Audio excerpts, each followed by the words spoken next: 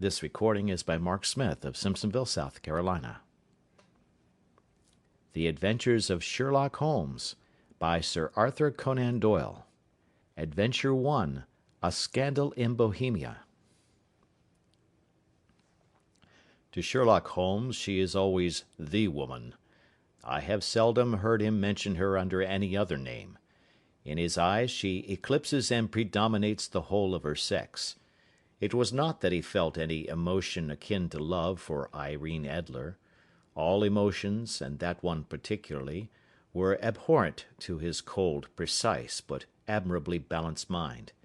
He was, I take it, the most perfect reasoning and observing machine that the world has seen, but as a lover he would have placed himself in a false position.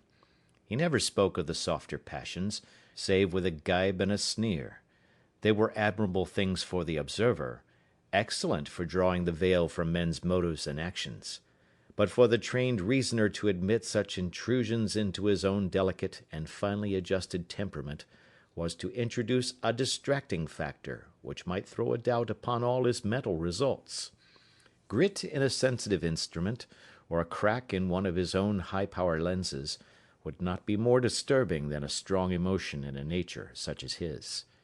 And yet there was but one woman to him, and that woman was the late Irene Adler, of dubious and questionable memory. I had seen little of Holmes lately. My marriage had drifted us away from each other. My own complete happiness, and the home-centered interests which rise up around the man who first finds himself master of his own establishment, was sufficient to absorb all my attention, while Holmes, who loathed every form of society with his whole Bohemian soul, remained in our lodgings in Baker Street, buried among his old books, and alternating from week to week between cocaine and ambition, the drowsiness of the drug, and the fierce energy of his own keen nature. He was still, as ever, deeply attracted by the study of crime, and occupied his immense faculties and extraordinary powers of observation in following out those clues, and clearing up those mysteries which had been abandoned as hopeless by the official police.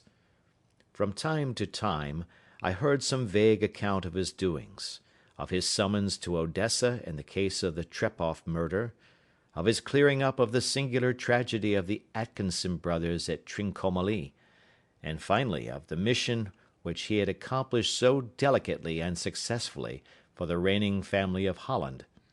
Beyond these signs of his activity, however, which I merely shared with all the readers of the daily press, I knew little of my former friend and companion.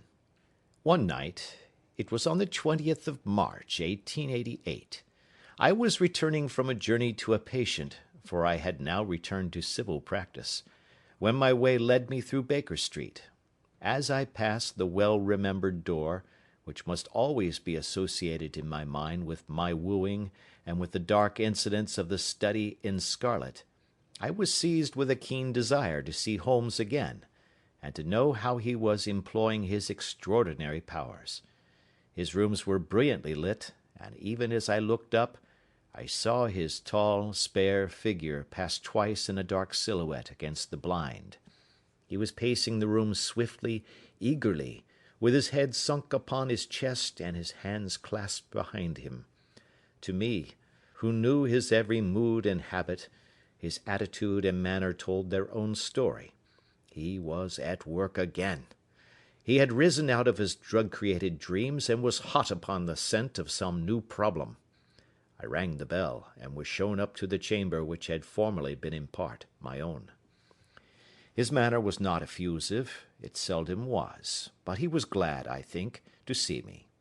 With hardly a word spoken, but with a kindly eye, he waved me to an armchair, threw across his case of cigars, and indicated a spirit case and a gasogene in the corner. Then he stood before the fire and looked me over in his singular introspective fashion. "Wedlock suits you," he remarked. "I think, Watson, that you have put on 7½ pounds since I saw you." "7," I answered. "Indeed, I should have thought a little more. Just a trifle more, I fancy, Watson. And in practice again, I observe. You did not tell me that you intended to go into harness. Then how do you know? I see it, I deduce it. How do I know that you have been getting yourself very wet lately, and that you have a most clumsy and careless servant girl? My dear Holmes, said I, this is too much. You would certainly have been burned had you lived a few centuries ago. It is true that I had a country walk on Thursday and came home in a dreadful mess, but as I have changed my clothes, I can't imagine how you deduce it. As to Mary Jane, she is incorrigible, and my wife has given her notice, but there again, I fail to see how you work it out. He chuckled to himself and rubbed his long, nervous hands together. It is simplicity itself, said he. My eyes tell me that on the inside of your left shoe, just where the firelight strikes it, the leather is scored by 6 almost parallel cuts. Obviously, they have been caused by someone who has very carelessly scraped round the edges of the sole in order to remove crusted mud from it. Hence, you see, my double deduction that you have been out in vile weather, and that you had a particularly malignant boot-slitting specimen of the London slavey. As to your practice, if a gentleman walks into my rooms smelling of iodoform, with a black mark of nitrate of silver upon his right forefinger, and a bulge on the right side of his top hat, to show where he has secreted his stethoscope, I must be dull indeed, if I do not pronounce him to be an active member of the medical profession. I could not help laughing at the ease with which he explained his process of deduction. When I hear you give your reasons, I remarked, the thing always appears to me to be so ridiculously simple that I could easily do it myself, though at each successive instance of your reasoning I am baffled until you explain your process. And yet I believe that my eyes are as good as yours. Quite so, he answered, lighting a cigarette, and throwing himself down into an armchair. You see, but you do not observe. The distinction is clear. For example, you have frequently seen the steps which lead up from the hall to this room. Frequently. How often? Well, some hundreds of times. Then how many are there? How many? I don't know. Quite so. You have not observed, and yet you have seen. That is just my point.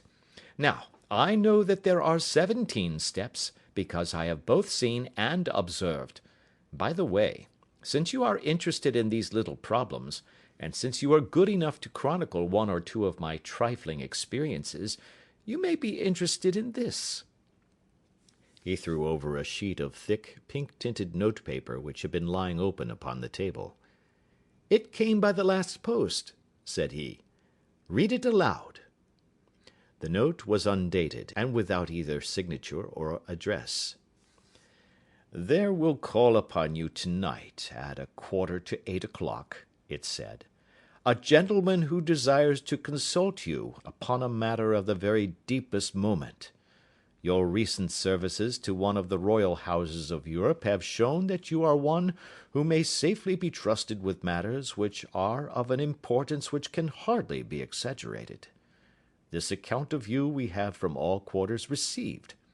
Be in your chamber then at that hour, and do not take it amiss if your visitor wear a mask. This is indeed a mystery, I remarked. What do you imagine that it means? I have no data yet.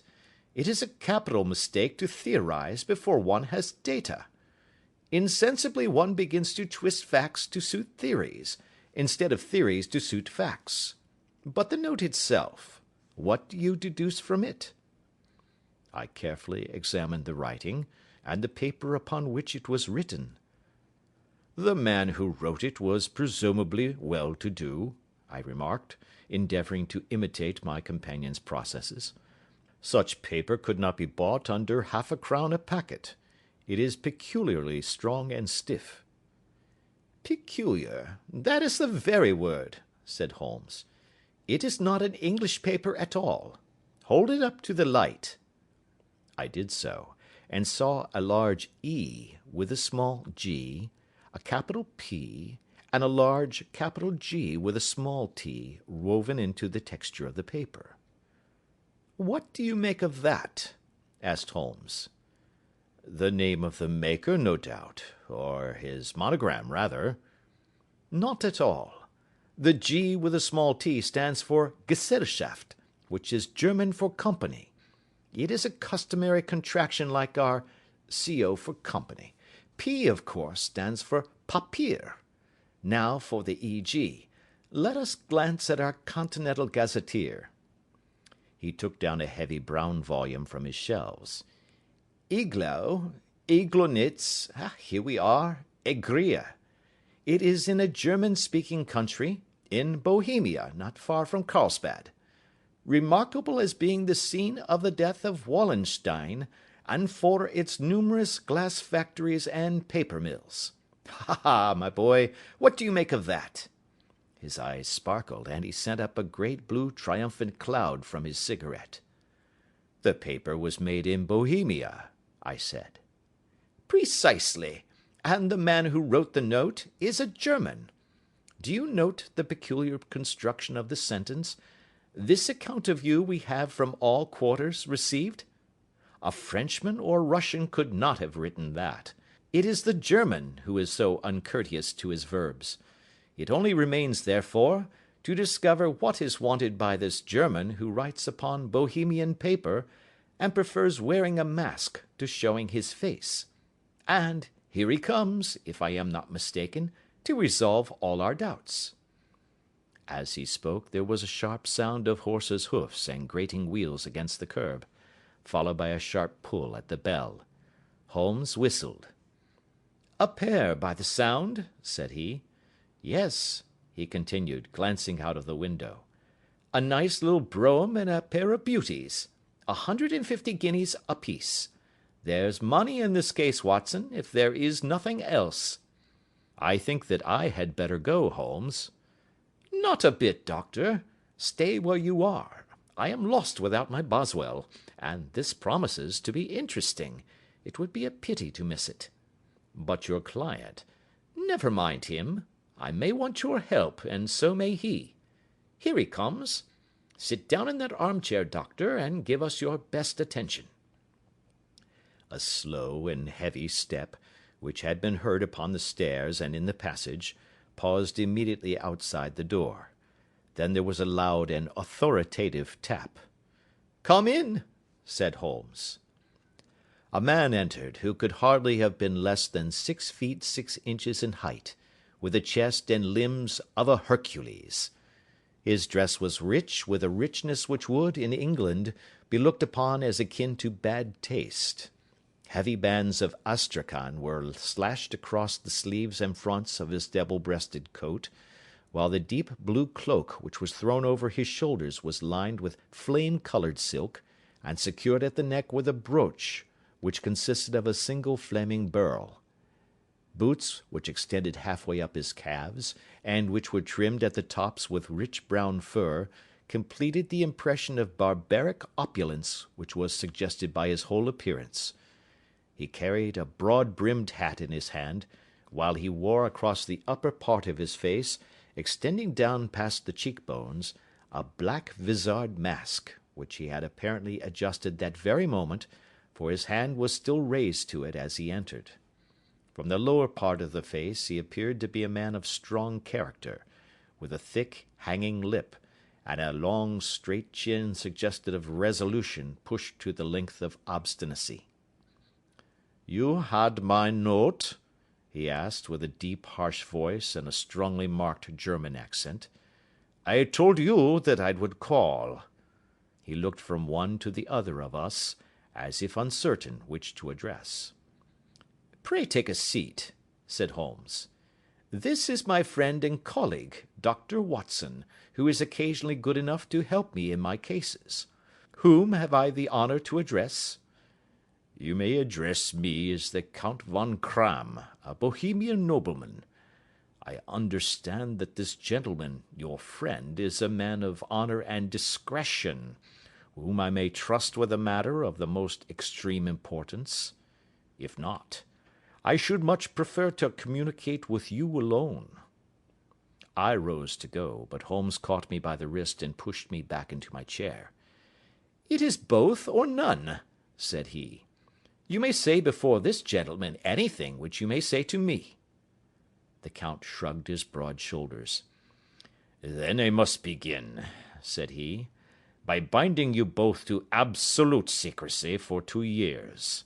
At the end of that time, the matter will be of no importance. At present it is not too much to say that it is of such weight it may have an influence upon European history." "I promise," said Holmes. "And I." "You will excuse this mask," continued our strange visitor. "The august person who employs me wishes his agent to be unknown to you, and I may confess at once that the title by which I have just called myself is not exactly my own." "I was aware of it," said Holmes dryly. "The circumstances are of great delicacy, and every precaution has to be taken to quench what might grow to be an immense scandal, and seriously compromise one of the reigning families of Europe. To speak plainly, the matter implicates the great house of Ormstein, hereditary kings of Bohemia." "I was also aware of that," murmured Holmes, settling himself down in his armchair and closing his eyes. Our visitor glanced with some apparent surprise at the languid, lounging figure of the man who had been no doubt depicted to him as the most incisive reasoner and most energetic agent in Europe. Holmes slowly reopened his eyes, and looked impatiently at his gigantic client. "If your Majesty would condescend to state your case," he remarked, "I should be better able to advise you." The man sprang from his chair and paced up and down the room in uncontrollable agitation. Then, with a gesture of desperation, he tore the mask from his face and hurled it upon the ground. "You are right," he cried. "I am the king. Why should I attempt to conceal it?" "Why, indeed?" murmured Holmes.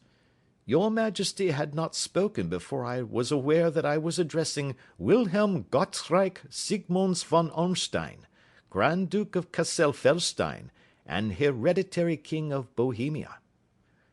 "But you can understand," said our strange visitor, sitting down once more and passing his hand over his high white forehead, "you can understand that I am not accustomed to doing such business in my own person. Yet the matter was so delicate that I could not confide it to an agent without putting myself in his power. I have come incognito from Prague for the purpose of consulting you." "Then pray consult," said Holmes, shutting his eyes once more. "The facts are briefly these. Some 5 years ago, during a lengthy visit to Warsaw, I made the acquaintance of the well-known adventuress Irene Adler. The name is no doubt familiar to you." "Kindly look her up in my index, doctor," murmured Holmes without opening his eyes. For many years he had adopted a system of docketing all paragraphs concerning men and things, so that it was difficult to name a subject or a person on which he could not at once furnish information. In this case I found her biography sandwiched in between that of a Hebrew rabbi and that of a staff commander who had written a monograph upon the deep-sea fishes. "Let me see," said Holmes. Born in New Jersey in the year 1858. Contralto. La Scala. Prima donna Imperial Opera of Warsaw. Yes. Retired from operatic stage. Ha! Living in London. Quite so.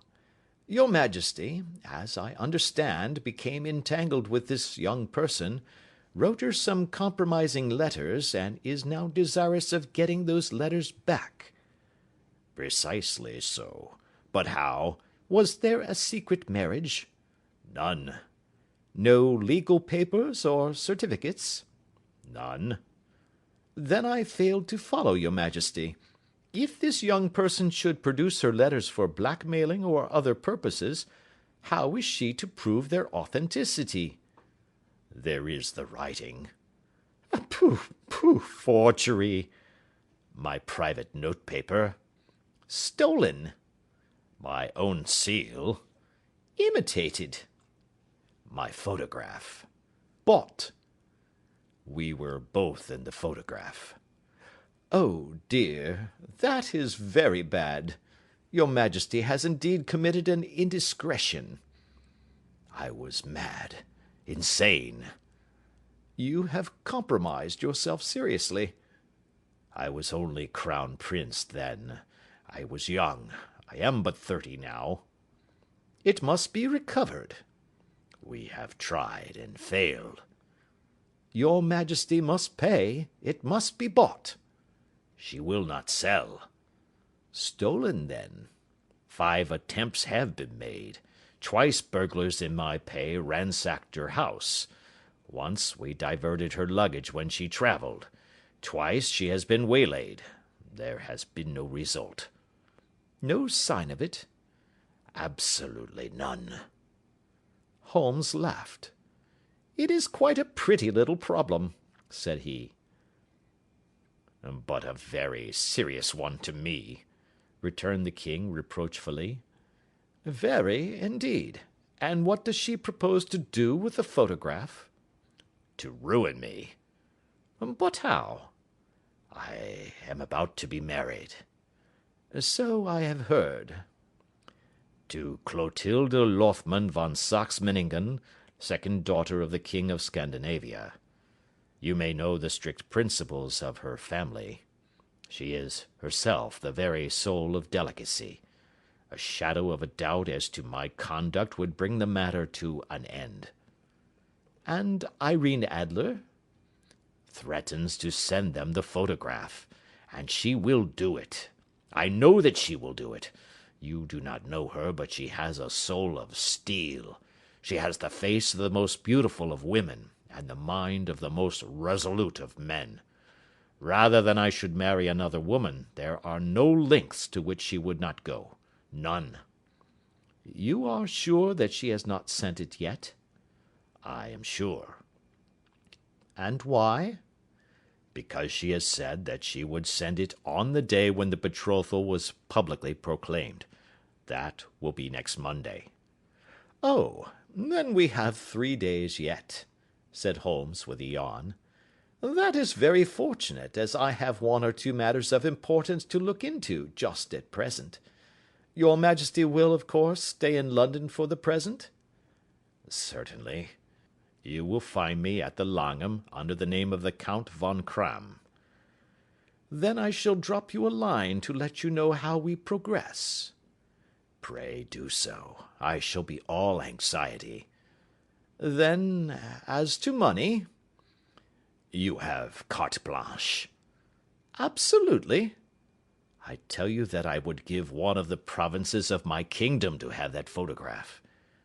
And for present expenses? The king took a heavy chamois leather bag from under his cloak and laid it on the table. There are £300 in gold and 700 in notes, he said. Holmes scribbled a receipt upon a sheet of his notebook and handed it to him. And mademoiselle's address? He asked.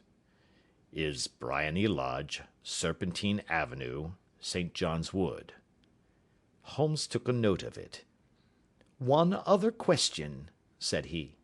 Was the photograph a cabinet? It was. Then good night, your Majesty, and I trust that we shall soon have some good news for you. And good night, Watson, he added, as the wheels of the royal brougham rolled down the street. If you will be good enough to call tomorrow afternoon at 3 o'clock, I should like to chat this little matter over with you. Part 2. At 3 o'clock precisely, I was at Baker Street, but Holmes had not yet returned. The landlady informed me that he had left the house shortly after 8 o'clock in the morning. I sat down before the fire, however, with the intention of awaiting him, however long he might be. I was already deeply interested in his inquiry, for, though it was surrounded by none of the grim and strange features which were associated with the two crimes which I have already recorded, still, the nature of the case and the exalted station of his client gave it a character of its own. Indeed, apart from the nature of the investigation which my friend had on hand, there was something in his masterly grasp of a situation, and his keen, incisive reasoning, which made it a pleasure to me to study his system of work, and to follow the quick, subtle methods by which he disentangled the most inextricable mysteries. So accustomed was I to his invariable success that the very possibility of his failing had ceased to enter into my head. It was close upon 4 before the door opened, and a drunken-looking groom, ill-kempt and side-whiskered, with an inflamed face and disreputable clothes, walked into the room.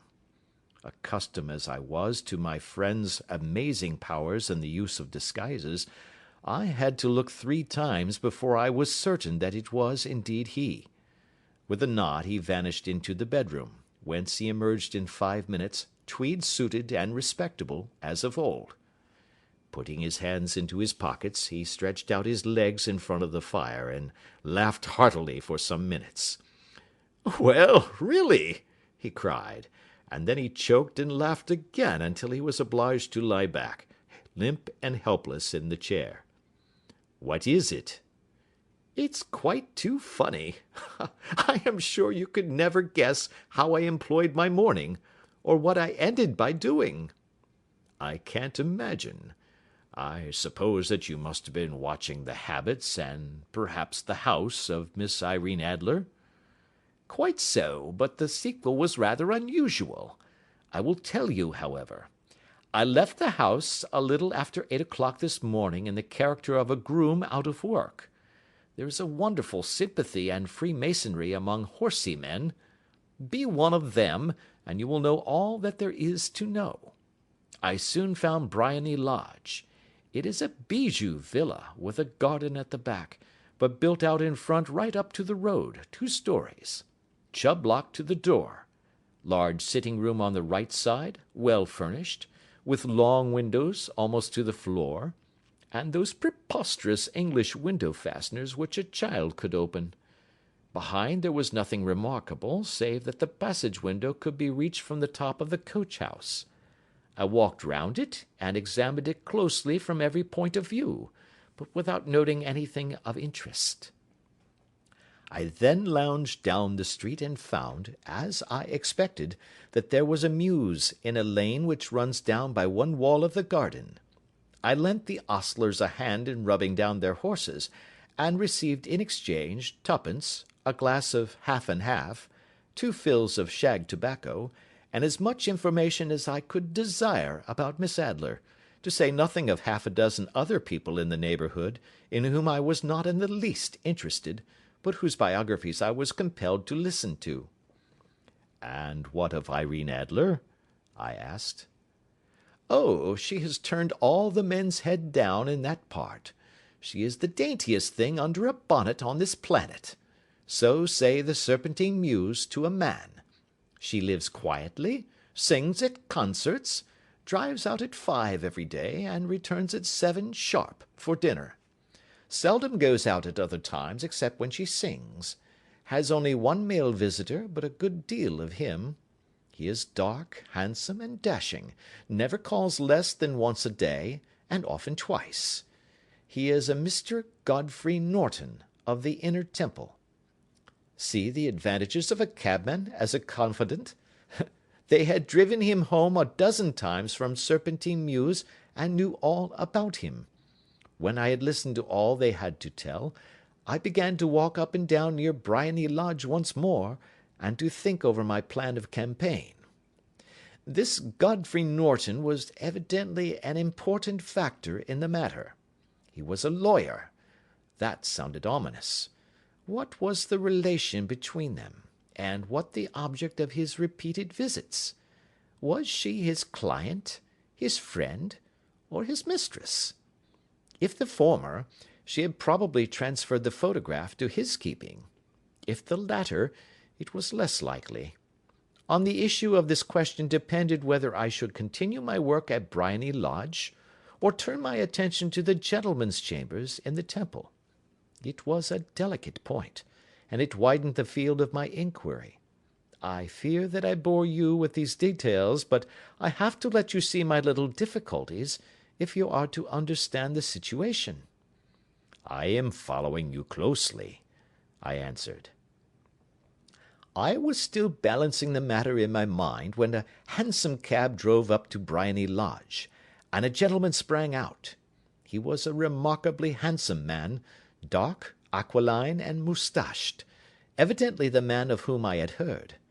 He appeared to be in a great hurry, shouted to the cabman to wait, and brushed past the maid who opened the door with the air of a man who was thoroughly at home. He was in the house about half an hour, and I could catch glimpses of him in the windows of the sitting-room, pacing up and down, talking excitedly, and waving his arms. Of her I could see nothing. Presently he emerged, looking even more flurried than before. As he stepped up to the cab, he pulled a gold watch from his pocket and looked at it earnestly. "Drive like the devil!" he shouted.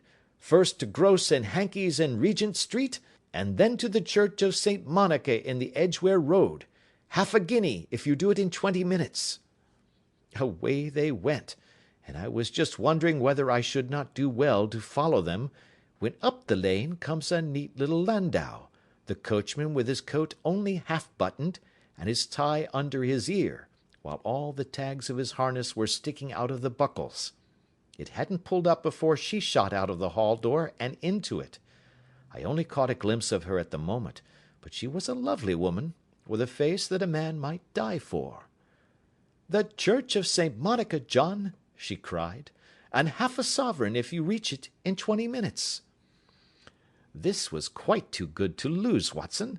I was just balancing whether I should run for it, or whether I should perch behind her landau, when a cab came through the street. The driver looked twice at such a shabby fare, but I jumped in before he could object. "The Church of St. Monica," said I, "and half a sovereign if you reach it in 20 minutes.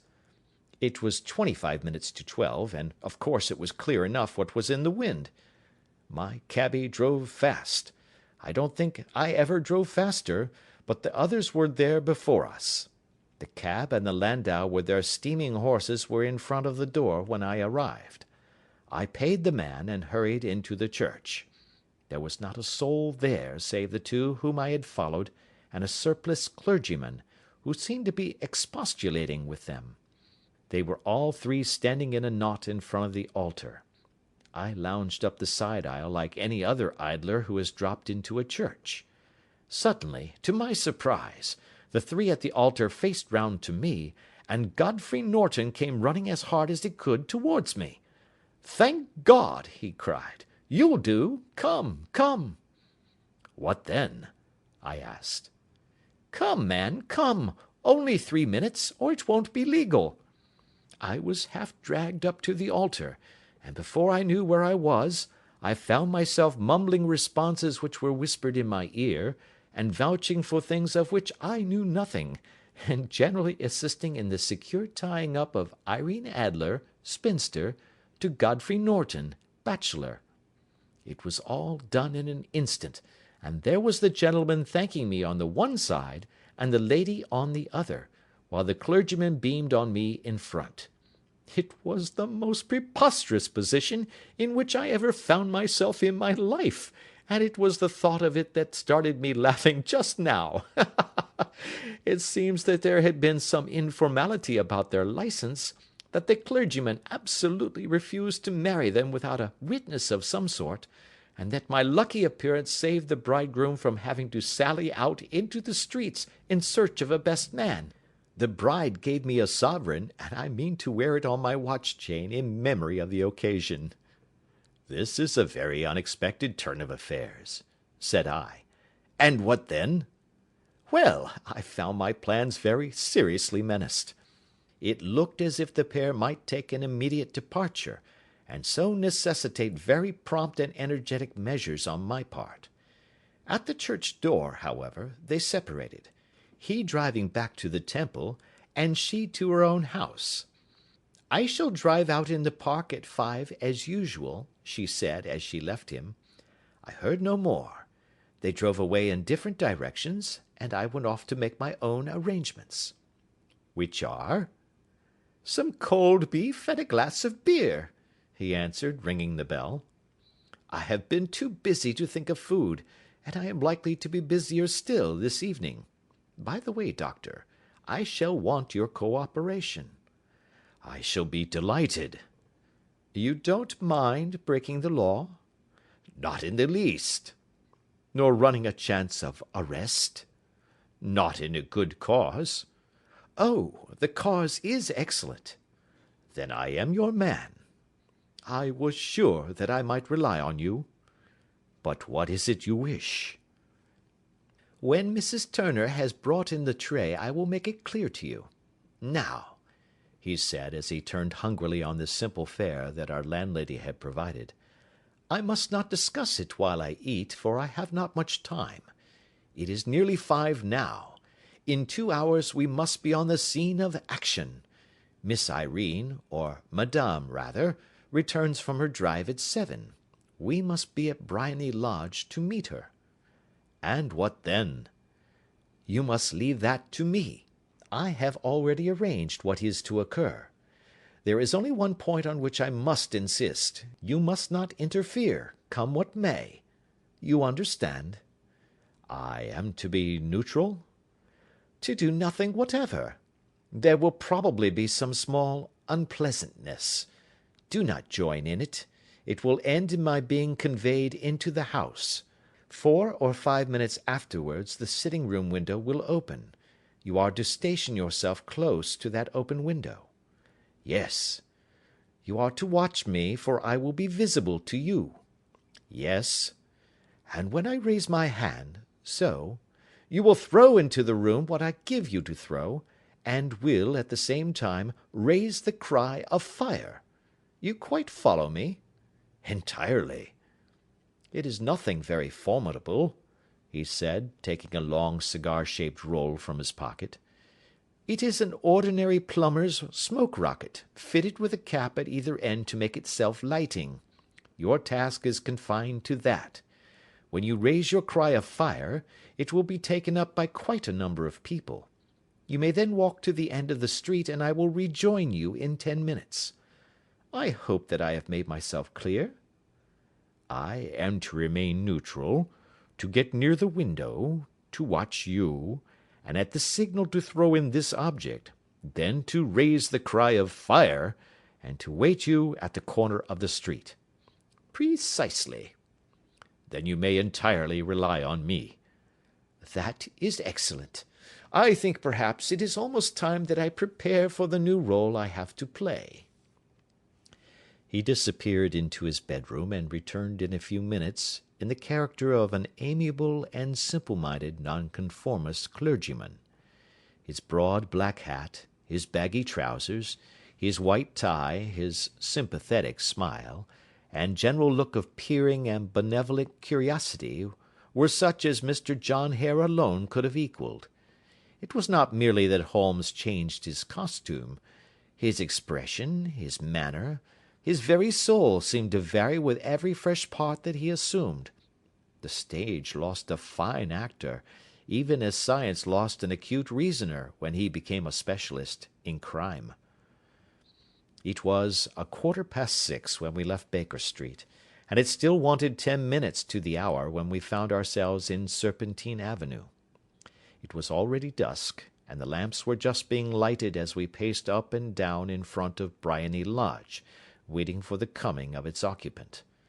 The house was just such as I had pictured it from Sherlock Holmes's succinct description, but the locality appeared to be less private than I expected. On the contrary, for a small street in a quiet neighbourhood, it was remarkably animated. There was a group of shabbily dressed men smoking and laughing in a corner, a scissors grinder with his wheel, 2 guardsmen who were flirting with a nurse-girl, and several well-dressed young men who were lounging up and down with cigars in their mouths.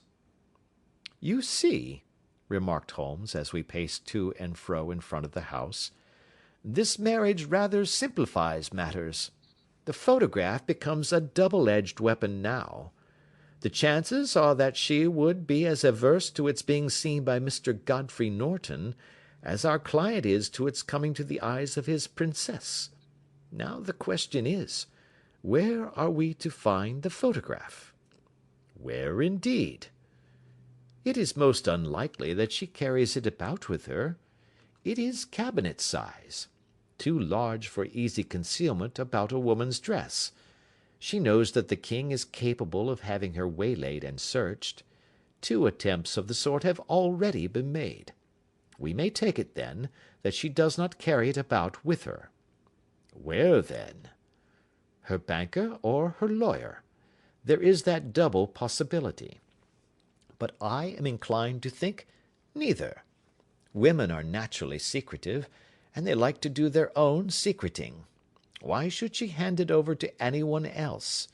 She could trust her own guardianship, but she could not tell what indirect or political influence might be brought to bear upon a business man. Besides, remember that she had resolved to use it within a few days. It must be where she can lay her hands upon it. It must be in her own house." "But it has twice been burgled." "Pshaw! They did not know how to look." "But how will you look?" "I will not look." "What then?" "I will get her to show me." "But she will refuse." "She will not be able to. But I hear the rumble of wheels. It is her carriage. Now, carry out my orders to the letter." As he spoke, the gleam of the side-lights of a carriage came round the curve of the avenue. It was a smart little landau which rattled up to the door of Briony Lodge. As he pulled up, one of the loafing men at the corner dashed forward to open the door in the hope of earning a copper, but was elbowed away by another loafer, who had rushed up with the same intention.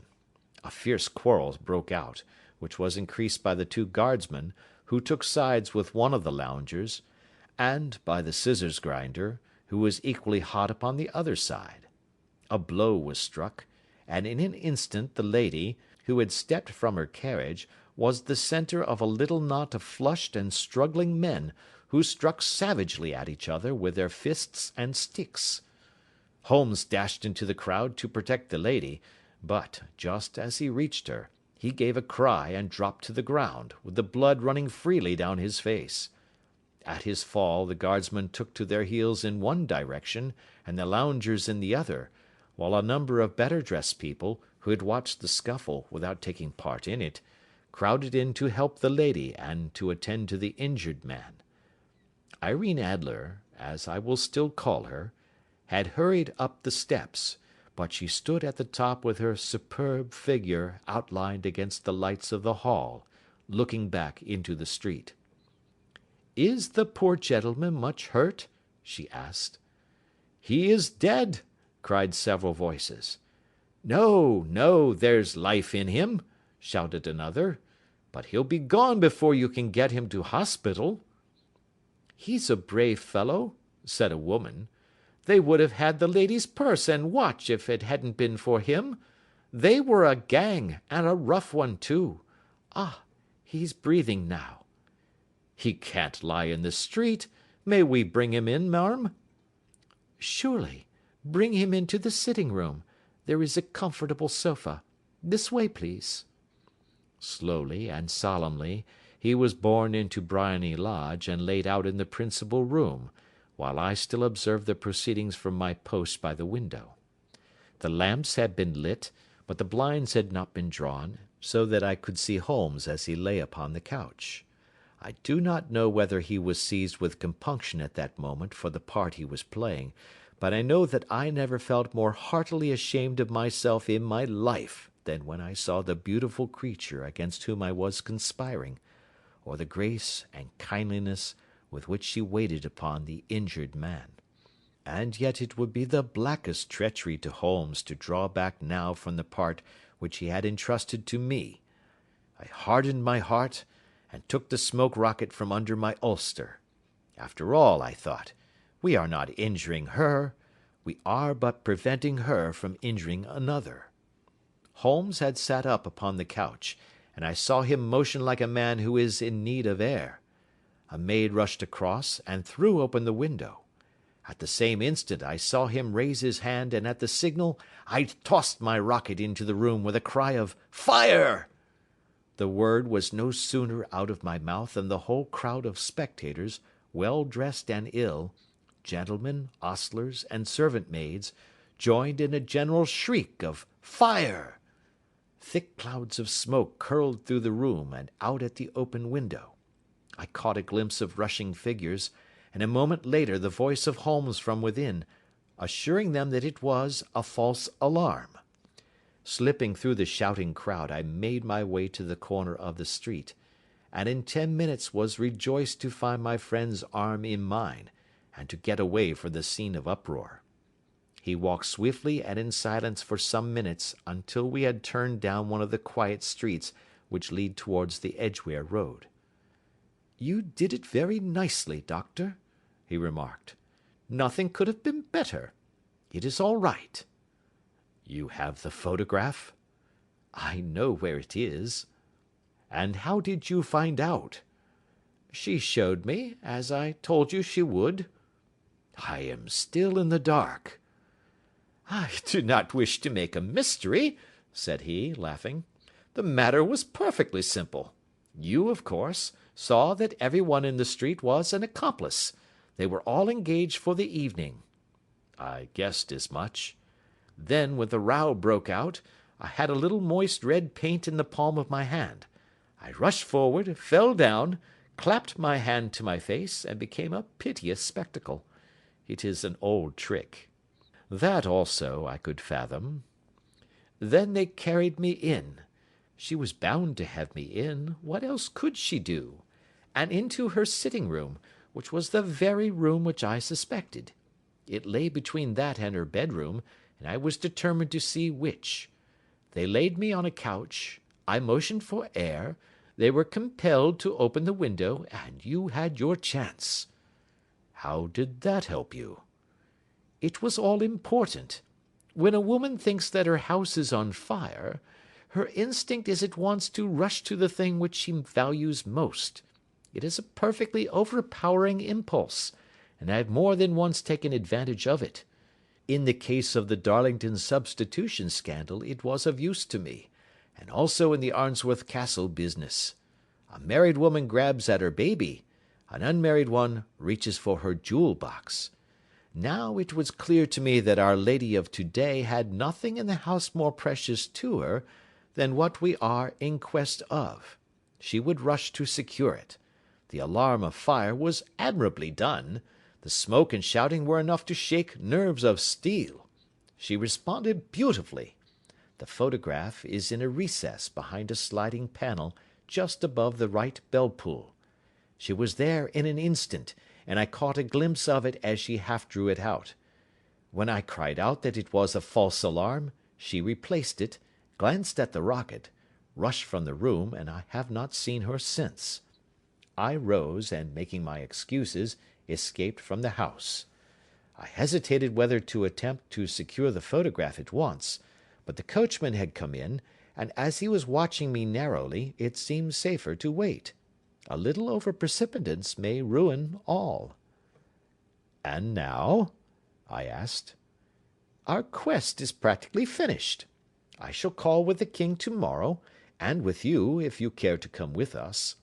We will be shown into the sitting-room to wait for the lady, but it is probable that when she comes she may find neither of us nor the photograph. It might be a satisfaction to his majesty to regain it with his own hands." "And when will you call?" "At 8 in the morning. She will not be up, so that we shall have a clear field. Besides, we must be prompt, for this marriage may mean a complete change in her life and habits. I must wire to the king without delay." We had reached Baker Street, and had stopped at the door. He was searching his pockets for the key when someone passing said, "Good night, Mr. Sherlock Holmes." There were several people on the pavement at the time, but the greeting appeared to come from a slim youth in an ulster who had hurried by. "I've heard that voice before," said Holmes, staring down the dimly lit street. "Now, I wonder who the deuce that could have been." Part 3. I slept at Baker Street that night, and we were engaged upon our toast and coffee in the morning, when the King of Bohemia rushed into the room. "You have really got it?" he cried, grasping Sherlock Holmes by either shoulder, and looking eagerly into his face. "Not yet." "But you have hopes?"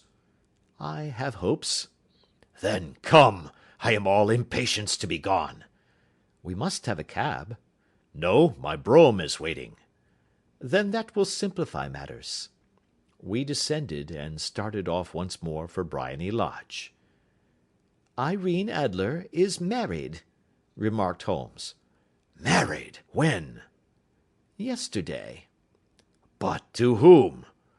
"To an English lawyer named Norton." "But she could not love him." "I am in hopes that she does." "And why in hopes?" "Because it would spare your majesty all fear of future annoyance. If the lady loves her husband, she does not love your majesty. If she does not love your majesty, there is no reason why she should interfere with your majesty's plan." "It is true, and yet, well, I wish she had been of my own station. What a queen she would have made!" He relapsed into a moody silence, which was not broken until we drew up in Serpentine Avenue. The door of Briony Lodge was open, and an elderly woman stood upon the steps. She watched us with a sardonic eye as we stepped from the brougham. "Mr. Sherlock Holmes, I believe?" said she. "I am Mr. Holmes," answered my companion, looking at her with a questioning and rather startled gaze. "Indeed! My mistress told me that you were likely to call. She left this morning with her husband by the 5:15 train from Charing Cross for the Continent." "What!" Sherlock Holmes staggered back, white with chagrin and surprise. "Do you mean that she has left England?" "Never to return." "And the papers?" asked the king hoarsely. "All is lost." "We shall see." He pushed past the servant, and rushed into the drawing-room, followed by the king and myself.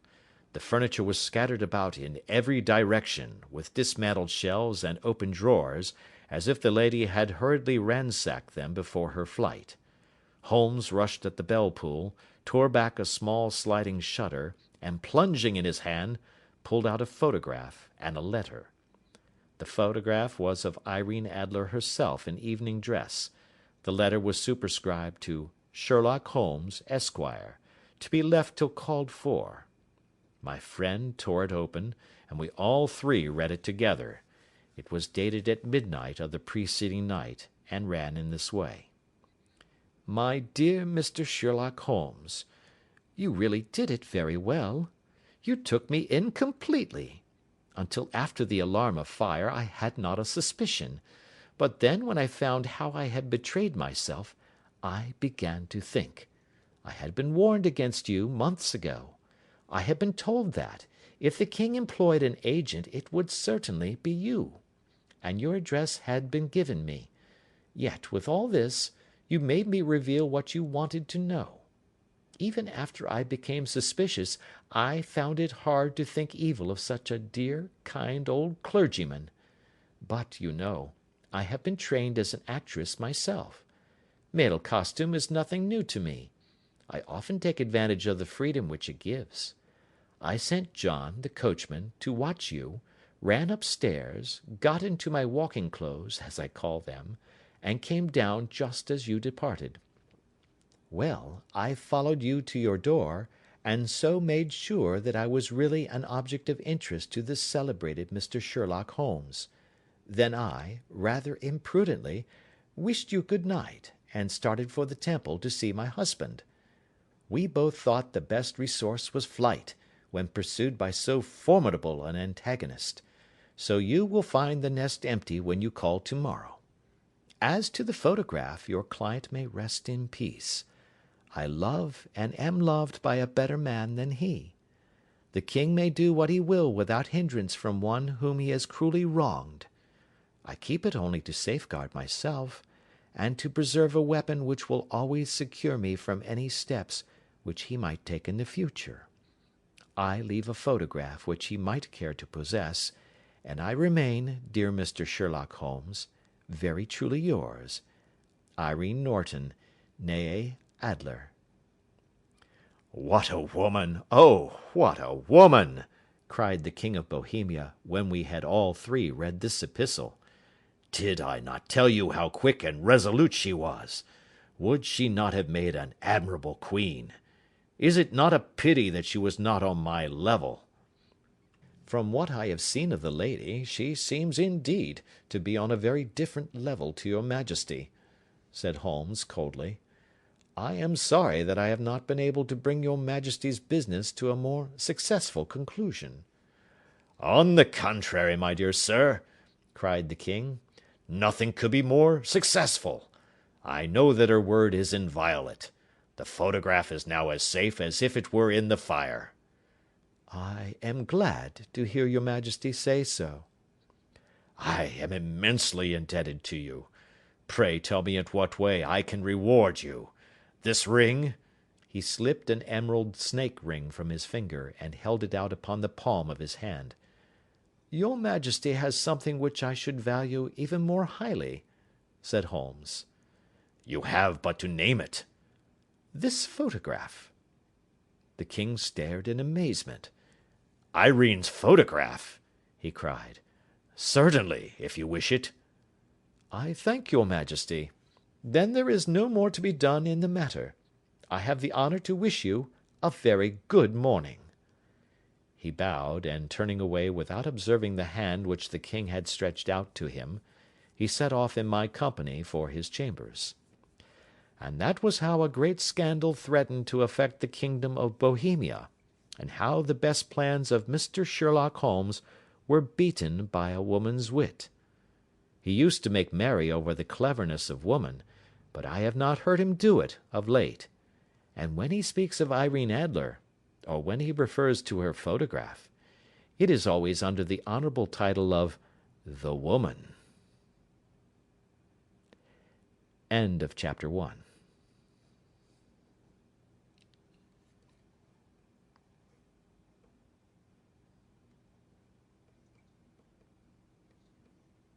Adventure 2. The Red-Headed League. I had called upon my friend, Mr. Sherlock Holmes, one day in the autumn of last year, and found him in deep conversation with a very stout, florid-faced, elderly gentleman with fiery red hair. With an apology for my intrusion, I was about to withdraw, when Holmes pulled me abruptly into the room and closed the door behind me. "You could not possibly have come at a better time, my dear Watson," he said cordially. "I was afraid that you were engaged." "So I am, very much so." "Then I can wait in the next room." "Not at all. This gentleman, Mr. Wilson, has been my partner and helper in many of my most successful cases, and I have no doubt that he will be of the utmost use to me and yours also." The stout gentleman half rose from his chair and gave a bob of greeting, with a quick little questioning glance from his small, fat encircled eyes. "Try the settee," said Holmes, relapsing into his armchair and putting his fingertips together, as was his custom when in judicial moods. "I know, my dear Watson, that you share my love of all that is bizarre and outside the conventions and humdrum routine of everyday life. You have shown your relish for it by the enthusiasm which has prompted you to chronicle, and, if you will excuse my saying so, somewhat to embellish so many of my own little adventures." "Your cases have indeed been of the greatest interest to me," I observed. "You will remember that I remarked the other day, just before we went into the very simple problem presented by Miss Mary Sutherland, that for strange effects and extraordinary combinations we must go to life itself, which is always far more daring than any effort of the imagination." A proposition which I took the liberty of doubting. You did, doctor, but none the less you must come round to my view, for otherwise I shall keep on piling fact upon fact on you until your reason breaks down under them and acknowledges me to be right. Now, Mr. Jabez Wilson here has been good enough to call upon me this morning, and to begin a narrative which promises to be one of the most singular which I have listened to for some time. You have heard me remark that the strangest and most unique things are very often connected not with the larger but with the smaller crimes, and occasionally, indeed, where there is room for doubt whether any positive crime has been committed. As far as I have heard, it is impossible for me to say whether the present case is an instance of crime or not, but the course of events is certainly among the most singular that I have ever listened to. Perhaps, Mr. Wilson, you would have the great kindness to recommence your narrative. I ask you not merely because my friend Dr. Watson has not heard the opening part, but also because the peculiar nature of the story makes me anxious to have every possible detail from your lips.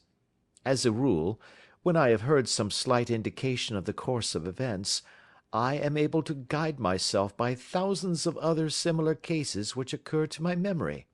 In the present instance, I am forced to admit that the facts are, to the best of my belief, unique."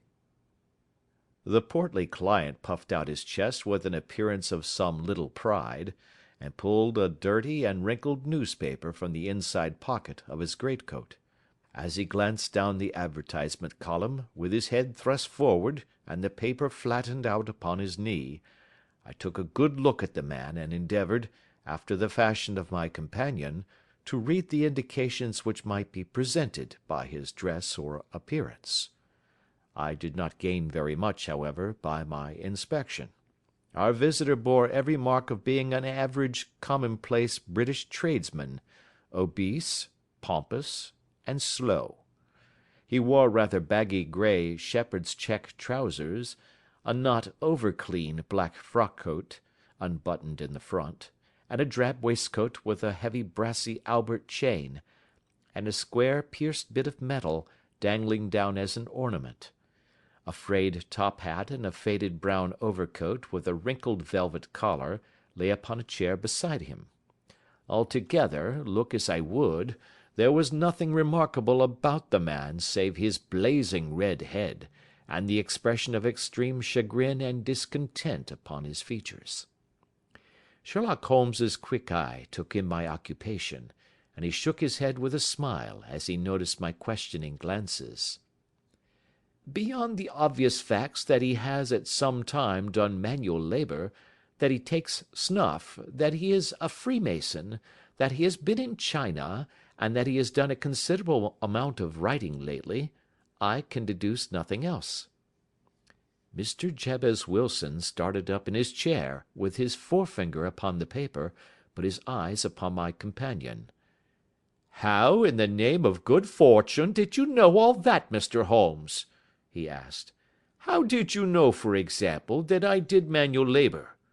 It's as true as gospel, for I began as a ship's carpenter."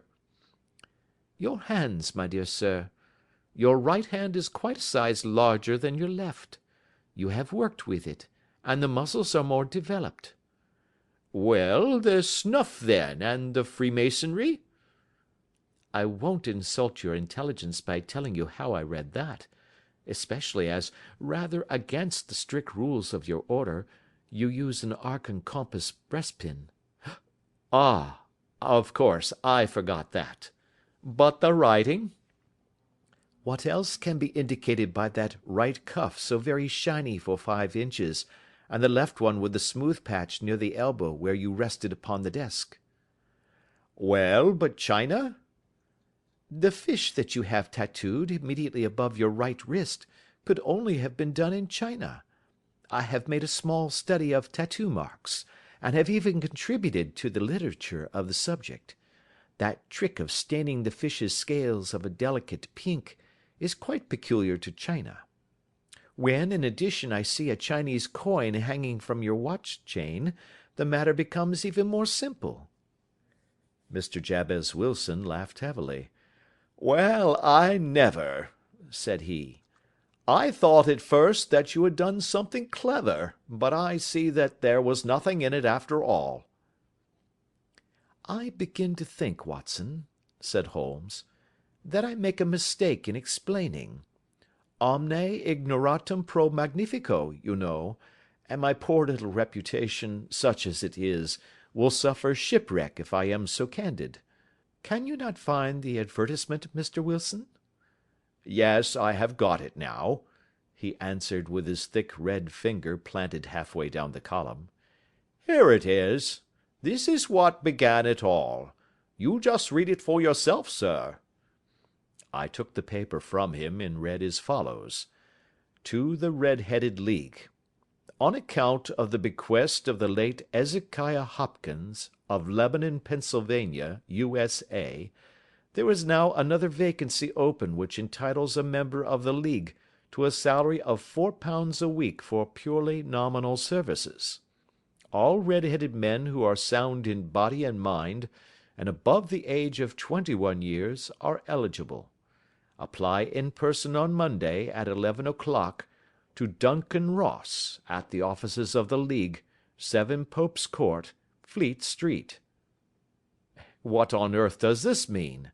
I ejaculated after I had twice read over the extraordinary announcement. Holmes chuckled and wriggled in his chair, as was his habit when in high spirits. "It is a little off the beaten track, isn't it?" said he. "And now, Mr. Wilson, off you go at scratch and tell us all about yourself, your household, and the effect which this advertisement had upon your fortunes. You will first make a note, Doctor, of the paper and the date." "It is the Morning Chronicle of April 27, 1890, just 2 months ago." "Very good. Now, Mr. Wilson?" "Well, it is just as I have been telling you, Mr. Sherlock Holmes," said Jabez Wilson, mopping his forehead. "I have a small pawnbroker's business at Coburg Square, near the city. It's not a very large affair, and of late years it has not done more than just give me a living. I used to be able to keep 2 assistants, but now I only keep 1, and I would have a job to pay him but that he is willing to come for half wages so as to learn the business." "What is the name of this obliging youth?" asked Sherlock Holmes. "His name is Vincent Spaulding, and he's not such a youth either. It's hard to say his age. I should not wish a smarter assistant, Mr. Holmes, and I know very well that he could better himself and earn twice what I am able to give him. But, after all, if he is satisfied, why should I put ideas in his head?" "Why, indeed? You seem most fortunate in having an employee who comes under the full market price. It is not a common experience among employers in this age. I don't know that your assistant is not as remarkable as your advertisement." "Oh, he has his faults, too," said Mr. Wilson. "Never was such a fellow for photography.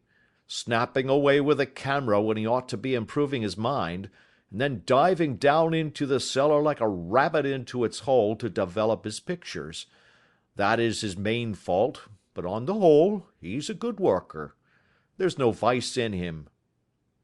"He is still with you, I presume?" "Yes, sir. He and a girl of 14, who does a bit of simple cooking and keeps the place clean. That's all I have in the house, for I am a widower and never had any family. We live very quietly, sir, the 3 of us, and we keep a roof over our heads and pay our debts, if we do nothing more.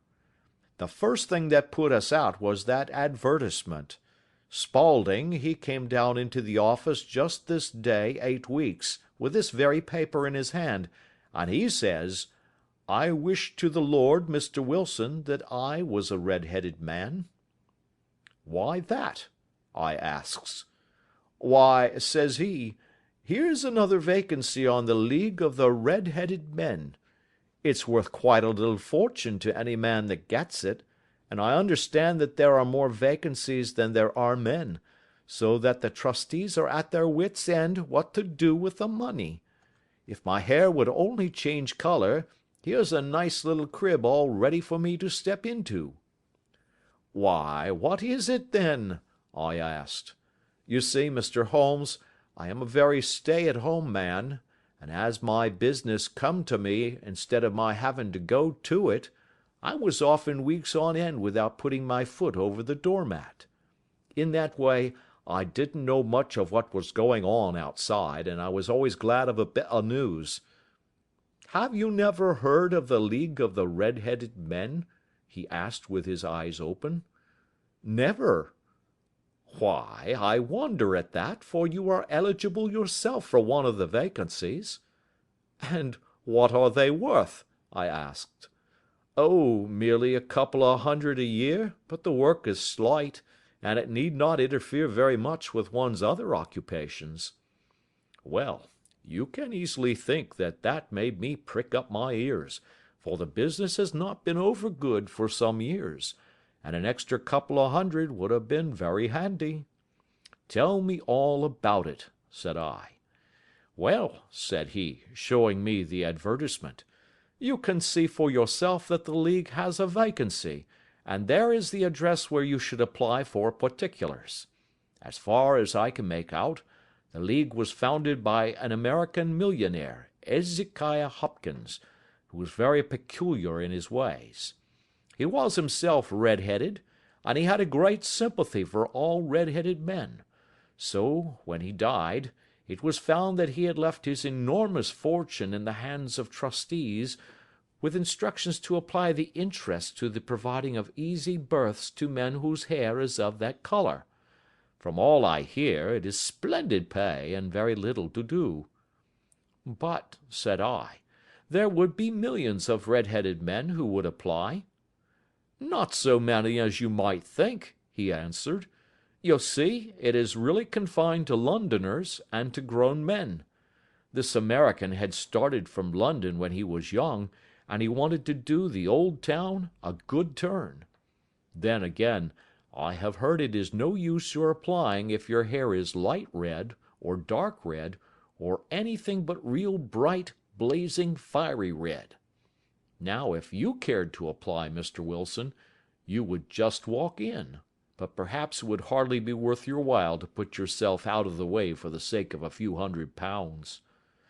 Now, it is a fact, gentlemen, as you may see for yourselves, that my hair is of a very full and rich tint, so that it seemed to me that if there was to be any competition in the matter, I stood as good a chance as any man that I had ever met. Vincent Spaulding seemed to know so much about it that I thought he might prove useful, so I just ordered him to put up the shutters for the day, and to come right away with me. He was very willing to have a holiday, so we shut the business up and started off for the address that was given us in the advertisement. I never hope to see such a sight as that again, Mr. Holmes. From north, south, east, and west, every man who had a shade of red in his hair had tramped into the city to answer the advertisement. Fleet Street was choked with red-headed folk, and Pope's Court looked like a coster's orange barrow. I should not have thought there were so many in the whole country as were brought together by that single advertisement. Every shade of color they were, straw, lemon, orange, brick, Irish setter, liver, clay.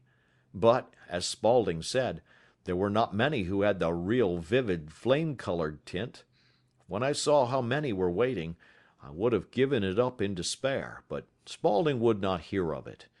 How he did it, I could not imagine, but he pushed and pulled and butted until he got me through the crowd, and right up to the steps which led to the office.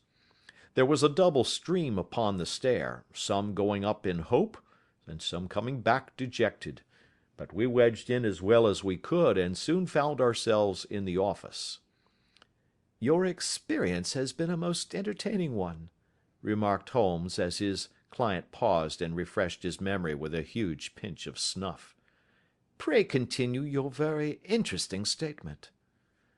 "There was nothing in the office but a couple of wooden chairs and a deal table, behind which sat a small man with a head that was even redder than mine. He said a few words to each candidate as he came up, and then he always managed to find some fault in them which would disqualify them. Getting a vacancy did not seem to be such a very easy matter, after all. However, when our turn came, the little man was much more favourable to me than to any of the others, and he closed the door as we entered, so that he might have a private word with us. "This is Mr. Jabez Wilson," said my assistant, "and he is willing to fill a vacancy in the league." "And he is admirably suited for it," the other answered. "He has every requirement. I cannot recall when I have seen anything so fine." He took a step backward, cocked his head on one side, and gazed at my hair until I felt quite bashful. Then suddenly he plunged forward, wrung my hand, and congratulated me warmly on my success. "It would be injustice to hesitate," said he. "You will, however, I am sure, excuse me for taking an obvious precaution." With that he seized my hair in both his hands and tugged until I yelled with the pain. "There is water in your eyes," said he as he released me. "I perceive that all is as it should be. But we have to be careful, for we have twice been deceived by wigs and once by paint. I could tell you tales of cobbler's wax which would disgust you with human nature." He stepped over to the window and shouted through it at the top of his voice that the vacancy was filled. A groan of disappointment came up from below, and the folk all trooped away in different directions until there was not a red head to be seen except my own and that of the manager. "My name," said he, "is Mr. Duncan Ross, and I am myself one of the pensioners upon the fund left by our noble benefactor. Are you a married man, Mr. Wilson? Have you a family?" I answered that I had not. His face fell immediately. "Dear me," he said gravely, "that is very serious indeed. I am sorry to hear you say that. The fund was, of course, for the propagation and spread of the red heads as well as for their maintenance. It is exceedingly unfortunate that you should be a bachelor." My face lengthened at this, Mr. Holmes, for I thought that I was not to have the vacancy after all, but after thinking it over for a few minutes he said that it would be all right. "In the case of another," said he, "the objection might be fatal, but we must stretch a point in favor of a man with such a head of hair as yours. When shall you be able to enter upon your new duties?" "Well, it is a little awkward, for I have a business already," said I. "Oh, never mind about that, Mr. Wilson," said Vincent Spaulding. "I shall be able to look after that for you." "What would be the hours?" I asked. 10 to 2. Now, a pawnbroker's business is mostly done of an evening, Mr. Holmes, especially Thursday and Friday evening, which is just before payday. So it would suit me very well to earn a little in the mornings. Besides, I knew that my assistant was a good man, and that he would see to anything that turned up. "That would suit me very well," said I. "And the pay?"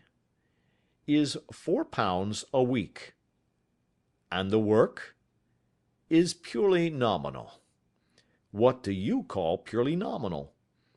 "Well, you have to be in the office, or at least in the building, the whole time. If you leave, you forfeit your whole position forever. The will is very clear upon that point. You don't comply with the conditions if you budge from the office during that time." "It's only 4 hours a day, and I should not think of leaving," said I. "No excuse will avail," said Mr. Duncan Ross. "Neither sickness nor business nor anything else. There you must stay, or you lose your billet." "And the work?" "Is to copy out the Encyclopaedia Britannica. There is the first volume of it in that press. You must find your own ink, pens, and blotting paper, but we provide this table and chair. Will you be ready tomorrow?" "Certainly," I answered. Then good-bye, Mr. Jabez Wilson, and let me congratulate you once more on the important position which you have been fortunate enough to gain." He bowed me out of the room, and I went home with my assistant, hardly knowing what to say or do, I was so pleased at my own good fortune. Well, I thought over the matter all day, and by evening I was in low spirits again, for I had quite persuaded myself that the whole affair must be some great hoax or fraud, though what its object might be I could not imagine. It seemed altogether past belief that anyone could make such a will, or that they would pay such a sum for doing anything so simple as copying out the Encyclopaedia Britannica. Vincent Spaulding did what he could to cheer me up, but by bedtime I had reasoned myself out of the whole thing. However, in the morning I determined to have a look at it anyhow, so I bought a penny bottle of ink, and with a quill pen and 7 sheets of foolscap paper, I started off for Pope's Court. Well, to my surprise and delight, everything was as right as possible. The table was set out ready for me, and Mr. Duncan Ross was there to see that I got fairly to work. He started me off upon the letter A, and then he left me, but would drop in from time to time to see that all was right with me. At 2 o'clock he bade me good day, complimented me upon the amount that I had written, and locked the door of the office after me. This went on for day after day, Mr. Holmes, and on Saturday the manager came in and planked down 4 golden sovereigns for my week's work. It was the same next week, and the same the week after.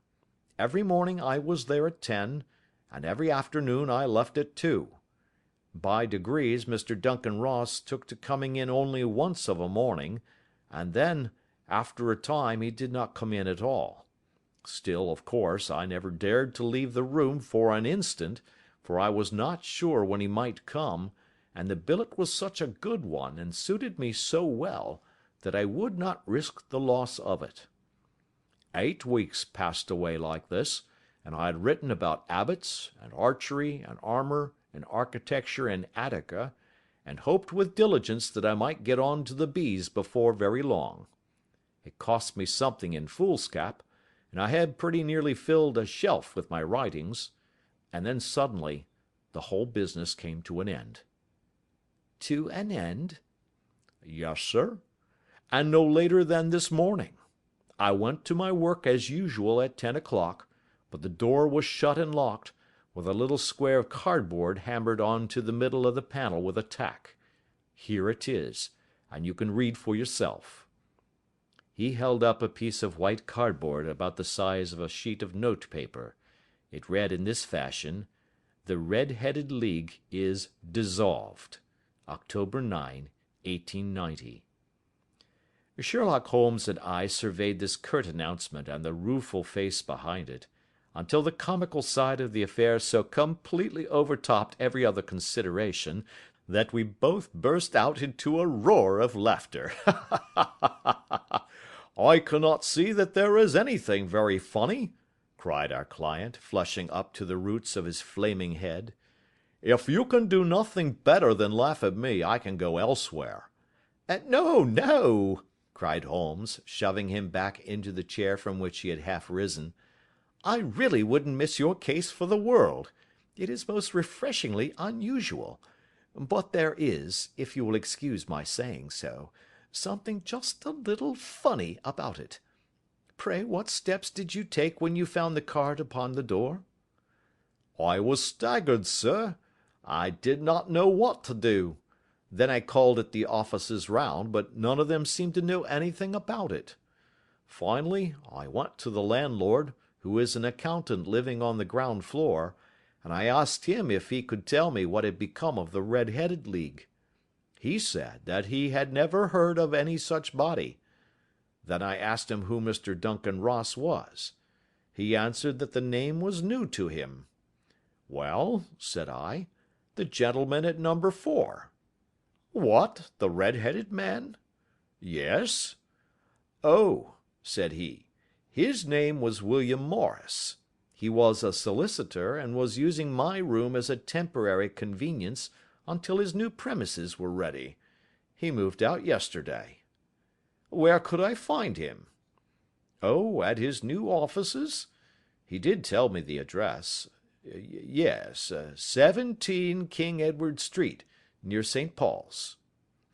"I started off, Mr. Holmes, but when I got to that address it was a manufactory of artificial knee-caps, and no one in it had ever heard of either Mr. William Morris or Mr. Duncan Ross."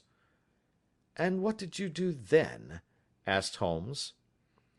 "I went home to Saxe Coburg Square, and I took the advice of my assistant. But he could not help me in any way. He could only say that if I waited I should hear by post. But that was not quite good enough, Mr. Holmes. I did not wish to lose such a place without a struggle. So, as I have heard that you were good enough to give advice to poor folk who were in need of it, I came right away to you." "And you did very wisely," said Holmes. "Your case is an exceedingly remarkable one, and I shall be happy to look into it. From what you have told me, I think it is possible that graver issues hang from it than might at first sight appear." "Grave enough," said Mr. Jabez Wilson. "Why, I have lost £4 a week." "As far as you are personally concerned," remarked Holmes, "I do not see that you have any grievance against this extraordinary league. On the contrary, you are, as I understand, richer by some £30, to say nothing of the minute knowledge which you have gained on every subject which comes under the letter A. You have lost nothing by them." "No, sir, but I want to find out about them, and who they are, and what their object was in playing this prank, if it was a prank, upon me. It was a pretty expensive joke for them, for it cost them £32. "We shall endeavour to clear up these points for you. And first, one or two questions, Mr. Wilson. This assistant of yours, who first called your attention to the advertisement, how long has he been with you?" "About a month, then." "How did he come?" "In answer to an advertisement." "Was he the only applicant?" "No, I had a dozen." "Why did you pick him?" "Because he was handy and would come cheap." "At half wages, in fact?" "Yes." "What is he like, this Vincent Spaulding?" "Small, stout built, very quick in his ways, no hair on his face, though he's not short of 30. Has a white splash of acid upon his forehead."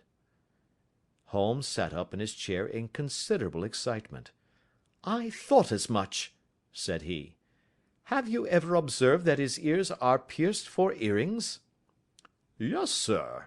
He told me that a gipsy had done it for him when he was a lad." Said Holmes, sinking back in deep thought. "He is still with you?" "Oh, yes, sir. I have only just left him." "And has your business been attended to in your absence?" "Nothing to complain of, sir. There's never very much to do of a morning." "That will do, Mr. Wilson. I shall be happy to give you an opinion upon the subject in the course of a day or two. To-day is Saturday, and I hope that by Monday we may come to a conclusion." "Well, Watson," said Holmes, when our visitor had left us, "what do you make of it all?" "I make nothing of it," I answered frankly. "It is a most mysterious business." "As a rule," said Holmes, "the more bizarre a thing is, the less mysterious it proves to be. It is your commonplace featureless crimes which are really puzzling, just as a commonplace face is the most difficult to identify. But I must be prompt over this matter." "What are you going to do, then?" I asked. "To smoke," he answered. "It is quite a three-pipe problem, and I beg that you won't speak to me for 50 minutes." He curled himself up in his chair, with his thin knees drawn up to his hawk-like nose, and there he sat with his eyes closed and his black clay pipe thrusting out like the bill of some strange bird.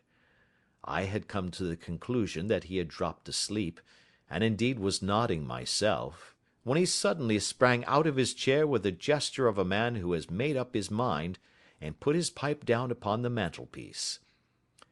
"Sarasate plays at St. James's Hall this afternoon," he remarked. "What do you think, Watson? Could your patient spare you for a few hours?"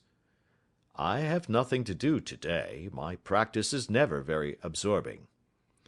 "Then put on your hat and come. I am going through the city first, and we can have some lunch on the way. I observe that there is a good deal of German music on the programme, which is rather more to my taste than Italian or French.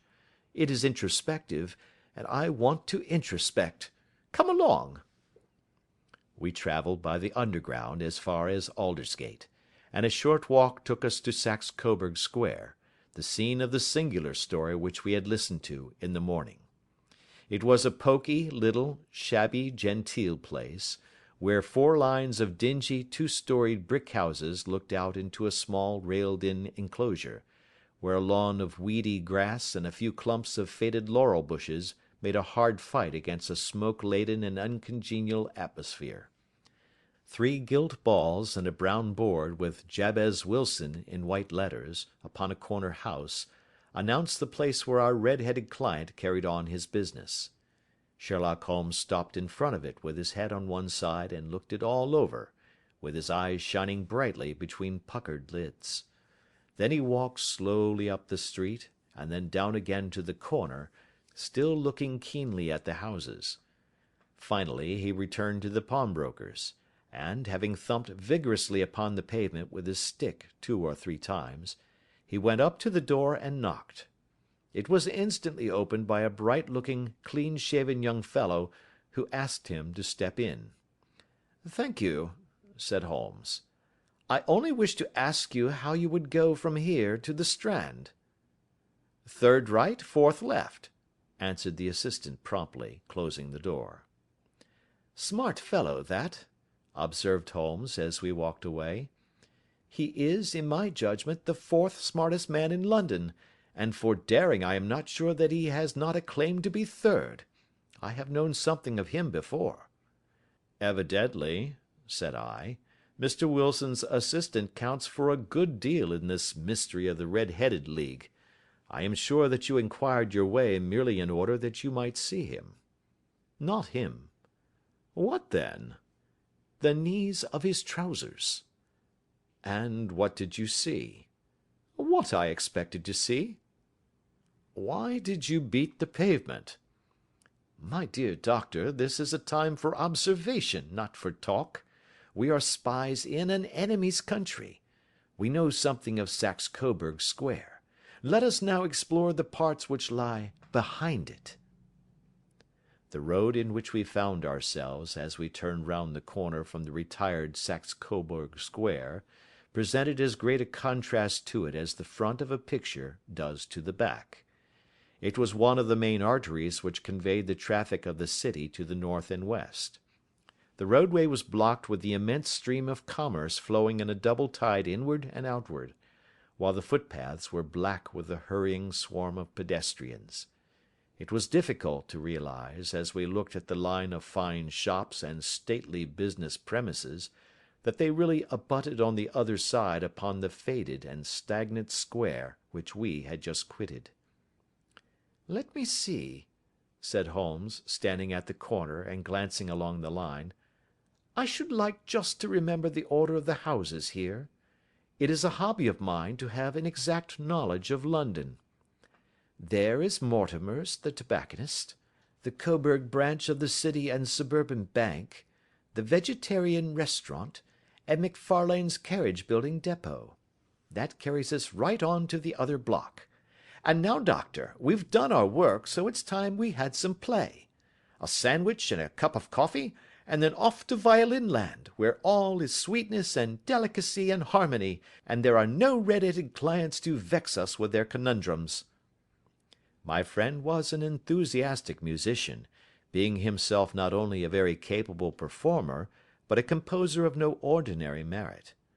All the afternoon he sat in the stalls, wrapped in the most perfect happiness, gently waving his long, thin fingers in time to the music, while his gently smiling face and his languid, dreamy eyes were as unlike those of Holmes the sleuth-hound, Holmes the relentless, keen-witted, ready-handed criminal agent, as it was possible to conceive.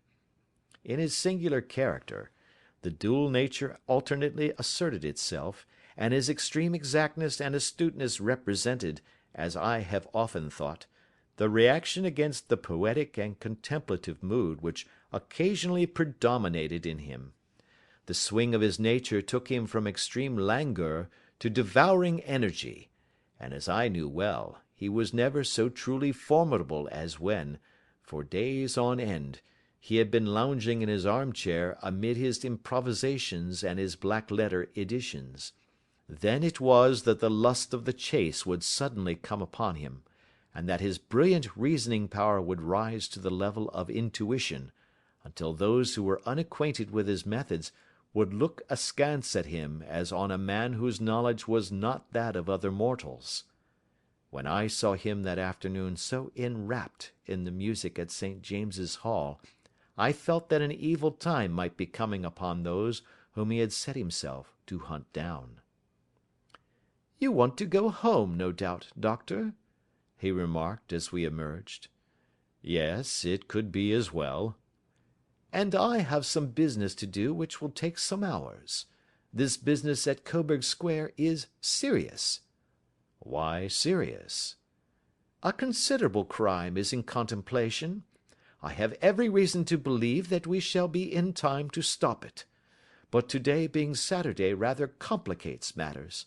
I shall want your help tonight." "At what time?" 10 will be early enough. I shall be at Baker Street at 10. "Very well. And, I say, Doctor, there may be some little danger, so kindly put your army revolver in your pocket."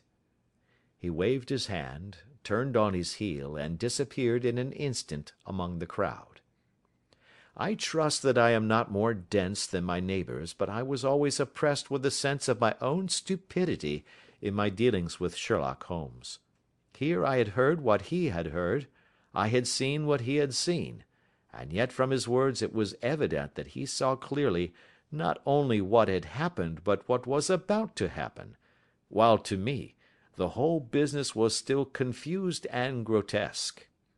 As I drove home to my house in Kensington, I thought over it all, with the extraordinary story of the red-headed copier of the Encyclopaedia, down to the visit to Saxe Coburg Square, and the ominous words with which he had parted from me. What was this nocturnal expedition, and why should I go armed? Where were we going, and what were we to do? I had the hint from Holmes that this smooth-faced pawnbroker's assistant was a formidable man, a man who might play a deep game. I tried to puzzle it out, but only gave it up in despair and set the matter aside until night should bring an explanation. It was 9:15 when I started from home and made my way across the park, and so through Oxford Street to Baker Street. 2 hansoms were standing at the door, and as I entered the passage I heard the sound of voices from above. On entering his room, I found Holmes in animated conversation with 2 men, one of whom I recognized as Peter Jones, the official police agent, while the other was a long, thin, sad-faced man, with a very shiny hat and oppressively respectable frock coat. "Ha! Our party is complete," said Holmes, buttoning up his pea-jacket, and taking his heavy hunting crop from the rack. "Watson, I think you know Mr. Jones of Scotland Yard? Let me introduce you to Mr. Merryweather, who is to be our companion in tonight's adventure."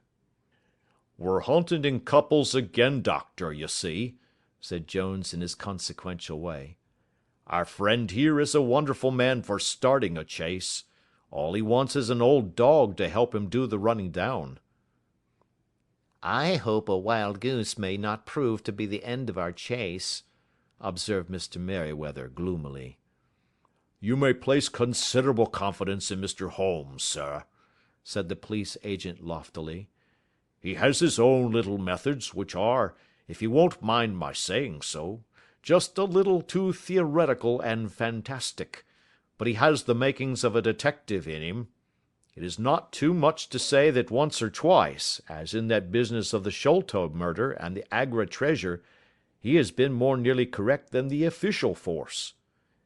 "Oh, if you say so, Mr. Jones, it is all right," said the stranger, with deference. "Still, I confess that I miss my rubber. It is the first Saturday night for 27 years that I have not had my rubber." "I think you will find," said Sherlock Holmes, "that you will play for a higher stake tonight than you have ever done yet, and that the play will be more exciting. For you, Mr. Merryweather, the stake will be some £30,000, and for you, Jones, it will be the man upon whom you wish to lay your hands." "John Clay, the murderer, thief, smasher, and forger. He's a young man, Mr. Merryweather, but he is at the head of his profession, and I would rather have my bracelets on him than on any criminal in London. He's a remarkable man, is young John Clay. His grandfather was a royal duke, and he himself has been to Eton and Oxford. His brain is as cunning as his fingers, and though we meet signs of him at every turn, we never know where to find the man himself. He'll crack a crib in Scotland one week, and be raising money to build an orphanage in Cornwall the next. I've been on his track for years and have never set eyes on him yet." "I hope that I may have the pleasure of introducing you tonight. I've had one or two little turns also with Mr. John Clay, and I agree with you that he is at the head of his profession. It is past 10, however, and quite time that we started. If you two will take the first hansom, Watson and I will follow in the second." Sherlock Holmes was not very communicative during the long drive, and lay back in the cab humming the tunes which he had heard in the afternoon. We rattled through an endless labyrinth of gas-lit streets until we emerged into Farrington Street. "We are close there now," my friend remarked. "This fellow Merryweather is a bank director, and personally interested in the matter. I thought it as well to have Jones with us also. He is not a bad fellow, though an absolute imbecile in his profession. He has one positive virtue: he is as brave as a bulldog, and as tenacious as a lobster if he gets his claws upon anyone. Here we are, and they are waiting for us." We had reached the same crowded thoroughfare in which we had found ourselves in the morning. Our cabs were dismissed, and following the guidance of Mr. Merryweather, we passed down a narrow passage and through a side door, which he opened for us. Within there was a small corridor, which ended in a very massive iron gate. This also was opened, and led down a flight of winding stone steps, which terminated at another formidable gate. Mr. Merryweather stopped to light a lantern, and then conducted us down a dark, earth-smelling passage, and so, after opening a third door, into a huge vault or cellar, which was piled all round with crates and massive boxes. "You are not very vulnerable from above," Holmes remarked as he held up the lantern and gazed about him. "Nor from below," said Mr. Merryweather, striking his stick upon the flags which lined the floor. "Why, dear me, it sounds quite hollow," he remarked, looking up in surprise. "I must really ask you to be a little more quiet," said Holmes severely. "You have already imperilled the whole success of our expedition. Might I beg that you would have the goodness to sit down upon one of these boxes, and not to interfere?" The solemn Mr. Merryweather perched himself upon a crate, with a very injured expression upon his face, while Holmes fell upon his knees upon the floor, and, with the lantern and a magnifying lens, began to examine minutely the cracks between the stones. A few seconds sufficed to satisfy him, for he sprang to his feet again, and put his glass in his pocket. "We have at least an hour before us," he remarked, "for they can hardly take any steps until the good pawnbroker is safely in bed. Then they will not lose a minute, for the sooner they do their work the longer time they will have for their escape. We are at present, Doctor, as no doubt you have divined, in the cellar of the City branch of one of the principal London banks. Mr. Merryweather is the chairman of directors, and he will explain to you that there are reasons why the more daring criminals of London should take a considerable interest in this cellar at present." "It is our French gold," whispered the director. "We have had several warnings that an attempt might be made upon it." "Your French gold?" "Yes. We had occasion some months ago to strengthen our resources, and borrowed for that purpose 30,000 napoleons from the Bank of France.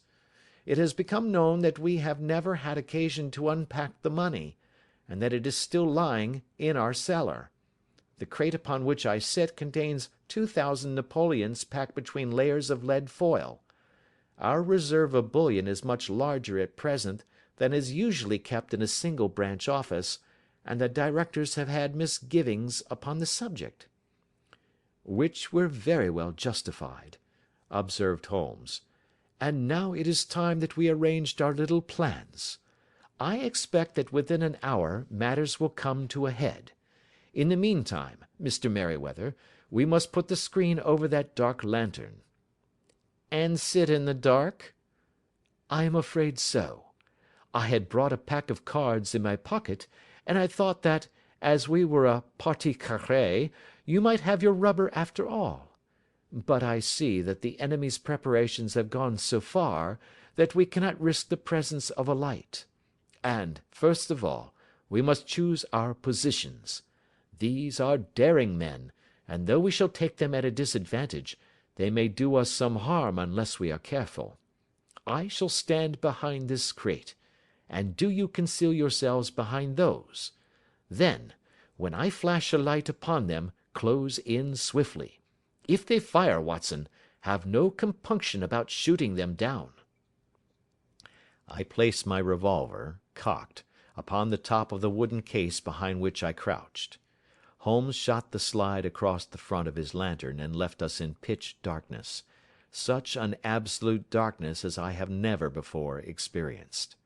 The smell of hot metal remained to assure us that the light was still there, ready to flash out at a moment's notice.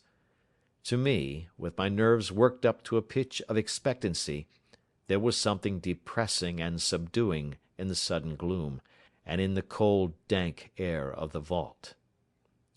"They have but one retreat," whispered Holmes. "That is back through the house into Saxe Coburg Square. I hope that you have done what I asked you, Jones." "I have an inspector and 2 officers waiting at the front door." "Then we have stopped all the holes, and now we must be silent and wait." What a time it seemed! From comparing notes afterwards it was but an hour and a quarter, yet it appeared to me that the night must have almost gone, and the dawn be breaking above us. My limbs were weary and stiff, for I feared to change my position, yet my nerves were worked up to the highest pitch of tension, and my hearing was so acute that I could not only hear the gentle breathing of my companions, but I could distinguish the deeper, heavier in-breath of the bulky Jones from the thin, sighing note of the bank director. From my position I could look over the case in the direction of the floor. Suddenly, my eyes caught the glint of a light. At first it was but a lurid spark upon the stone pavement. Then it lengthened out until it became a yellow line, and then, without any warning or sound, a gash seemed to open, and a hand appeared, a white, almost womanly hand, which felt about in the centre of the little area of light. For a minute or more the hand, with its writhing fingers, protruded out of the floor. Then it was withdrawn as suddenly as it appeared, and all was dark again save the single lurid spark which marked a chink between the stones. Its disappearance, however, was but momentary. With a rending, tearing sound, one of the broad white stones turned over upon its side and left a square, gaping hole, through which streamed the light of a lantern. Over the edge there peeped a clean-cut, boyish face, which looked keenly about it, and then, with a hand on either side of the aperture, drew itself shoulder-high and waist-high, until one knee rested upon the edge.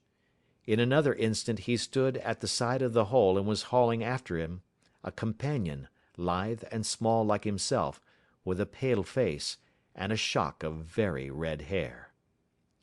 "It's all clear," he whispered. "Have you the chisel and the bags? Great Scott!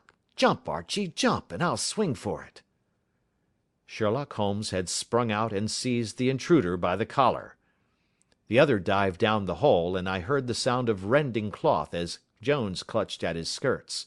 The light flashed upon the barrel of a revolver, but Holmes's hunting crop came down on the man's wrist, and the pistol clinked upon the stone floor. "It's no use, John Clay," said Holmes blandly. "You have no chance at all."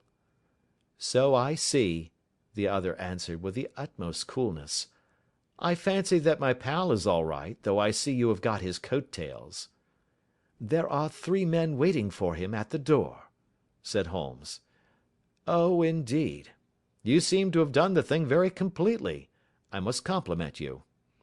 "And I you," Holmes answered. "Your red-headed idea was very new and effective." "You'll see your pal again presently," said Jones. "He's quicker at climbing down holes than I am. Just hold out while I fix the derbies." "I beg that you will not touch me with your filthy hands," remarked our prisoner as the handcuffs clattered upon his wrist. "You may not be aware that I have royal blood in my veins. Have the goodness also, when you address me, always to say sir and please." "All right," said Jones, with a stare and a snigger. "Well, would you please, sir, march upstairs where we can get a cab to carry your highness to the police station?" "That is better," said John Clay serenely. He made a sweeping bow to the 3 of us, and walked quietly off in the custody of the detective. "Really, Mr. Holmes," said Mr. Merryweather, as we followed them from the cellar, "I do not know how the bank can thank you or repay you. There is no doubt that you have detected and defeated in the most complete manner one of the most determined attempts at bank robbery that have ever come within my experience." "I have had 1 or 2 little scores of my own to settle with Mr. John Clay," said Holmes. "I have been at some small expense over this matter, which I shall expect the bank to refund, but beyond that I am amply repaid by having had an experience which is in many ways unique, and by hearing the very remarkable narrative of the Red-headed League. You see, Watson," he explained in the early hours of the morning, as we sat over a glass of whisky and soda in Baker Street, "it was perfectly obvious from the first that the only possible object of this rather fantastic business of the advertisement of the League, and the copying of the encyclopedia, must be to get this not over-bright pawnbroker out of the way for a number of hours every day. It was a curious way of managing it, but really it would be difficult to suggest a better. The method was no doubt suggested to Clay's ingenious mind by the colour of his accomplice's hair. The £4 a week was a lure which must draw him, and what was it to them, who were playing for thousands? They put in the advertisement, one rogue has the temporary office, the other rogue incites the man to apply for it, and together they manage to secure his absence every morning in the week. From the time that I heard of the assistant having come for half wages, it was obvious to me that he had some strong motive for securing the situation." "But how could you guess what the motive was?" "Had there been women in the house, I should have suspected a mere vulgar intrigue. That, however, was out of the question. The man's business was a small one, and there was nothing in his house which could account for such elaborate preparations, and such an expenditure as they were at. It must, then, be something out of the house. What could it be? I thought of the assistant's fondness for photography, and his trick of vanishing into the cellar. The cellar! There was the end of this tangled clue. Then I made inquiries as to this mysterious assistant, and found that I had to deal with one of the coolest and most daring criminals in London. He was doing something in the cellar, something which took many hours a day for months on end. What could it be, once more? I could think of nothing save that he was running a tunnel to some other building. So far I had got when we went to visit the scene of action. I surprised you by beating upon the pavement with my stick. I was ascertaining whether the cellar stretched out in front or behind. It was not in front. Then I rang the bell, and, as I hoped, the assistant answered it.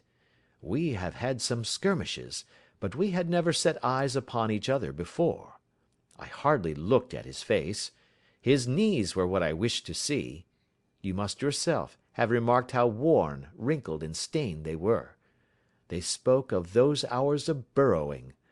The only remaining point was what they were burrowing for. I walked round the corner, saw the City and Suburban Bank abutted on our friend's premises, and felt that I had solved my problem. When you drove home after the concert, I called upon Scotland Yard and upon the chairman of the bank directors, with the result that you have seen. And how could you tell that they would make their attempt tonight? I asked. Well, when they closed their League offices, that was a sign that they cared no longer about Mr. Jabez Wilson's presence. In other words, that they had completed their tunnel. But it was essential that they should use it soon, as it might be discovered, or the bullion might be removed. Saturday would suit them better than any other day, as it would give them 2 days for their escape. For all these reasons, I expected them to come tonight. You reasoned it out beautifully, I exclaimed in unfeigned admiration. It is so long a chain, and yet every link rings true. It saved me from ennui, he answered, yawning. Alas, I already feel it closing in upon me. My life is spent in one long effort to escape from the commonplaces of existence. These little problems help me to do so. And you are a benefactor of the race, said I. He shrugged his shoulders. Well, perhaps, after all, it is of some little use, he remarked. L'homme c'est rien, l'œuvre c'est tout, as Gustave Flaubert wrote to George Sand. End of Adventure 2.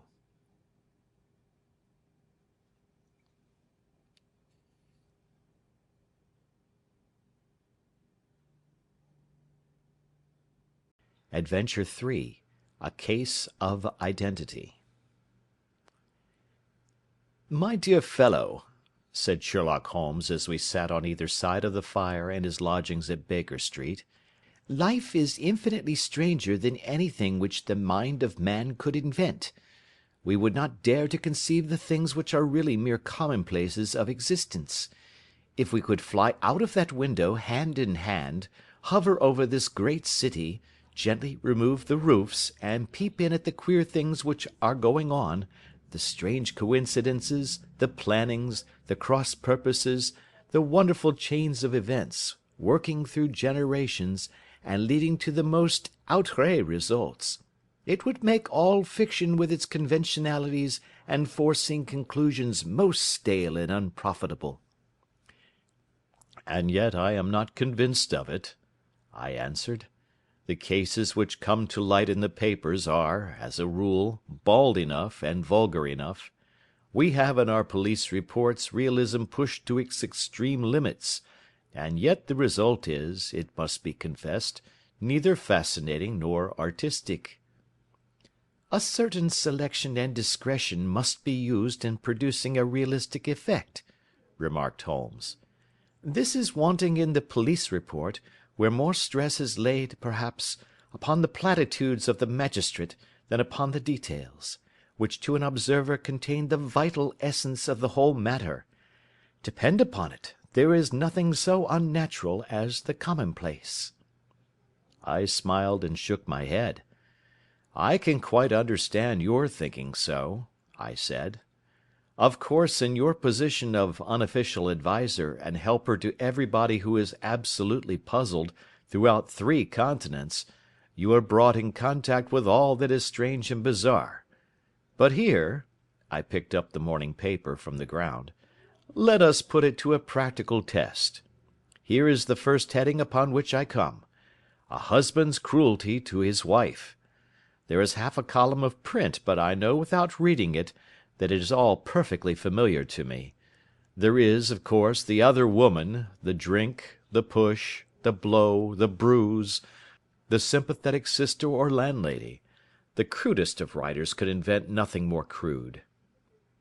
"Indeed, your example is an unfortunate one for your argument," said Holmes, taking the paper and glancing his eye down it. "This is the Dundas separation case, and, as it happens, I was engaged in clearing up some small points in connection with it. The husband was a teetotaler. There was no other woman, and the conduct complained of was that he had drifted into the habit of winding up every meal by taking out his false teeth and hurling them at his wife, which, you will allow, is not an action likely to occur to the imagination of the average story-teller. Take a pinch of snuff, doctor, and acknowledge that I have scored over you in your example." He held out his snuff-box of old gold, with a great amethyst in the centre of the lid. Its splendour was in such contrast to his homely ways and simple life that I could not help commenting upon it. "Ah," said he, "I forgot that I had not seen you for some weeks. It is a little souvenir from the King of Bohemia, in return for my assistance in the case of the Irene Adler papers." "And the ring?" I asked, glancing at a remarkable brilliant which sparkled upon his finger. "It was from the reigning family of Holland, though the matter in which I served them was of such delicacy that I cannot confide it even to you, who have been good enough to chronicle one or two of my little problems." "And have you any on hand just now?" I asked with interest. "Some 10 or 12, but none which present any feature of interest. They are important, you understand, without being interesting. Indeed, I have found that it is usually in unimportant matters that there is a field for the observation, and for the quick analysis of cause and effect which gives the charm to an investigation. The larger crimes are apt to be the simpler, for the bigger the crime, the more obvious, as a rule, is the motive. In these cases, save for one rather intricate matter which has been referred to me from Marseilles, there is nothing which presents any features of interest. It is possible, however, that I may have something better before very many minutes are over, for this is one of my clients, or I am much mistaken." He had risen from his chair and was standing between the parted blinds, gazing down into the dull, neutral-tinted London street. Looking over his shoulder, I saw that on the pavement opposite there stood a large woman with a heavy fur boa round her neck, and a large curling red feather in a broad-brimmed hat, which was tilted in a coquettish Duchess of Devonshire fashion over her ear. From under this great panoply she peeped up in a nervous, hesitating fashion at our windows, while her body oscillated backward and forward, and her fingers fidgeted with her glove buttons. Suddenly, with a plunge, as of the swimmer who leaves the bank, she hurried across the road, and we heard the sharp clang of the bell. "I have seen those symptoms before," said Holmes, throwing his cigarette into the fire. "Oscillation upon the pavement always means an affaire à coeur. She would like advice, but it is not sure that the matter is not too delicate for communication. And yet even here we may discriminate. When a woman has been seriously wronged by a man she no longer oscillates, and the usual symptom is a broken bell wire. Here we may take it that there is a love matter, but that the maiden is not so much angry as perplexed or grieved. But here she comes in person to resolve our doubts." As he spoke there was a tap at the door, and the boy in buttons entered to announce Miss Mary Sutherland, while the lady herself loomed behind his small black figure like a full-sailed merchantman behind a tiny pilot-boat. Sherlock Holmes welcomed her with the easy courtesy for which he was remarkable, and having closed the door and bowed her into an arm-chair, he looked her over in the minute yet abstracted fashion which was peculiar to him. "Do you not find," he said, "that with your short sight it is a little trying to do so much typewriting?" "I did at first," she answered, "but now I know where the letters are without looking." Then, suddenly realizing the full purport of his words, she gave a violent start and looked up, with fear and astonishment upon her broad, good-humoured face. "You've heard about me, Mr. Holmes," she cried. "Else how could you know all that?" "Ha! Never mind," said Holmes, laughing. "It is my business to know things. Perhaps I have trained myself to see what others overlook. If not, why should you come to consult me?" "I came to you, sir, because I heard of you from Mrs. Etheridge, whose husband you found so easy when the police and everyone had given him up for dead. Oh, Mr. Holmes, I wish you would do as much for me. I'm not rich, but still I have 100 a year in my own right, besides the little that I make by the machine, and I would give it all to know what has become of Mr. Hosmer Angel." "Why did you come away to consult me in such a hurry?" asked Sherlock Holmes, with his finger-tips together and his eyes to the ceiling. Again a startled look came over the somewhat vacuous face of Miss Mary Sutherland. "Yes, I did bang out of the house," she said, "for it made me angry to see the easy way in which Mr. Winbank, that is, my father, took it all. He would not go to the police, and he would not go to you, and so at last, as he would do nothing, and kept on saying that there was no harm done, it made me mad, and I just on with my things and came right away to you." "Your father?" said Holmes. "Your stepfather, surely, since the name is different." "Yes, my stepfather. I call him father, though it sounds funny, too, for he is only 5 years and 2 months older than myself." "And your mother is alive?" "Oh, yes, mother is alive and well. I wasn't best pleased, Mr. Holmes, when she married again so soon after father's death, and a man who was nearly 15 years younger than herself. Father was a plumber in the Tottenham Court Road, and he left a tidy business behind him, which mother carried on with Mr. Hardy, the foreman, but when Mr. Windibank came he made her sell the business, for he was very superior, being a traveller in wines. They got £4,700 for the goodwill and interest, which wasn't near as much as father could have got if he had been alive." I had expected to see Sherlock Holmes impatient under this rambling and inconsequential narrative, but, on the contrary, he had listened with the greatest concentration of attention. "Your own little income," he asked, "does it come out of the business?" "Oh, no, sir. It is quite separate and was left me by my Uncle Ned in Auckland. It is in New Zealand stock, paying 4½ per cent. £2,500 was the amount, but I can only touch the interest." "You interest me extremely," said Holmes, "and since you draw so large a sum as 100 a year, with what you earn into the bargain, you no doubt travel a little and indulge yourself in every way. I believe that a single lady can get on very nicely upon an income of about £60. "I could do with much less than that, Mr. Holmes, but you understand that as long as I live at home I don't wish to be a burden to them, and so they have the use of the money just while I am staying with them. Of course, that is only just for the time. Mr. Windibank draws my interest every quarter and pays it over to mother, and I find that I can do pretty well with what I earn at typewriting. It brings me 2d. a sheet, and I can often do from 15 to 20 sheets in a day." "You have made your position very clear to me," said Holmes. "This is my friend, Dr. Watson, before whom you can speak as freely as before myself. Kindly tell us now all about your connection with Mr. Hosmer Angel." A flush stole over Miss Sutherland's face, and she picked nervously at the fringe of her jacket. "I met him first at the gasfitter's ball," she said.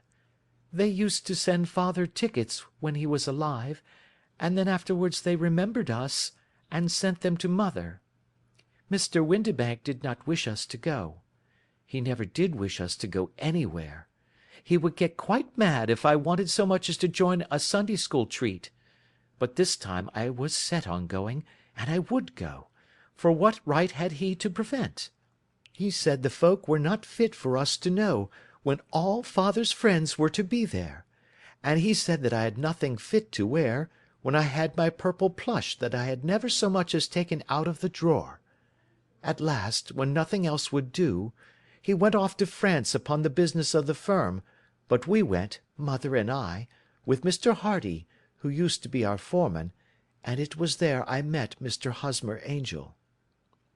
"I suppose," said Holmes, "that when Mr. Windibank came back from France, he was very annoyed at your having gone to the ball." "Oh, well, he was very good about it. He laughed, I remember, and shrugged his shoulders, and said there was no use denying anything to a woman, for she would have her way." "I see. Then at the gasfitters' ball you met, as I understand, a gentleman called Mr. Hosmer Angel." "Yes, sir. I met him that night, and he called next day to ask if we had got home all safe, and after that we met him. That is to say, Mr. Holmes, I met him twice for walks, but after that father came back again, and Mr. Hosmer Angel could not come to the house any more." "No?" "Well, you know father didn't like anything of the sort. He wouldn't have any visitors if he could help it, and he used to say that a woman should be happy in her own family circle. But then, as I used to say to mother, a woman wants her own circle to begin with, and I had not got mine yet." "But how about Mr. Hosmer Angel? Did he make no attempt to see you?" "Well, father was going off to France again in a week, and Hosmer wrote and said that it would be safer and better not to see each other until he had gone. We could write in the meantime, and he used to write every day. I took the letters in the morning, so there was no need for father to know." "Were you engaged to the gentleman at this time?" "Oh, yes, Mr. Holmes. We were engaged after the first walk that we took. Hosmer, Mr. Angel, was a cashier in an office in Leadenhall Street, and—" "What office?" "That's the worst of it, Mr. Holmes. I don't know." "Where did he live, then?" "He slept on the premises." "And you don't know his address?" "No, except that it was Leadenhall Street." "Where did you address your letters, then?" "To the Leadenhall Street post office, to be left till called for. He said that if they were sent to the office he would be chaffed by all the other clerks about having letters from a lady, so I offered to typewrite them, like he did his, but he wouldn't have that, for he said that when I wrote them they seemed to come from me, but when they were typewritten he always felt that the machine had come between us. That will just show you how fond he was of me, Mr. Holmes, and the little things that he would think of." "It was most suggestive," said Holmes. "It has long been an axiom of mine that the little things are infinitely the most important. Can you remember any other little things about Mr. Hosmer Angel?" "He was a very shy man, Mr. Holmes. He would rather walk with me in the evening than in the daylight, for he said that he hated to be conspicuous. Very retiring and gentlemanly he was. Even his voice was gentle. He'd had the quinsy and swollen glands when he was young, he told me, and it had left him with a weak throat and a hesitating, whispering fashion of speech. He was always well dressed, very neat and plain, but his eyes were weak just as mine are, and he wore tinted glasses against the glare." "Well, and what happened when Mr. Windibank, your stepfather, returned to France?" "Mr. Hosmer Angel came to the house again, and proposed that we should marry before father came back. He was in dreadful earnest, and made me swear, with my hands on the testament, that whatever happened I would always be true to him. Mother said he was quite right to make me swear, and that it was a sign of his passion. Mother was all in his favour from the first, and was even fonder of him than I was. Then, when they talked of marrying within the week, I began to ask about father, but they both said never to mind about father, but just to tell him afterwards, and mother said she would make it all right with him. I didn't quite like that, Mr. Holmes. It seemed funny that I should ask his leave, as he was only a few years older than me, but I didn't want to do anything on the sly, so I wrote to father at Bordeaux, where the company has its French offices, but the letter came back to me on the very morning of the wedding." "It missed him, then?" "Yes, sir, for he had started to England just before it arrived." "Ha! That was unfortunate. Your wedding was arranged, then, for the Friday. Was it to be in church?" "Yes, sir, but very quietly. It was to be at St. Saviour's, near King's Cross, and we were to have breakfast afterwards at the St. Pancras Hotel. Hosmer came for us in a hansom, but as there were two of us, he put us both into it and stepped himself into a four-wheeler, which happened to be the only other cab in the street. We got to the church first, and when the four-wheeler drove up we waited for him to step out, but he never did, and when the cabman got down from the box and looked, there was no one there. The cabman said that he could not imagine what had become of him, for he had seen him get in with his own eyes. That was last Friday, Mr. Holmes, and I have neither seen nor heard anything since then to throw any light upon what has become of him." "It seems to me that you have been very shamefully treated," said Holmes. "Oh, no, sir. He was too good and kind to leave me so. Why, all the morning he was saying to me that, whatever happened, I was to be true, and that even if something quite unforeseen occurred to separate us, I was always to remember that I was pledged to him, and that he would claim his pledge sooner or later. It seemed strange talk for a wedding morning, but what has happened since gives a meaning to it." "Most certainly it does. Your own opinion is, then, that some unforeseen catastrophe has occurred to him?" "Yes, sir. I believe that he foresaw some danger, or else he would not have talked so, and then I think that what he foresaw happened." "But you have no notion as to what it could have been?" "None." "One more question. How did your mother take the matter?" "She was angry, and said that I was never to speak of the matter again." "And your father? Did you tell him?" "Yes, and he seemed to think, with me, that something had happened, and that I should hear of Hosmer again. As he said, what interest could anyone have in bringing me to the doors of the church, and then leaving me? Now, if he had borrowed my money, or if he had married me and got my money settled on him, there might be some reason, but Hosmer was very independent about money, and never would look at a shilling of mine. And yet, what could have happened? And why could he not write? Oh, it drives me half mad to think of it, and I can't sleep a wink at night." She pulled a little handkerchief out of her muff, and began to sob heavily into it.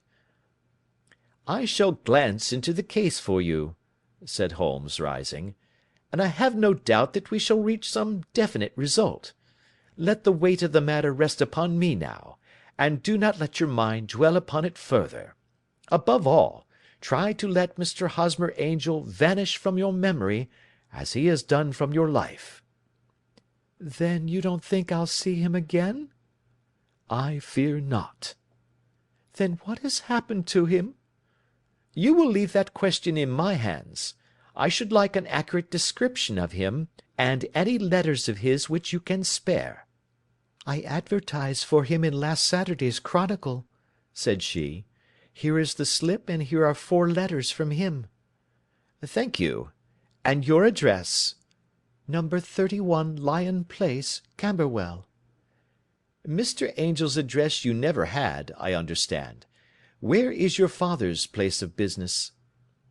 "He travels for Westhouse and Marbank, the great claret importers of Fenchurch Street." "Thank you. You have made your statement very clearly.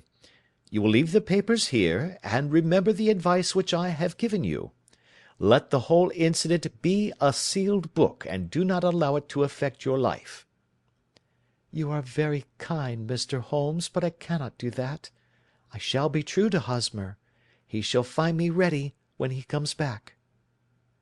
For all the preposterous hat and the vacuous face, there was something noble in the simple faith of our visitor which compelled our respect. She laid her little bundle of papers upon the table and went her way, with a promise to come again whenever she might be summoned. Sherlock Holmes sat silent for a few minutes with his finger-tips still pressed together, his legs stretched out in front of him, and his gaze directed upward to the ceiling. Then he took down from the rack the old and oily clay pipe, which was to him as a counsellor, and, having lit it, he leaned back in his chair, with the thick blue cloud-wreaths spinning up from him, and a look of infinite languor in his face. "Quite an interesting study, that maiden," he observed. "I found her more interesting than her little problem, which, by the way, is rather a trite one. You will find parallel cases, if you consult my index, in Andover in '77, and there was something of the sort at the Hague last year. Old as is the idea, however, there were one or two details which were new to me, but the maiden herself was most instructive." "You appeared to read a good deal upon her which was quite invisible to me," I remarked. "Not invisible, but unnoticed, Watson.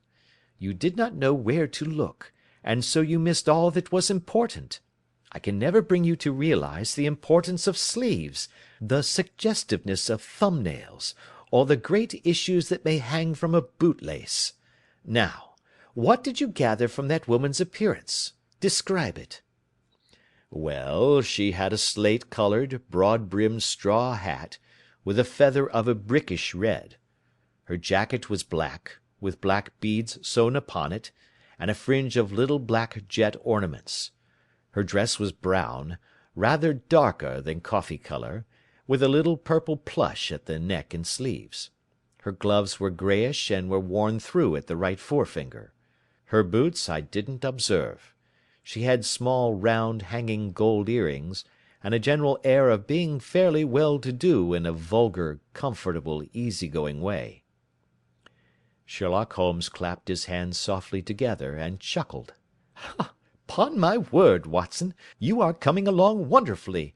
You have really done very well indeed. It is true that you have missed everything of importance, but you have hit upon the method, and you have a quick eye for colour. Never trust to general impressions, my boy, but concentrate yourself upon details.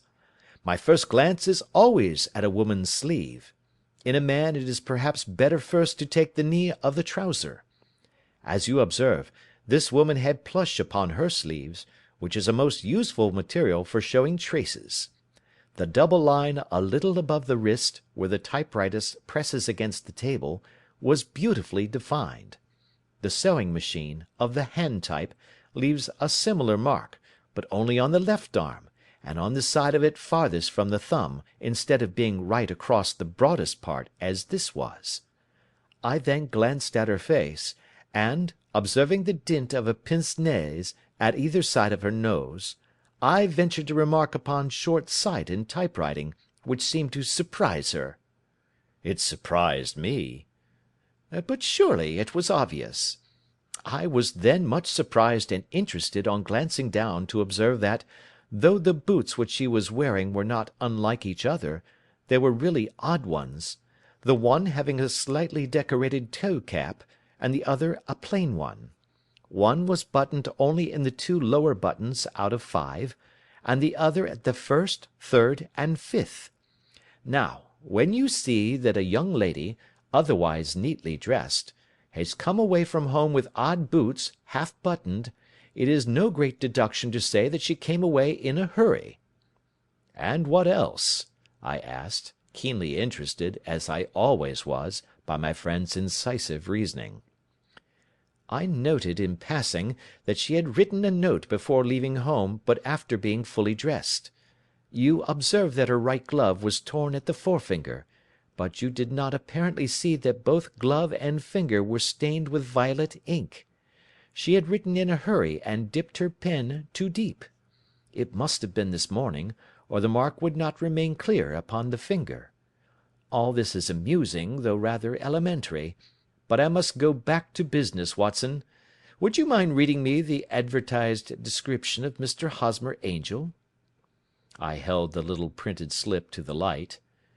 "Missing," it said, "on the morning of the 14th, a gentleman named Hosmer Angel, about 5 feet 7 inches in height, strongly built, sallow complexion, black hair, a little bald in the centre, bushy, black side whiskers and moustache, tinted glasses, slight infirmity of speech, was dressed when last seen in black frock coat faced with silk, black waistcoat, gold Albert chain, and grey Harris tweed trousers, with brown gaiters over elastic-sided boots.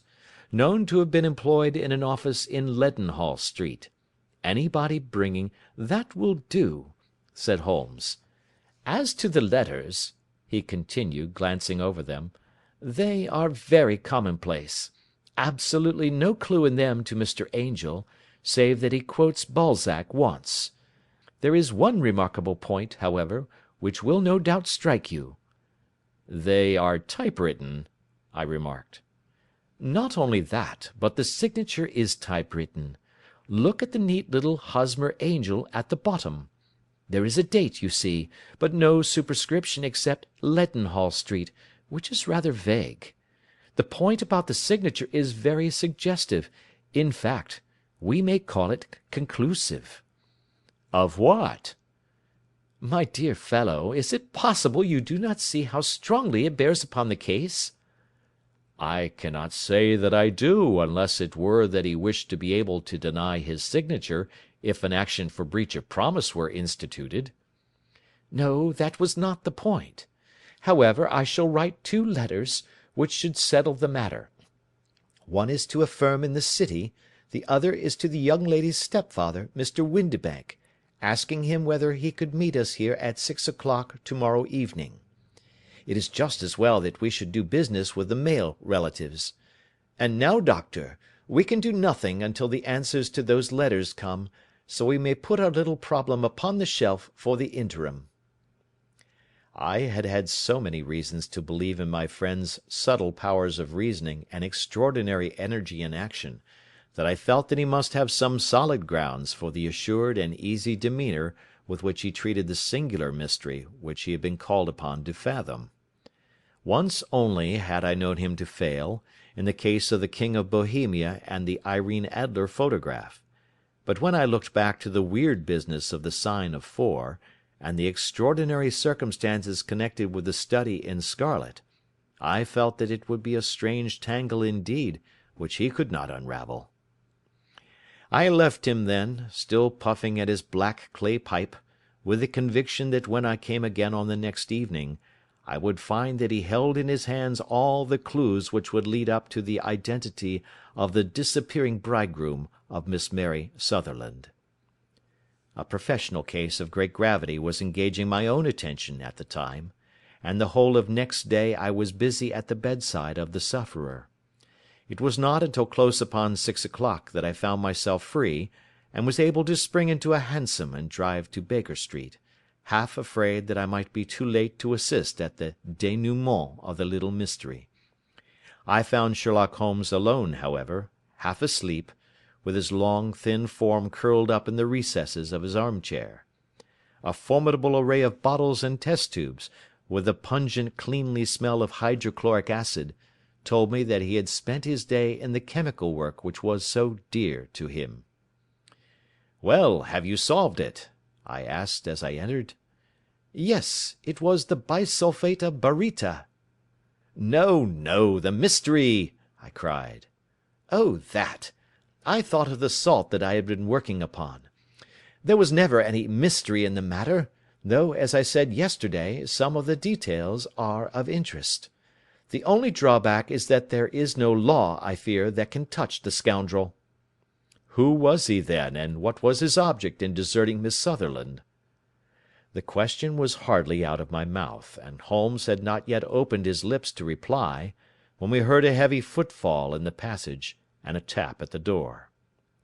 "This is the girl's stepfather, Mr. James Windibank," said Holmes. "He has written to me to say that he would be here at 6. Come in."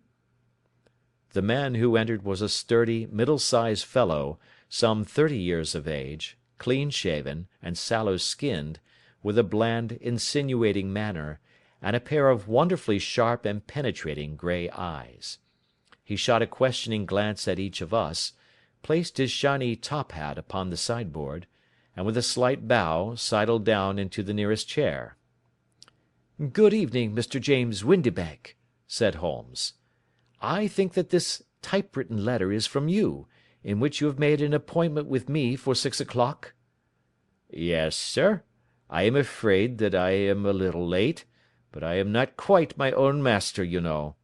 I am sorry that Miss Sutherland has troubled you about this little matter, for I think it is far better not to wash linen of the sort in public. It was quite against my wishes that she came, but she is a very excitable, impulsive girl, as you may have noticed, and she is not easily controlled when she has made up her mind on a point. Of course, I did not mind you so much, as you are not connected with the official police, but it is not pleasant to have a family misfortune like this noised abroad. Besides, it is a useless expense, for how could you possibly find this Hosmer Angel?" "On the contrary," said Holmes quietly, "I have every reason to believe that I will succeed in discovering Mr. Hosmer Angel." Mr. Windibank gave a violent start and dropped his gloves. "I am delighted to hear it," he said. "It is a curious thing," remarked Holmes, "that a typewriter has really quite as much individuality as a man's handwriting. Unless they are quite new, no two of them write exactly alike.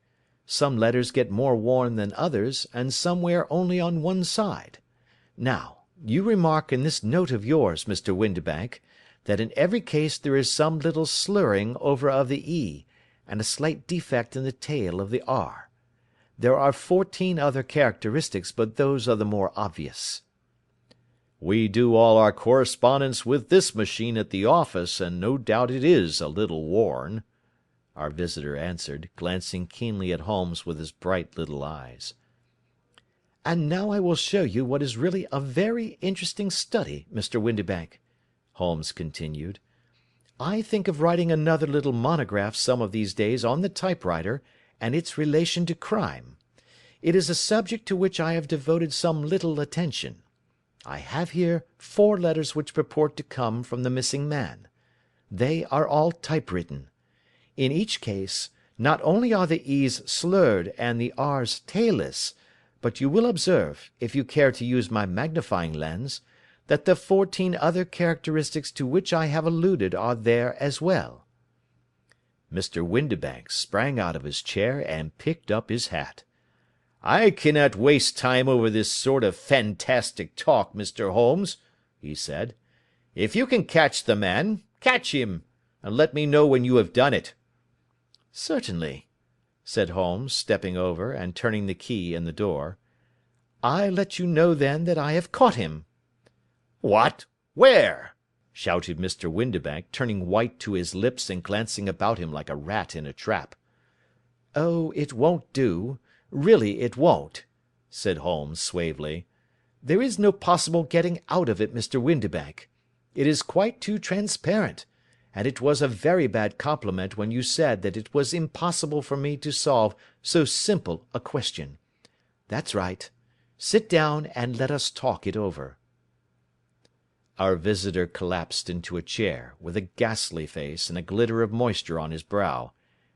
It's not actionable," he stammered. "I am very much afraid that it is not. But between ourselves, Windibank, it was as cruel and selfish and heartless a trick in a petty way as ever came before me. Now, let me just run over the course of events, and you will contradict me if I go wrong." The man sat huddled up in his chair, with his head sunk upon his breast, like one who is utterly crushed. Holmes stuck his feet up on the corner of the mantelpiece, and leaning back with his hands in his pockets, began talking, rather to himself, as it seemed, than to us. "The man married a woman very much older than himself for her money," said he, "and he enjoyed the use of the money of the daughter as long as she lived with them. It was a considerable sum, for people in their position, and the loss of it would have made a serious difference. It was worth an effort to preserve it. The daughter was of a good, amiable disposition, but affectionate and warm-hearted in her ways, so that it was evident that with her fair personal advantages, and her little income, she would not be allowed to remain single long. Now her marriage would mean, of course, the loss of 100 a year, so what does her stepfather do to prevent it? He takes the obvious course of keeping her at home, and forbidding her to seek the company of people of her own age. But soon he found that that would not answer for ever. She became restive, insisted upon her rights, and finally announced her positive intention of going to a certain ball. What does her clever stepfather do then? He conceives an idea more creditable to his head than to his heart. With the connivance and assistance of his wife, he disguised himself, covered those keen eyes with tinted glasses, masked the face with a moustache and a pair of bushy whiskers, sunk that clear voice into an insinuating whisper, and doubly secure on account of the girl's short sight, he appears as Mr. Hosmer Angel, and keeps off other lovers by making love himself." "It was only a joke at first," groaned our visitor. "We never thought that she would have been so carried away." "Very likely not. However that may be, the young lady was very decidedly carried away, and having quite made up her mind that her stepfather was in France, the suspicion of treachery never for an instant entered her mind. She was flattered by the gentleman's attentions, and the effect was increased by the loudly expressed admiration of her mother. Then Mr. Angel began to call, for it was obvious that the matter should be pushed as far as it would go, if a real effect were to be produced. There were meetings, and an engagement, which would finally secure the girl's affections from turning towards any one else. But the deception could not be kept up for ever. These pretended journeys to France were rather cumbrous. The thing to do was clearly to bring the business to an end in such a dramatic manner that it would leave a permanent impression upon the young lady's mind, and prevent her from looking upon any other suitor for some time to come. Hence those vows of fidelity exacted upon a testament, and hence also the allusions to a possibility of something happening on the very morning of the wedding. James Windibank wished Miss Sutherland to be so bound to Hosmer Angel, and so uncertain as to his fate, that for 10 years to come, at any rate, she would not listen to another man. As far as the church door he brought her, and then, as he could go no farther, he conveniently vanished away by the old trick of stepping in at one door of a four-wheeler, and out at the other. I think that was the chain of events, Mr. Windibank." Our visitor had recovered something of his assurance while Holmes had been talking, and he rose from his chair now with a cold sneer upon his pale face. "It may be so, or it may not, Mr. Holmes," said he. "But if you are so very sharp, you ought to be sharp enough to know that it is you who are breaking the law now, and not me. I have done nothing actionable from the first, but as long as you keep that door locked, you lay yourself open to an action for assault and illegal constraint." "The law cannot, as you say, touch you," said Holmes, unlocking and throwing open the door. "Yet there never was a man who deserved punishment more. If the young lady has a brother or a friend, he ought to lay a whip across your shoulders, by Jove," he continued, flushing up at the sight of the bitter sneer upon the man's face. "It is not part of my duties to my client, but here's a hunting crop handy, and I think I shall just treat myself to—" He took 2 swift steps to the whip, but before he could grasp it there was a wild clatter of steps upon the stairs, the heavy hall door banged, and from the window we could see Mr. James Windibank running at the top of his speed down the road. "There's a cold-blooded scoundrel," said Holmes, laughing, as he threw himself down into his chair once more. "That fellow will rise from crime to crime until he does something very bad and ends on a gallows. The case has, in some respects, been not entirely devoid of interest."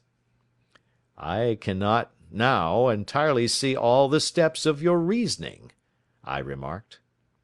"Well, of course it was obvious from the first that this Mr. Hosmer Angel must have some strong object for his curious conduct, and it was equally clear that the only man who really profited by the incident, as far as we could see, was the stepfather.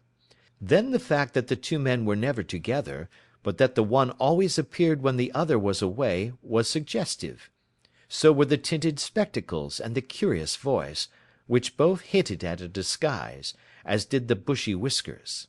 My suspicions were all confirmed by his peculiar action in typewriting his signature, which, of course, inferred that his handwriting was so familiar to her that she would recognize even the smallest sample of it.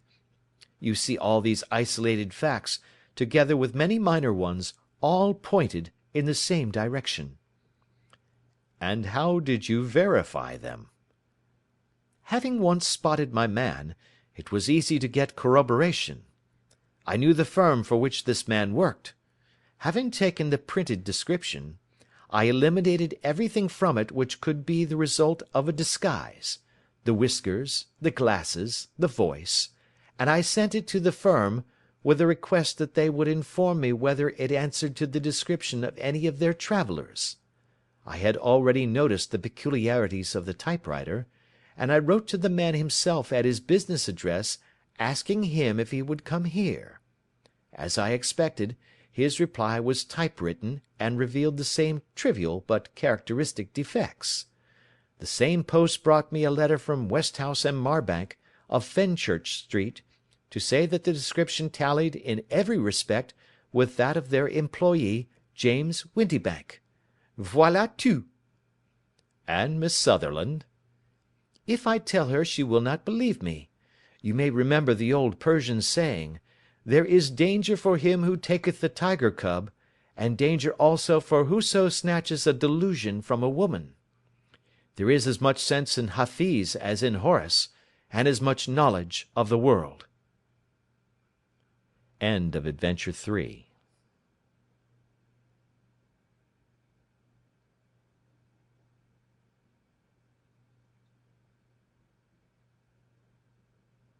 Adventure 4. The Boscombe Valley Mystery. We were seated at breakfast one morning, my wife and I, when the maid brought in a telegram. It was from Sherlock Holmes, and ran in this way: "Have you a couple of days to spare? Have just been wired for from the west of England in connection with Boscombe Valley tragedy. Shall be glad if you will come with me. Air and scenery perfect. Leave Paddington by the 11:15. "What do you say, dear?" said my wife, looking across at me. "Will you go?" "I really don't know what to say. I have a fairly long list at present." "Oh, Anstruther would do your work for you. You have been looking a little pale lately. I think that the change would do you good, and you are always so interested in Mr. Sherlock Holmes's cases." "I should be ungrateful if I were not, seeing what I gained through one of them," I answered. "But if I am to go, I must pack at once, for I have only half an hour." My experience of camp life in Afghanistan had at least had the effect of making me a prompt and ready traveller.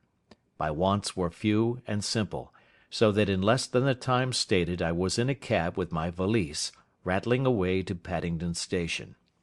Sherlock Holmes was pacing up and down the platform, his tall, gaunt figure made even gaunter and taller by his long grey travelling cloak and close-fitting cloth cap.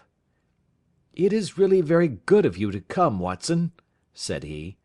"It makes a considerable difference to me, having someone with me on whom I can thoroughly rely. Local aid is always either worthless or else biased. If you will keep the 2 corner seats, I shall get the tickets." We had the carriage to ourselves, save for an immense litter of papers which Holmes had brought with him. Among these he rummaged and read, with intervals of note-taking and of meditation, until we were past Reading.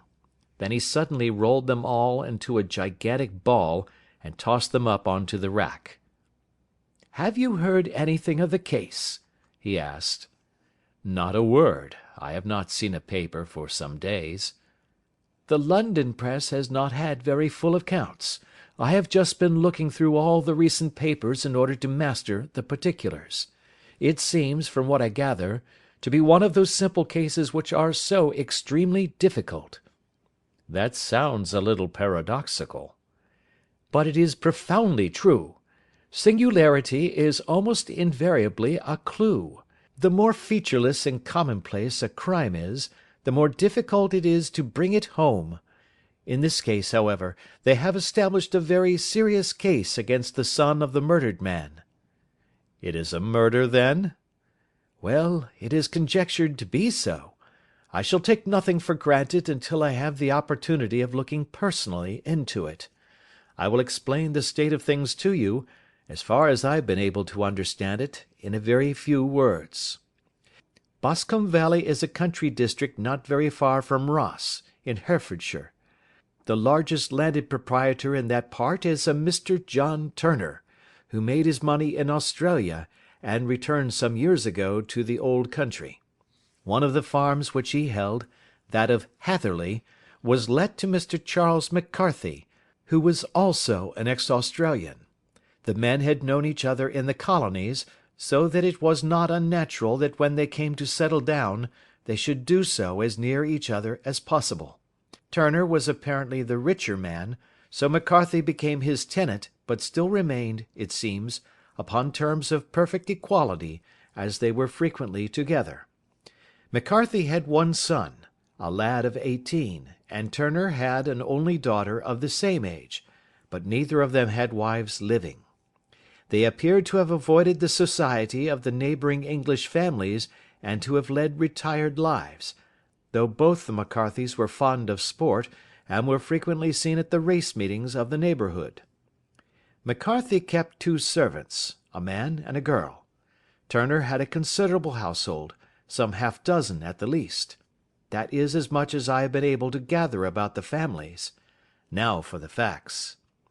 On June 3rd, that is, on Monday last, McCarthy left his house at Hatherley about 3 in the afternoon, and walked down to the Boscombe Pool, which is a small lake formed by the spreading out of the stream which runs down the Boscombe Valley.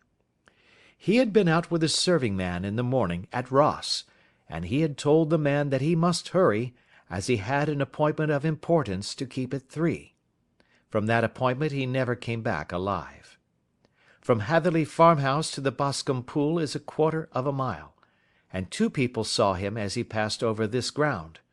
One was an old woman, whose name is not mentioned, and the other was William Crowder, a gamekeeper in the employ of Mr. Turner. Both these witnesses deposed that Mr. McCarthy was walking alone. The gamekeeper adds that within a few minutes of his seeing McCarthy pass, he had seen his son, Mr. James McCarthy, going the same way with a gun under his arm. To the best of his belief, the father was actually in sight at the time, and the son was following him. He thought no more of the matter until he heard in the evening of the tragedy that had occurred. The 2 McCarthys were seen after the time when William Crowder, the gamekeeper, lost sight of them. The Boscombe Pool is thickly wooded round, with just a fringe of grass and of reeds around the edge. A girl of 14, Patience Moran, who is the daughter of the lodge-keeper of the Boscombe Valley estate, was in one of the woods, picking flowers. She states that while she was there she saw, at the border of the wood and close by the lake, Mr. McCarthy and his son, and that they appeared to be having a violent quarrel. She heard Mr. McCarthy the elder using very strong language to his son, and she saw the latter raise up his hand as if to strike his father. She was so frightened by their violence that she ran away and told her mother, when she reached home, that she had left the two McCarthys quarrelling near Boscombe Pool, and that she was afraid that they were going to fight. She had hardly said the words when young Mr. McCarthy came running up to the lodge to say that he had found his father dead in the wood, and to ask for the help of the lodge keeper. He was much excited, without either his gun or his hat, and his right hand and sleeve were observed to be stained with fresh blood. On following him, they found the dead body stretched out upon the grass beside the pool. The head had been beaten in by repeated blows of some heavy and blunt weapon. The injuries were such as might very well have been inflicted by the butt end of his son's gun, which was found lying on the grass within a few paces of the body. Under these circumstances the young man was instantly arrested, and a verdict of wilful murder having been returned at the inquest on Tuesday, he was on Wednesday brought before the magistrates at Ross, who have referred the case to the next assizes.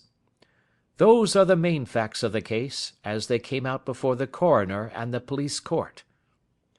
"I could hardly imagine a more damning case," I remarked.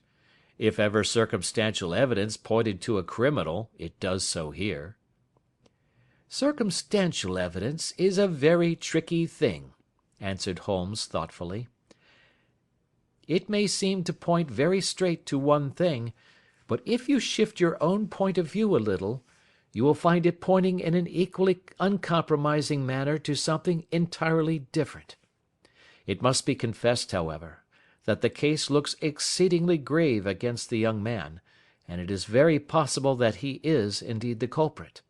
There are several people in the neighbourhood, however, and among them Miss Turner, the daughter of the neighbouring landowner, who believe in his innocence, and who have retained Lestrade, whom you may recollect in connection with the study in scarlet, to work out the case in his interest. Lestrade, being rather puzzled, has referred the case to me, and hence it is that two middle-aged gentlemen are flying westward at 50 miles an hour, instead of quietly digesting their breakfasts at home." "I am afraid," said I, "that the facts are so obvious that you will find little credit to be gained out of this case." "There is nothing more deceptive than an obvious fact," he answered, laughing. "Besides, we may chance to hit upon some other obvious facts, which may have been by no means obvious to Mr. Lestrade. You know me too well to think that I am boasting when I say that I shall either confirm or destroy his theory by means which he is quite incapable of employing, or even of understanding. To take the first example to hand, I very clearly perceive that in your bedroom the window is upon the right-hand side, and yet I question whether Mr. Lestrade would have noted even so self-evident a thing as that. How on earth— My dear fellow, I know you well. I know the military neatness which characterises you. You shave every morning, and in this season you shave by the sunlight, but since your shaving is less and less complete as we get farther back on the left side, until it becomes positively slovenly as we get round the angle of the jaw, it is surely very clear that that side is less illuminated than the other. I could not imagine a man of your habits looking at himself in an equal light and being satisfied with such a result. I only quote this as a trivial example of observation and inference. Therein lies my métier, and it is just possible that it may be of some service in the investigation which lies before us. There are one or two minor points which were brought out in the inquest, and which are worth considering. "What are they?" It appears that his arrest did not take place at once, but after the return to Hatherley Farm.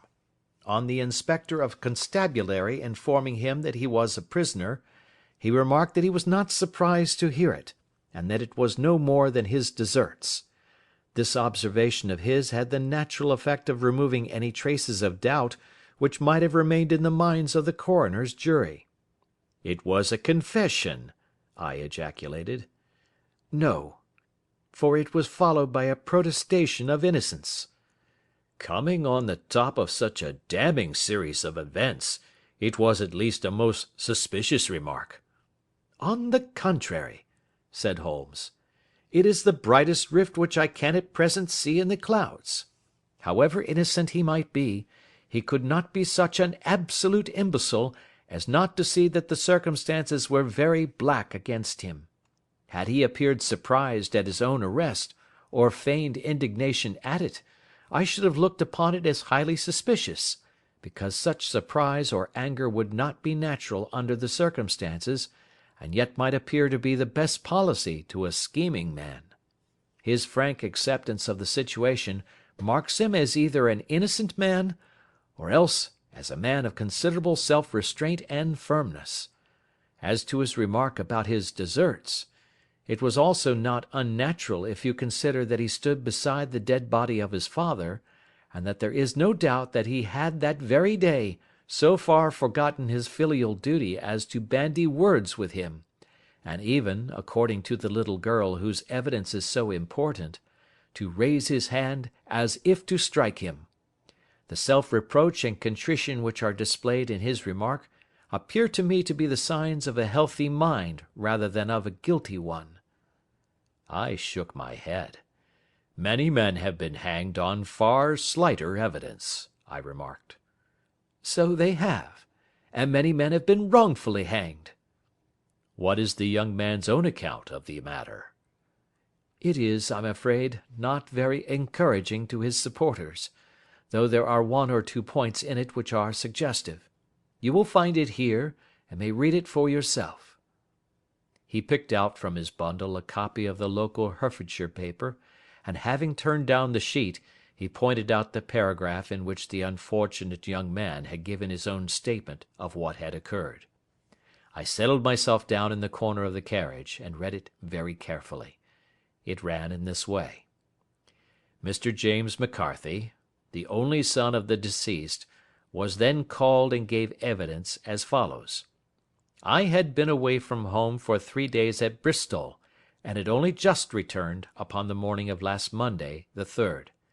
My father was absent from home at the time of my arrival, and I was informed by the maid that he had driven over to Ross with John Cobb, the groom. Shortly after my return I heard the wheels of his trap in the yard, and looking out of my window, I saw him get out and walk rapidly out of the yard, though I was not aware in which direction he was going. I then took my gun and strolled out in the direction of the Boscombe pool, with the intention of visiting the rabbit warren which is upon the other side.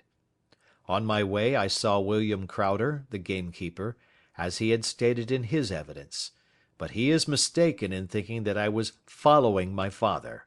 I had no idea that he was in front of me. When about 100 yards from the pool I heard a cry of "Coo-ee!" which was a usual signal between my father and myself. I then hurried forward, and found him standing by the pool. He appeared to be much surprised at seeing me, and asked me rather roughly what I was doing there. A conversation ensued which led to high words and almost to blows, for my father was a man of a very violent temper. Seeing that his passion was becoming ungovernable, I left him, and returned towards Hatherley Farm. I had not gone more than 150 yards, however, when I heard a hideous outcry behind me, which caused me to run back again. I found my father expiring upon the ground, with his head terribly injured. I dropped my gun and held him in my arms, but he almost instantly expired. I knelt beside him for some minutes, and then made my way to Mr. Turner's lodge-keeper, his house being the nearest, to ask for assistance. I saw no one near my father when I returned, and I have no idea how he came by his injuries. He was not a popular man, being somewhat cold and forbidding in his manners, but he had, as far as I know, no active enemies. I know nothing further of the matter. The Coroner: Did your father make any statement to you before he died? Witness: He mumbled a few words, but I could only catch some allusion to a rat. The Coroner: What did you understand by that? Witness: It conveyed no meaning to me. I thought that he was delirious. The Coroner: What was the point upon which you and your father had this final quarrel? Witness. I should prefer not to answer. The Coroner. I am afraid that I must press it. Witness.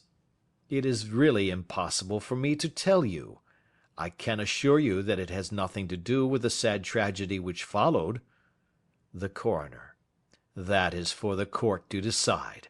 I need not point out to you that your refusal to answer will prejudice your case considerably in any future proceedings which may arise. Witness. I must still refuse. The Coroner.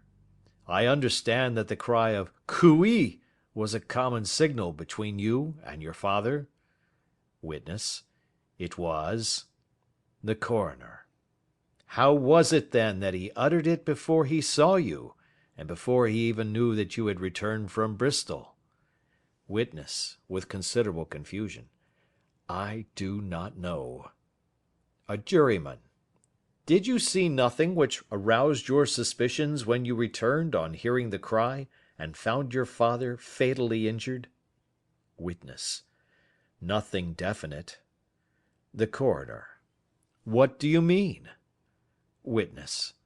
I was so disturbed and excited as I rushed out into the open, that I could think of nothing except of my father.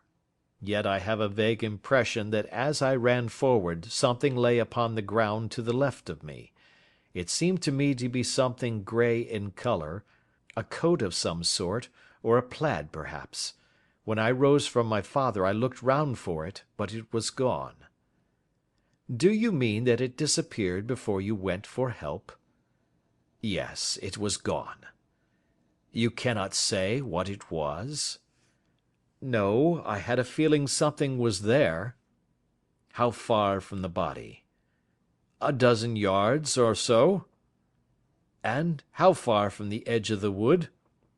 About the same. Then if it was removed, it was while you were within a dozen yards of it? Yes, but with my back toward it. This concluded the examination of the witness. I see, said I, as I glanced down the column, that the Coroner in his concluding remarks was rather severe upon young McCarthy. He calls attention, and with reason, to the discrepancy about his father having signalled to him before seeing him, also to his refusal to give details of his conversation with his father, and his singular account of his father's dying words. They are all, as he remarks, very much against the son. Holmes laughed softly to himself and stretched himself out upon the cushioned seat. Both you and the Coroner have been at some pains, said he, to single out the very strongest points in the young man's favour. Don't you see that you alternately give him credit for having too much imagination and too little? Too little, if he could not invent a cause of quarrel which would give him the sympathy of the jury. Too much, if he evolved from his own inner consciousness anything so outré as a dying reference to a rat, and the incident of the vanishing cloth. No, sir, I shall approach this case from the point of view that what this young man says is true, and we shall see whither that hypothesis will lead us. And now here is my pocket Petrarch, and not another word shall I say of this case until we are on the scene of action. We lunch at Swindon, and I see that we shall be there in 20 minutes. It was nearly 4 o'clock when we at last, after passing through the beautiful Stroud Valley, and over the broad gleaming Severn, found ourselves at the pretty little country town of Ross. A lean, ferret-like man, furtive and sly-looking, was waiting for us upon the platform. In spite of the light brown dust-coat and leather leggings which he wore in deference to his rustic surroundings, I had no difficulty in recognising Lestrade, of Scotland Yard. With him we drove to the Hereford Arms, where a room had already been engaged for us. "I have ordered a carriage," said Lestrade, as we sat over a cup of tea. "I knew your energetic nature, and that you would not be happy until you had been on the scene of the crime." "It was very nice and complimentary of you," Holmes answered. "It is entirely a question of barometric pressure. Lestrade looked startled. "I do not quite follow," he said. "How is the glass? 29, I see. No wind, and not a cloud in the sky. I have a caseful of cigarettes here which need smoking, and the sofa is very much superior to the usual country hotel abomination. I do not think that it is probable that I shall use the carriage to-night." Lestrade laughed indulgently. "You have, no doubt, already formed your conclusions from the newspapers," he said. "The case is as plain as a pikestaff, and the more one goes into it, the plainer it becomes. Still, of course, one can't refuse a lady, and such a very positive one too. She has heard of you, and would have your opinion, though I repeatedly told her that there was nothing which you could do which I have not already done. Why, bless my soul, here is her carriage at the door." He had hardly spoken before there rushed into the room one of the most lovely young women that I have ever seen in my life. Her violet eyes shining, her lips parted, a pink flush upon her cheeks, all thought of her natural reserve lost in her overpowering excitement and concern. "Oh, Mr. Sherlock Holmes!" she cried, glancing from one to the other of us, and finally, with a woman's quick intuition, fastening upon my companion. "I am so glad that you have come. I have driven down to tell you so. I know that James didn't do it. I know it, and I want you to start upon your work knowing it, too. Never let yourself doubt upon that point. We have known each other since we were little children, and I know his faults as no one else does, but he is too tender-hearted to hurt a fly. Such a charge is absurd to anyone who really knows him." "I hope we may clear him, Miss Turner," said Sherlock Holmes. "You may rely upon my doing all that I can." "But you have read the evidence? You have formed some conclusion? Do you not see some loophole, some flaw? Do you not yourself think that he is innocent?" "I think that it is very probable." "There now!" she cried, throwing back her head and looking defiantly at Lestrade. "You hear? He gives me hopes." Lestrade shrugged his shoulders. "I am afraid that my colleague has been a little quick in forming his conclusions," he said. "But he is right. Oh, I know that he is right. James never did it, and about his quarrel with his father, I am sure that the reason why he would not speak about it to the coroner was because I was concerned in it." "In what way?" asked Holmes. "It is no time for me to hide anything. James and his father had many disagreements about me. Mr. McCarthy was very anxious that there should be a marriage between us. James and I have always loved each other as brother and sister, but of course he is young and has seen very little of life yet, well, he naturally did not wish to do anything like that yet. And there were quarrels, and this I am sure was one of them." "And your father?" asked Holmes. "Was he in favour of such a union?" "No, he was quite averse to it also. No one but Mr. McCarthy was in favour of it." A quick blush passed over her fresh young face as Holmes shot one of his keen questioning glances at her. "Thank you for this information," said he. "May I see your father if I call to-morrow?" "I am afraid the doctor won't allow it." "The doctor?" "Yes. Have you not heard? Poor father has never been strong for years back, but this has broken him down completely. He is taken to his bed, and Dr. Willows says that he is a wreck, and that his nervous system is shattered. Mr. McCarthy was the only man alive who had known Dad in the old days in Victoria." "Ha! In Victoria! That is important." "Yes, at the mines." "Quite so, at the gold mines, where, as I understand, Mr. Turner made his money." "Yes, certainly." "Thank you, Miss Turner. You have been of material assistance to me." "You will tell me if you have any news to-morrow. No doubt you will go to the prison to see James. Oh, if you do, Mr. Holmes, do tell him that I know him to be innocent." "I will, Miss Turner." "I must go home now, for Dad is very ill, and he misses me so if I leave him. Good-bye, and God help you in your undertaking." She hurried from the room as impulsively as she had entered, and we heard the wheels of her carriage rattle off down the street. "I am ashamed of you, Holmes," said Lestrade with dignity after a few minutes' silence. "Why should you raise up hopes which you are bound to disappoint?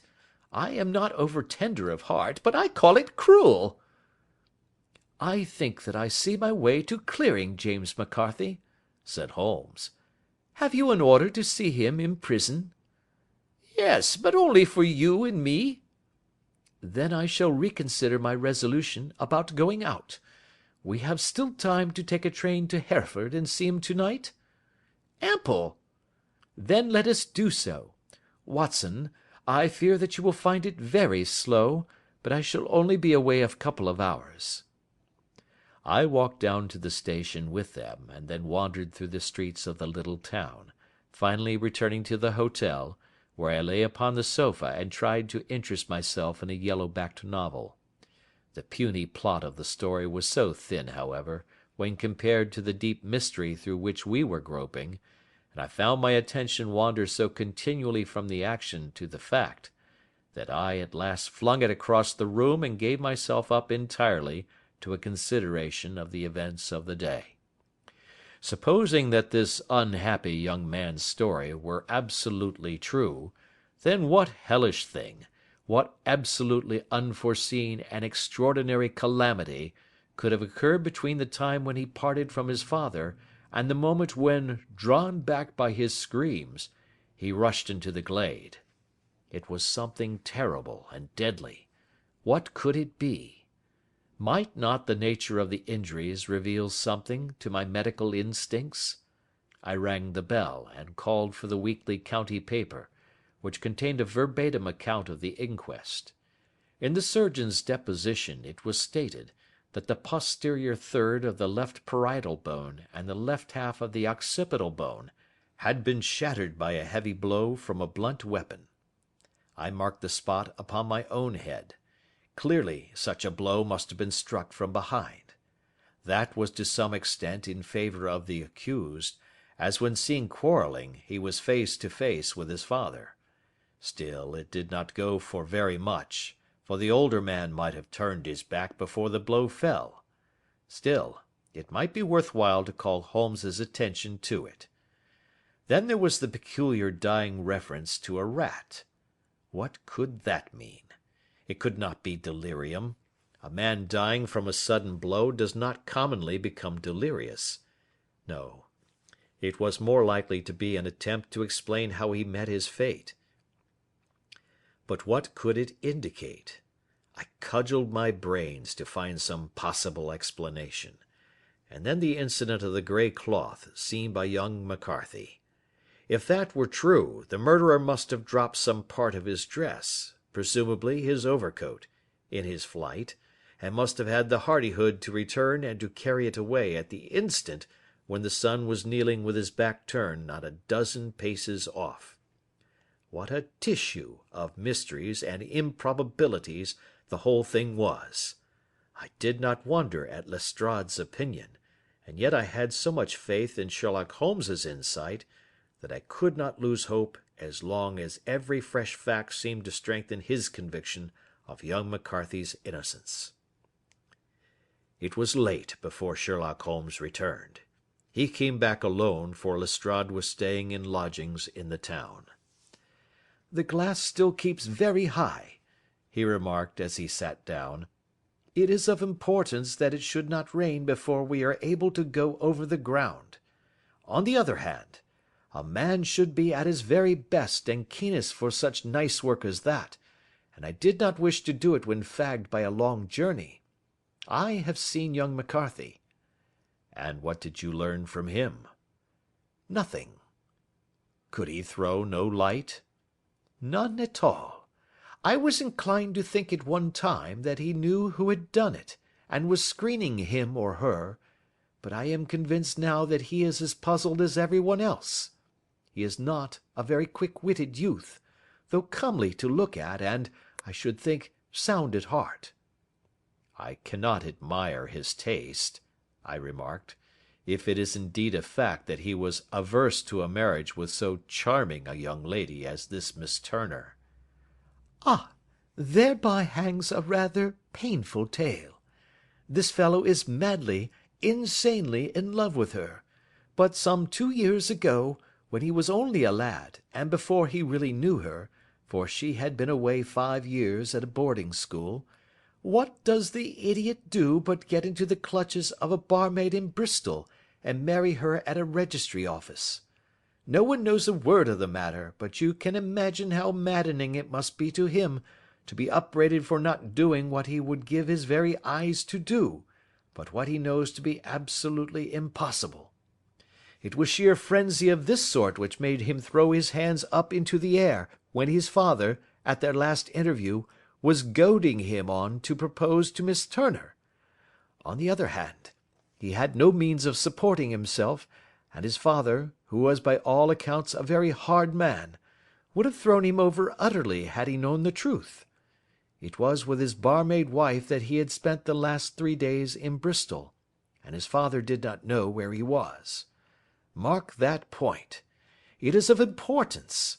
Good has come out of evil, however, for the barmaid, finding from the papers that he is in serious trouble and likely to be hanged, has thrown him over utterly and has written to him to say that she has a husband already in the Bermuda dockyard, so that there is really no tie between them. I think that that bit of news has consoled young McCarthy for all that he has suffered." "But if he is innocent, who has done it?" "Ah, who? I would call your attention very particularly to 2 points. One is that the murdered man had an appointment with someone at the pool, and that the someone could not have been his son, for his son was away, and he did not know when he would return. The second is that the murdered man was heard to cry 'Cooee!' before he knew that his son had returned. Those are the crucial points upon which the case depends. And now let us talk about George Meredith, if you please, and we shall leave all minor matters until tomorrow." There was no rain, as Holmes had foretold, and the morning broke bright and cloudless. At 9 o'clock Lestrade called for us with the carriage, and we set off for Hatherley Farm and the Boscombe Pool. "There is serious news this morning," Lestrade observed. "It is said that Mr. Turner, of the Hall, is so ill that his life is despaired of." "An elderly man, I presume?" said Holmes. "About 60. But his constitution has been shattered by his life abroad, and he has been in failing health for some time. This business has had a very bad effect upon him. He was an old friend of McCarthy's, and, I may add, a great benefactor to him, for I have learned that he gave him Hatherley Farm rent-free." "Indeed, that is interesting," said Holmes. "Oh yes, in 100 other ways he has helped him. Everybody about here speaks of his kindness to him." "Really? Does it not strike you as a little singular that this McCarthy, who appears to have had little of his own, and to have been under such obligations to Turner, should still talk of marrying his son to Turner's daughter, who is presumably heiress to the estate, and that in such a very cocksure manner, as if it were merely a case of a proposal and all else would follow? It is the more strange, since we know that Turner himself was averse to the idea. The daughter told us as much.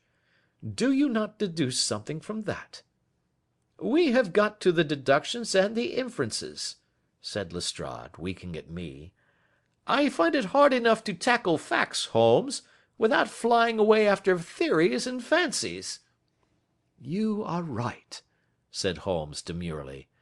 "You do find it very hard to tackle the facts."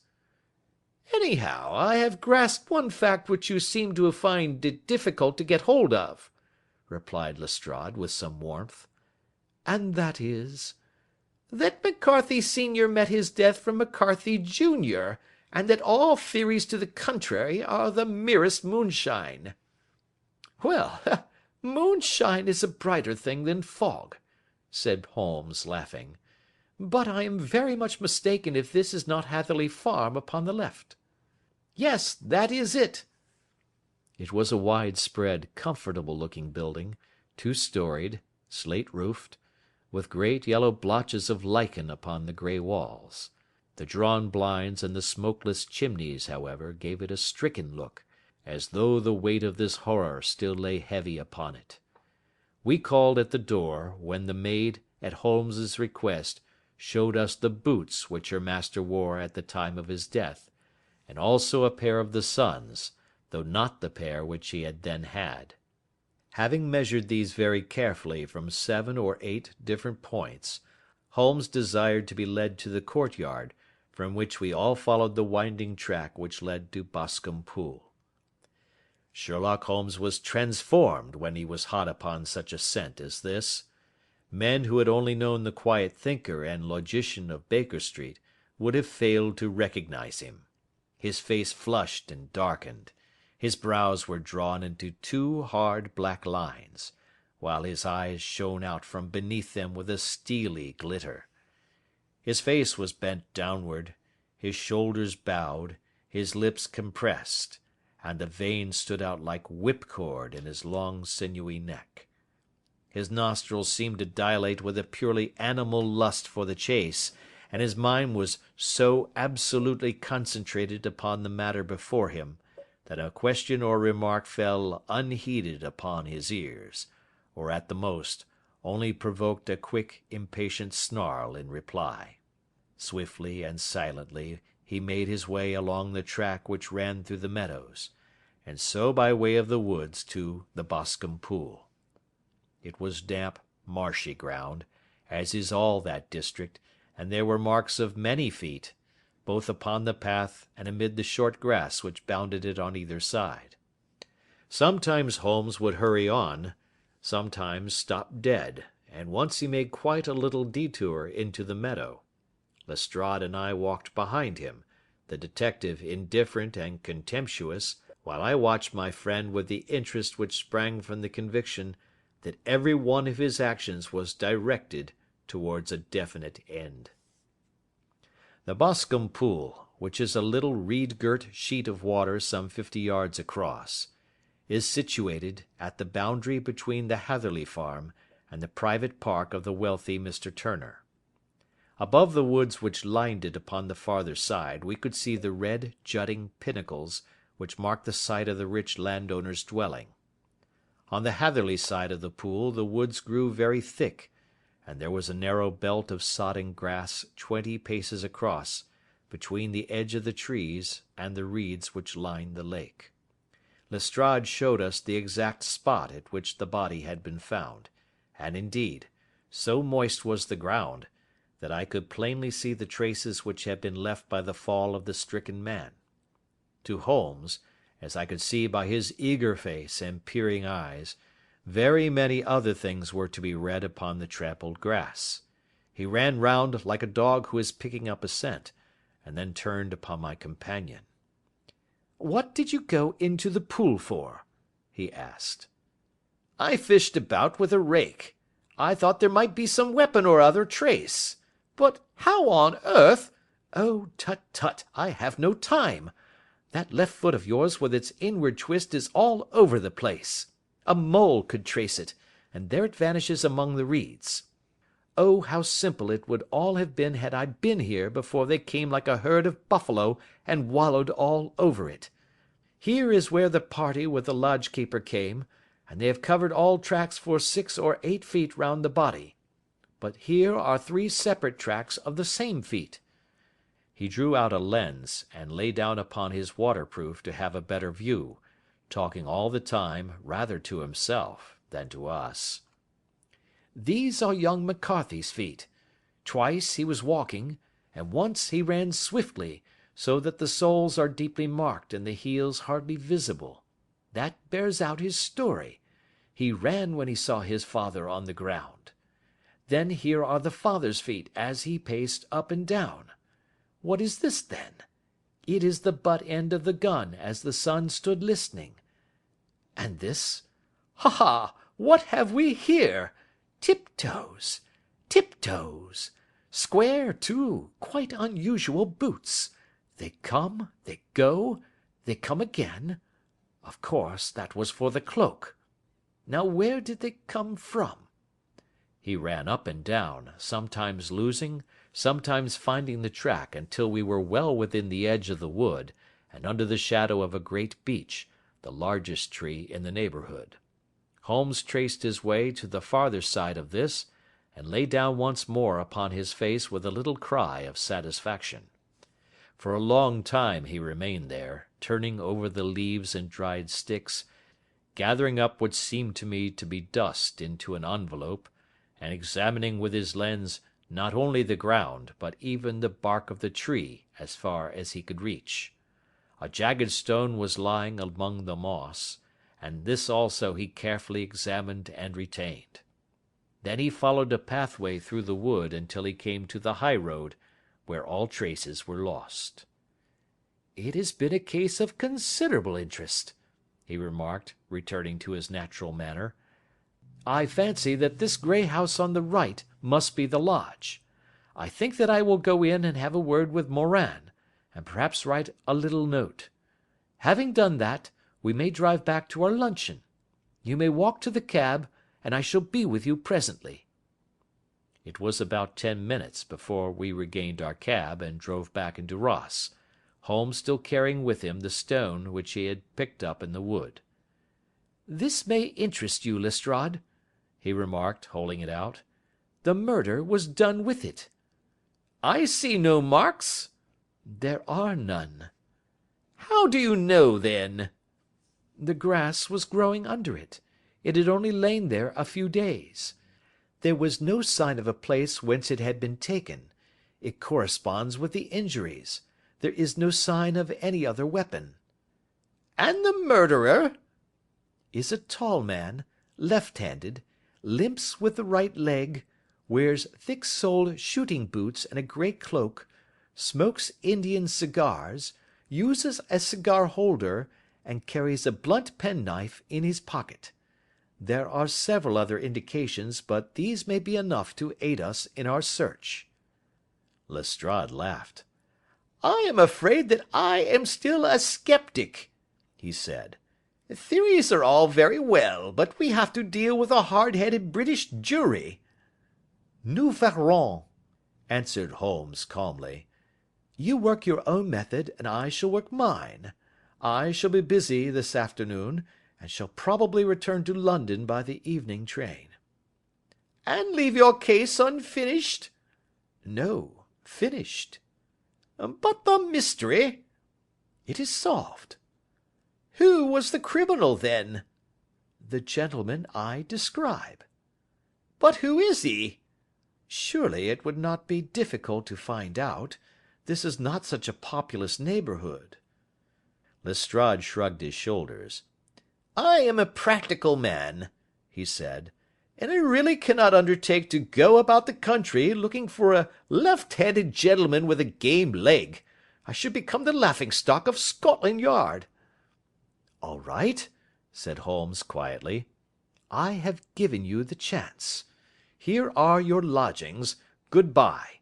I shall drop you a line before I leave." Having left Lestrade at his rooms, we drove to our hotel, where we found lunch upon the table. Holmes was silent and buried in thought, with a pained expression upon his face, as one who finds himself in a perplexing position. "Look here, Watson," he said, when the cloth was cleared. "Just sit down in this chair and let me preach to you for a little. I don't know quite what to do, and I should value your advice. Light a cigar and let me expound." "Pray do so." "Well now, in considering this case there are 2 points about young McCarthy's narrative which struck us both instantly, although they impressed me in his favour and you against him. One was the fact that his father should, according to his account, cry cooee before seeing him.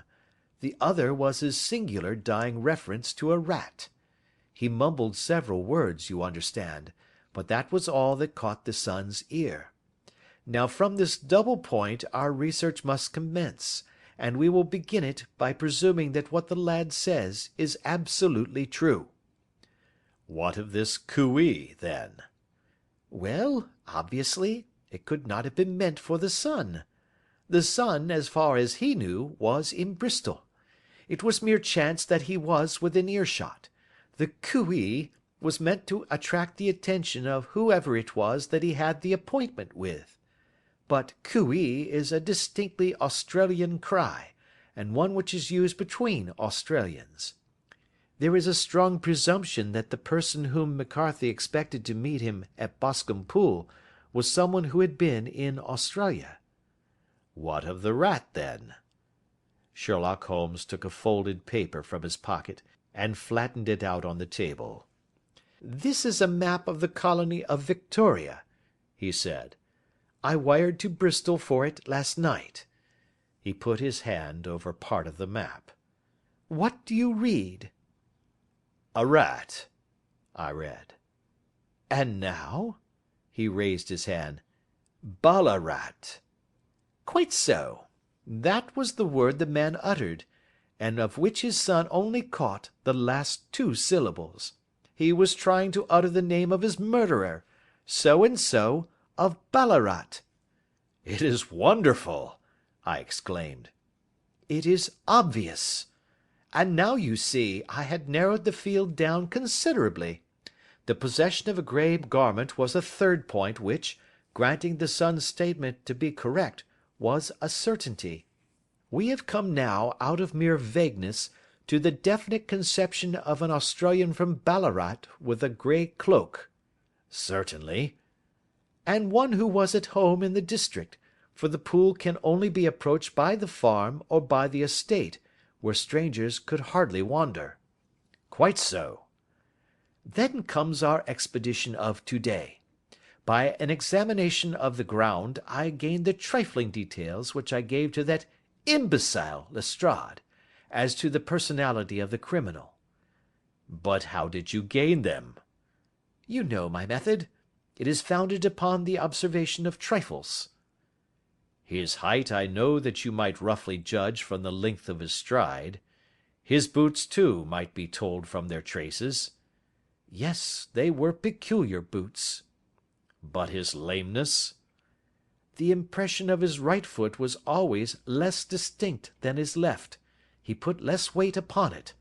Why? Because he limped. He was lame." "But his left-handedness?"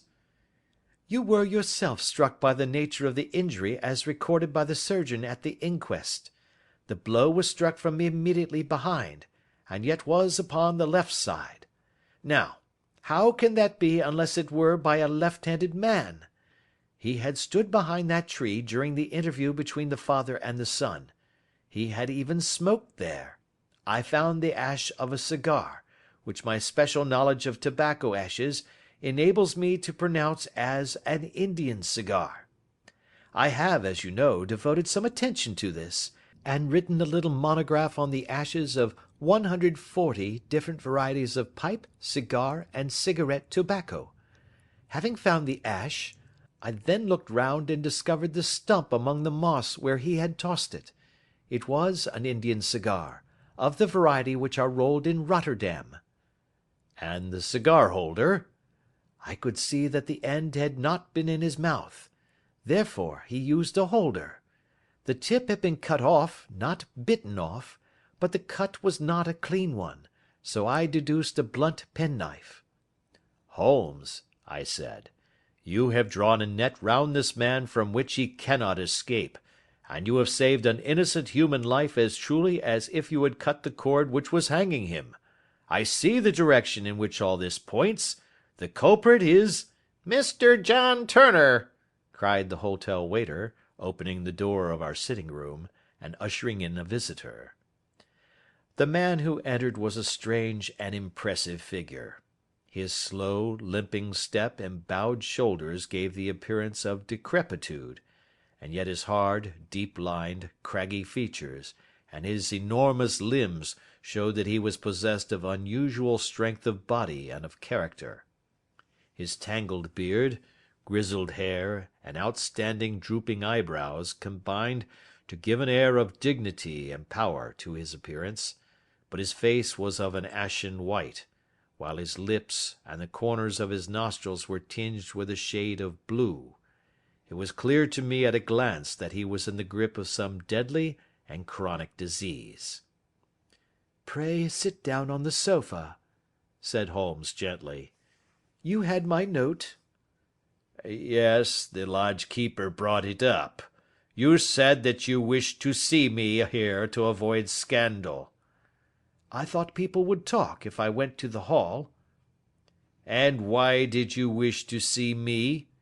He looked across at my companion with despair in his weary eyes, as though his question was already answered. "Yes," said Holmes, answering the look rather than the words. "It is so. I know all about McCarthy." The old man sank his face in his hands. "God help me!" he cried. "But I would not have let the young man come to harm. I give you my word that I would have spoken out if it went against him at the assizes." "I am glad to hear you say so," said Holmes gravely. "I would have spoken now had it not been for my dear girl. It would break her heart. It will break her heart when she hears that I am arrested." "It may not come to that," said Holmes. "What?" "I am no official agent. I understand that it was your daughter who required my presence here, and I am acting in her interests. Young McCarthy must be got off, however." "I am a dying man," said old Turner. "I have had diabetes for years. My doctor says it is a question whether I shall live a month. Yet I would rather die under my own roof than in a jail." Holmes rose and sat down at the table with his pen in his hand and a bundle of paper before him. "Just tell us the truth," he said. "I shall jot down the facts. You will sign it, and Watson here can witness it. Then I could produce your confession at the last extremity to save young McCarthy. I promise you that I shall not use it unless it is absolutely needed." "It's as well," said the old man. "It's a question whether I shall live to the assizes, so it matters little to me, but I should wish to spare Alice the shock. And now I will make the thing clear to you. It has been a long time in the acting, but will not take me long to tell. You didn't know this dead man, McCarthy. He was a devil incarnate. I tell you that. God keep you out of the clutches of such a man as he. His grip has been upon me these 20 years, and he has blasted my life. I'll tell you first how I came to be in his power. It was in the early 60s at the diggings. I was a young chap then, hot-blooded and reckless, ready to turn my hand at anything. I got among bad companions, took to drink, had no luck with my claim, took to the bush, and in a word became what you would call over here a highway robber. There were 6 of us, and we had a wild, free life of it, sticking up a station from time to time, or stopping the wagons on the road to the diggings. Black Jack of Ballarat was the name I went under, and our party is still remembered in the colony as the Ballarat Gang. One day, a gold convoy came down from Ballarat to Melbourne, and we lay in wait for it and attacked it. There were 6 troopers and 6 of us, so it was a close thing, but we emptied 4 of their saddles at the first volley. 3 of our boys were killed, however, before we got the swag. I put my pistol to the head of the wagon driver, who was this very man McCarthy.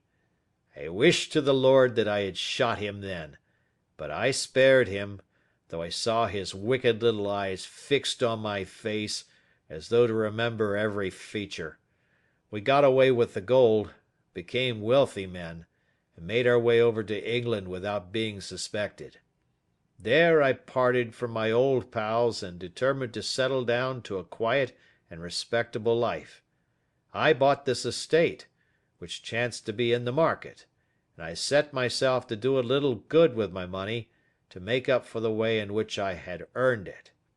I married too, and though my wife died young, she left me my dear little Alice. Even when she was just a baby, her wee hand seemed to lead me down the right path as nothing else had ever done. In a word, I turned over a new leaf, and did my best to make up for the past.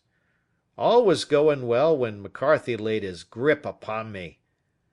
I had gone up to town about an investment, and I met him in Regent Street with hardly a coat to his back or a boot to his foot.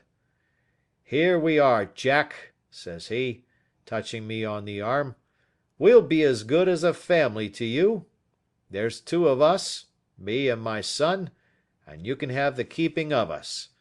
If you don't, it's a fine law-abiding country is England, and there's always a policeman within hail."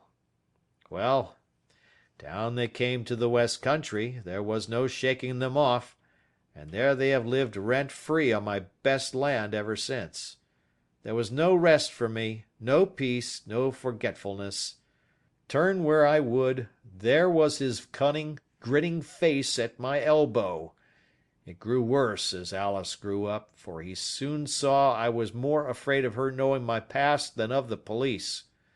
Whatever he wanted he must have, and whatever it was I gave him without question, land, money, houses, until at last he asked a thing which I could not give. He asked for Alice. His son, you see, had grown up, and so had my girl, and as I was known to be in weak health, it seemed a fine stroke to him that his lad should step into the whole property. But there I was firm. I would not have his cursed stock mixed with mine. Not that I had any dislike to the lad, but his blood was in him, and that was enough. I stood firm. McCarthy threatened. I braved him to do his worst. We were to meet at the pool midway between our houses to talk it over. When I went down there I found him talking with his son, so I smoked a cigar and waited behind a tree until he should be alone. But as I listened to his talk, all that was black and bitter in me seemed to come uppermost. He was urging his son to marry my daughter, with as little regard for what she might think as if she were a slut from off the streets. It drove me mad to think that I and all that I held most dear should be in the power of such a man as this. Could I not snap the bond? I was already a dying and desperate man.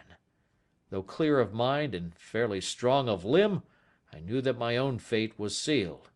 But my memory and my girl, both could be saved if I could but silence that foul tongue. I did it, Mr. Holmes. I would do it again. Deeply as I have sinned, I have led a life of martyrdom to atone for it. But that my girl should be entangled in the same meshes which held me was more than I could suffer. I struck him down with no more compunction than if he had been some foul and venomous beast. His cry brought back his son, but I had gained the cover of the wood, though I was forced to go back to fetch the cloak which I had dropped in my flight. That is the true story, gentlemen, of all that occurred. "Well, it is not for me to judge you," said Holmes, as the old man signed the statement which had been drawn out. "I pray that we may never be exposed to such a temptation." "I pray not, sir. And what do you intend to do?" "In view of your health, nothing. You are yourself aware that you will soon have to answer for your deed at a higher court than the assizes. I will keep your confession, and if McCarthy is condemned I shall be forced to use it. If not, it shall never be seen by mortal eye, and your secret, whether you be alive or dead, shall be safe with us." "Farewell, then," said the old man solemnly. "Your own deathbeds, when they come, will be the easier for the thought of the peace which you have given to mine." Tottering and shaking in all his giant frame, he stumbled slowly from the room. "God help us," said Holmes after a long silence. "Why does fate play such tricks with poor helpless worms? I never hear of such a case as this that I do not think of Baxter's words and say, 'There, but for the grace of God, goes Sherlock Holmes.'" James McCarthy was acquitted at the assizes on the strength of a number of objections which had been drawn out by Holmes and submitted to the defending counsel. Old Turner lived for 7 months after our interview, but he is now dead, and there is every prospect that the son and daughter may come to live happily together in ignorance of the black cloud which rests upon their past. End of Adventure 4.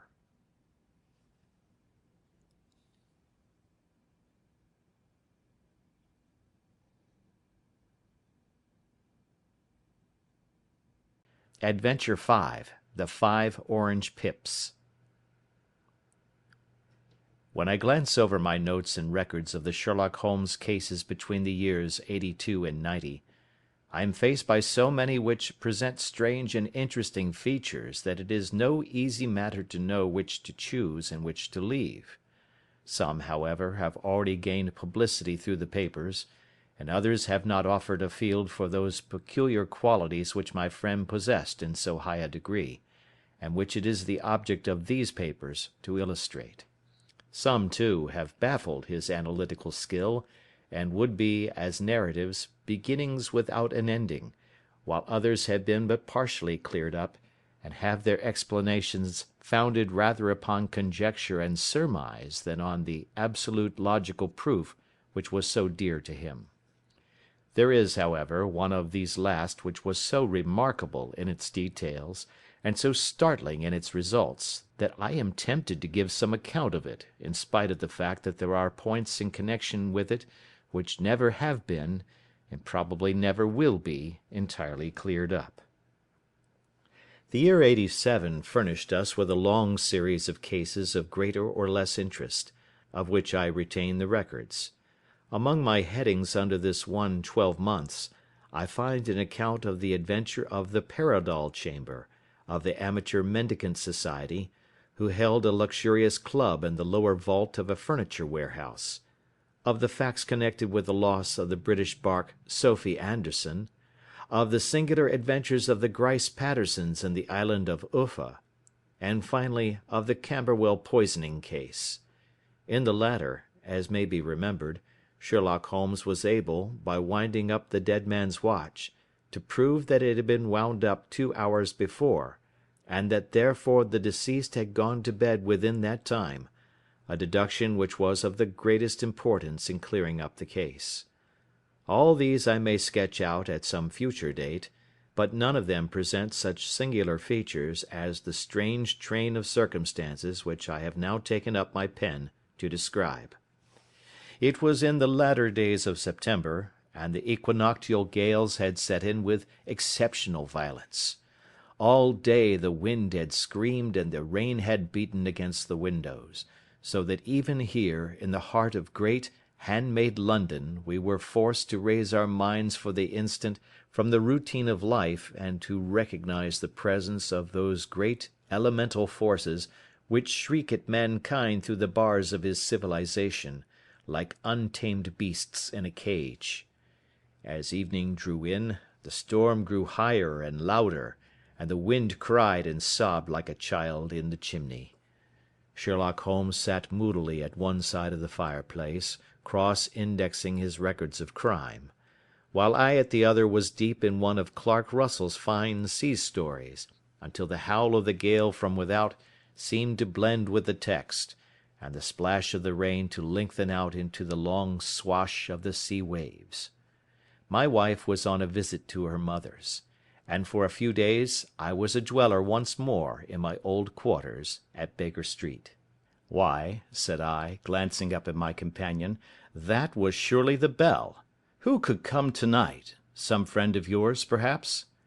"Except yourself, I have none," he answered. "I do not encourage visitors." "A client, then?" If so, it is a serious case. Nothing less would bring a man out on such a day and at such an hour. But I take it that it is more likely to be some crony of the landlady's. Sherlock Holmes was wrong in his conjecture, however, for there came a step in the passage and a tapping at the door. He stretched out his long arm to turn the lamp away from himself and towards the vacant chair upon which a newcomer must sit. "Come in," said he. The man who entered was young, some 22 at the outside, well groomed and trimly clad, with something of refinement and delicacy in his bearing. The streaming umbrella which he held in his hand, and his long shining waterproof, told of the fierce weather through which he had come. He looked about him anxiously in the glare of the lamp, and I could see that his face was pale and his eyes heavy, like those of a man who is weighed down with some great anxiety. "I owe you an apology," he said, raising his golden pince-nez to his eyes. "I trust that I am not intruding. I fear that I have brought some traces of the storm and rain into your snug chamber." "Give me your coat and umbrella," said Holmes. "They may rest here on the hook, and will be dry presently. You have come up from the southwest, I see." "Yes, from Horsham." "That clay and chalk mixture which I see upon your toe-caps is quite distinctive." "I have come for advice." "That is easily got." "And help." "That is not always so easy." "I have heard of you, Mr. Holmes. I heard from Major Prendergast how you saved him in the Tankerville Club scandal." "Ah, of course. He was wrongfully accused of cheating at cards." "He said that you could solve anything." "He said too much." "That you are never beaten."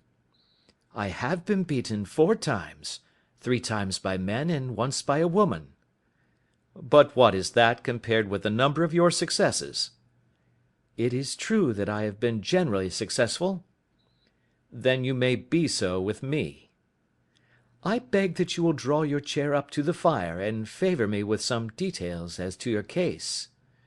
"It is no ordinary one." "None of those which come to me are. I am the last court of appeal." "And yet I question, sir, whether, in all your experience, you have ever listened to a more mysterious and inexplicable chain of events than those which have happened to my own family."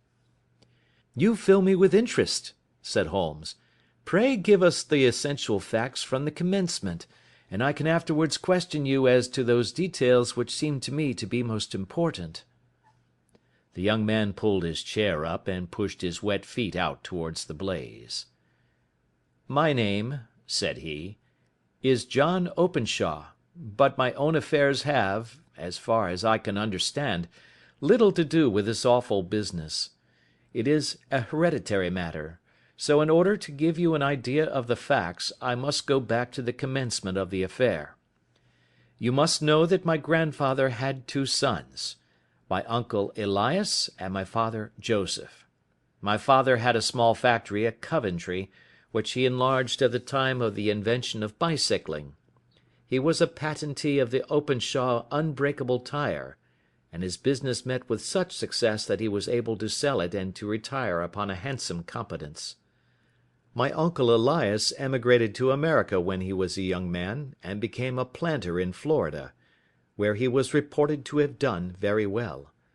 At the time of the war he fought in Jackson's army, and afterwards under Hood, where he rose to be a colonel. When Lee laid down his arms, my uncle returned to his plantation, where he remained for 3 or 4 years. About 1869 or 1870, he came back to Europe and took a small estate in Sussex, near Horsham. He had made a very considerable fortune in the States, and his reason for leaving them was his aversion to the negroes, and his dislike of the Republican policy in extending the franchise to them. He was a singular man, fierce and quick-tempered, very foul-mouthed when he was angry, and of a most retiring disposition. During all the years that he lived at Horsham, I doubt if ever he set foot in the town. He had a garden and 2 or 3 fields round his house, and there he would take his exercise, though very often for weeks on end he would never leave his room. He drank a great deal of brandy and smoked very heavily, but he would see no society and did not want any friends, not even his own brother. He didn't mind me. In fact, he took a fancy to me, for at the time when he saw me first I was a youngster of 12 or so. This would be in the year 1878, after he had been 8 or 9 years in England. He begged my father to let me live with him, and he was very kind to me in his way. When he was sober he used to be fond of playing backgammon and draughts with me, and he would make me his representative both with the servants and with the tradespeople, so that by the time that I was 16 I was quite master of the house. I kept all the keys and could go where I liked and do what I liked, so long that I did not disturb him in his privacy. There was one singular exception, however, for he had a single room, a lumber room up among the attics, which was invariably locked, and which he would never permit either me or anyone else to enter. With a boy's curiosity I have peeped through the keyhole, but I was never able to see more than such a collection of old trunks and bundles as would be expected in such a room. One day, it was in March, 1883, a letter with a foreign stamp lay upon the table in front of the Colonel's plate. It was not a common thing for him to receive letters, for his bills were all paid in ready money, and he had no friends of any sort. "From India," said he, as he took it up. "Pondicherry postmark. What can this be?" Opening it hurriedly, out there jumped 5 little dried orange pips, which pattered down upon his plate. I began to laugh at this, but the laugh was struck from my lips at the sight of his face. His lip had fallen, his eyes were protruding, his skin the colour of putty, and he glared at the envelope which he still held in his trembling hand. "K," he shrieked, and then, my God, my sins have overtaken me." "What is it, uncle?" I cried. "Death," said he, and rising from the table he retired to his room, leaving me palpitating with horror. I took up the envelope and saw scrawled in red ink upon the inner flap, just above the gum, the letter K 3 times repeated. There was nothing else save the 5 dried pips. What could be the reason of his overpowering terror? I left the breakfast table, and as I ascended the stair I met him coming down with an old rusty key, which must have belonged to the attic, in one hand, and a small brass box, like a cash box, in the other. "They may do what they like, but I'll checkmate them still," said he with an oath. "Tell Mary that I shall want a fire in my room to-day, and send down to Fordham the Horsham lawyer." I did as he ordered, and when the lawyer arrived I was asked to step up to the room. The fire was burning brightly, and in the grate there was a mass of black fluffy ashes as of burned paper, while the brass box stood open and empty beside it. As I glanced at the box I noticed, with a start, that upon the lid was printed the treble K which I had read in the morning upon the envelope. "I wish you, John," said my uncle, "to witness my will. I leave my estate, with all its advantages and all its disadvantages, to my brother, your father, whence it will, no doubt, descend to you. If you can enjoy it in peace, well and good. If you find you cannot, take my advice, my boy, and leave it to your deadliest enemy.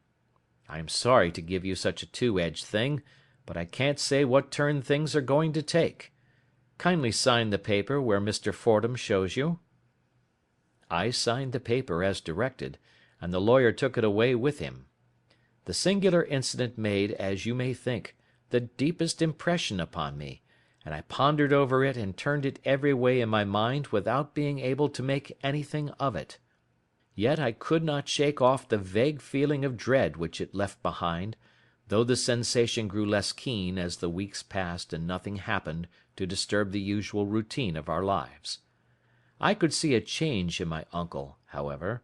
He drank more than ever, and he was less inclined for any sort of society. Most of his time he would spend in his room, with the door locked upon the inside, but sometimes he would emerge in a sort of drunken frenzy, and would burst out of the house and tear about the garden with a revolver in his hand, screaming out that he was afraid of no man, and that he was not to be cooped up, like a sheep in a pen, by man or devil. When these hot fits were over, however, he would rush tumultuously in at the door and lock and bar it behind him, like a man who can brazen it out no longer against the terror which lies at the roots of his soul. At such times I have seen his face, even on a cold day, glisten with moisture, as though it were new raised from a basin. Well, to come to an end of the matter, Mr. Holmes, and not to abuse your patience, there came a night when he made one of those drunken sallies from which he never came back.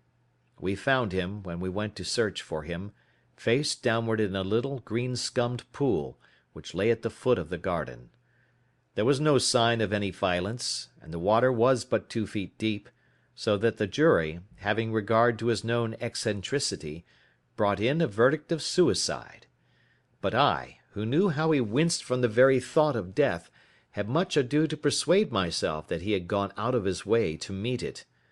The matter passed, however, and my father entered into possession of the estate, and of some £14,000, which lay to his credit at the bank. "One moment," Holmes interposed. "Your statement is, I foresee, one of the most remarkable to which I have ever listened. Let me have the date of the reception by your uncle of the letter, and the date of his supposed suicide." The letter arrived on March 10, 1883. His death was 7 weeks later, upon the night of May 2nd. "Thank you. Pray proceed." When my father took over the Horsham property, he, at my request, made a careful examination of the attic, which had been always locked up. We found the brass box there, although its contents had been destroyed. On the inside of the cover was a paper label with the initials of K.K.K. repeated upon it, and letters, memoranda, receipts, and a register written beneath. These, we presume, indicated the nature of the papers which had been destroyed by Colonel Openshaw. For the rest, there was nothing of much importance in the attic save a great many scattered papers and notebooks bearing upon my uncle's life in America. Some of them were of the war time, and showed that he had done his duty well, and had borne the repute of a brave soldier. Others were of a date during the reconstruction of the Southern States, and were mostly concerned with politics, for he had evidently taken a strong part in opposing the carpet-bag politicians who had been sent down from the North. Well, it was at the beginning of '84 when my father came to live at Horsham, and all went as well as possible with us until the January of '85. On the 4th day after the New Year, I heard my father give a sharp cry of surprise as we sat together at the breakfast table.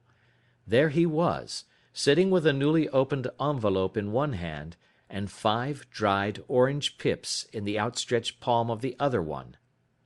He had always laughed at what he called my cock and bull story about the colonel, but he looked very scared and puzzled now that the same thing had come upon himself. "Why, what on earth does this mean, John?" he stammered. My heart had turned to lead. "It is K.K.K.," said I. He looked inside the envelope. "So it is!" he cried. "Here are the very letters. But what is this written above them?"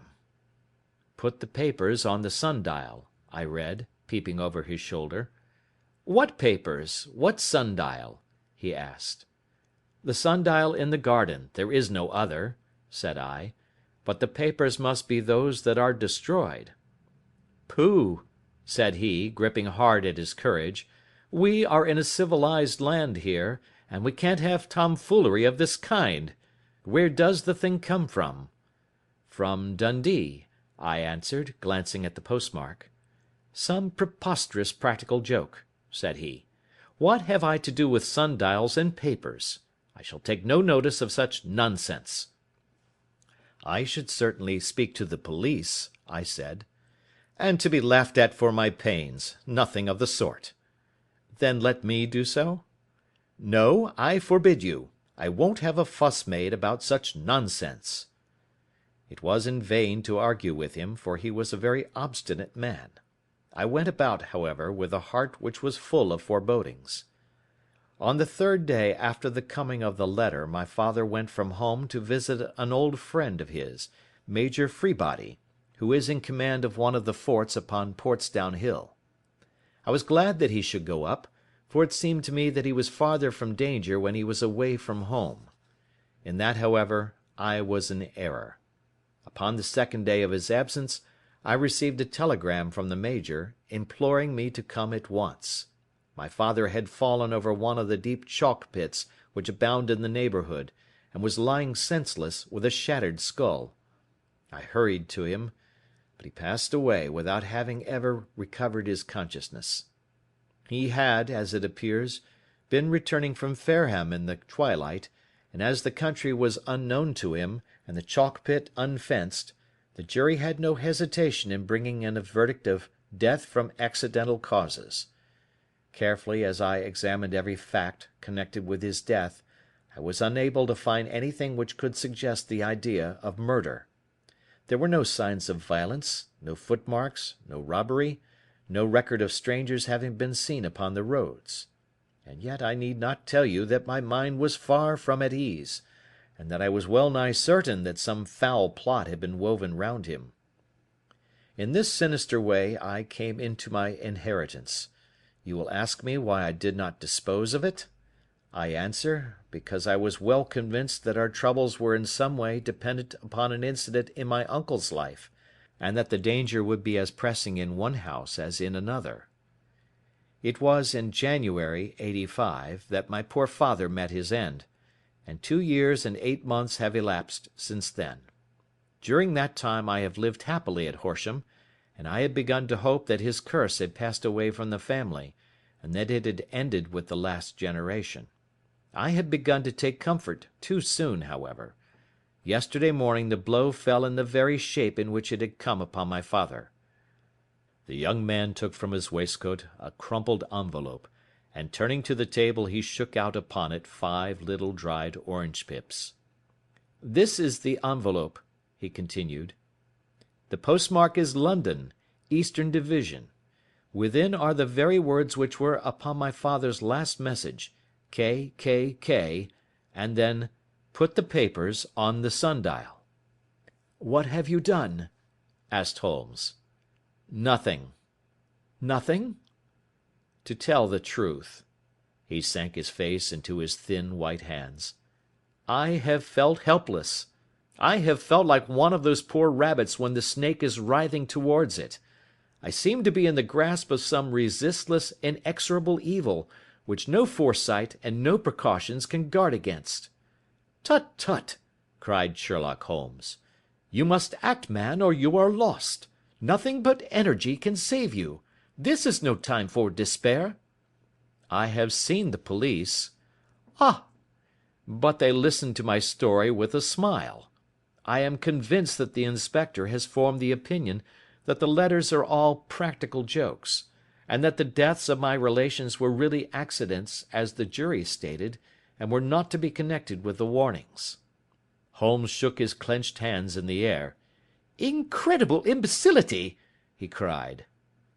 "They have, however, allowed me a policeman, who may remain in the house with me." "Has he come with you to-night?"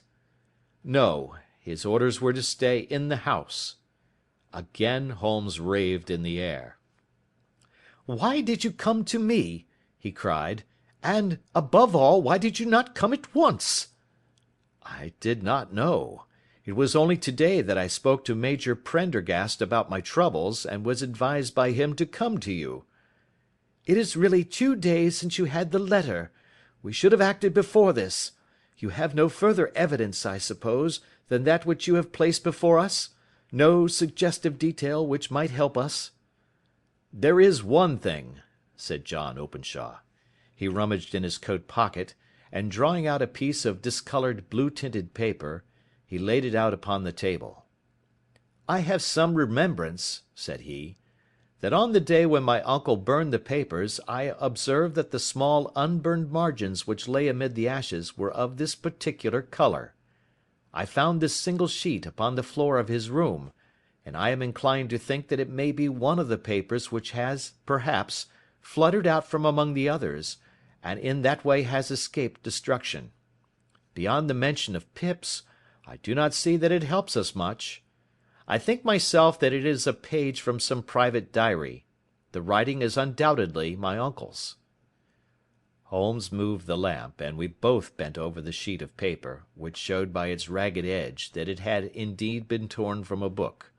It was headed March, 1869, and beneath were the following enigmatical notices: 4th. Hudson came. Same old platform. 7th. Set the pips on Macaulay, Paramore, and John Swain of St. Augustine. 9th. Macaulay cleared. 10th. John Swain cleared. 12th. Visited Paramore. All well. "Thank you," said Holmes, folding up the paper and returning it to our visitor. "And now you must on no account lose another instant. We cannot spare time even to discuss what you have told me. You must get home instantly and act." "What shall I do?" "There is but one thing to do. It must be done at once. You must put this piece of paper which you have shown us into the brass box which you have described.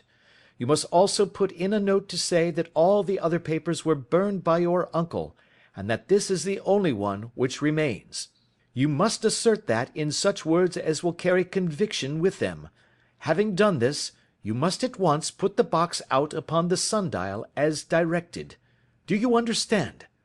"Entirely." "Do not think of revenge or anything of the sort at present. I think that we may gain that by means of the law, but we have our web to weave, while theirs is already woven. The first consideration is to remove the pressing danger which threatens you. The second is to clear up the mystery and to punish the guilty parties." "I thank you," said the young man, rising and pulling on his overcoat. "You have given me fresh life and hope. I shall certainly do as you advise." "Do not lose an instant. And, above all, take care of yourself in the meanwhile, for I do not think that there can be a doubt that you are threatened by a very real and imminent danger. How do you go back?" "By train from Waterloo." "It is not yet 9. The streets will be crowded, so I trust that you may be in safety, and yet you cannot guard yourself too closely." "I am armed." "That is well. Tomorrow I shall set to work upon your case." "I shall see you at Horsham, then?" "No, your secret lies in London. It is there that I shall seek it." "Then I shall call upon you in a day, or in 2 days, with news as to the box and the papers. I shall take your advice in every particular." He shook hands with us, and took his leave. Outside the wind still screamed and the rain splashed and pattered against the windows. This strange, wild story seemed to have come to us from amid the mad elements, blown in upon us like a sheet of seaweed in a gale, and now to have been reabsorbed by them once more. Sherlock Holmes sat for some time in silence, with his head sunk forward and his eyes bent upon the red glow of the fire. Then he lit his pipe, and leaning back in his chair he watched the blue smoke rings as they chased each other up to the ceiling. "I think, Watson," he remarked at last, "that of all our cases we have had none more fantastic than this." "Save, perhaps, the sign of 4. "Well, yes, save, perhaps, that. And yet this John Openshaw seems to me to be walking amid even greater perils than did the Sholtos." "But have you," I asked, "formed any definite conception as to what these perils are?" "There can be no question as to their nature," he answered. "Then what are they?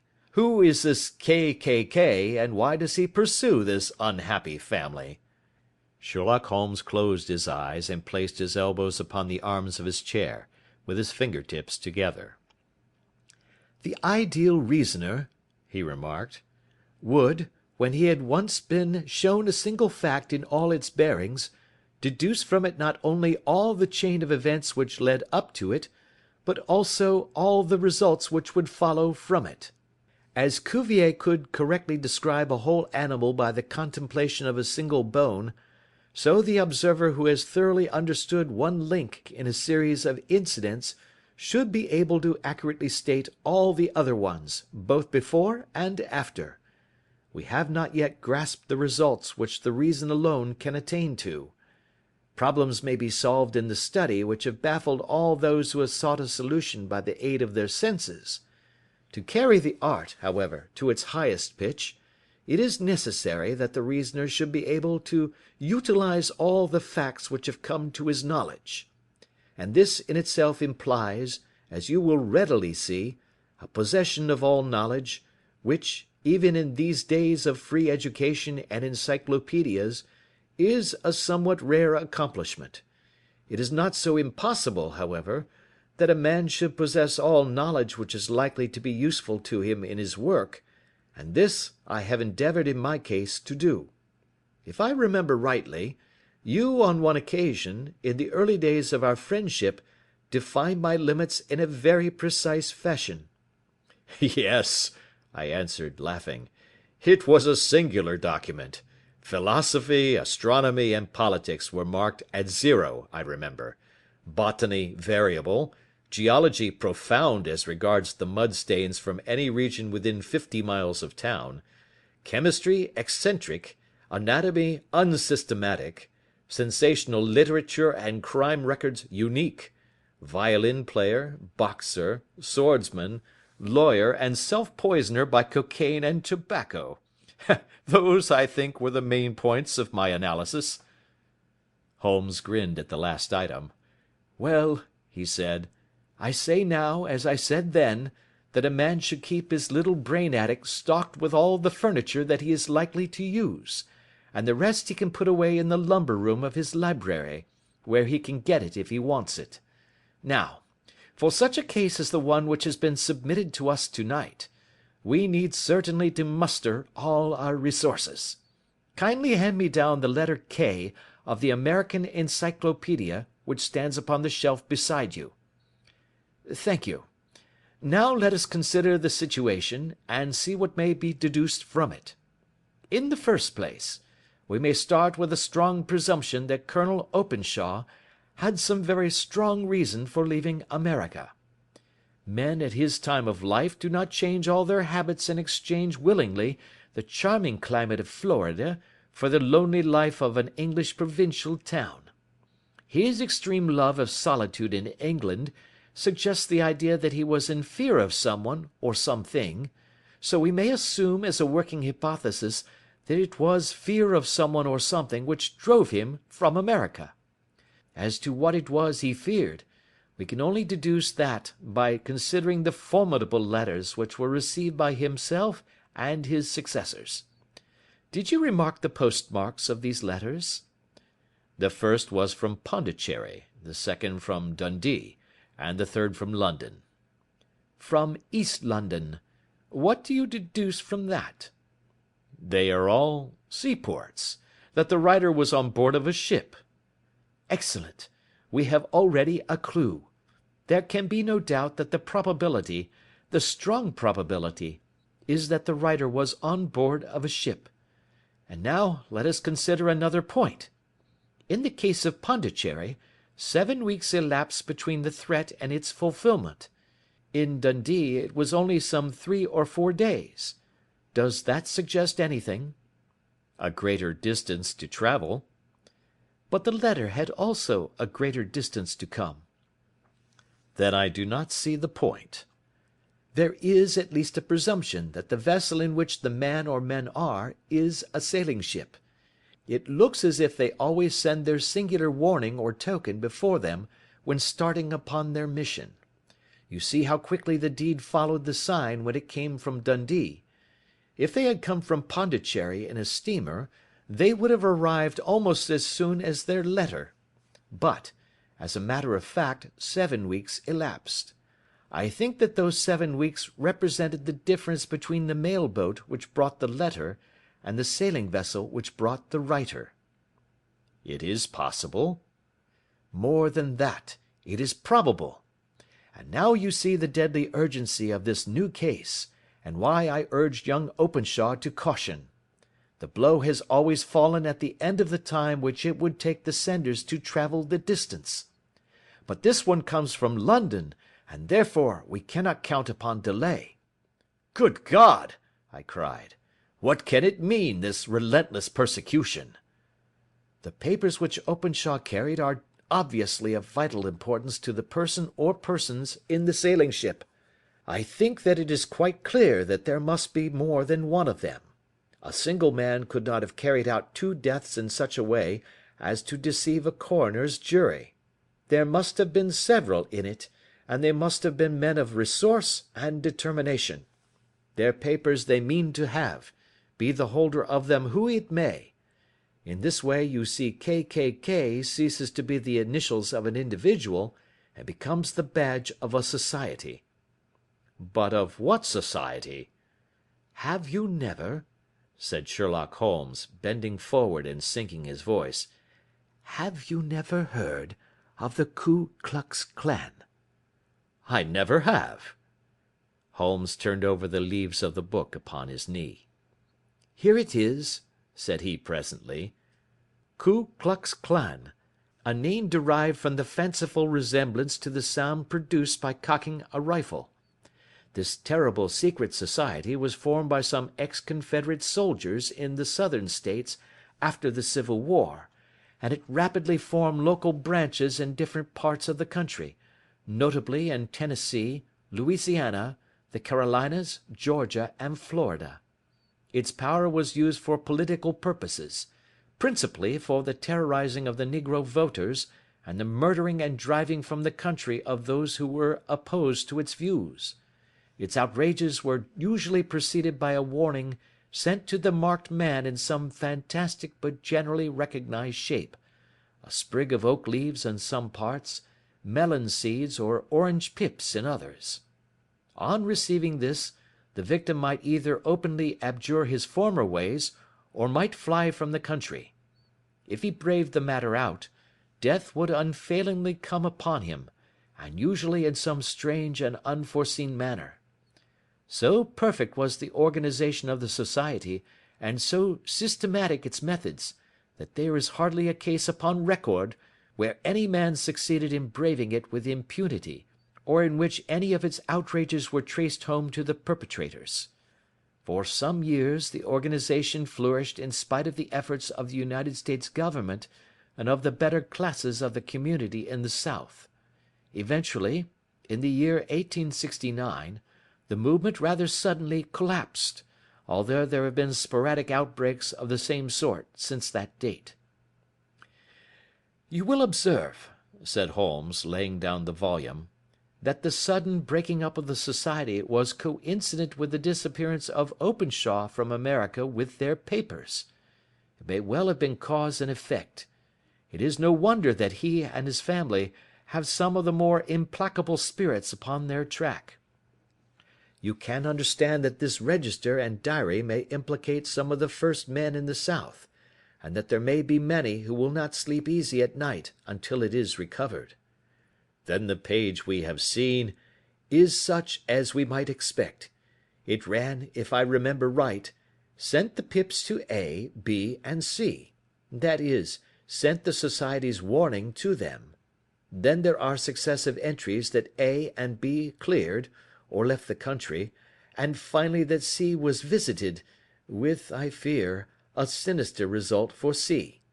Well, I think, Doctor, that we may let some light into this dark place, and I believe that the only chance young Openshaw has in the meantime is to do what I have told him. There is nothing more to be said or to be done tonight, so hand me over my violin, and let us try to forget for half an hour the miserable weather and the still more miserable ways of our fellow men." It had cleared in the morning, and the sun was shining with a subdued brightness through the dim veil which hangs over the great city. Sherlock Holmes was already at breakfast when I came down. "You will excuse me for not waiting for you," said he. "I have, I foresee, a very busy day before me in looking into this case of young Openshaw's." "What steps will you take?" I asked. "It will very much depend upon the results of my first inquiries. I may have to go down to Horsham after all." "You will not go there first?" "No, I shall commence with the city. Just ring the bell and the maid will bring up your coffee." As I waited, I lifted the unopened newspaper from the table and glanced my eye over it. It rested upon a heading which sent a chill to my heart. "Holmes!" I cried. "You are too late." "Ah," said he, laying down his cup. "I feared as much. How was it done?" He spoke calmly, but I could see that he was deeply moved. My eye caught the name of Openshaw and the heading "Tragedy near Waterloo Bridge." Here is the account. Between 9 and 10 last night, Police Constable Cook, of the H Division, on duty near Waterloo Bridge, heard a cry for help and a splash in the water. The night, however, was extremely dark and stormy, so that, in spite of the help of several passers-by, it was quite impossible to effect a rescue. The alarm, however, was given, and by the aid of the water police, the body was eventually recovered. It proved to be that of a young gentleman whose name, as it appears from an envelope which was found in his pocket, was John Openshaw, and whose residence is near Horsham. It is conjectured that he may have been hurrying down to catch the last train from Waterloo Station, and that in his haste and the extreme darkness he missed his path and walked over the edge of one of the small landing places for river steamboats. The body exhibited no traces of violence, and there can be no doubt that the deceased had been the victim of an unfortunate accident, which should have the effect of calling the attention of the authorities to the condition of the riverside landing stages. We sat in silence for some minutes, Holmes more depressed and shaken than I had ever seen him. "That hurts my pride, Watson," he said at last. "It is a petty feeling, no doubt, but it hurts my pride. It becomes a personal matter with me now, and if God sends me health, I shall set my hand upon this gang. That he should come to me for help, and that I should send him away to his death." He sprang from his chair, and paced about the room in uncontrollable agitation, with a flush upon his sallow cheeks, and a nervous clasping and unclasping of his long, thin hands. "They must be cunning devils," he exclaimed at last. "How could they have decoyed him down there? The embankment is not on the direct line to the station. The bridge no doubt was too crowded, even on such a night, for their purpose. Well, Watson, we shall see who will win in the long run. I am going out now." "To the police?" "No, I shall be my own police. When I have spun the web they may take the flies, but not before." All day I was engaged in my professional work, and it was late in the evening before I returned to Baker Street. Sherlock Holmes had not come back yet. It was nearly 10 o'clock before he entered, looking pale and worn. He walked up to the sideboard, and tearing a piece from the loaf he devoured it voraciously, washing it down with a long draught of water. "You are hungry," I remarked. "Starving. It had escaped my memory. I have had nothing since breakfast." "Nothing?" "Not a bite. I had no time to think of it." "And how have you succeeded?" "Well." "You have a clue?" "I have them in the hollow of my hand. Young Openshaw shall not long remain unavenged. Why, Watson, let us put their own devilish trademark upon them. It is well thought of." "What do you mean?" He took an orange from the cupboard, and tearing it to pieces he squeezed out the pips upon the table. Of these he took 5 and thrust them into an envelope. On the inside of the flap he wrote S.H. for J.O. Then he sealed it and addressed it to Captain James Calhoun, Bark Lone Star, Savannah, Georgia. "This will await him when he enters port," said he, chuckling. "It may give him a sleepless night. He will find it as sure a precursor of his fate as Openshaw did before him." "And who is this Captain Calhoun?" "The leader of the gang. I shall have the others, but he first." "How did you trace it, then?" He took a large sheet of paper from his pocket, all covered with dates and names. I have spent the whole day," said he, "over Lloyd's registers and files of the old papers, following the future career of every vessel which touched at Pondicherry in January and February in '83. There were 36 ships of fair tonnage which were reported there during those months. Of these, one, the Lone Star, instantly attracted my attention, since, although it was reported as having cleared from London, the name is that which is given to one of the states of the Union." "Texas, I think." "I was not and am not sure which, but I knew that the ship must have an American origin." "What then?" "I searched the Dundee records, and when I found that the bark Lone Star was there in January '85, my suspicion became a certainty. I then inquired as to the vessels which lay at present in the port of London." "Yes." "The Lone Star had arrived here last week. I went down to the Albert Dock, and found that she had been taken down the river by the early tide this morning, homeward bound to Savannah. I wired to Gravesend, and learned that she had passed some time ago, and as the wind is easterly, I have no doubt that she is now past the Goodwins and not very far from the Isle of Wight." "What will you do, then?" "Oh, I have my hand upon him. He and the 2 mates are, as I learn, the only native-born Americans in the ship. The others are Finns and Germans. I know also that they were all 3 away from the ship last night. I had it from the stevedore who has been loading their cargo. By the time that their sailing ship reaches Savannah, the mail boat will have carried this letter, and the cable will have informed the police of Savannah that these 3 gentlemen are badly wanted here upon a charge of murder." There is ever a flaw, however, in the best laid of human plans, and the murderers of John Openshaw were never to receive the orange pips which would show them that another, as cunning and as resolute as themselves, was upon their track. Very long and very severe were the equinoctial gales that year. We waited long for news of the Lone Star of Savannah, but none ever reached us. We did at last hear that somewhere, far out in the Atlantic, a shattered sternpost of a boat was seen swinging in the trough of a wave, with the letters L.S. carved upon it, and that is all which we shall ever know of the fate of the Lone Star. End of Adventure 5.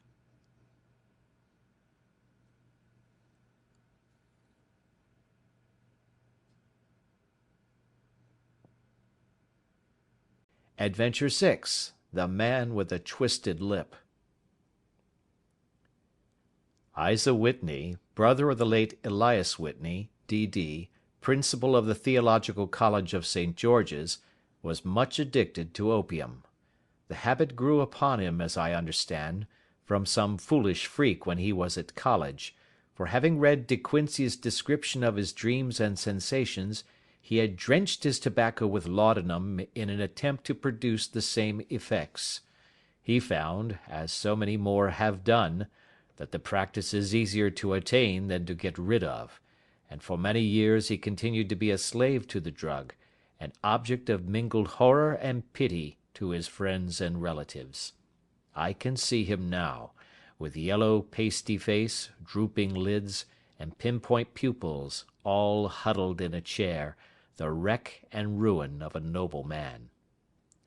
One night, it was in June '89, there came a ring to my bell, about the hour when a man gives his first yawn and glances at the clock. I sat up in my chair, and my wife laid her needlework down in her lap and made a little face of disappointment. "A patient," said she. "You'll have to go out." I groaned, for I was newly come back from a weary day. We heard the door open, a few hurried words, and then quick steps upon the linoleum. Our own door flew open, and a lady, clad in some dark-coloured stuff, with a black veil, entered the room. "You will excuse my calling so late," she began, and then, suddenly losing her self-control, she ran forward, threw her arms about my wife's neck, and sobbed upon her shoulder. "Oh, I'm in such trouble!" she cried. "I do so want a little help." "Why?" said my wife, pulling up her veil. "It is Kate Whitney. How you startled me, Kate! I had not an idea who you were when you came in." "I don't know what to do, so I came straight to you." That was always the way. Folk who were in grief came to my wife like birds to a lighthouse. "It was very sweet of you to come. Now, you must have some wine and water, and sit here comfortably and tell us all about it. Or should you rather that I sent James off to bed?" "Oh, no, no! I want the doctor's advice and help too. It's about Isa. He's not been home for 2 days. I'm so frightened about him." It was not the first time that she had spoken to us of her husband's trouble, to me as a doctor, to my wife as an old friend and school companion. We soothed and comforted her by such words as we could find.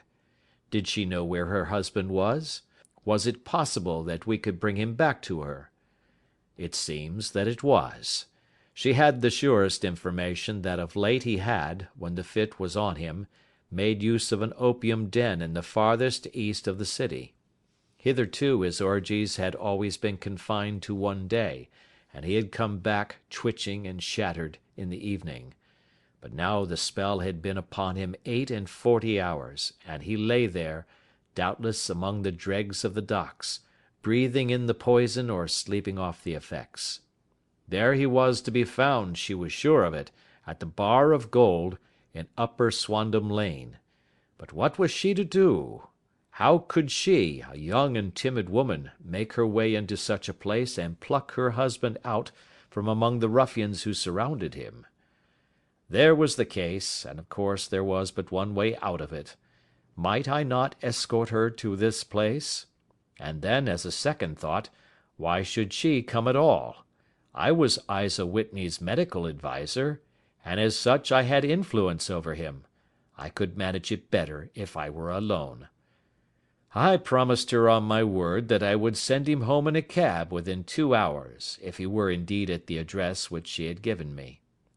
And so in 10 minutes I had left my armchair and cheery sitting-room behind me, and was speeding eastward in a hansom on a strange errand, as it seemed to me at the time, though the future only could show how strange it was to be.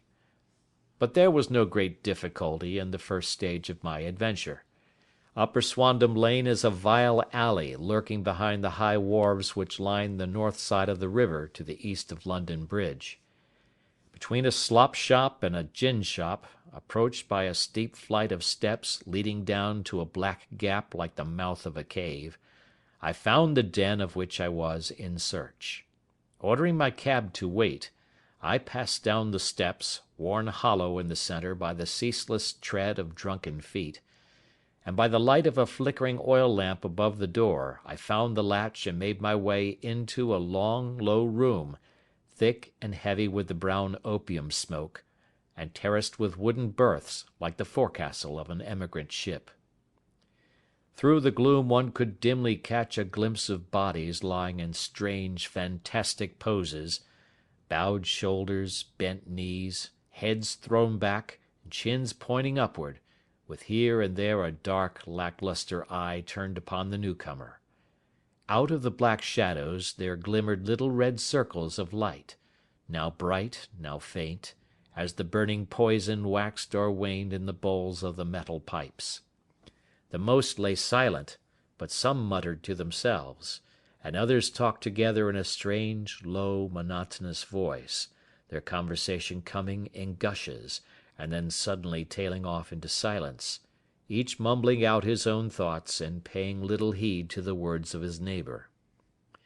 At the farther end was a small brazier of burning charcoal, beside which, on a 3-legged wooden stool, there sat a tall, thin old man, with his jaw resting upon his 2 fists, and his elbows upon his knees, staring into the fire. As I entered, a sallow Malay attendant had hurried up with a pipe for me and a supply of the drug, beckoning me to an empty berth. "Thank you, I have not come to stay," said I. "There is a friend of mine here, Mr. Isa Whitney, and I wish to speak with him." There was a movement and an exclamation from my right, and peering through the gloom, I saw Whitney, pale, haggard, and unkempt, staring out at me. "My God, it's Watson!" said he. He was in a pitiable state of reaction, with every nerve in a twitter. "I say, Watson, what o'clock is it?" Nearly 11. "Of what day?" Of Friday, June 19th. "Good heavens, I thought it was Wednesday." "It is Wednesday. What do you want to frighten a chap for?" He sank his face onto his arms and began to sob in a high treble key. "I tell you that it is Friday, man. Your wife has been waiting this 2 days for you. You should be ashamed of yourself." "So I am. But you've got mixed, Watson, for I have only been here a few hours. 3 pipes, 4 pipes, I forget how many. But I'll go home with you. I wouldn't frighten Kate, poor little Kate. Give me your hand. Have you a cab?" "Yes, I have one waiting." "Then I shall go in it. But I must owe something. Find what I owe, Watson. I am all off colour. I can do nothing for myself." I walked down the narrow passage between the double row of sleepers, holding my breath to keep out the vile, stupefying fumes of the drug, and looking about for the manager. As I passed the tall man who sat by the brazier, I felt a sudden pluck at my skirt, and a low voice whispered, "Walk past me, and then look back at me." The words fell quite distinctly upon my ear. I glanced down. They could only have come from the old man at my side, and yet he sat now as absorbed as ever, very thin, very wrinkled, bent with age, an opium pipe dangling down from between his knees as though it had dropped in sheer lassitude from his fingers. I took 2 steps forward and looked back. It took all my self-control to prevent me from breaking out into a cry of astonishment. He had turned his back so that none could see him but I. His form had filled out, his wrinkles were gone, the dull eyes had regained their fire, and there, sitting by the fire and grinning at my surprise, was none other than Sherlock Holmes. He made a slight motion to me to approach him, and instantly, as he turned his face half round to the company once more, subsided into a doddering, loose-lipped senility. "Holmes," I whispered, "what on earth are you doing in this den?" "As low as you can," he answered. "I have excellent ears. If you would have the great kindness to get rid of that sottish friend of yours, I should be exceedingly glad to have a little talk with you." "I have a cab outside." "Then pray send him home in it. You may safely trust him, for he appears to be too limp to get into any mischief. I should recommend you also to send a note by the cabman to your wife to say that you have thrown in your lot with me. If you will wait outside, I shall be with you in 5 minutes."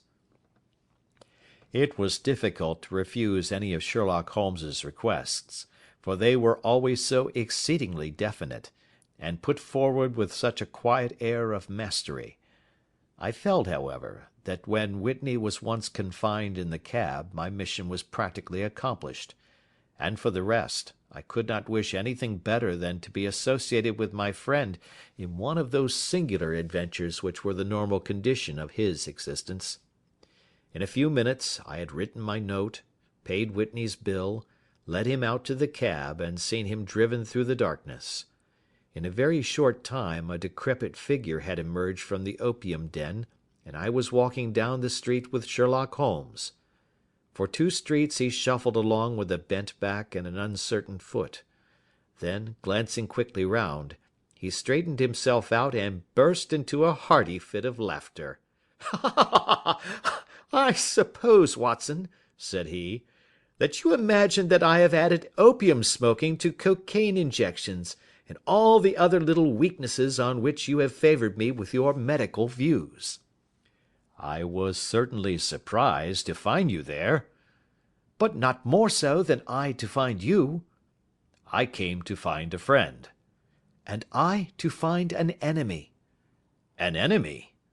"Yes, one of my natural enemies, or shall I say, my natural prey. Briefly, Watson, I am in the midst of a very remarkable inquiry, and I have hoped to find a clue in the incoherent ramblings of these sots, as I have done before now.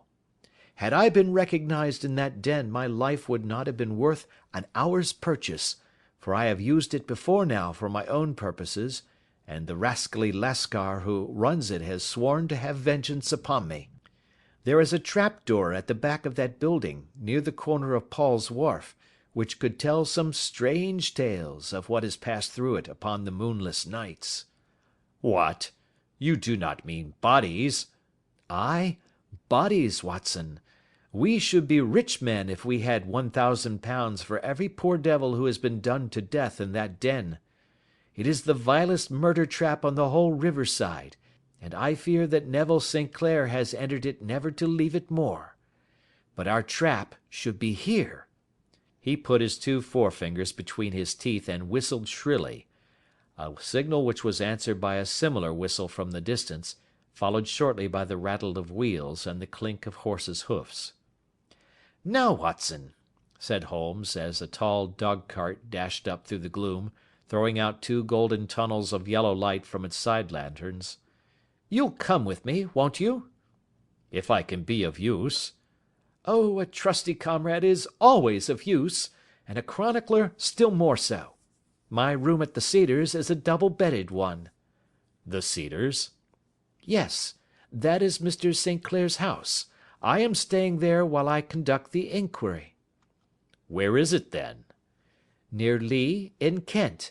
We have a 7-mile drive before us. But I am all in the dark. Of course you are. You'll know all about it presently. Jump up here. All right, John, we shall not need you. Here's £50. Look out for me tomorrow about 11. Give her head. So long, then. He flicked the horse with his whip, and we dashed away through the endless succession of sombre and deserted streets, which widened gradually until we were flying across a broad balustraded bridge, with the murky river flowing sluggishly beneath us. Beyond lay another dull wilderness of bricks and mortar, its silence broken only by the heavy, regular footfall of the policemen, or the songs and shouts of some belated party of revellers. A dull wrack was drifting slowly across the sky, and a star or two twinkled dimly here and there through the rifts of the clouds. Holmes drove in silence, with his head sunk upon his breast, and the air of a man who is lost in thought, while I sat beside him, curious to learn what this new quest might be which seemed to tax his powers so sorely, and yet afraid to break in upon the current of his thoughts. We had driven several miles, and were beginning to get to the fringe of the belt of suburban villas, when he shook himself, shrugged his shoulders, and lit up his pipe with the air of a man who has satisfied himself that he is acting for the best. "You have a grand gift of silence, Watson," said he. "It makes you quite invaluable as a companion. 'Pon my word, it is a great thing for me to have someone to talk to, for my own thoughts are not over-pleasant. I was wondering what I should say to this dear little woman to-night when she meets me at the door." "You forget that I know nothing about it." "I shall just have time to tell you the facts of the case before we get to Lee. It seems absurdly simple, and yet, somehow I can get nothing to go upon. There's plenty of thread, no doubt, but I can't get the end of it into my hand. Now, I'll state the case clearly and concisely to you, Watson, and maybe you can see a spark where all is dark to me."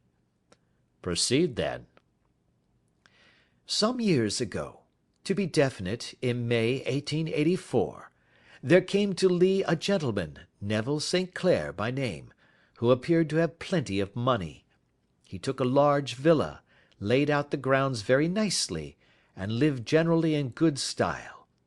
By degrees he made friends in the neighbourhood, and in 1887 he married the daughter of a local brewer, by whom he now has 2 children.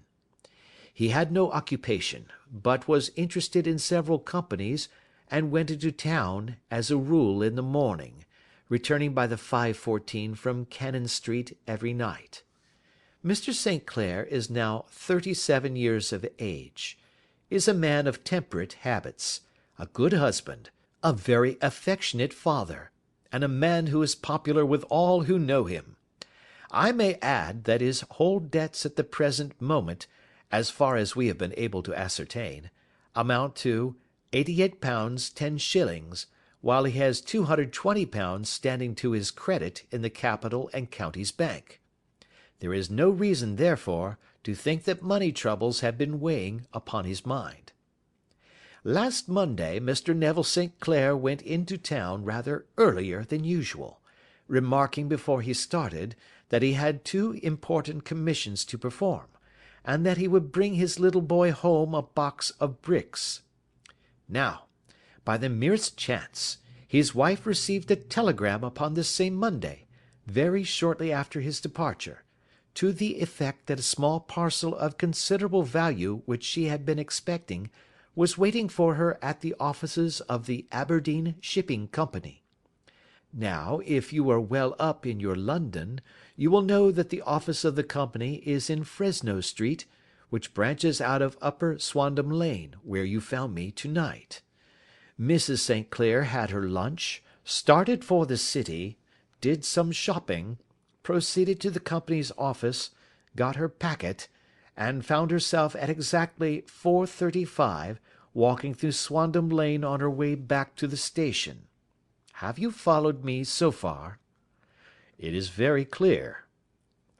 If you remember, Monday was an exceedingly hot day, and Mrs. St. Clair walked slowly, glancing about in the hope of seeing a cab, as she did not like the neighbourhood in which she found herself. While she was walking in this way down Swandam Lane, she suddenly heard an ejaculation or cry, and was struck cold to see her husband looking down at her and, as it seemed to her, beckoning to her from a second-floor window. The window was open, and she distinctly saw his face, which she describes as being terribly agitated.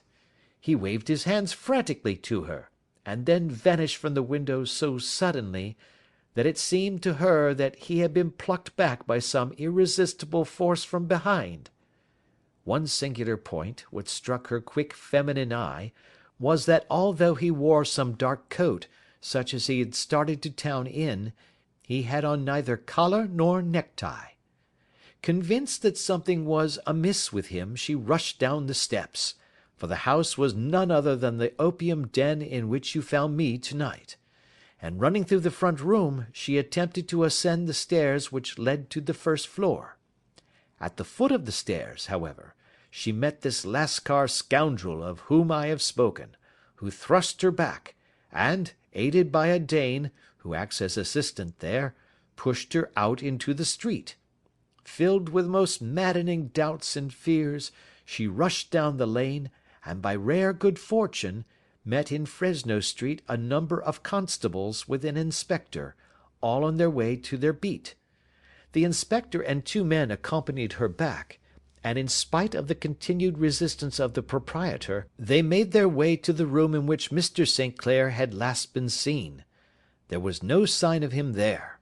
In fact, in the whole of that floor, there was no one to be found save a crippled wretch of hideous aspect, who, it seems, made his home there. Both he and the Lascar stoutly swore that no one else had been in the front room during the afternoon. So determined was their denial that the inspector was staggered, and had almost come to believe that Mrs. St. Clair had been deluded when, with a cry, she sprang at a small deal box which lay upon the table, and tore the lid from it. Out there fell a cascade of children's bricks. It was the toy which he had promised to bring home. This discovery, and the evident confusion which the cripple showed, made the inspector realize that the matter was serious. The rooms were carefully examined, and results all pointed to an abominable crime. The front room was plainly furnished as a sitting room, and led into a small bedroom, which looked out upon the back of one of the wharves. Between the wharf and the bedroom window is a narrow strip, which is dry at low tide, but is covered at high tide with at least 4½ feet of water. The bedroom window was a broad one and opened from below. On examination, traces of blood were to be seen upon the window sill, and several scattered drops were visible upon the wooden floor of the bedroom. Thrust away behind a curtain in the front room were all the clothes of Mr. Neville St. Clair, with the exception of his coat. His boots, his socks, his hat, and his watch, all were there. There were no signs of violence upon any of these garments, and there were no other traces of Mr. Neville St. Clair. Out of the window he must apparently have gone, for no other exit could be discovered, and the ominous bloodstains upon the sill gave little promise that he could save himself by swimming, for the tide was at its very highest at the moment of the tragedy. And now, as to the villains who seemed to be immediately implicated in the matter. The Lascar was known to be a man of the vilest antecedents, but as, by Mrs. St. Clair's story, he was known to have been at the foot of the stair within a very few seconds of her husband's appearance at the window, he could hardly have been more than an accessory to the crime. His defence was one of absolute ignorance, and he protested that he had no knowledge as to the doings of Hugh Bone, his lodger, and that he could not account in any way for the presence of the missing gentleman's clothes. So much for the Lascar manager. Now for the sinister cripple who lives upon the second floor of the opium den, and who was certainly the last human being whose eyes rested upon Neville St. Clair. His name is Hugh Bone, and his hideous face is one which is familiar to every man who goes much to the city. He is a professional beggar, though, in order to avoid the police regulations, he pretends to a small trade in wax vestas. Some little distance down Threadneedle Street, upon the left-hand side, there is, as you may have remarked, a small angle in the wall.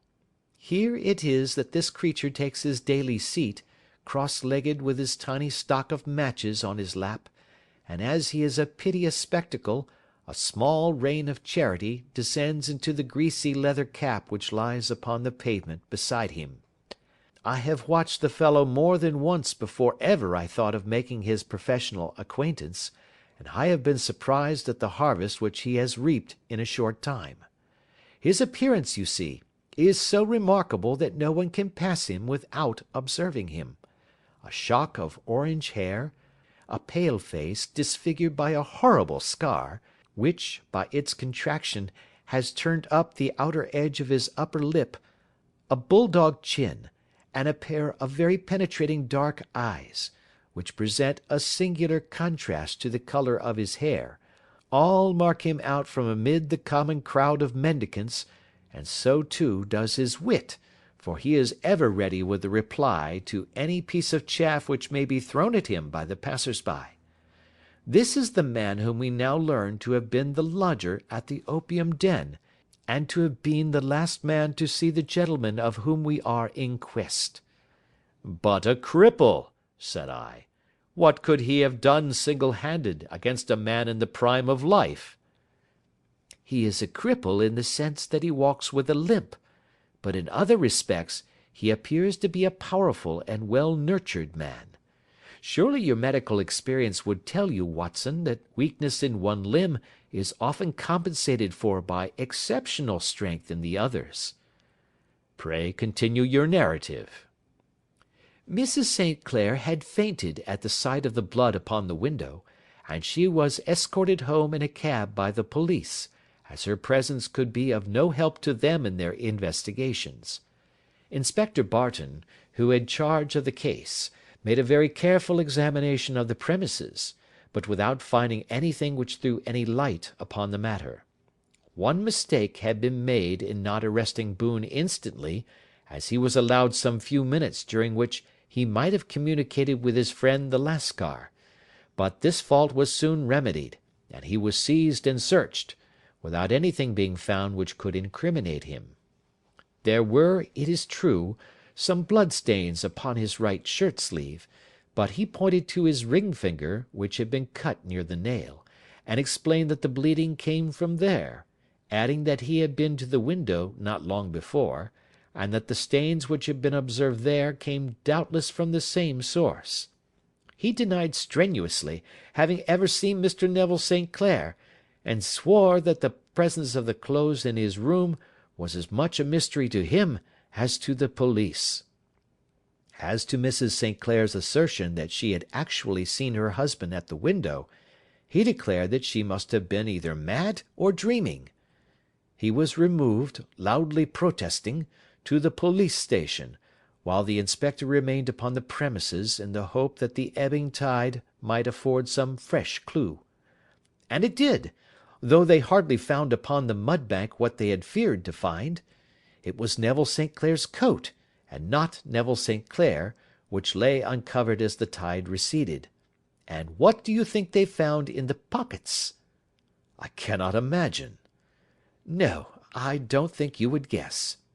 Every pocket stuffed with pennies and halfpennies, 421 pennies and 270 halfpennies.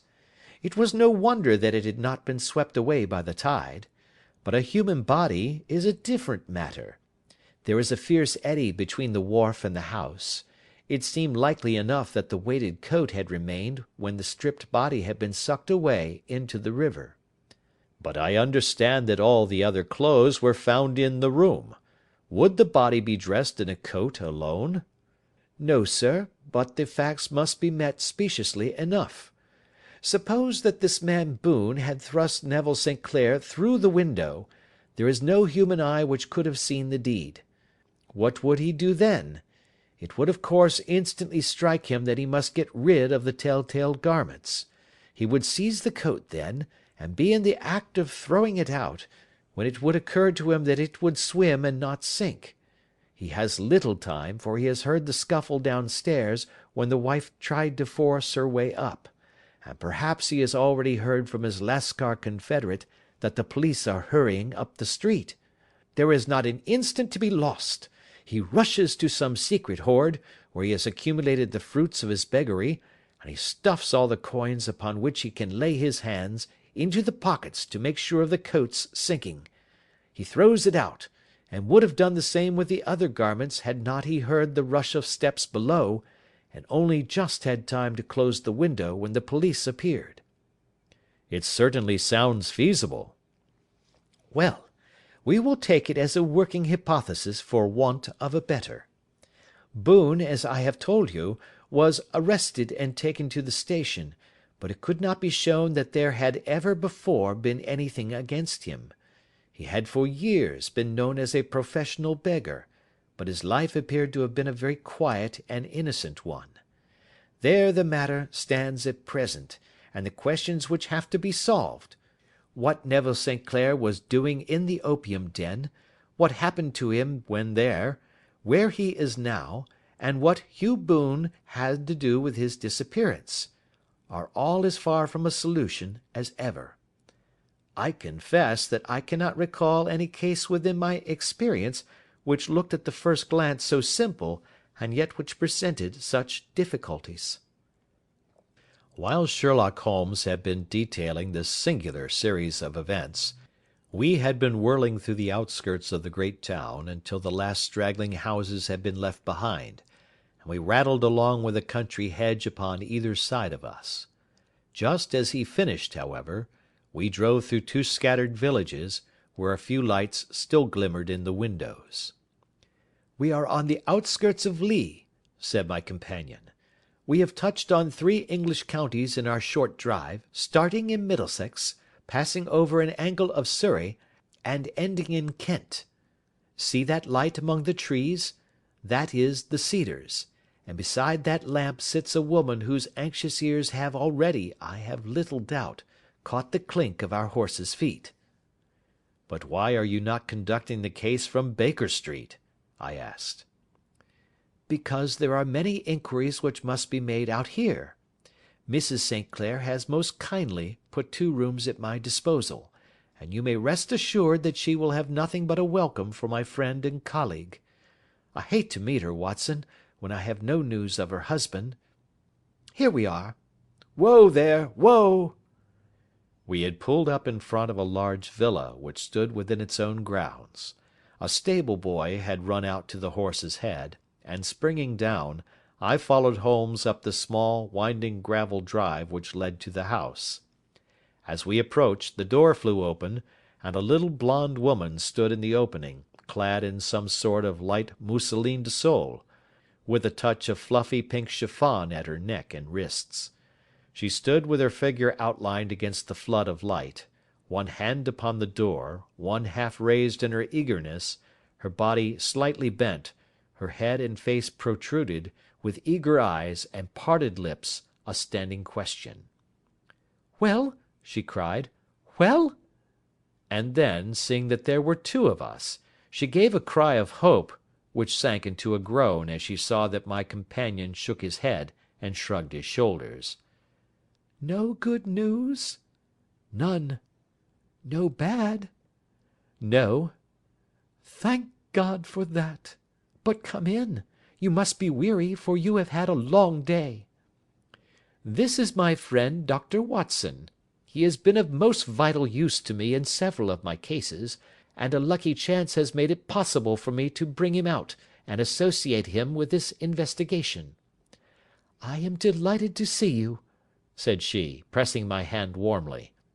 "You will, I am sure, forgive anything that may be wanting in our arrangements, when you consider the blow which has come so suddenly upon us."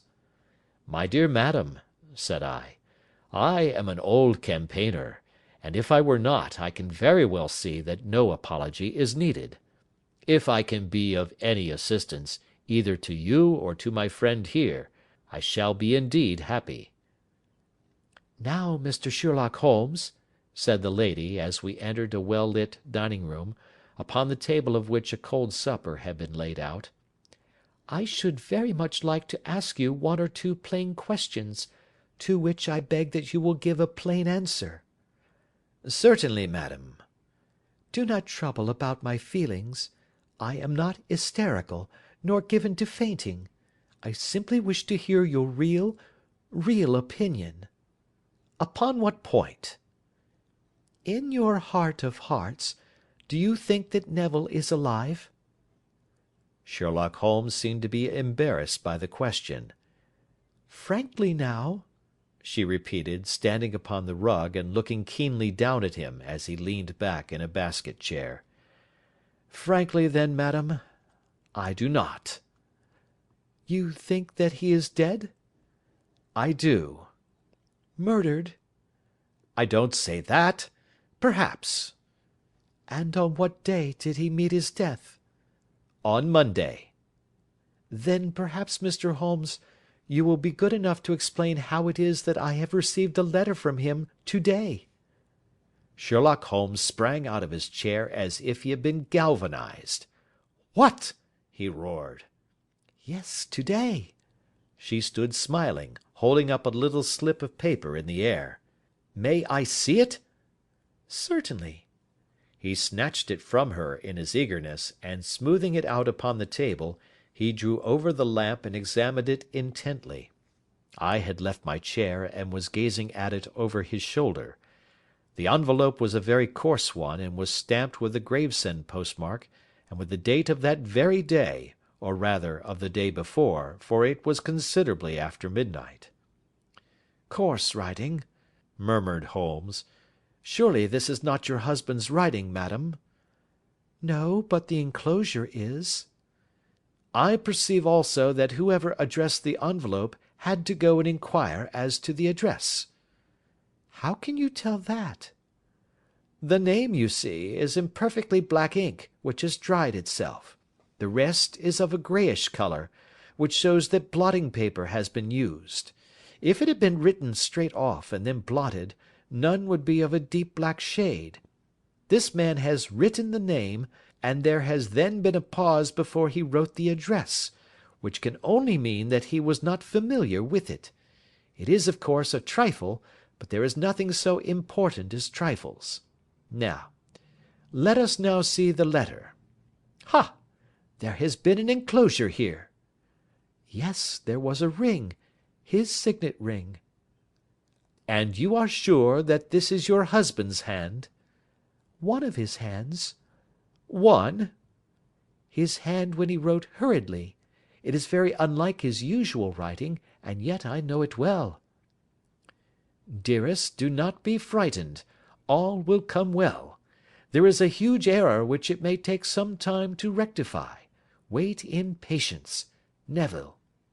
Written in pencil upon the flyleaf of a book, octavo size, no watermark. Posted today in Gravesend by a fellow with a dirty thumb. Ha! And the flap has been gummed, if I am not very much in error, by a person who has been chewing tobacco.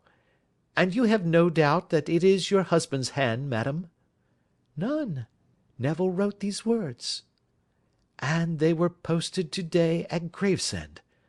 Well, Mrs. St. Clair, the clouds lighten, though I should not venture to say that the danger is over. But he must be alive, Mr. Holmes. Unless this is a clever forgery to put us on the wrong scent. The ring, after all, proves nothing. It may have been taken from him. No, no, it is. It is his very own writing. Very well. It may, however, have been written on Monday and only posted today. That is possible. If so, much may have happened between. Oh, you must not discourage me, Mr. Holmes. I know that all is well with him. There is so keen a sympathy between us that I should know if evil came upon him. On the very day that I saw him last, he cut himself in the bedroom, and yet I in the dining-room rushed upstairs instantly with the utmost certainty that something had happened. Do you think that I would respond to such a trifle, and yet be ignorant of his death? I have seen too much not to know that the impression of a woman may be more valuable than the conclusion of an analytical reasoner. And in this letter you certainly have a very strong piece of evidence to corroborate your view. But if your husband is alive, and able to write letters, why should he remain away from you? I cannot imagine. It is unthinkable. And on Monday he made no remarks before leaving you? No. And you were surprised to see him in Swandam Lane? Very much so. Was the window open? Yes. Then he might have called to you? He might. He only, as I understand, gave an inarticulate cry. Yes. A call for help, you thought? Yes, he waved his hands. But it might have been a cry of surprise. Astonishment at the unexpected sight of you might cause him to throw up his hands? It is possible. And you thought he was pulled back? He disappeared so suddenly. He might have leaped back. You did not see anyone else in the room? No, but this horrible man confessed to having been there, and the Lascar was at the foot of the stairs. Quite so. Your husband, as far as you could see, had his ordinary clothes on? But without his collar or tie. I distinctly saw his bare throat. Had he ever spoken of Swandam Lane? Never. Had he ever showed any signs of having taken opium? Never. Thank you, Mrs. St. Clair. Those are the principal points about which I wish to be absolutely clear. We shall now have a little supper, and then retire, for we may have a very busy day to-morrow. A large and comfortable double-bedded room had been placed at our disposal, and I was quickly between the sheets, for I was weary after my night of adventure. Sherlock Holmes was a man, however, who, when he had an unsolved problem upon his mind, would go for days, and even for a week, without rest, turning it over, rearranging his facts, looking at it from every point of view until he had either fathomed it or convinced himself that his data were insufficient. It was soon evident to me that he was now preparing for an all-night sitting. He took off his coat and waistcoat, put on a large blue dressing-gown, and then wandered about the room collecting pillows from his bed and cushions from the sofa and armchairs. With these he constructed a sort of eastern divan, upon which he perched himself cross-legged, with an ounce of shag tobacco and a box of matches laid out in front of him. In the dim light of the lamp I saw him sitting there, an old briar pipe between his lips, his eyes fixed vacantly upon the corner of the ceiling, the blue smoke curling up from him, silent, motionless, and the light shining upon his strong-set aquiline features. So he sat as I dropped off to sleep, and so he sat when a sudden ejaculation caused me to wake up, and I found the summer sun shining into the apartment. The pipe was still between his lips, the smoke still curled upward, and the room was full of a dense tobacco haze, but nothing remained of the heap of shag which I had seen upon the previous night. "Awake, Watson?" he asked. "Yes." "Game for a morning drive?" "Certainly." "Then dress. No one is stirring yet, but I know where the stable boy sleeps, and we shall soon have the trap out." He chuckled to himself as he spoke, his eyes twinkled, and he seemed a different man to the sombre thinker of the previous night. As I dressed I glanced at my watch. It was no wonder that no one was stirring. It was 25 minutes past 4. I had hardly finished when Holmes returned with the news that the boy was putting in the horse. "I want to test a little theory of mine," said he, pulling on his boots. "I think, Watson, that you are now standing in the presence of one of the most absolute fools in Europe. I deserve to be kicked from here to Charing Cross. But I think I have the key of the affair now." "And where is it?" I asked, smiling. "In the bathroom," he answered. "Oh, yes, I am not joking," he continued, seeing my look of incredulity. "I have just been there, and I have taken it out, and I have got it in this Gladstone bag. Come on, my boy, and we shall see whether it will fit the lock." We made our way downstairs as quietly as possible, and out into the bright morning sunshine. In the road stood our horse and trap, with the half-clad stable-boy waiting at the head. We both sprang in, and away we dashed down the London road. A few country carts were stirring, bearing in vegetables to the metropolis, but the lines of villas on either side were as silent and lifeless as some city in a dream. "It has been in some points a singular case," said Holmes, flicking the horse on into a gallop. "I confess that I have been as blind as a mole, but it is better to learn wisdom late than never to learn it at all." In town the earliest risers were just beginning to look sleepily from their windows as we drove through the streets of the Surrey side. Passing down the Waterloo Bridge Road we crossed over the river, and dashing up Wellington Street, wheeled sharply to the right and found ourselves in Bow Street. Sherlock Holmes was well known to the force, and the two constables at the door saluted him. One of them held the horse's head while the other led us in. "Who is on duty?" asked Holmes. "Inspector Bradstreet, sir." "Ah, Bradstreet, how are you?" A tall, stout official had come down the stone-flagged passage in a peaked cap and frogged jacket. "I wish to have a quiet word with you, Bradstreet." "Certainly, Mr. Holmes. Step into my room here." It was a small office-like room, with a huge ledger upon the table, and a telephone projecting from the wall. The inspector sat down at his desk. "What can I do for you, Mr. Holmes?"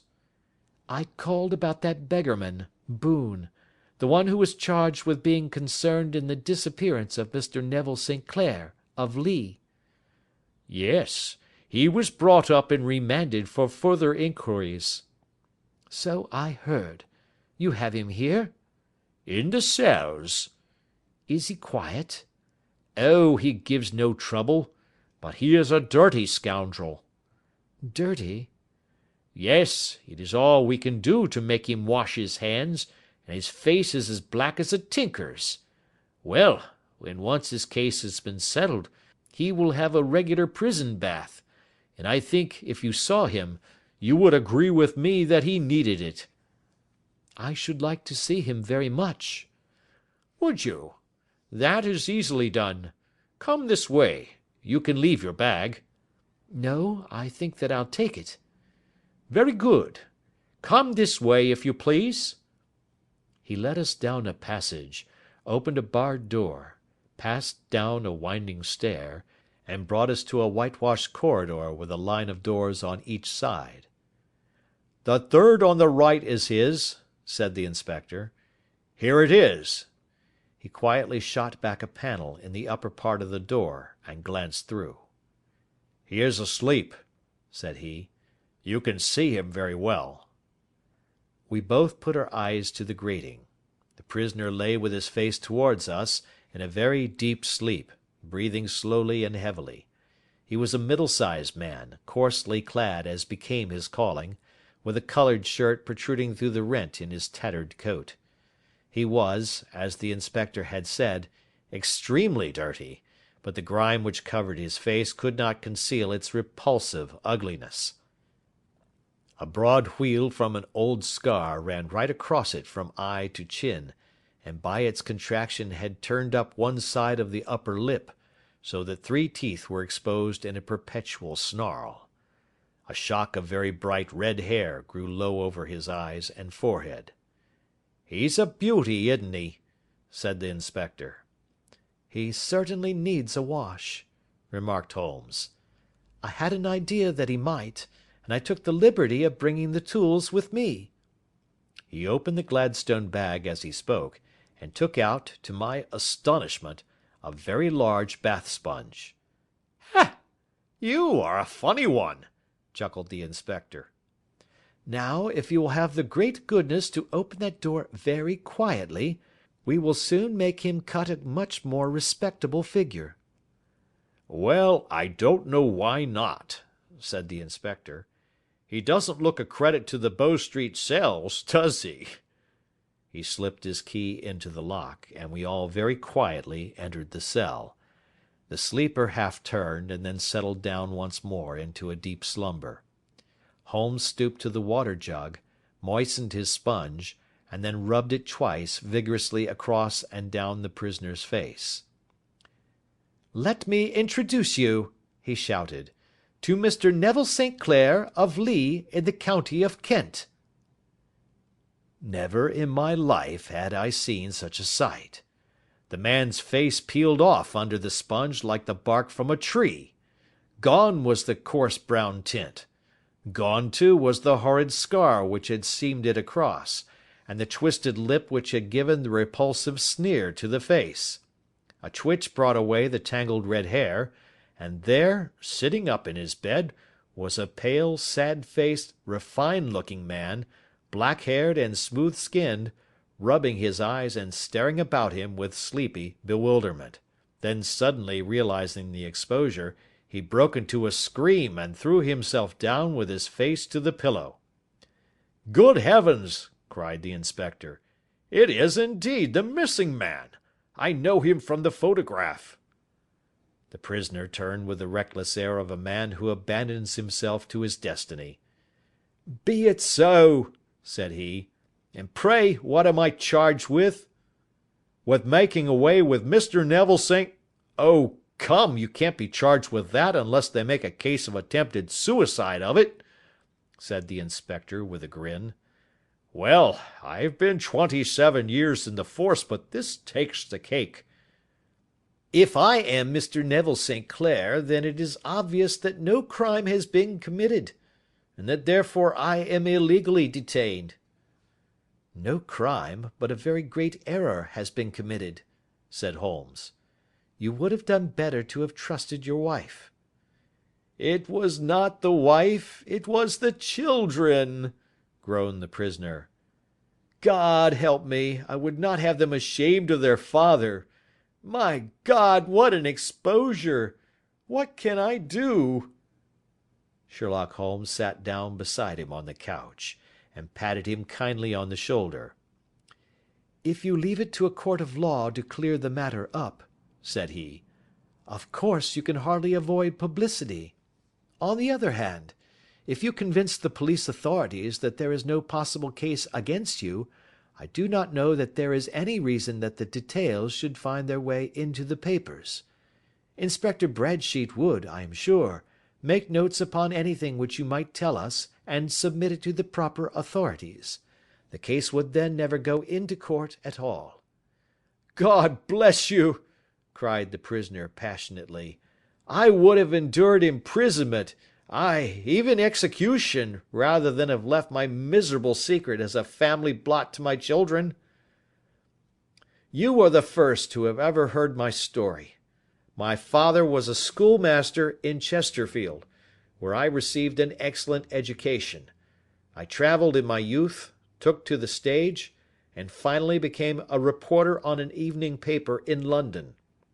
One day my editor wished to have a series of articles upon begging in the metropolis, and I volunteered to supply them. There was the point from which all my adventures started.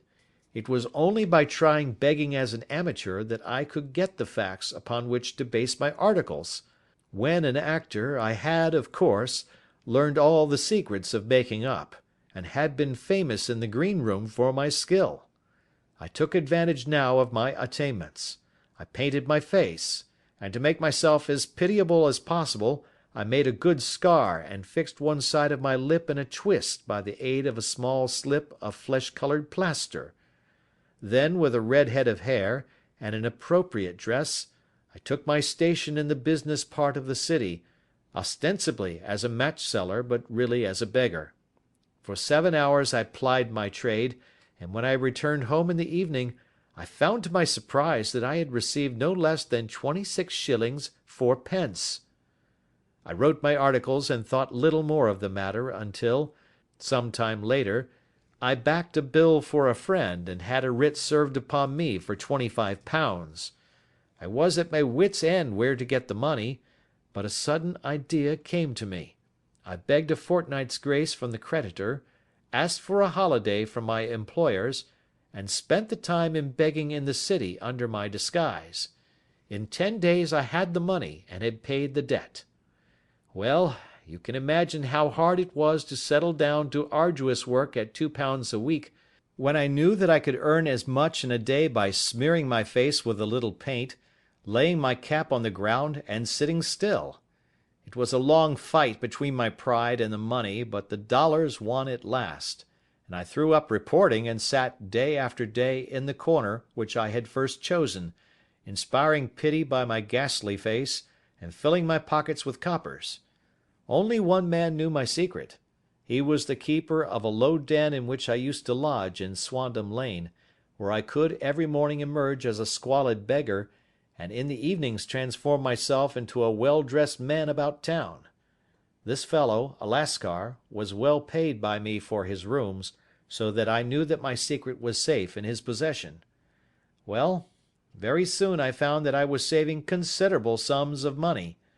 I do not mean that any beggar in the streets of London could earn £700 a year, which is less than my average takings, but I had exceptional advantages in my power of making up, and also in a facility of repartee, which improved by practice and made me quite a recognized character in the city. All day a stream of pennies, varied by silver, poured in upon me, and it was a very bad day in which I failed to take £2. As I grew richer I grew more ambitious, took a house in the country, and eventually married, without anyone having a suspicion as to my real occupation. My dear wife knew that I had business in the city. She little knew what. Last Monday I had finished for the day and was dressing in my room above the opium den, when I looked out of my window and saw, to my horror and astonishment, that my wife was standing in the street, with her eyes fixed full upon me. I gave a cry of surprise, threw up my arms to cover my face, and, rushing to my confidant, the Lascar, entreated him to prevent anyone from coming up to me. I heard her voice downstairs, but I knew that she could not ascend.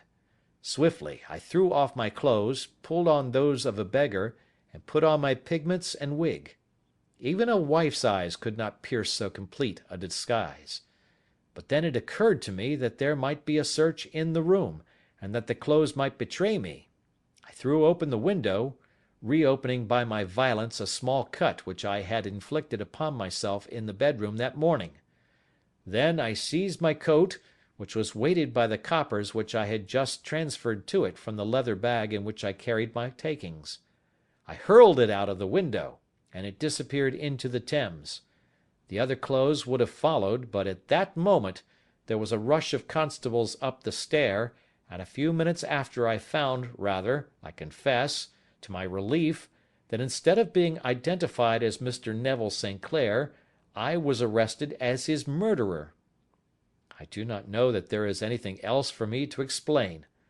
I was determined to preserve my disguise as long as possible, and hence my preference for a dirty face.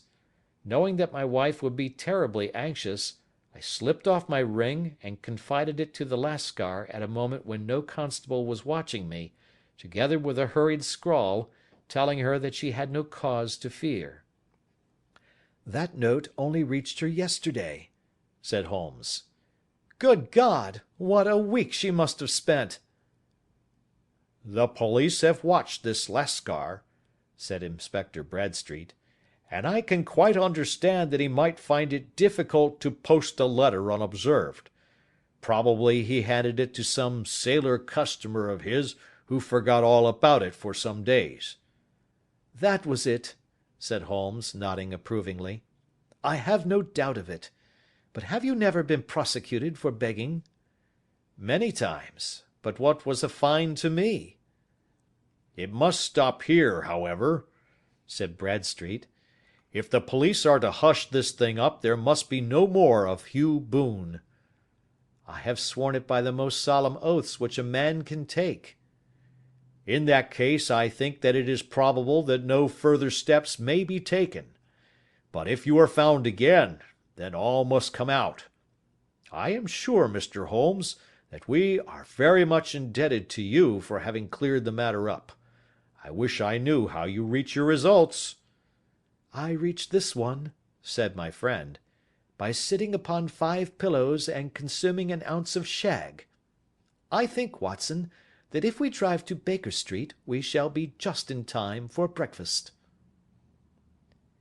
End of Adventure 6.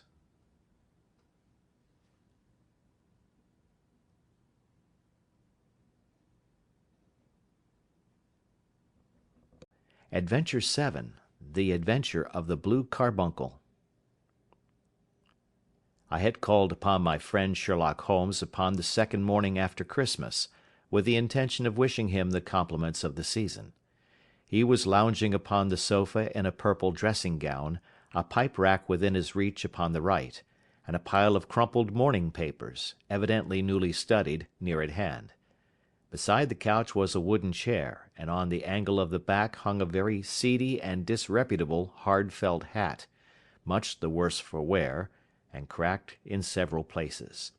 A lens and a forceps lying upon the seat of the chair suggested that the hat had been suspended in this manner for the purpose of examination. "You are engaged," said I. "Perhaps I interrupt you." "Not at all. I am glad to have a friend with whom I can discuss my results. The matter is a perfectly trivial one." He jerked his thumb in the direction of the old hat. "But there are points in connection with it which are not entirely devoid of interest and even of instruction." I seated myself in his armchair and warmed my hands before his crackling fire, for a sharp frost had set in, and the windows were thick with the ice crystals. "I suppose," I remarked, "that, homely as it looks, this thing has some deadly story linked on to it, that it is the clue which will guide you in the solution of some mystery and the punishment of some crime." "No, no, no crime," said Sherlock Holmes, laughing. "Only one of those whimsical little incidents which will happen when you have 4,000,000 human beings all jostling each other within the space of a few square miles. Amid the action and reaction of so dense a swarm of humanity, every possible combination of events may be expected to take place, and many a little problem will be presented which may be striking and bizarre without being criminal. We already had experience of such." "So much so," I remarked, that of the last 6 cases which I have added to my notes, 3 have been entirely free of any legal crime." "Precisely. You allude to my attempt to recover the Irene Adler papers, to the singular case of Miss Mary Sutherland, and to the adventure of the man with the twisted lip. Well, I have no doubt that this small matter will fall into the same innocent category. You know Peterson, the commissionaire?" "Yes." "It is to him that this trophy belongs?" "It is his hat." "No, no, he found it. Its owner is unknown. I beg that you will look upon it not as a battered billycock, but as an intellectual problem. And first, as to how it came here. It arrived upon Christmas morning, in company with good fat goose, which is, I have no doubt, roasting at this moment in front of Peterson's fire. The facts are these. About 4 o'clock on Christmas morning, Peterson, who, as you know, is a very honest fellow, was returning from some small jollification, and was making his way homeward down Tottenham Court Road. In front of him he saw, in the gaslight, a tallish man, walking with a slight stagger, and carrying a white goose slung over his shoulder. As he reached the corner of Goodge Street, a row broke out between this stranger and a little knot of roughs. One of the latter knocked off the man's hat, on which he raised his stick to defend himself, and swinging it over his head, smashed the shop window behind him. Peterson had rushed forward to protect the stranger from his assailants, but the man, shocked at having broken the window, and seeing an official-looking person in uniform rushing towards him, dropped his goose, took to his heels, and vanished amid the labyrinth of small streets which lie at the back of Tottenham Court Road. The roughs had also fled at the appearance of Peterson, so that he was left in possession of the field of battle, and also of the spoils of victory, in the shape of this battered hat and a most unimpeachable Christmas goose."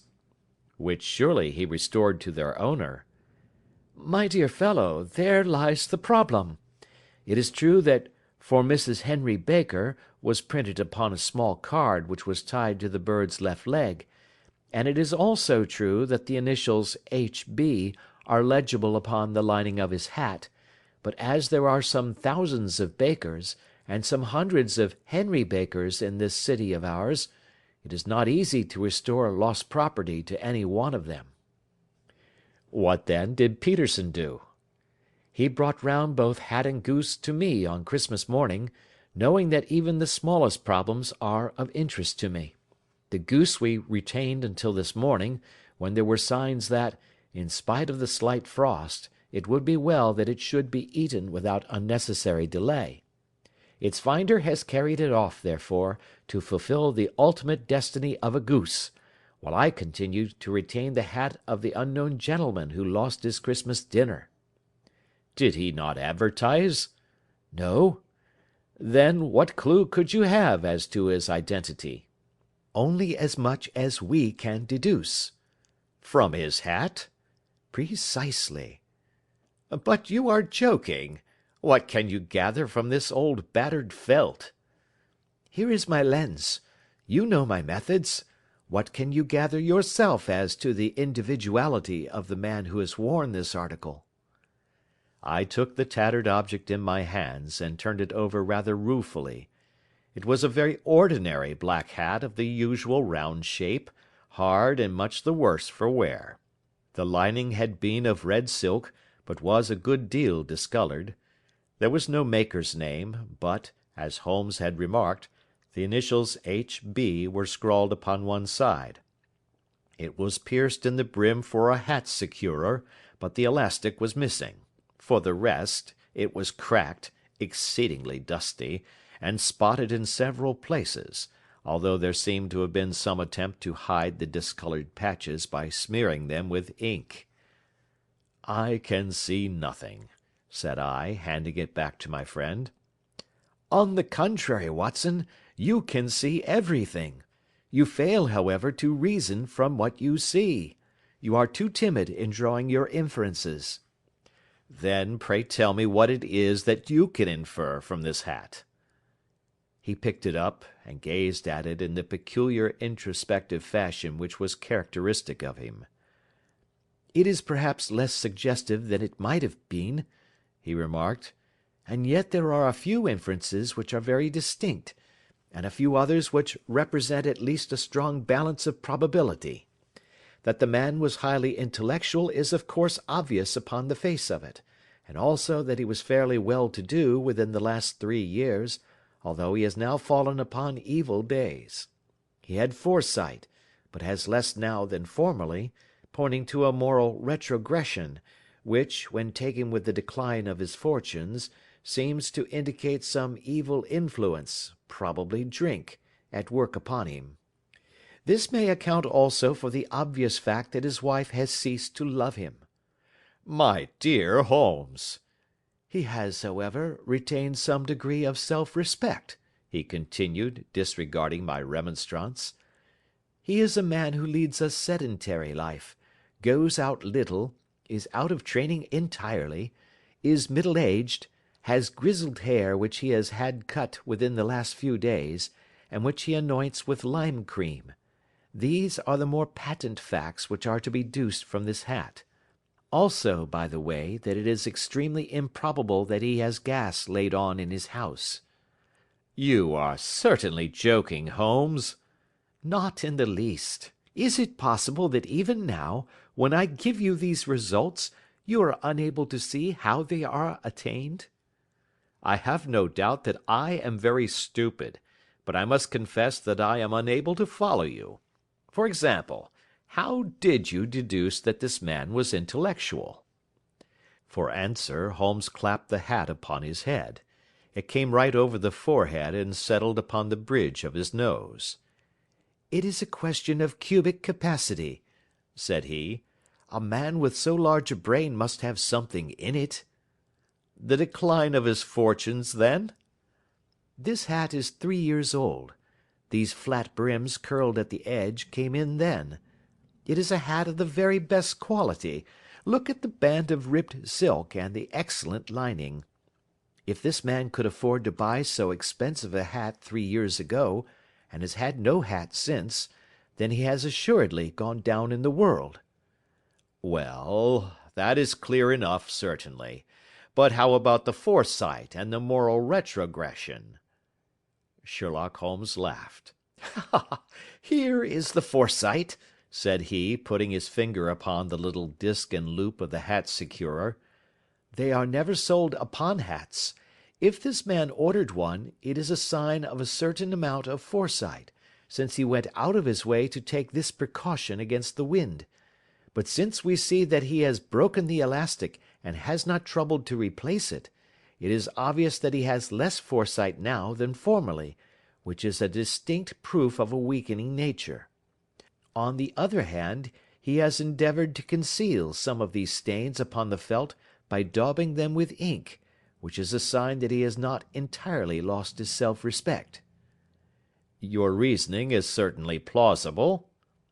"The further points, that he is middle-aged, that his hair is grizzled, that it has been recently cut, and that he uses lime cream, are all to be gathered from a close examination of the lower part of the lining. The lens discloses a large number of hair ends, clean cut by the scissors of the barber. They all appear to be adhesive, and there is a distinct odour of lime cream. This dust, you will observe, is not the gritty, grey dust of the street, but the fluffy brown dust of the house, showing that it has been hung up indoors most of the time, while the marks of moisture upon the inside are proof positive that the wearer perspired very freely, and could therefore hardly be in the best of training." But his wife? You said that she had ceased to love him. "This hat has not been brushed for weeks. When I see you, my dear Watson, with a week's accumulation of dust upon your hat, and when your wife allows you to go out in such a state, I shall fear that you also have been unfortunate enough to lose your wife's affection." But he might be a bachelor. "Nay, he was bringing home the goose as a peace offering to his wife. Remember the card upon the bird's leg." You have an answer to everything. But how on earth do you deduce that the gas is not laid on in his house? "One tallow stain, or even 2, might come by chance, but when I see no less than 5, I think that there can be little doubt that the individual must be brought into frequent contact with burning tallow. Walks upstairs at night, probably, with his hat in one hand and a guttering candle in the other. Anyhow, he never got tallow stains from a gas jet. Are you satisfied?" "Well, it is very ingenious," said I, laughing. "But since, as you said just now, there has been no crime committed, and no harm done save the loss of a goose, all this seems to be rather a waste of energy." Sherlock Holmes had opened his mouth to reply, when the door flew open, and Peterson, the commissionaire, rushed into the apartment with flushed cheeks and the face of a man who is dazed with astonishment. "The goose, Mr. Holmes, the goose, sir," he gasped. "Eh? What of it, then? Has it returned to life and flapped off through the kitchen window?" Holmes twisted himself round upon the sofa to get a fairer view of the man's excited face. "See here, sir, see what my wife found in its crop." He held out his hand, and displayed upon the centre of the palm a brilliantly scintillating blue stone, rather smaller than a bean in size, but of such purity and radiance that it twinkled like an electric point in the dark hollow of his hand. Sherlock Holmes sat up with a whistle. "By Jove, Peterson," said he, "this is a treasure trove indeed. I suppose you know what you have got?" "A diamond, sir. A precious stone. It cuts into glass as though it were putty." "It's more than a precious stone. It is the precious stone." "Not the Countess of Morcar's blue carbuncle!" I ejaculated. "Precisely so. I ought to know its size and shape, seeing that I have read the advertisement about it in the Times every day lately. It is absolutely unique, and its value can only be conjectured, but the reward offered of £1,000 is certainly not within a 20th part of the market price." £1,000! Great Lord of mercy!" The commissionaire plumped down into a chair, and stared from one to the other of us. "That is the reward, and I have reason to know that there are sentimental considerations in the background which would induce the Countess to part with half her fortune if she could but recover the gem." "It was lost, if I remember aright, at the Hotel Cosmopolitan," I remarked.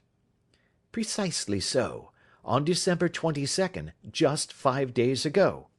John Horner, a plumber, was accused of having abstracted it from the lady's jewel case. The evidence against him was so strong that the case has been referred to the assizes. I have some account of the matter here, I believe." He rummaged amid his newspapers, glancing over the dates, until at last he smoothed one out, doubled it over, and read the following paragraph: "Hotel Cosmopolitan jewel robbery. John Horner, 26, plumber, was brought up upon the charge of having upon the 22nd instant abstracted from the jewel case of the Countess of Morcar the valuable gem known as the blue carbuncle. James Ryder, upper attendant at the hotel, gave his evidence to the effect that he had shown Horner up to the dressing room of the Countess of Morcar upon the day of the robbery, in order that he might solder the second bar of the grate, which was loose. He had remained with Horner some little time, but had finally been called away. On returning, he found that Horner had disappeared, that the bureau had been forced open, and that the small morocco casket in which, as it afterwards transpired, the Countess was accustomed to keep her jewel, was lying empty upon the dressing-table. Ryder instantly gave the alarm, and Horner was arrested the same evening, but the stone could not be found either upon his person or in his rooms. Catherine Cusack, maid to the Countess, deposed to having heard Ryder's cry of dismay on discovering the robbery, and to having rushed into the room, where she found matters as described by the last witness. Inspector Bradstreet, B Division, gave evidence as to the arrest of Horner, who struggled frantically, and protested his innocence in the strongest terms. Evidence of a previous conviction for robbery having been given against the prisoner, the magistrate refused to deal summarily with the offence, but referred it to the assizes. Horner, who had shown signs of intense emotion during the proceedings, fainted away at the conclusion and was carried out of court. So much for the police court, said Holmes thoughtfully, tossing aside the paper. The question for us now to solve is the sequence of events leading from a rifled jewel case at one end to the crop of a goose in Tottenham Court Road at the other. You see, Watson, our little deductions have suddenly assumed a much more important and less innocent aspect. Here is the stone. The stone came from the goose, and the goose came from Mr. Henry Baker, the gentleman with the bad hat, and all the other characteristics with which I have bored you. So now we must set ourselves very seriously to finding this gentleman, and ascertaining what part he has played in this little mystery. To do this, we must try the simplest means first, and these lie undoubtedly in an advertisement in all the evening papers. If this fail, I shall have recourse to other methods. What will you say? Give me a pencil and that slip of paper. Now then, found at the corner of Goodge Street, a goose and a black felt hat. Mr. Henry Baker can have the same by applying at 6:30 this evening at 221B Baker Street. That is clear and concise. Very, but will he see it? Well, he is sure to keep an eye on the papers, since, to a poor man, the loss was a heavy one. He was clearly so scared by his mischance in breaking the window, and by the approach of Peterson, that he thought of nothing but flight. But since then he must have bitterly regretted the impulse which caused him to drop his bird. Then again, the introduction of his name will cause him to see it, for everyone who knows him will direct his attention to it. Here you are, Peterson. Run down to the advertising agency and have this put in the evening papers. In which, sir? Oh, in the Globe, Star, Pall Mall, St. James's, Evening News, Standard, Echo, and any others that occur to you. Very well, sir. And this stone? Ah, yes. I shall keep the stone. Thank you. And I say, Peterson, just buy a goose on your way back and leave it here with me, for we must have one to give to this gentleman in place of the one which your family is now devouring. When the commissionaire had gone, Holmes took up the stone and held it against the light. It's a bonny thing, said he. Just see how it glints and sparkles. Of course it is the nucleus and focus of crime. Every good stone is. They are the devil's pet baits. In the larger and older jewels, every facet may stand for a bloody deed. This stone is not yet 20 years old. It was found in the banks of the Amoy River in southern China, and is remarkable in having every characteristic of the carbuncle, save that it is blue in shade instead of ruby red. In spite of its youth, it has already a sinister history. There have been 2 murders, a vitriol throwing, a suicide, and several robberies brought about for the sake of this 40-grain weight of crystallized charcoal. Who would think that so pretty a toy would be a purveyor to the gallows and the prison? I'll lock it up in my strong box now and drop a line to the Countess to say that we have it. Do you think that this man Horner is innocent? I cannot tell. Well, then, do you imagine that this other one, Henry Baker, had anything to do with the matter? It is, I think, much more likely that Henry Baker is an absolutely innocent man, who had no idea that the bird which he was carrying was of considerably more value than if it were made of solid gold. That, however, I shall determine by a very simple test, if we have an answer to our advertisement. And you can do nothing until then? Nothing. In that case, I shall continue my professional round. But I shall come back in the evening at the hour you have mentioned, for I should like to see the solution of so tangled a business. Very glad to see you. I dine at 7. There is a woodcock, I believe. By the way, In view of recent occurrences, perhaps I ought to ask Mrs. Hudson to examine its crop." I had been delayed at a case, and it was a little after 6:30 when I found myself in Baker Street once more.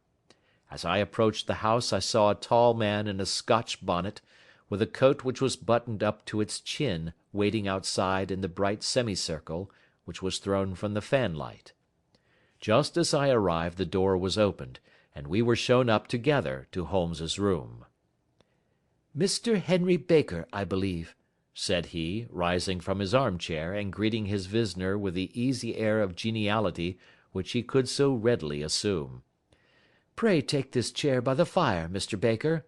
It is a cold night, and I observe that your circulation is more adapted for summer than for winter. Ah, Watson, you have just come at the right time. Is that your hat, Mr. Baker?" "Yes, sir, that is undoubtedly my hat."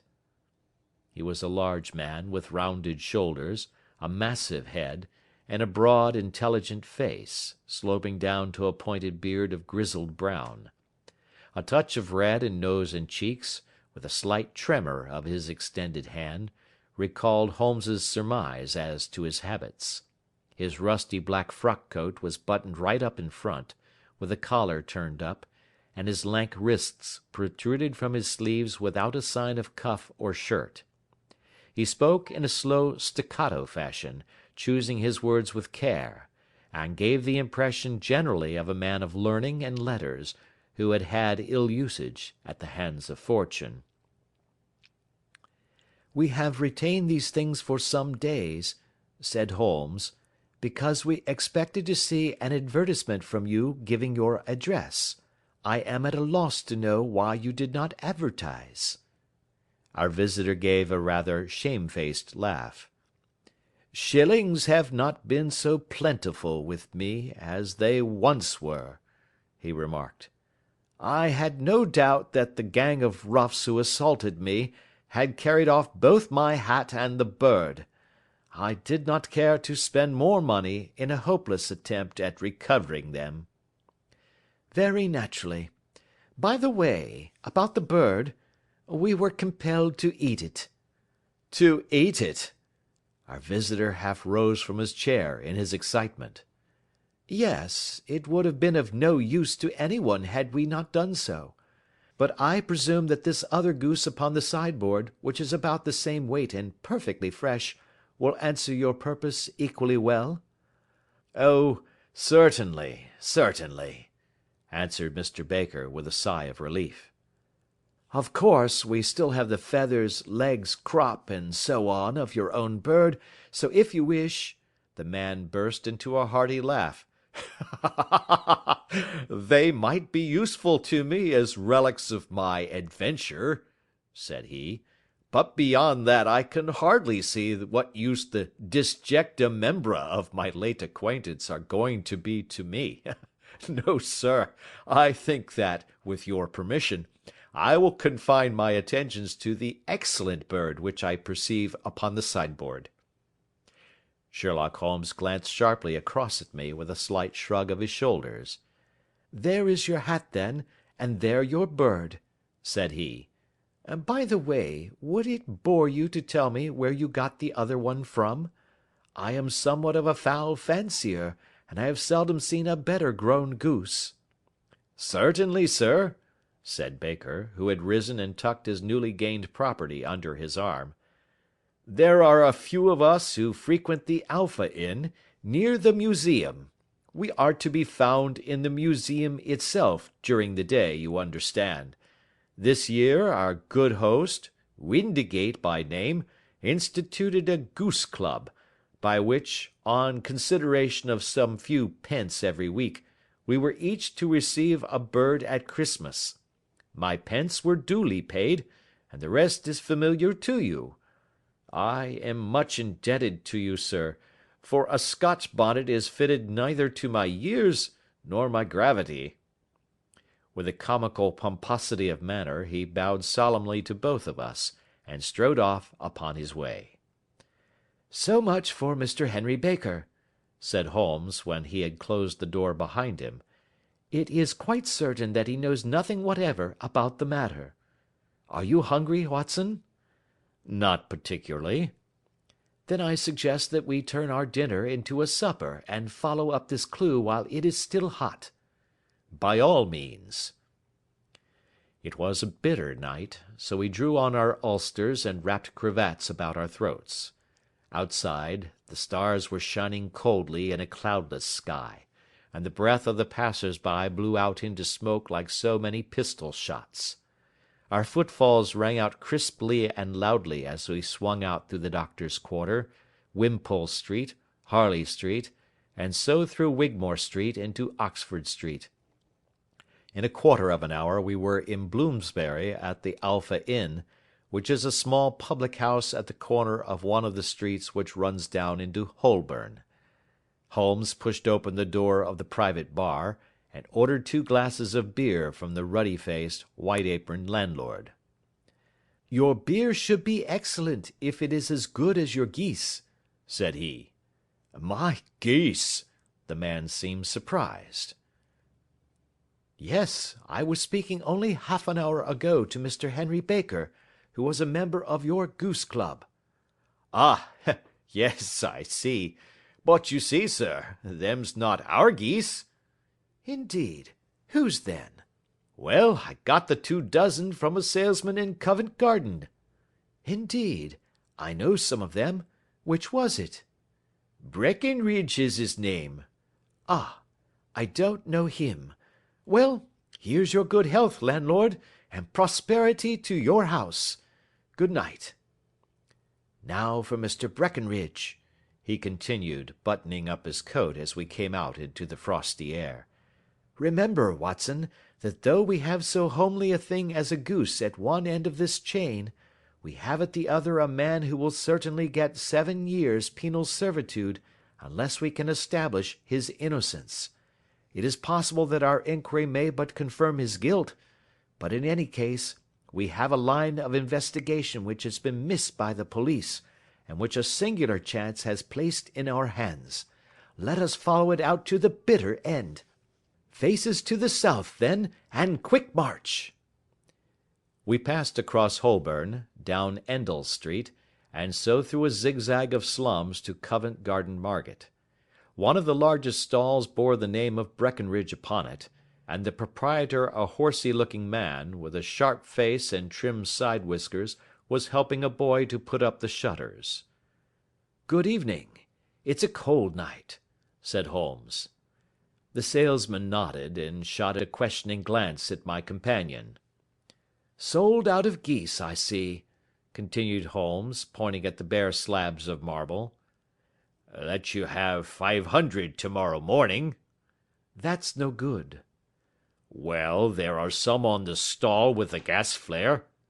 "Ah, but I was recommended to you." "Who by?" "The landlord of the Alpha." "Oh, yes, I sent him a couple of dozen." "Fine birds they were, too. Now where did you get them from?" To my surprise, the question provoked a burst of anger from the salesman. "Now then, mister," said he, with his head cocked and his arms akimbo, "what are you driving at? Let's have it straight now." "It is straight enough. I should like to know who sold you the geese which you supplied to the Alpha." "Well then, I shan't tell you. So now." "Oh, it is a matter of no importance, but I don't know why you should be so warm over such a trifle." "Warm? You'd be as warm, maybe, if you were as pestered as I am. When I pay good money for a good article there should be an end of the business. But it's 'Where are the geese?' and 'Who did you sell the geese to?' and 'What will you take for the geese?' One would think they were the only geese in the world, to hear the fuss that is made over them." "Well, I have no connection with any other people who have been making inquiries," said Holmes carelessly. "If you won't tell us, the bet is off, that is all. But I'm always ready to back my opinion on a matter of fowls, and I have a fiver on it that the bird I ate is country bred." "Well, then, you've lost your fiver, for it's town bred," snapped the salesman. It's nothing of the kind." "I say it is." "I don't believe it." "Do you think you know more about fowls than I, who have handled them ever since I was a nipper? I tell you, all those birds that went to the Alpha were town bred." "You'll never persuade me to believe that." "Will you bet, then?" "It's merely taking your money, for I know that I am right. But I'll have a sovereign on with you just to teach you not to be obstinate." The salesman chuckled grimly. "Bring me the books, Bill," said he. The small boy brought round a small thin volume, and a great greasy-backed one, laying them out together beneath the hanging lamp. "Now then, Mr. Cocksure," said the salesman, "I thought that I was out of geese, but before I finish you'll find that there is still one left in my shop. You see this little book?" "Well?"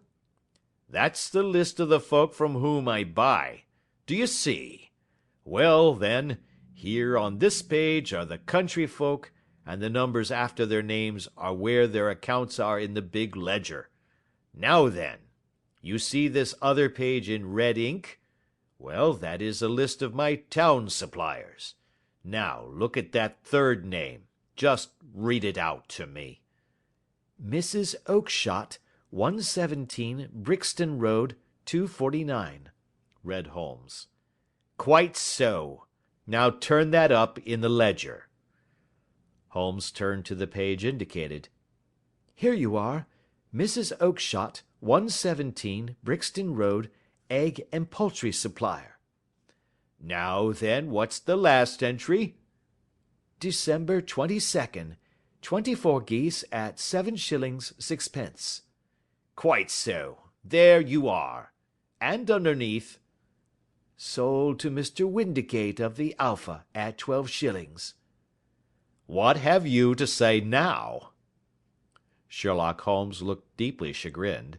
He drew a sovereign from his pocket and threw it down upon the slab, turning away with the air of a man whose disgust is too deep for words. A few yards off he stopped under a lamp post, and laughed in the hearty, noiseless fashion which was peculiar to him.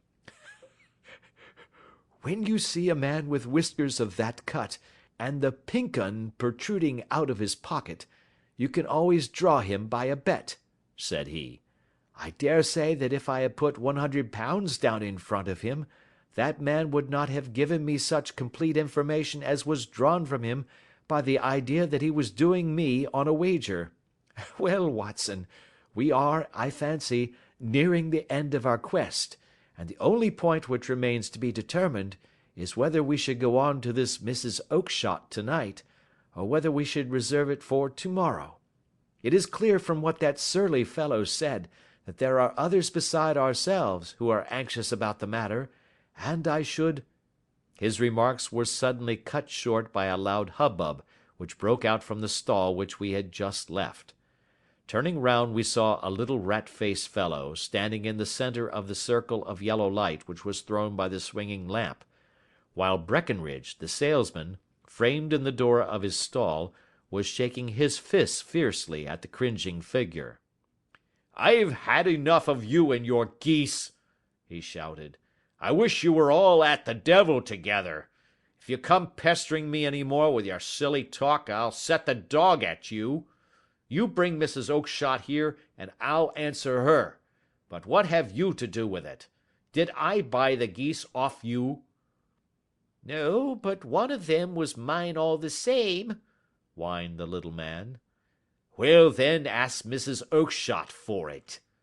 "She told me to ask you." "Well, you can ask the King of Prussia for all I care. I've had enough of it. Get out of this." He rushed fiercely forward, and the inquirer flitted away into the darkness. "Ha!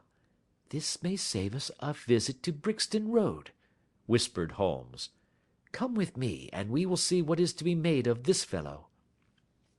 Striding through the scattered knots of people who lounged round the flaring stalls, my companion speedily overtook the little man, and touched him upon the shoulder. He sprang round, and I could see in the gaslight that every vestige of colour had been driven from his face. Who are you, then? What do you want?" he asked in a quavering voice. "You will excuse me," said Holmes blandly, "but I could not help overhearing the questions which you put to the salesman just now. I think that I could be of assistance to you." "You? Who are you? How could you know anything of the matter?" "My name is Sherlock Holmes. It is my business to know what other people don't know." "But you can know nothing of this." "Excuse me, I know everything of it. You are endeavouring to trace some geese which were sold by Mrs. Oakshott, of Brixton Road, to a salesman named Breckenridge, by him in turn to Mr. Windigate, of the Alpha, and by him to his club, of which Mr. Henry Baker is a member." "Oh, sir, you are the very man which I have longed to meet," cried the little fellow, with outstretched hands and quivering fingers. "I can hardly explain to you how interested I am in this matter." Sherlock Holmes hailed a four-wheeler which was passing. "In that case we had better discuss it in a cosy room rather than in this wind-swept market-place," said he. "But pray tell me, before we go farther, who it is that I have the pleasure of assisting." The man hesitated for an instant. "My name is John Robinson," he answered with a sidelong glance. "No, no, the real name," said Holmes sweetly. "It is always awkward doing business with an alias." A flush sprang to the white cheeks of the stranger. "Well, then," said he, "my real name is James Ryder." "Precisely so. Head attendant at the Hotel Cosmopolitan. Pray step into the cab, and I shall soon be able to tell you everything which you would wish to know." The little man stood glancing from one to the other of us with half frightened, half hopeful eyes, as one who is not sure whether he is on the verge of a windfall or of a catastrophe. Then he stepped into the cab, and in half an hour we were back in the sitting-room at Baker Street. Nothing had been said during our drive, but the high, thin breathing of our new companion, and the claspings and unclaspings of his hands, spoke of the nervous tension within him. "Here we are," said Holmes cheerily, as we filed into the room. "The fire looks very seasonable in this weather. You look cold, Mr. Ryder. Pray take the basket chair. I will just put on my slippers before we settle this little matter of yours. Now then, you want to know what became of those geese?" "Yes, sir." "Or rather, I fancy, of that goose. It was one bird, I imagine, in which you were interested, white, with a black bar across the tail?" Ryder quivered with emotion.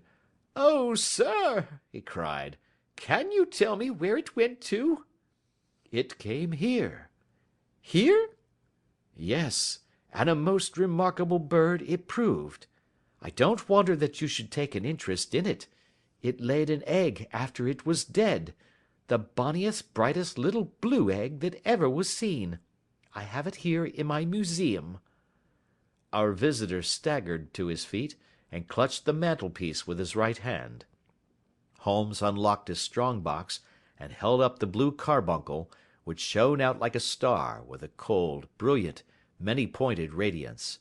Ryder stood glaring with a drawn face, uncertain whether to claim or to disown it. "The game's up, Ryder," said Holmes quietly. "Hold up, man, or you'll be into the fire. Give him an arm back into his chair, Watson. He's not got blood enough to go in for felony with impunity. Give him a dash of brandy. So. Now he looks a little more human. What a shrimp it is, to be sure." For a moment he had staggered and nearly fallen, but the brandy brought a tinge of colour into his cheeks, and he sat staring with frightened eyes at his accuser. "I have almost every link in my hands, and all the proofs which I could possibly need, so there is little which you need tell me. Still, that little may as well be cleared up to make the case complete. You had heard, Ryder, of this blue stone of the Countess of Morcar's?" "It was Catherine Cusack who told me of it," he said in a cracking voice. "I see. her ladyship's waiting maid. Well, the temptation of sudden wealth so easily acquired was too much for you, as it has been for better men before you, but you were not very scrupulous in the means you used. It seems to me, Ryder, that there is the making of a very pretty villain in you. You knew that this man Horner, the plumber, had been concerned in some such matter before, and that suspicion would rest the more readily upon him. What did you do then? You made some small job in my lady's room, you and your confederate Cusack, and you managed that he should be the man sent for. Then, when he had left, you rifled the jewel case, raised the alarm, and had this unfortunate man arrested. You then—" Ryder threw himself down suddenly upon the rug and clutched at my companion's knees. "For God's sake, have mercy!" he shrieked. "Think of my father, of my mother. It would break their hearts. I never went wrong before. I never will again. I swear it. I'll swear it on a Bible. Oh, don't bring it into court. For Christ's sake, don't." "Get back into your chair," said Holmes sternly. "It is very well to cringe and crawl now, but you thought little enough of this poor Horner in the dock for a crime of which he knew nothing." "I will fly, Mr. Holmes. I will leave the country, sir. Then the charge against him will break down." We will talk about that. And now let us hear a true account of the next act. How came the stone into the goose, and how came the goose into the open market? Tell us the truth, for there lies your only hope of safety." Ryder passed his tongue over his parched lips. "I will tell you it just as it happened, sir," said he. "When Horner had been arrested, it seemed to me that it would be best for me to get away with the stone at once, for I did not know at what moment the police might not take it into their heads to search me and my room. There was no place about the hotel where it would be safe. I went out as if on some commission, and I made for my sister's house. She had married a man named Oakshott, and lived in Brixton Road, where she fattened fowls for the market. All the way there every man I met seemed to me to be a policeman or a detective, and for all that it was a cold night, the sweat was pouring down my face before I came to the Brixton Road. My sister asked me what was the matter, and why I was so pale, but I told her that I had been upset by the jewel robbery at the hotel. Then I went into the backyard and smoked a pipe and wondered what it would be best to do. I had a friend once called Maudsley, who went to the bad, and has just been serving his time in Pentonville. One day he had met me, and fell into talk about the ways of thieves, and how they could get rid of what they stole. I knew that he would be true to me, for I knew one or two things about him, so I made up my mind to go right on to Kilburn, where he lived, and take him into my confidence. He would show me how to turn the stone into money, but how to get to him in safety. I thought of the agonies I had gone through in coming from the hotel. I might at any moment be seized and searched, and there would be the stone in my waistcoat pocket. I was leaning against the wall at the time, and looking at the geese which were waddling about round my feet, and suddenly an idea came into my head which showed me how I could beat the best detective that ever lived. My sister had told me some weeks before that I might have the pick of her geese for a Christmas present, and I knew that she was always as good as her word. I would take my goose now, and in it I would carry my stone to Kilburn. There was a little shed in the yard, and behind this I drove one of the birds, a fine big one, white, with a barred tail. I caught it, and prying its bill open, I thrust the stone down its throat as far as my finger could reach. The bird gave a gulp, and I felt the stone pass along its gullet and down into its crop. But the creature flapped and struggled, and out came my sister to know what was the matter. As I turned to speak to her, the brute broke loose and fluttered off among the others. 'Whatever were you doing with that bird, Jim?' says she. 'Well,' says I, You said you'd give me one for Christmas, and I was feeling which was the fattest. Oh, says she, we've set yours aside for you. Jem's bird, we call it. It's the big white one over yonder. There's 26 of them, which makes one for you, and one for us, and 24 for the market. Thank you, Maggie, says I, but if it is all the same to you, I'd rather have that one I was handling just now. The other is a good 3 pound heavier, said she, and we fattened it expressly for you. Never mind, I'll have the other, and I'll take it now, said I. Oh, just as you like, said she, a little huffed. Which is it you want, then? That white one with the barred tail, right in the middle of the flock. Oh, very well, kill it and take it with you. Well, I did what she said, Mr. Holmes, and I carried the bird all the way to Kilburn. I told my pal what I had done, for he was a man that it was easy to tell a thing like that to. He laughed until he choked, and we got a knife and opened the goose. My heart turned to water, for there was no sign of the stone, and I knew that some terrible mistake had occurred. I left the bird, rushed back to my sister's, and hurried into the backyard. There was not a bird to be seen there. Where are they all, Maggie? I cried. Gone to the dealers, Jem. Which dealers? Breckenridge, of Covent Garden. But was there another with a barred tail? I asked. The same as the one I chose? Yes, Jem, there were 2 barred-tailed ones, and I never could tell them apart. Well, then, of course, I saw it all, and I ran off as hard as my feet would carry me to this man Breckenridge, but he had sold the lot at once, and not one word would he tell me as to where they had gone. You heard him yourselves to-night. Well, he has always answered me like that. My sister thinks that I am going mad. Sometimes I think that I am myself, and now I am myself a branded thief, without ever having touched the wealth for which I sold my character. God help me! God help me!"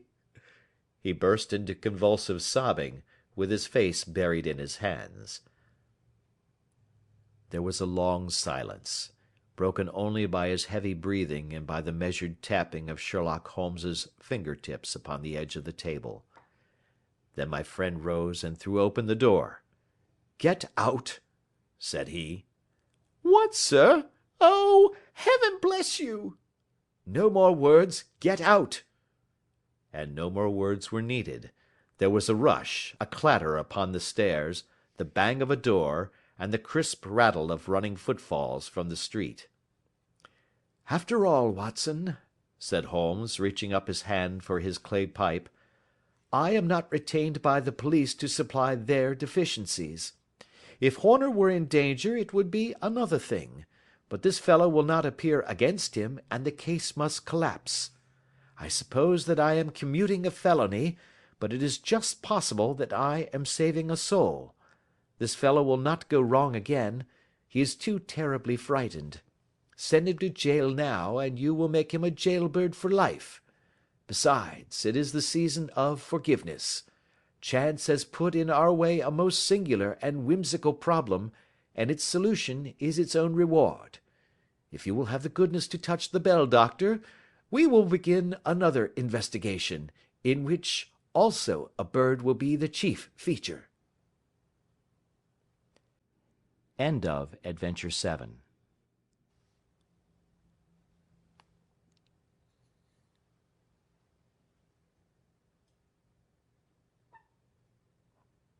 Adventure 8. The Adventure of the Speckled Band. On glancing over my notes of the 70-odd cases in which I have during the last 8 years studied the methods of my friend Sherlock Holmes, I find many tragic, some comic, a large number merely strange, but none commonplace. For, working as he did rather for the love of his art than for the acquirement of wealth, he refused to associate himself with any investigation which did not tend towards the unusual, and even the fantastic. Of all these varied cases, however, I cannot recall any which presented more singular features than that which was associated with the well-known Surrey family of the Roylotts of Stoke Moran. The events in question occurred in the early days of my association with Holmes, when we were sharing rooms as bachelors in Baker Street. It is possible that I might have placed them upon record before, but a promise of secrecy was made at the time, from which I have only been freed during the last month by the untimely death of the lady to whom the pledge was given. It is perhaps as well that the fact should now come to light, for I have reasons to know that there are widespread rumours as to the death of Dr. Grimesby Roylott, which tend to make the matter even more terrible than the truth. It was early in April in the year '83 that I woke one morning to find Sherlock Holmes standing, fully dressed, by the side of my bed. He was a late riser, as a rule, and as the clock on the mantelpiece showed me that it was only 7:15, I blinked up at him in some surprise, and perhaps just a little resentment, for I was myself regular in my habits. "Very sorry to knock you up, Watson," said he, "but it's the common lot this morning. Mrs. Hudson has been knocked up, she retorted upon me, and I on you." "What is it, then? A fire?" "No, a client. It seems that a young lady has arrived in a considerable state of excitement, who insists upon seeing me. She is waiting now in the sitting-room. Now, when young ladies wander about the metropolis at this hour of the morning, and knock sleepy people up out of their beds, I presume that it is something very pressing which they have to communicate. Should it prove to be an interesting case, you would, I am sure, wish to follow it from the outset. I thought, at any rate, that I should call you and give you the chance." "My dear fellow, I would not miss it for anything." I had no keener pleasure than in following Holmes in his professional investigations, and in admiring the rapid deductions, as swift as intuitions, and yet always founded on a logical basis with which he unravelled the problems which were submitted to him. I rapidly threw on my clothes, and was ready in a few minutes to accompany my friend down to the sitting-room. A lady, dressed in black, and heavily veiled, who had been sitting in the window, rose as we entered. "Good morning, madam," said Holmes cheerily.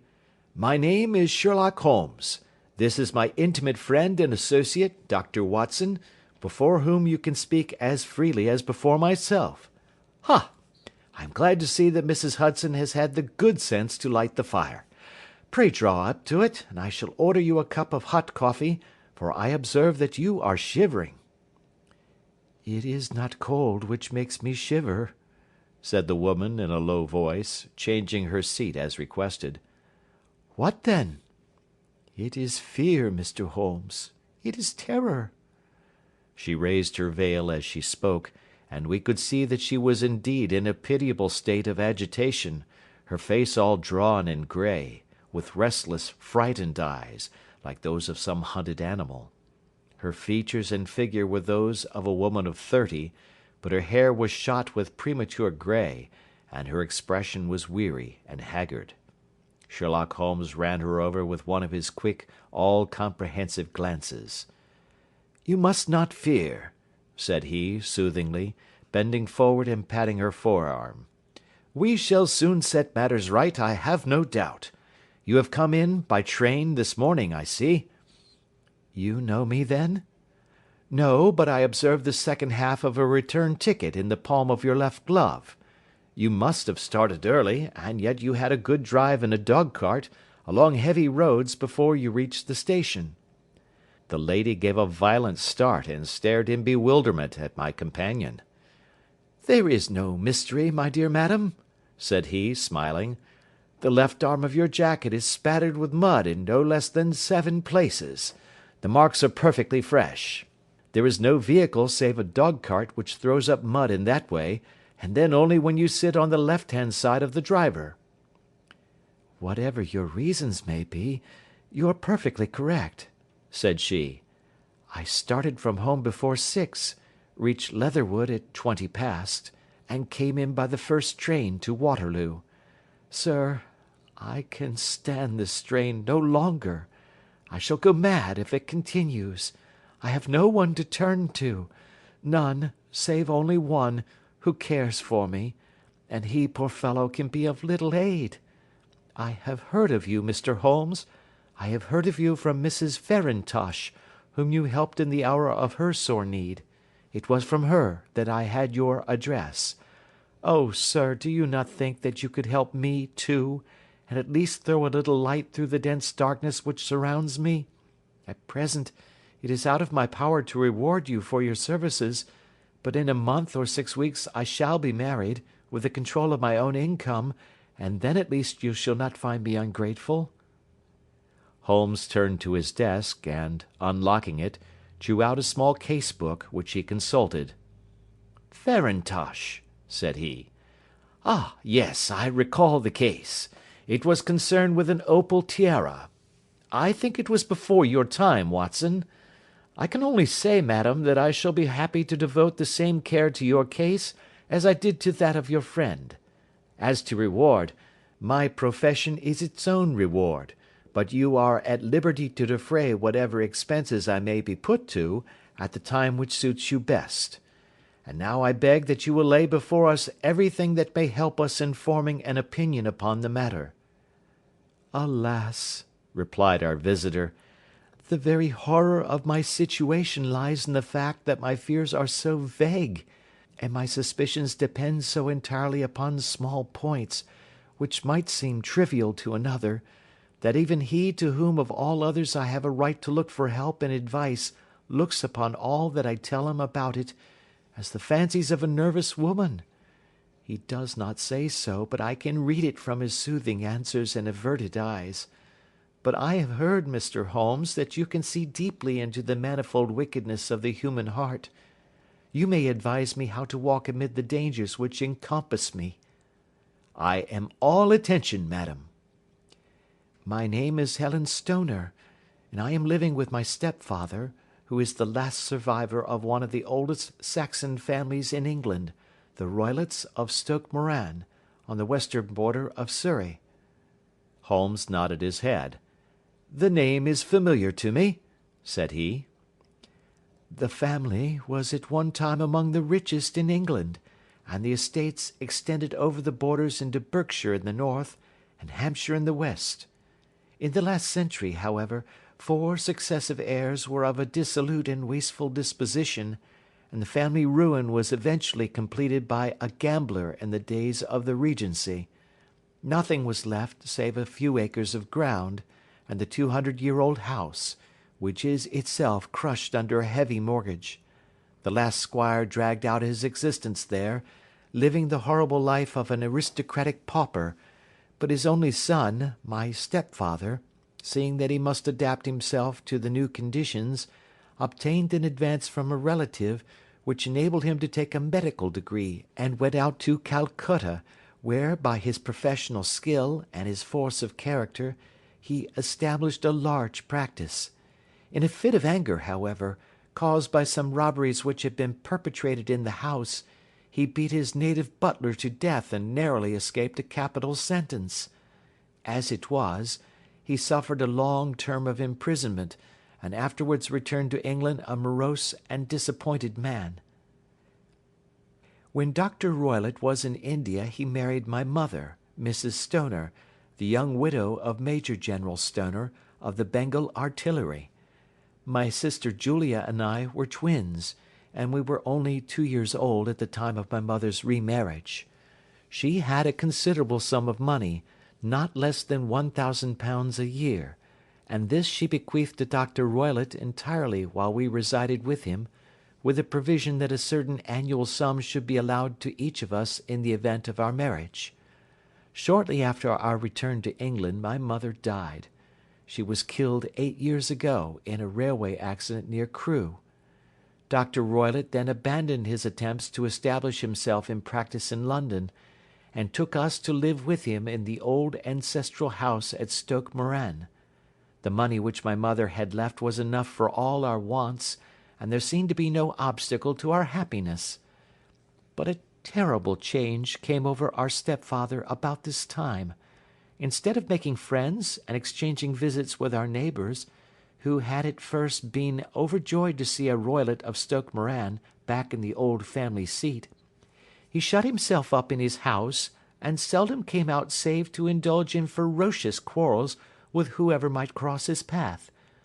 Violence of temper approaching to mania has been hereditary in the men of the family, and in my stepfather's case it had, I believe, been intensified by his long residence in the tropics. A series of disgraceful brawls took place, 2 of which ended in the police court, until at last he became the terror of the village, and the folks would fly at his approach, for he is a man of immense strength, and absolutely uncontrollable in his anger. Last week he hurled the local blacksmith over a parapet into a stream, and it was only by paying over all the money which I could gather together that I was able to avert another public exposure. He had no friends at all save the wandering gipsies, and he would give these vagabonds leave to encamp upon the few acres of bramble-covered land which represent the family estate, and would accept in return the hospitality of their tents, wandering away with them sometimes for weeks on end.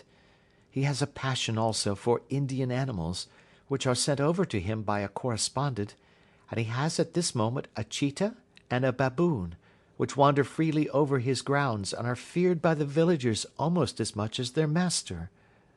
You can imagine from what I say that my poor sister Julia and I had no great pleasure in our lives. No servant would stay with us, and for a long time we did all the work of the house. She was but 30 at the time of her death, and yet her hair had already begun to whiten, even as mine has. Your sister is dead, then? She died just 2 years ago, and it is of her death that I wish to speak to you. You can understand that, living the life which I have described, we were little likely to see anyone of our own age and position. We had, however, an aunt, my mother's maiden sister, Miss Honoria Westphail, who lives near Harrow, and we were occasionally allowed to pay short visits at this lady's house.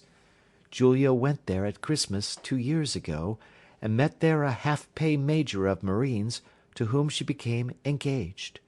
My stepfather learned of the engagement when my sister returned, and offered no objection to the marriage, but within a fortnight of the day which had been fixed for the wedding, the terrible event occurred which has deprived me of my only companion." Sherlock Holmes had been leaning back in his chair with his eyes closed and his head sunk in a cushion, but he half opened his lids now and glanced across at his visitor. "Pray be precise as to details," said he. "It is easy for me to be so, for every event of that dreadful time is seared into my memory. The manor house is, as I have already said, very old, and only one wing is now inhabited. The bedrooms in this wing are on the ground floor, the sitting rooms being in the central block of the buildings. Of these bedrooms the first is Dr. Roylott's, the second my sister's, and the third my own. There is no communication between them, but they all open out into the same corridor. Do I make myself plain?" "Perfectly so." "The windows of the 3 rooms opened out upon the lawn. That fatal night, Dr. Roylott had gone to his room early, though we knew that he had not retired to rest, for my sister was troubled by the smell of the strong Indian cigars which it was his custom to smoke. She left her room, therefore, and came into mine, where she sat for some time, chatting about her approaching wedding. At 11 o'clock she rose to leave me, but she paused at the door, and looked back. 'Tell me, Helen,' said she, 'have you ever heard any one whistle in the dead of the night?' 'Never,' said I. 'I suppose that you could not possibly whistle yourself in your sleep?' 'Certainly not. But why?' 'Because during the last few nights I have always, about 3 in the morning, heard a low, clear whistle. I am a light sleeper, and it has awakened me. I cannot tell where it came from, perhaps from the next room, perhaps from the lawn. I thought that I would just ask you whether you had heard it.' 'No, I have not. It must be those wretched gipsies in the plantation. Very likely, and yet if it were on the lawn, I wonder that you did not hear it also. Ah, but I sleep more heavily than you. Well, it is of no great consequence at any rate. She smiled back at me, closed my door, and a few moments later I heard her key turn in the lock. "Indeed," said Holmes. "Was it your custom always to lock yourselves in at night?" "Always." "And why?" "I think that I mentioned to you that the doctor kept a cheetah and a baboon. We had no feeling of security unless our doors were locked." "Quite so. Pray proceed with your statement." "I could not sleep that night. A vague feeling of impending misfortune impressed me. My sister and I, you will recollect, were twins, and you know how subtle are the links which bind two souls which are so closely allied. It was a wild night. The wind was howling outside, and the rain was beating and splashing against the windows. Suddenly, amid all the hubbub of the gale, there burst forth the wild scream of a terrified woman. I knew that it was my sister's voice. I sprang from my bed, wrapped a shawl round me, and rushed into the corridor. As I opened my door I seemed to hear a low whistle, such as my sister described, and a few moments later a clanging sound, as if a mass of metal had fallen.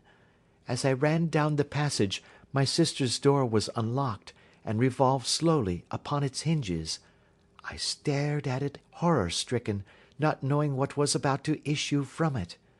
By the light of the corridor lamp I saw my sister appear at the opening, her face blanched with terror, her hands groping for help, her whole figure swaying to and fro like that of a drunkard. I ran to her, and threw my arms round her, but at that moment her knees seemed to give way, and she fell to the ground. She writhed as one who is in terrible pain, and her limbs were dreadfully convulsed. At first, I thought that she had not recognized me, but as I bent over her she suddenly shrieked out in a voice which I shall never forget, "Oh, my God, Helen!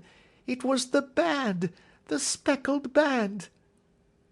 There was something else which she would fain have said, and she stabbed with her finger into the air in the direction of the doctor's room, but a fresh convulsion seized her and choked her words. I rushed out, calling loudly for my stepfather, and I met him hastening from his room in his dressing gown.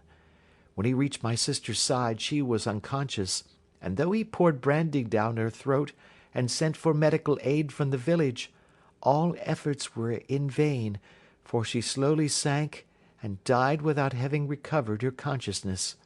Such was the dreadful end of my beloved sister. "One moment," said Holmes. "Are you sure about this whistle and metallic sound? Could you swear to it?" "That was what the county coroner asked me at the inquiry. It is my strong impression that I heard it, and yet, among the crash of the gale and the creaking of an old house, I may possibly have been deceived." "Was your sister dressed?" "No, she was in her nightdress.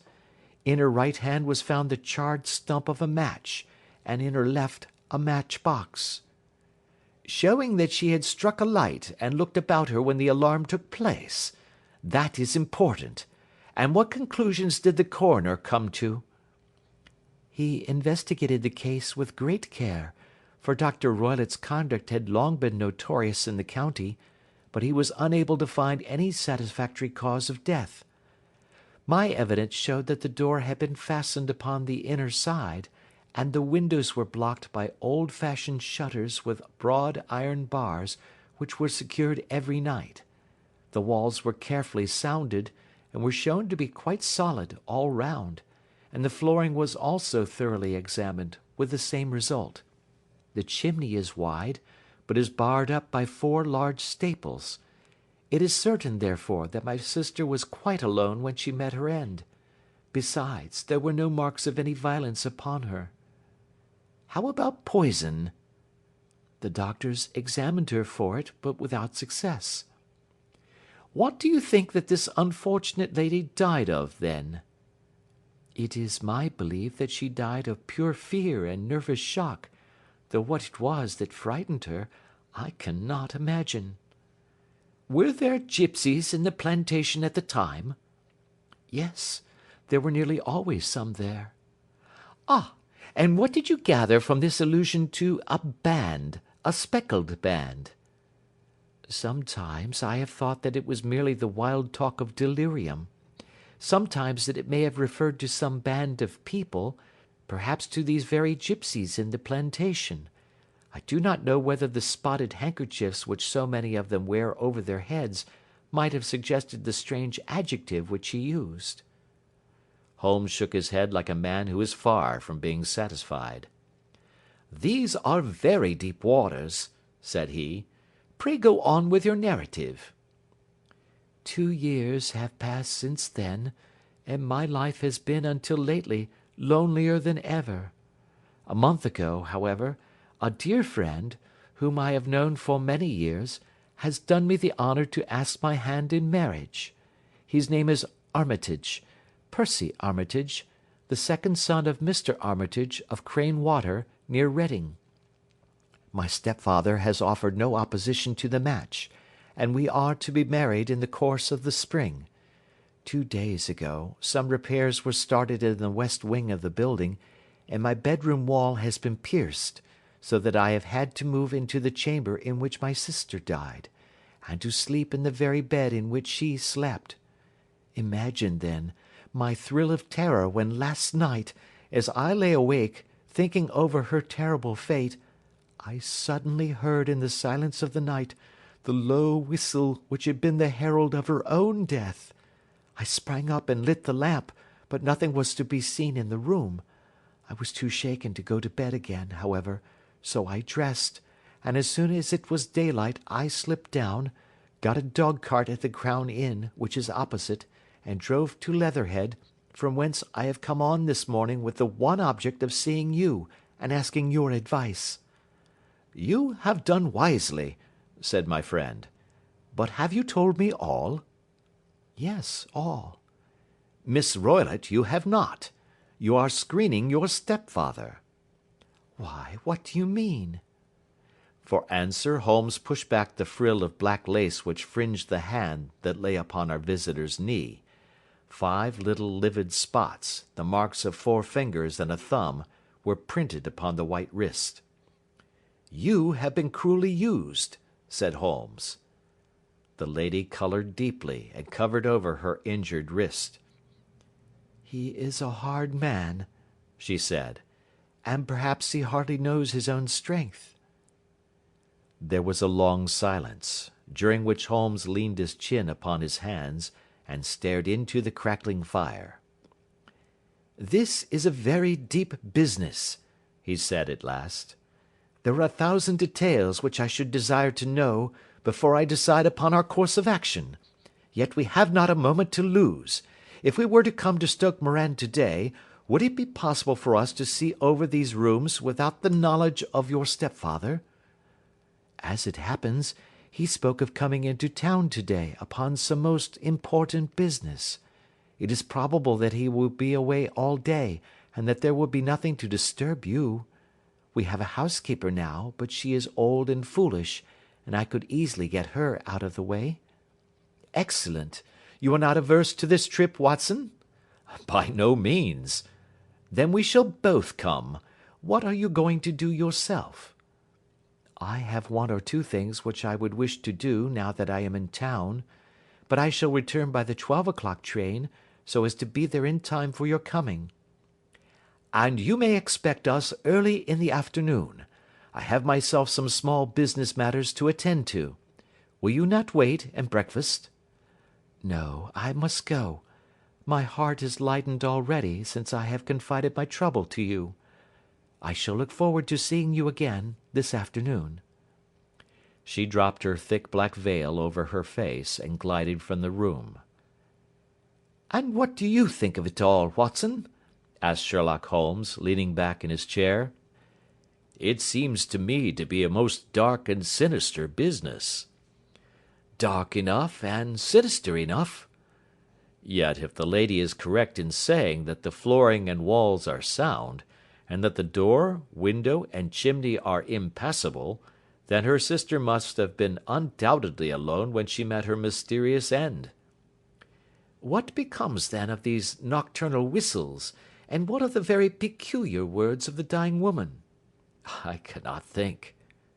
When you combine the ideas of whistles at night, the presence of a band of gipsies who are on intimate terms with this old doctor, the fact that we have every reason to believe that the doctor has an interest in preventing his stepdaughter's marriage, the dying allusion to a band, and finally, the fact that Miss Helen Stoner heard a metallic clang, which might have been caused by one of those metal bars that secured the shutters falling back into its place, I think that there is good ground to think that the mystery may be cleared along those lines.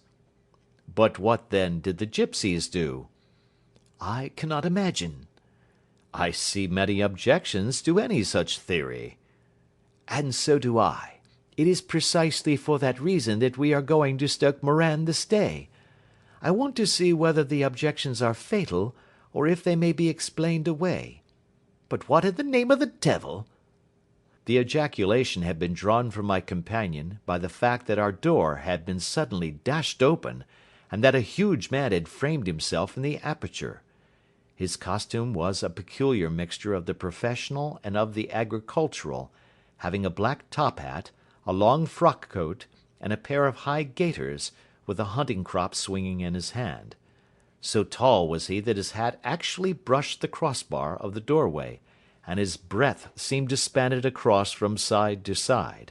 A large face, seared with 1,000 wrinkles, burned yellow with the sun, and marked with every evil passion, was turned from one to the other of us, while his deep-set, bile-shot eyes, and his high, thin, fleshless nose gave him somewhat the resemblance to a fierce old bird of prey. "Which of you is Holmes?" asked this apparition.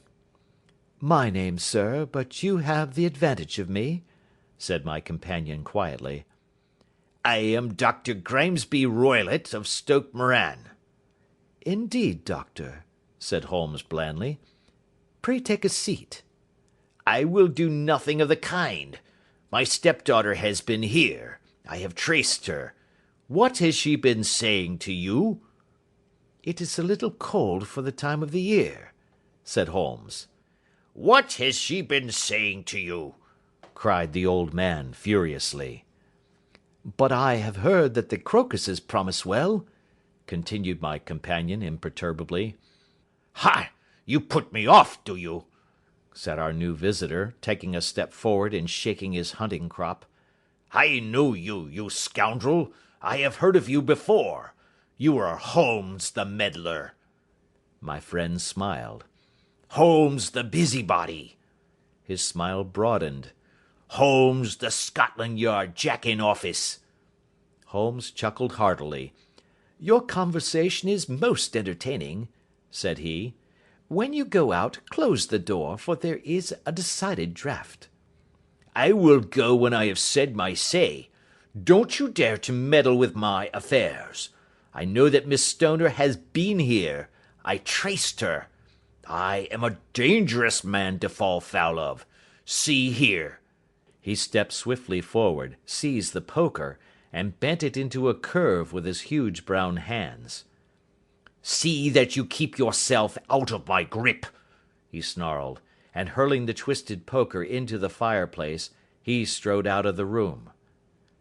He seems a very amiable person, said Holmes, laughing. Ha! Ha! I am not quite so bulky, but if he had remained, I might have shown him that my grip was not much more feeble than his own. As he spoke, he picked up the steel poker and, with a sudden effort, straightened it out again.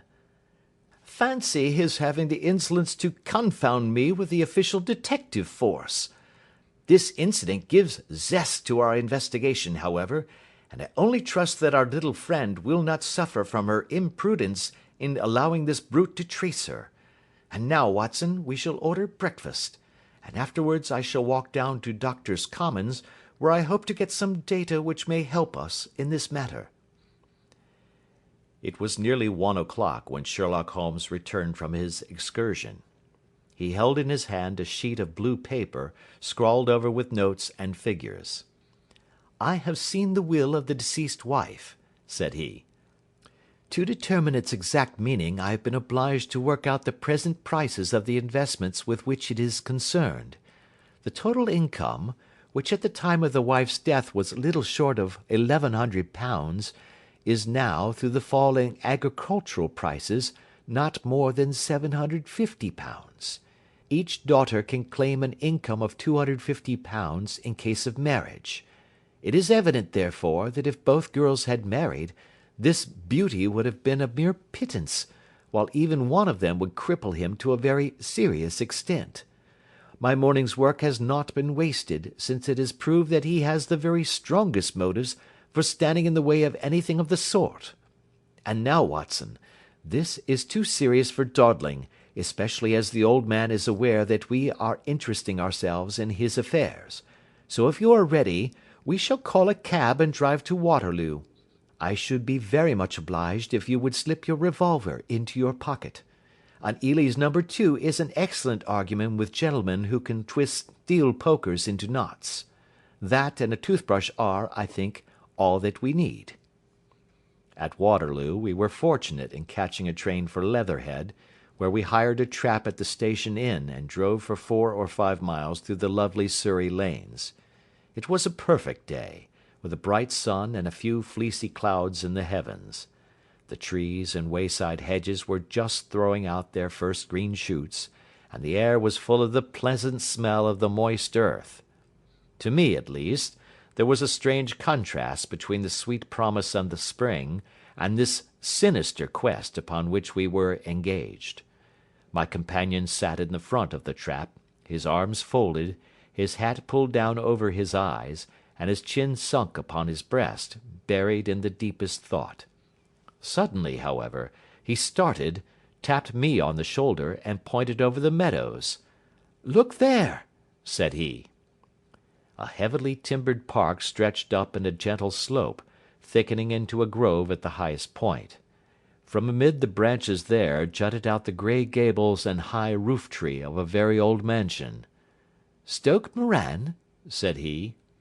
"Yes, sir, that be the house of Dr. Grimesby Roylott," remarked the driver.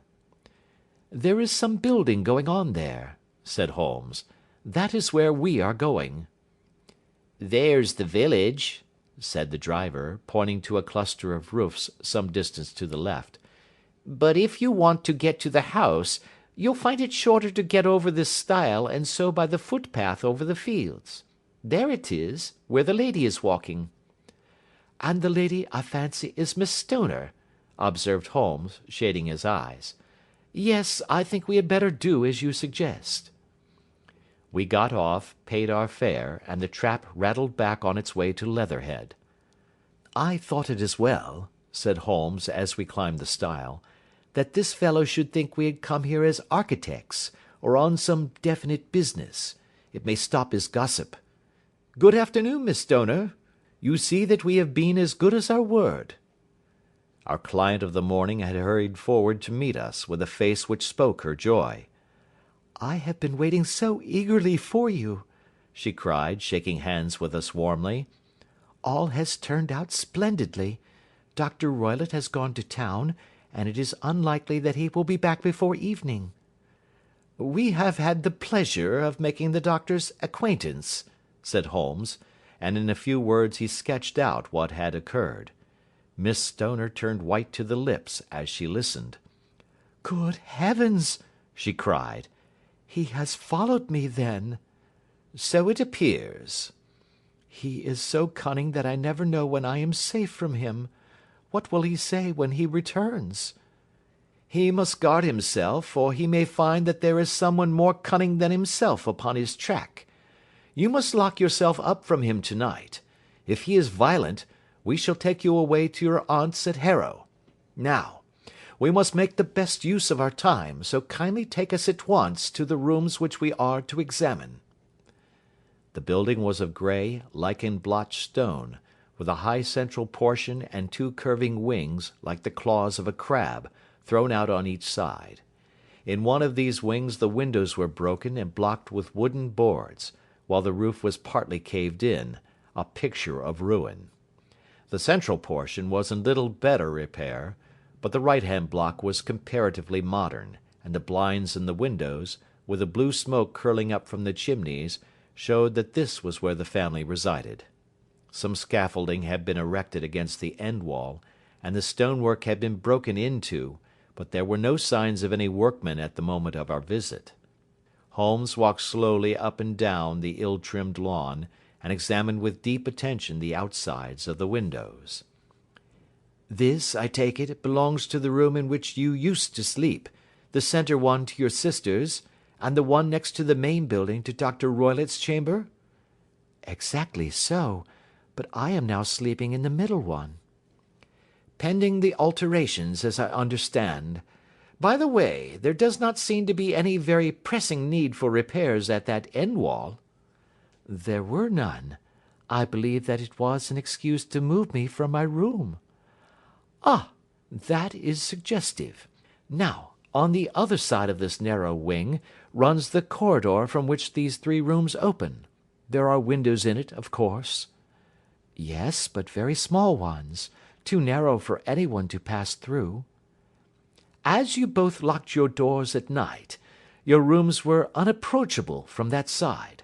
Now, would you have the kindness to go into your room and bar your shutters? Miss Stoner did so, and Holmes, after a careful examination through the open window, endeavoured in every way to force the shutter open, but without success. There was no slit through which a knife could be passed to raise the bar. Then with his lens he tested the hinges, but they were of solid iron, built firmly into the massive masonry. Said he, scratching his chin in some perplexity. My theory certainly presents some difficulties. No one could pass these shutters if they were bolted. Well, we shall see if the inside throws any light upon the matter. A small side door led into the whitewashed corridor from which the three bedrooms opened. Holmes refused to examine the third chamber, so he passed at once to the second, that in which Miss Stoner was now sleeping, and in which her sister had met with her fate. It was a homely little room, with a low ceiling and a gaping fireplace, after the fashion of old country houses. A brown chest of drawers stood in one corner, a narrow white counterpaned bed in another, and a dressing-table on the left-hand side of the window. These articles, with two small wicker-work chairs, made up all the furniture in the room save for a square of Wilton carpet in the centre. The boards round and the panelling of the walls were of brown, worm-eaten oak, so old and discoloured that it may have dated from the original building of the house.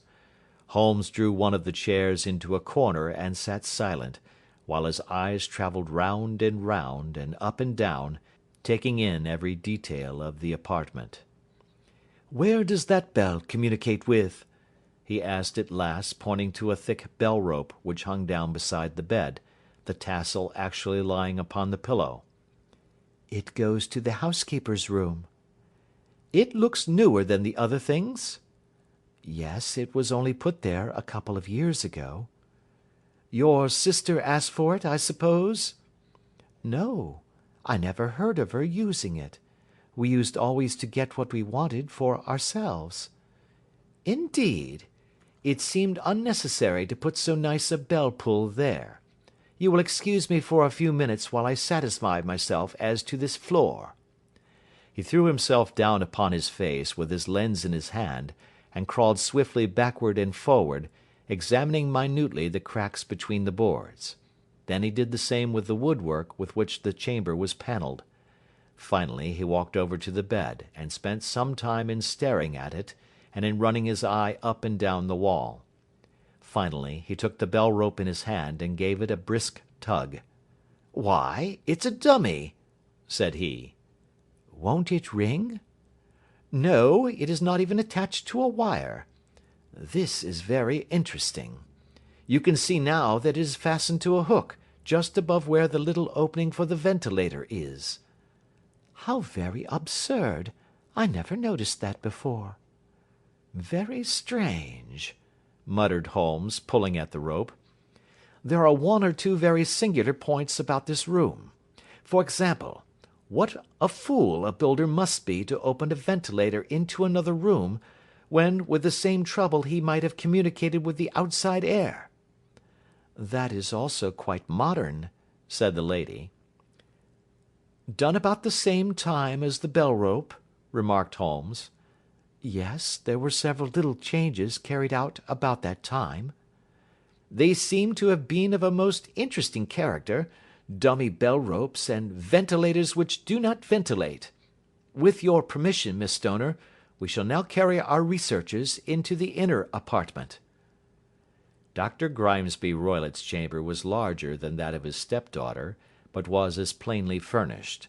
A camp bed, a small wooden shelf full of books, mostly of a technical character, an armchair beside the bed, a plain wooden chair against the wall, a round table, and a large iron safe were the principal things which met the eye. Holmes walked slowly round and examined each and all of them with the keenest interest. "What's in here?" he asked, tapping the safe. "My stepfather's business papers." "Oh, you have seen inside, then?" "Only once, some years ago. I remember that it was full of papers." "There isn't a cat in it, for example?" "No. What a strange idea." "Well, look at this." He took up a small saucer of milk which stood on the top of it. "No, we don't keep a cat. But there is a cheetah and a baboon." "Ah, yes, of course. Well, a cheetah is just a big cat, and yet a saucer of milk does not go very far in satisfying its wants, I dare say. There is one point which I should wish to determine." He squatted down in front of the wooden chair, and examined the seat of it with the greatest attention. "Thank you, that is quite settled," said he, rising and putting his lens in his pocket. "Hullo! Here is something interesting." The object which had caught his eye was a small dog lash hung on one corner of the bed. The lash, however, was curled upon itself, and tied so as to make a loop of whipcord. "What do you make of that, Watson?" "It's a common enough lash, but I don't know why it should be tied." "That is not quite so common, is it? Ah me! It's a wicked world, and when a clever man turns his brains to crime it is the worst of all. I think that I have seen enough now, Miss Stoner, and with your permission we shall walk out upon the lawn."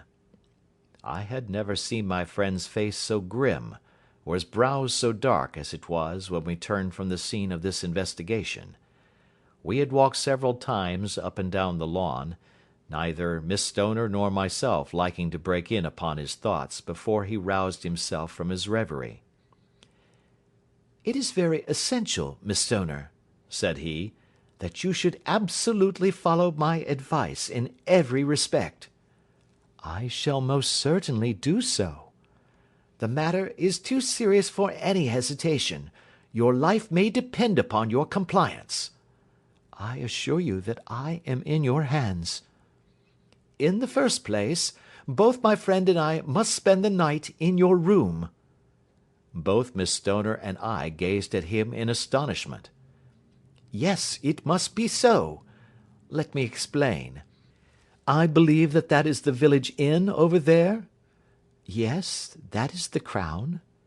"Very good. Your windows would be visible from there?" "Certainly."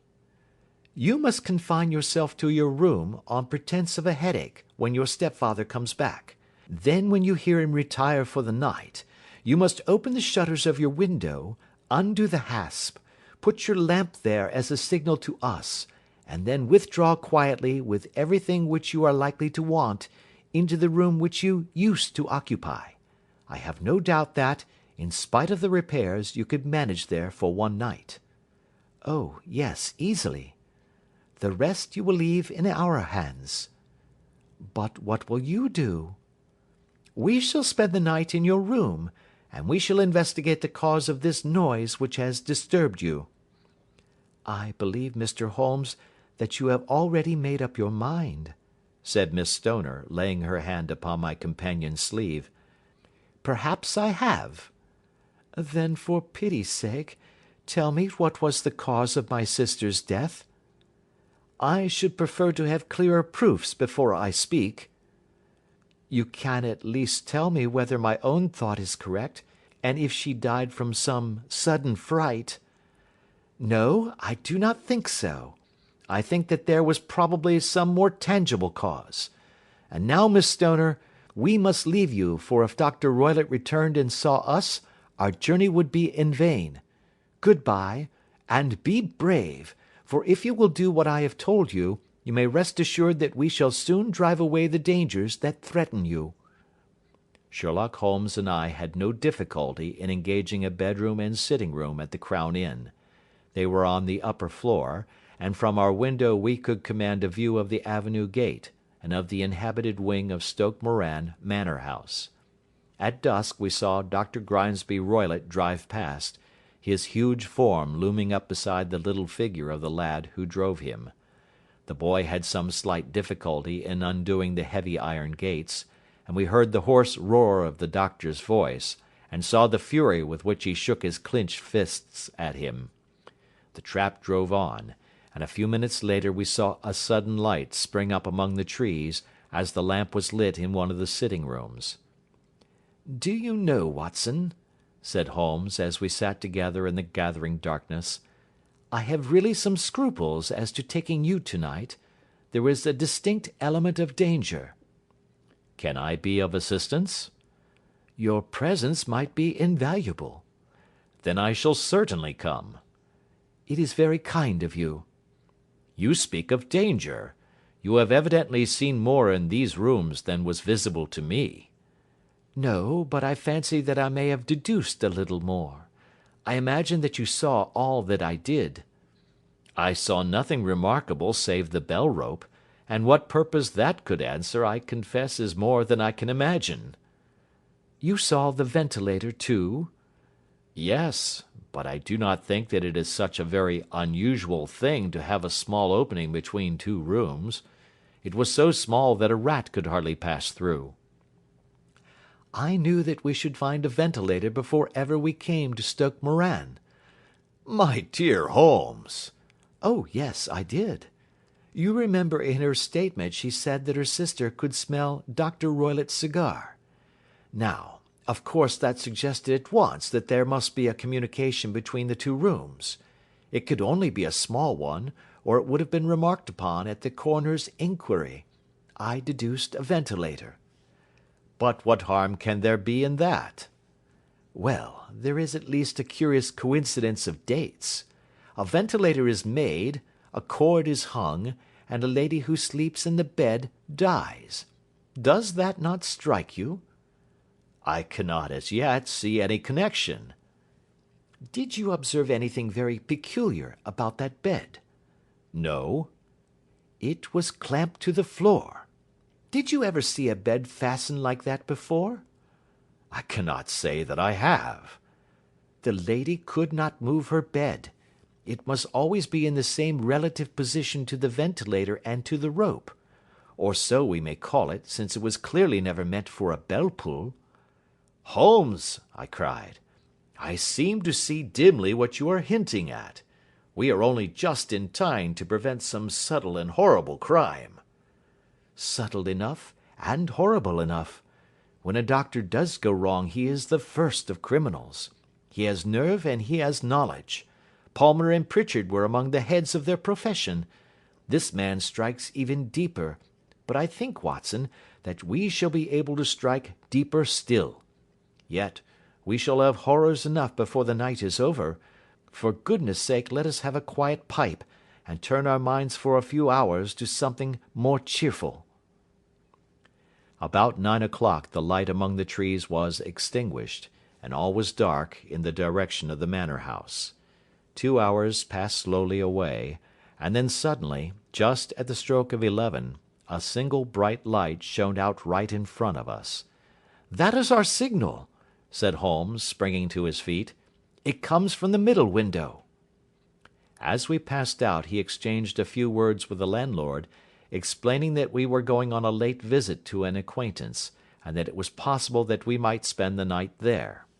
A moment later we were out on the dark road, a chill wind blowing in our faces, and one yellow light twinkling in front of us through the gloom, to guide us on our sombre errand. There was little difficulty in entering the grounds, for unrepaired breaches gaped in the old park wall. Making our way among the trees, we reached the lawn, crossed it, and were about to enter through the window, when out from a clump of laurel bushes there darted what seemed to be a hideous and distorted child, who threw itself upon the grass with writhing limbs, and then ran swiftly across the lawn into the darkness.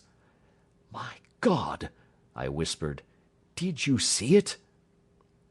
Holmes was for the moment as startled as I. His hand closed like a vice upon my wrist in his agitation. Then he broke into a low laugh and put his lips to my ear. "It is a nice household," he murmured. "That is the baboon." I had forgotten the strange pets which the doctor affected. There was a cheetah, too. Perhaps we might find it upon our shoulders at any moment. I confess that I felt easier in my mind when, after following Holmes's example and slipping off my shoes, I found myself inside the bedroom. My companion noiselessly closed the shutters, moved the lamp onto the table, and cast his eyes round the room. All was as we had seen it in the daytime. Then creeping up to me and making a trumpet of his hand, he whispered into my ear again so gently that it was all that I could do to distinguish the words. "The least sound would be fatal to our plans." I nodded to show that I had heard. "We must sit without light. He would see it through the ventilator." I nodded again. "Do not go asleep. Your very life may depend upon it. Have your pistol ready in case we should need it. I will sit on the side of the bed, and you in that chair." I took out my revolver and laid it on the corner of the table. Holmes had brought up a long thin cane, and this he placed upon the bed beside him. By it he laid the box of matches and the stump of a candle. Then he turned down the lamp, and we were left in darkness. How shall I ever forget that dreadful vigil? I could not hear a sound, not even the drawing of a breath, and yet I knew that my companion sat open-eyed, within a few feet of me, in the same state of nervous tension in which I was myself. The shutters cut off the least ray of light, and we waited in absolute darkness. From outside came the occasional cry of a night bird, and once at our very window a long-drawn cat-like whine, which told us that the cheetah was indeed at liberty. Far away we could hear the deep tones of the parish clock, which boomed out every quarter of an hour.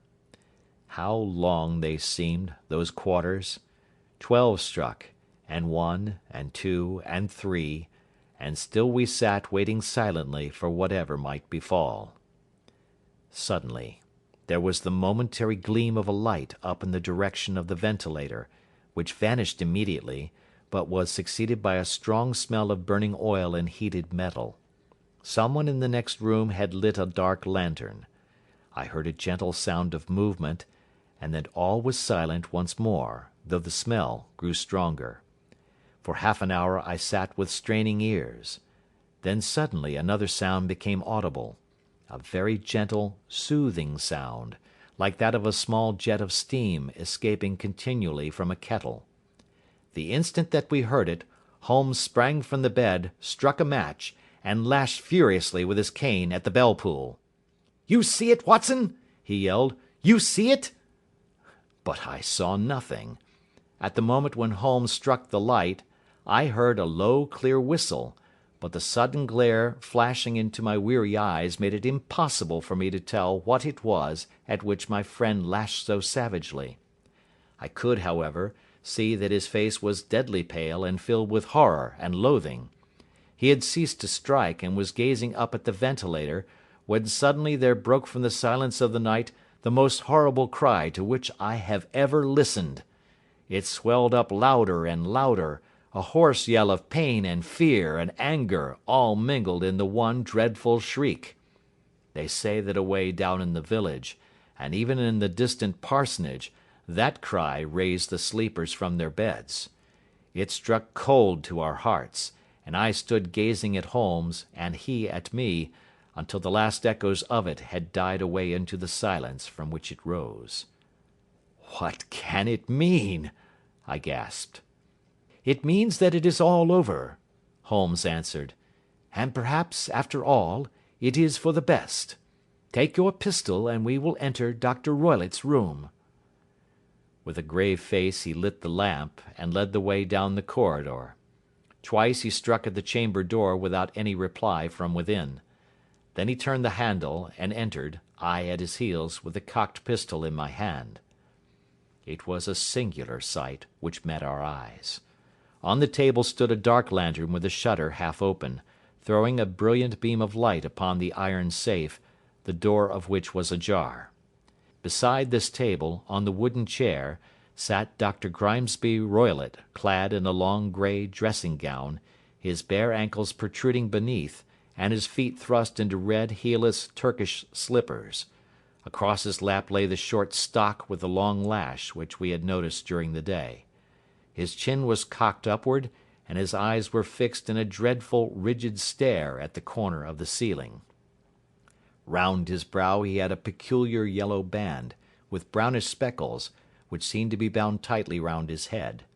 As we entered, he made neither sound nor motion. "The band! The speckled band!" whispered Holmes. I took a step forward. In an instant his strange headgear began to move, and there reared itself from among his hair the squat diamond-shaped head and puffed neck of a loathsome serpent. "It is a swamp adder!" cried Holmes, "the deadliest snake in India. He has died within 10 seconds of being bitten. Violence does in truth recoil upon the violent, and the schemer falls into the pit which he digs for another. Let us thrust this creature back into its den, and we can then remove Miss Stoner to some place of shelter, and let the county police know what has happened." As he spoke he drew the dog whip swiftly from the dead man's lap, and throwing the noose round the reptile's neck he drew it from its horrid perch, and carrying it at arm's length, threw it into the iron safe which he closed upon it. Such are the true facts of the death of Dr. Grimesby Roylott of Stoke Moran. It is not necessary that I should prolong a narrative which has already run to too great a length by telling how we broke the sad news to the terrified girl, how we conveyed her by the morning train to the care of her good aunt at Harrow, of how the slow process of official inquiry came to the conclusion that the doctor met his fate while indiscreetly playing with a dangerous pet. The little which I had yet to learn of the case was told me by Sherlock Holmes as we travelled back next day. "I had," said he, "come to an entirely erroneous conclusion which shows, my dear Watson, how dangerous it always is to reason from insufficient data. The presence of the gipsies, and the use of the word band, which was used by the poor girl, no doubt, to explain the appearance which she had caught a hurried glimpse of by the light of her match, were sufficient to put me upon an entirely wrong scent. I can only claim the merit that I instantly reconsidered my position when, however, it became clear to me that whatever danger threatened an occupant of the room could not come either from the window or the door. My attention was speedily drawn, as I have already remarked to you, to this ventilator, and to the bell rope which hung down to the bed. The discovery that this was a dummy, and that the bed was clamped to the floor, instantly gave rise to the suspicion that the rope was there as a bridge for something passing through the hole and coming to the bed. The idea of a snake instantly occurred to me, and when I coupled it with my knowledge that the doctor was furnished with a supply of creatures from India, I felt that I was probably on the right track. The idea of using a form of poison which could not possibly be discovered by any chemical test was just such a one as would occur to a clever and ruthless man who had had an Eastern training. The rapidity with which such a poison would take effect would also, from his point of view, be an advantage. It would be a sharp-eyed coroner, indeed, who could distinguish the two little dark punctures which would show where the poisoned fangs had done their work. Then I thought of the whistle. Of course, he must recall the snake before the morning light revealed it to the victim. He had trained it, probably by the use of the milk which we saw, to return to him when summoned. He would put it through this ventilator at the hour that he thought best, with the certainty that it would crawl down the rope and land on the bed. It might or might not bite the occupant, perhaps she might escape every night for a week, but sooner or later she must fall a victim. I had come to these conclusions before ever I had entered his room. An inspection of his chair showed me that he had been in the habit of standing on it, which of course would be necessary in order that he should reach the ventilator. The sight of the safe, the saucer of milk, and the loop of whipcord were enough to finally dispel any doubts which may have remained. The metallic clang heard by Miss Stoner was obviously caused by her stepfather hastily closing the door of his safe upon its terrible occupant. Having once made up my mind, you know the steps which I took in order to put the matter to the proof. I heard the creature hiss, as I have no doubt that you did also, and I instantly lit the light and attacked it. With the result of driving it through the ventilator. And also with the result of causing it to turn upon its master at the other side. Some of the blows of my cane came home and roused its snakish temper, so that it flew upon the first person it saw. In this way I am no doubt indirectly responsible for Dr. Grimesby Roylott's death, and I cannot say that it is likely to weigh very heavily upon my conscience. End of Adventure 8.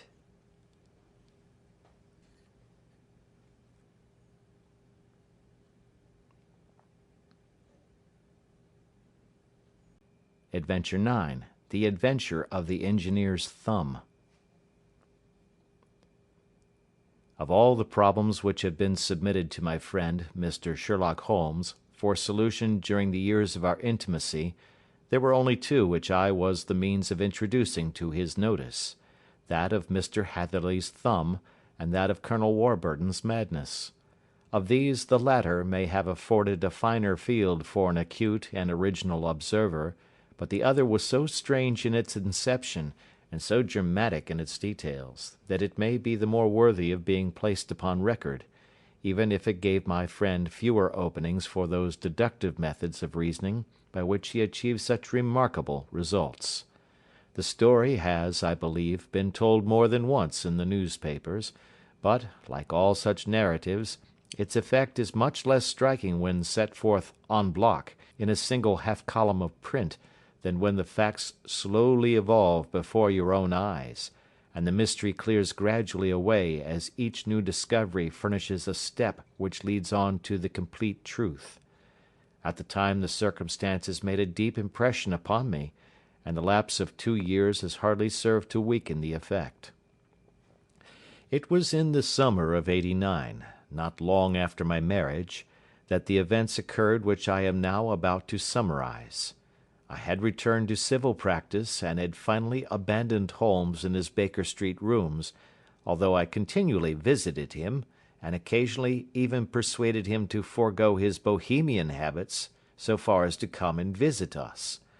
My practice had steadily increased, and as I happened to live at no very great distance from Paddington Station, I got a few patients from among the officials. One of these, whom I had cured of a painful and lingering disease, was never weary of advertising my virtues, and of endeavouring to send me on every sufferer over whom he might have any influence. One morning, at a little before 7 o'clock, I was awakened by the maid tapping at the door to announce that 2 men had come from Paddington and were waiting in the consulting room. I dressed hurriedly, for I knew by experience that railway cases were seldom trivial, and hastened downstairs.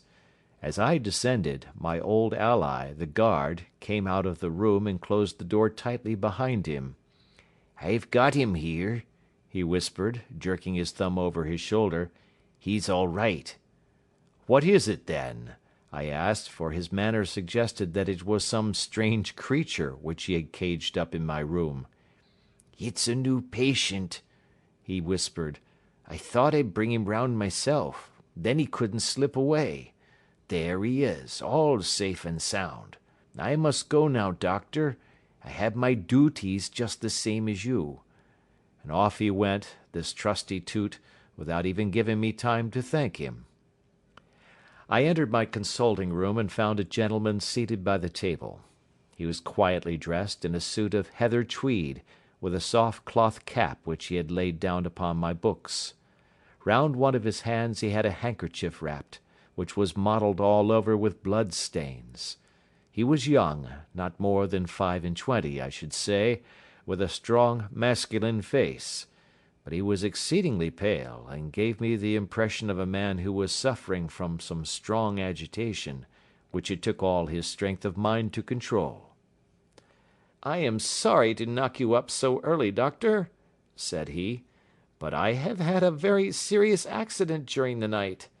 I came in by train this morning, and on inquiring at Paddington as to where I might find a doctor, a worthy fellow very kindly escorted me here. I gave the maid a card, but I see that she has left it upon the side table." I took it up and glanced at it.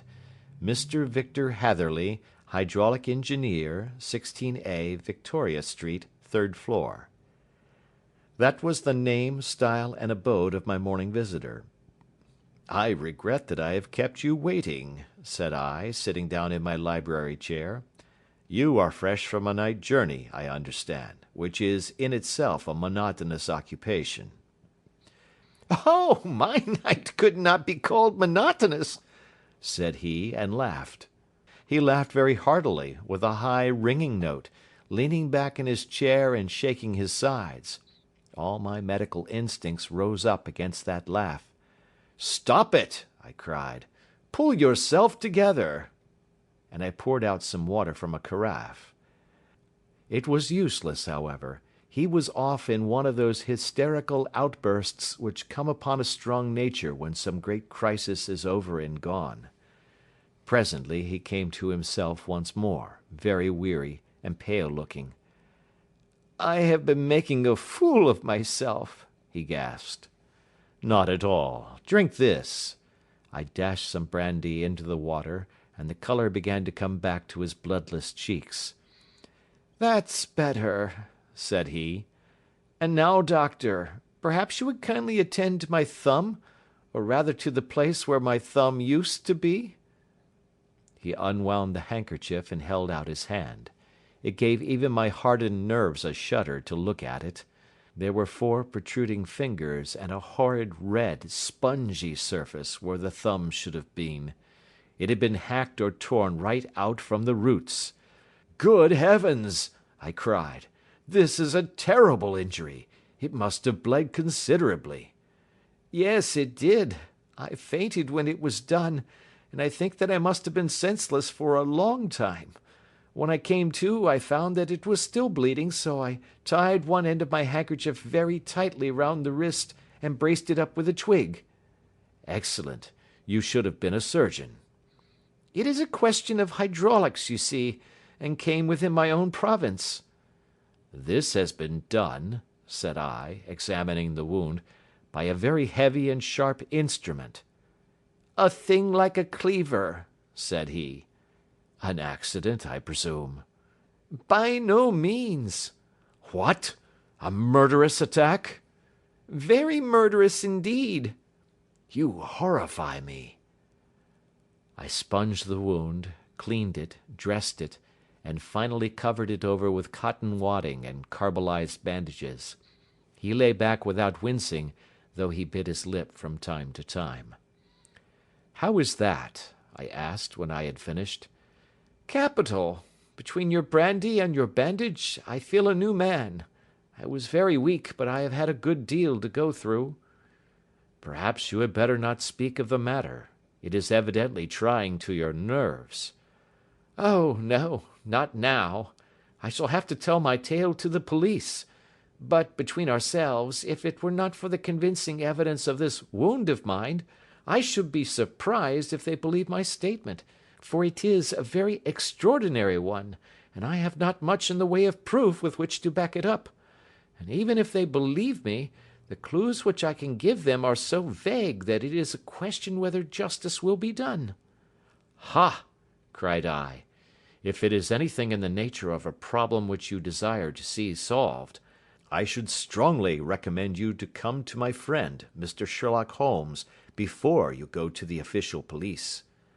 "Oh, I have heard of that fellow," answered my visitor, "and I should be very glad if he would take the matter up, though of course I must use the official police as well. Would you give me an introduction to him?" I'll do better. I'll take you round to him myself. "I should be immensely obliged to you." We'll call a cab and go together. We shall just be in time to have a little breakfast with him. Do you feel equal to it?" "Yes, I shall not feel easy until I have told my story." "Then my servant will call a cab, and I shall be with you in an instant." I rushed upstairs, explained the matter shortly to my wife, and in 5 minutes was inside a hansom driving with my new acquaintance to Baker Street. Sherlock Holmes was, as I expected, lounging about his sitting room in his dressing gown, reading the agony column of the Times and smoking his before breakfast pipe, which was composed of all the plugs and dottles left from his smokes of the day before, all carefully dried and collected on the corner of the mantelpiece. He received us in his quietly genial fashion, ordered fresh rashers and eggs, and joined us in a hearty meal. When it was concluded he settled our new acquaintance upon the sofa, placed a pillow beneath his head, and laid a glass of brandy and water within his reach. "It is easy to see that your experience has been no common one, Mr. Hatherley," said he. "Pray lie down there and make yourself absolutely at home. Tell us what you can, but stop when you are tired and keep up your strength with a little stimulant." "Thank you," said my patient, "but I have felt another man since the doctor bandaged me, and I think that your breakfast has completed the cure. I shall take up as little of your valuable time as possible, so I shall start at once upon my peculiar experiences." Holmes sat in his big armchair with the weary, heavy-lidded expression which veiled his keen and eager nature, while I sat opposite to him, and we listened in silence to the strange story which our visitor detailed to us. "You must know," said he, "that I am an orphan and a bachelor, residing alone in lodgings in London. By profession I am a hydraulic engineer, and I have had considerable experience of my work during the 7 years that I was apprenticed to Venner and Matheson, the well-known firm of Greenwich. 2 years ago, having served my time, and having also come into a fair sum of money through my poor father's death, I determined to start in business for myself, and took professional chambers in Victoria Street.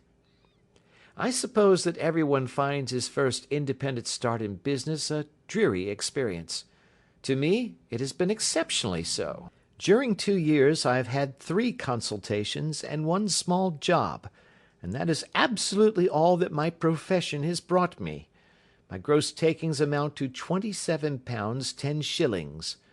Every day, from 9 in the morning until 4 in the afternoon, I waited in my little den, until at last my heart began to sink, and I came to believe that I should never have any practice at all. Yesterday, however, just as I was thinking of leaving the office, my clerk entered to say there was a gentleman waiting, who wished to see me upon business. He brought up a card, too, with the name of Colonel Lysander Stark engraved upon it. Close at his heels came the colonel himself, a man rather over the middle size, but of an exceeding thinness. I do not think that I have ever seen so thin a man. His whole face sharpened away into nose and chin, and the skin of his cheeks was drawn quite tense over his outstanding bones. Yet this emaciation seemed to be his natural habit, and due to no disease, for his eye was bright, his step brisk, and his bearing assured.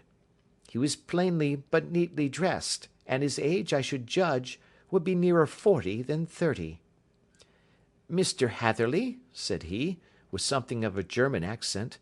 "You have been recommended to me, Mr. Hatherley, as being a man who is not only proficient in his profession, but is also discreet and capable of preserving a secret." I bowed, feeling as flattered as any young man would at such an address. "May I ask who it was who gave me so good a character?" "Well, perhaps it is better that I should not tell you that just at this moment.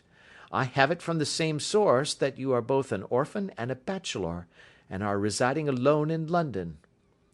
"That is quite correct," I answered, "but you will excuse me if I say that I cannot see how all this bears upon my professional qualifications. I understand that it was on a professional matter that you wished to speak to me?" "Undoubtedly so, but you will find that all I say is really to the point. I have a professional commission for you, but absolute secrecy is quite essential. Absolute secrecy, you understand, and of course we may expect that more from a man who is alone than from one who lives in the bosom of his family." "If I promise to keep a secret," said I, "you may absolutely depend upon my doing so." He looked very hard at me as I spoke, and it seemed to me that I had never seen so suspicious and questioning an eye. "Do you promise, then?" said he at last. "Yes, I promise." "Absolute and complete silence before, during, and after? No reference to the matter at all, either in word or writing?" "I have already given you my word." "Very good." He suddenly sprang up, and darting like lightning across the room, he flung open the door. The passage outside was empty. "That's all right," said he, coming back. "I know that clerks are sometimes curious as to their master's affairs. Now we can talk in safety." He drew up his chair very close to mine, and began to stare at me again with the same questioning and thoughtful look. A feeling of repulsion, and of something akin to fear, had begun to rise within me at the strange antics of this fleshless man. Even my dread of losing a client could not restrain me from showing my impatience. "I beg that you will state your business, sir," said I. "My time is of value." Heaven forgive me for that last sentence, but the words came to my lips. "How would 50 guineas for a night's work suit you?" he asked. "Most admirably." "I say a night's work, but an hour's would be nearer the mark. I simply want your opinion about a hydraulic stamping machine which has got out of gear. If you show us what is wrong, we shall soon set it right ourselves. What do you think of such a commission as that?" "The work appears to be light and the pay munificent." "Precisely so. We shall want you to come to-night by the last train." "Where to?" "To Eyford, in Berkshire. It is a little place near the borders of Oxfordshire, and within 7 miles of Reading. There is a train from Paddington which would bring you there at about 11:15. "Very good." "I shall come down in a carriage to meet you." "There is a drive, then?" "Yes, our little place is quite out in the country. It is a good 7 miles from Eyford Station." "Then we can hardly get there before midnight. I suppose there would be no chance of a train back. I should be compelled to stop the night." "Yes, we could easily give you a shakedown." "That is very awkward. Could I not come at some more convenient hour?" "We have judged it best that you should come late. It is to recompense you for any inconvenience that we are paying to you, a young and unknown man, a fee which would buy an opinion from the very heads of your profession. Still, of course, if you would like to draw out of the business, there is plenty of time to do so." I thought of the 50 guineas, and of how useful they would be to me. "Not at all," said I. "I shall be very happy to accommodate myself to your wishes. I should like, however, to understand a little more clearly what it is that you wish me to do." "Quite so. It is very natural that the pledge of secrecy which we have exacted from you should have aroused your curiosity. I have no wish to commit you to anything without your having it all laid before you. I suppose that we are absolutely safe from eavesdroppers?" "Entirely." "Then the matter stands thus. You are probably aware that Fuller's earth is a valuable product, and that it is only found in 1 or 2 places in England?" "I have heard so." "Some little time ago I bought a small place, a very small place, within 10 miles of Reading. I was fortunate enough to discover that there was a deposit of Fuller's earth in one of my fields. On examining it, however, I found that this deposit was a comparatively small one, and that it formed a link between 2 very much larger ones upon the right and left, both of them, however, in the grounds of my neighbours. These good people were absolutely ignorant that their land contained that which was quite as valuable as a gold mine. Naturally, it was to my interest to buy their land before they discovered its true value, but unfortunately I had no capital by which I could do this. I took a few of my friends into the secret, however, and they suggested that we should quietly and secretly work our own little deposit, and that in this way we should earn the money which would enable us to buy the neighbouring fields. This we have now been doing for some time, and in order to help us in our operations we erected a hydraulic press. This press, as I have already explained, has got out of order, and we wish your advice upon the subject. We guard our secret very jealously, however, and if it once became known that we had hydraulic engineers coming to our little house, it would soon rouse inquiry, and then, if the facts came out, it would be good-bye to any chance of getting these fields and carrying out our plans. That is why I have made you promise me that you will not tell a human being that you are going to Eyford to-night. I hope that I make it all plain?" "I quite follow you," said I. "The only point which I could not quite understand was, what use you could make of a hydraulic press in excavating Fuller's earth, which, as I understand, is dug out like gravel from a pit." "Ah," said he carelessly, "we have our own process. We compress the earth into bricks, so as to remove them without revealing what they are. But that is a mere detail. I have taken you fully into my confidence now, Mr. Hatherley, and I have shown you how I trust you." He rose as he spoke. "I shall expect you, then, at Eyford at 11:15. "I shall certainly be there." "And not a word to a soul." He looked at me with a last long, questioning gaze, and then, pressing my hand in a cold, dank grasp, he hurried from the room. Well, when I came to think it all over in cool blood, I was very much astonished, as you may both think, at this sudden commission which has been entrusted to me. On the one hand, of course, I was glad, for the fee was at least tenfold what I should have asked had I set a price upon my own services, and it was possible that this order might lead to other ones. On the other hand, the face and manner of my patron had made an unpleasant impression upon me, and I could not think that his explanation of the Fuller's earth was sufficient to explain the necessity of my coming at midnight, and his extreme anxiety lest I should tell any one of my errand. However, I threw all fears to the winds, ate a hearty supper, drove to Paddington, and started off, having obeyed to the letter the injunction as to holding my tongue. At Reading I had to change not only my carriage but my station. However, I was in time for the last train to Eyford, and I reached the little dim-lit station after 11 o'clock. I was the only passenger who got out there, and there was no one upon the platform save a single sleepy porter with a lantern.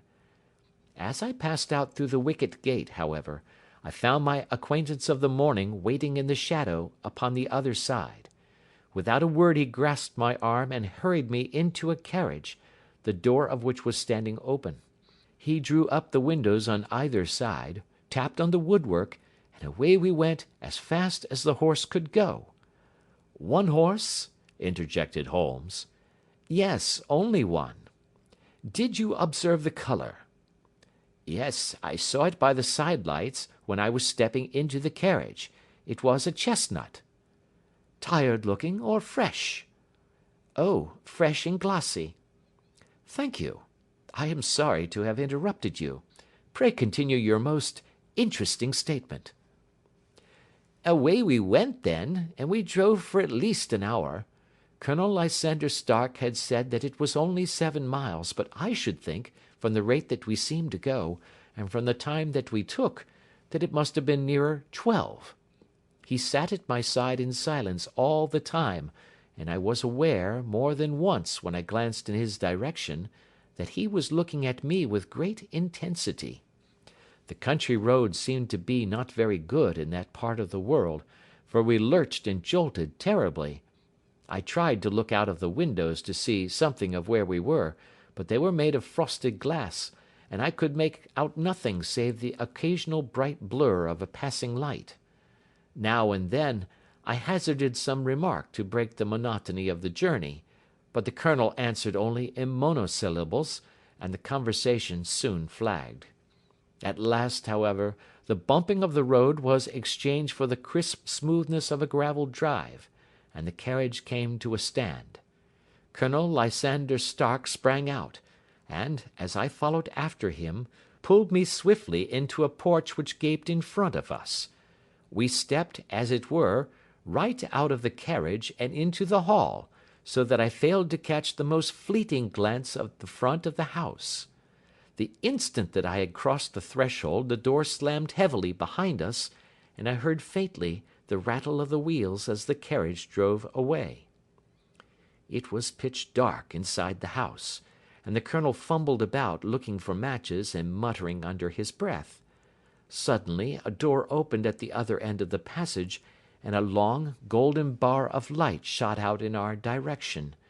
It grew broader, and a woman appeared with a lamp in her hand, which she held above her head, pushing her face forward and peering at us. I could see that she was pretty, and from the gloss with which the light shone upon her dark dress, I knew that it was a rich material. She spoke a few words in a foreign tongue, in a tone as though asking a question, and when my companion answered in a gruff monosyllable, she gave such a start that the lamp nearly fell from her hand. Colonel Stark went up to her, whispered something in her ear, and then, pushing her back into the room from whence she had come, he walked towards me again with the lamp in his hand. "Perhaps you will have the kindness to wait in this room for a few minutes," said he, throwing open another door. It was a quiet, little, plainly furnished room, with a round table in the centre, on which several German books were scattered.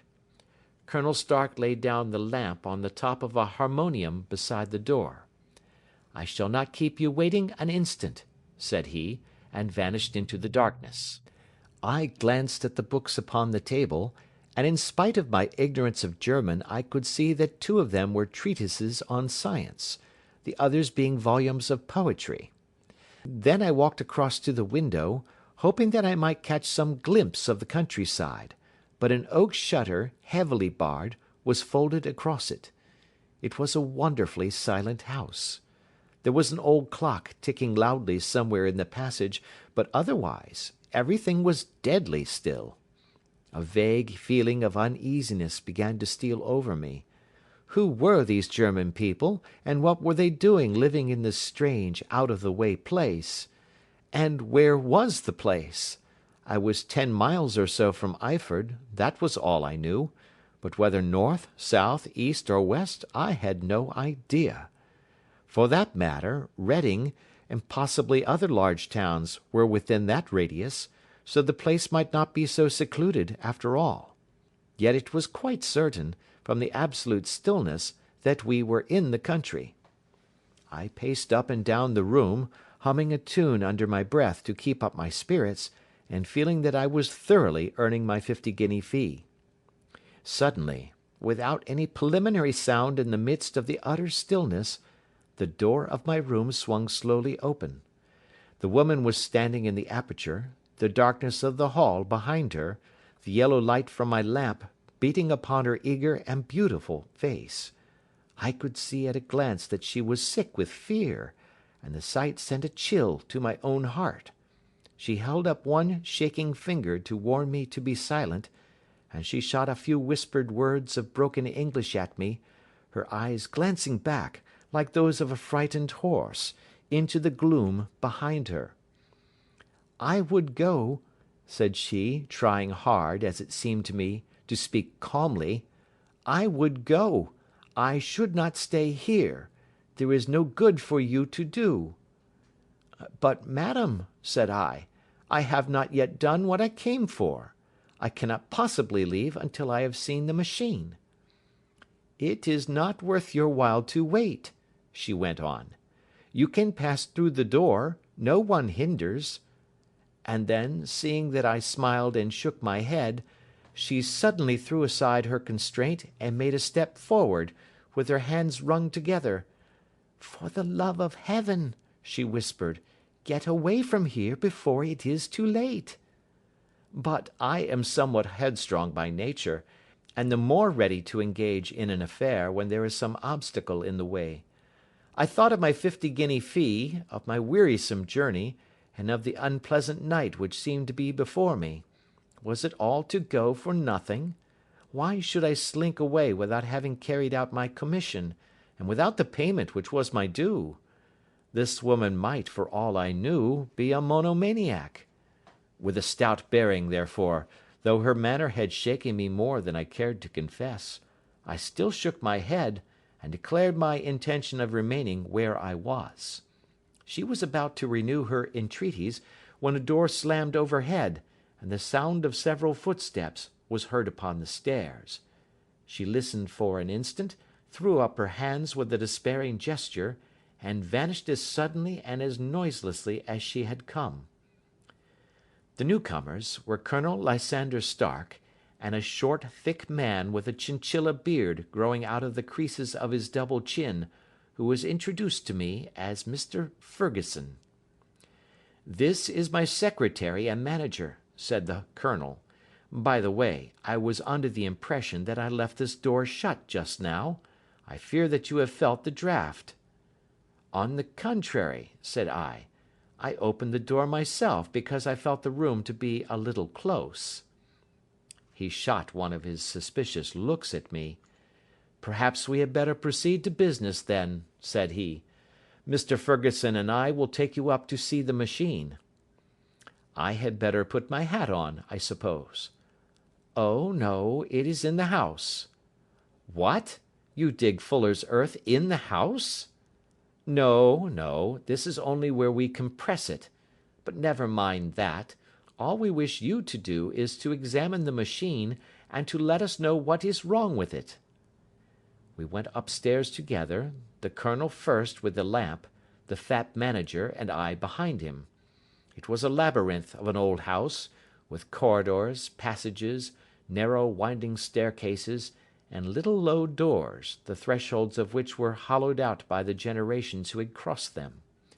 There were no carpets, and no signs of any furniture above the ground floor, while the plaster was peeling off the walls, and the damp was breaking through in green, unhealthy blotches.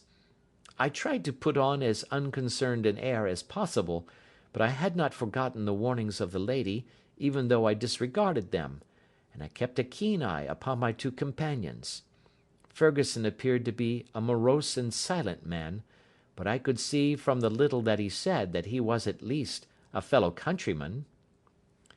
Colonel Lysander Stark stopped at last before a low door, which he unlocked. Within was a small square room, in which the three of us could hardly get at one time. Ferguson remained outside, and the colonel ushered me in.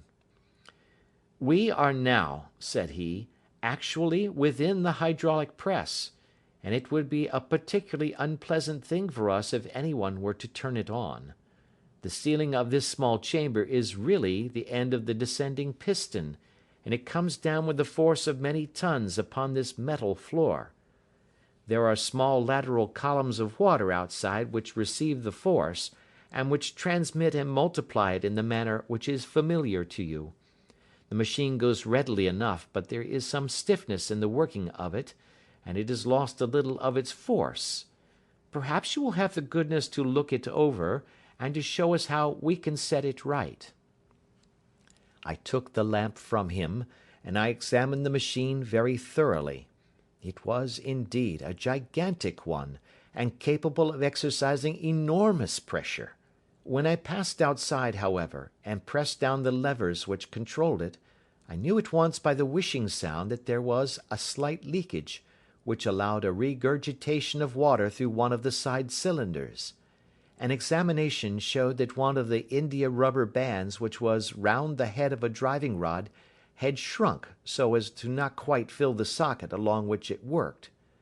This was clearly the cause of the loss of power, and I pointed it out to my companions, who followed my remarks very carefully and asked several practical questions as to how they should proceed to set it right.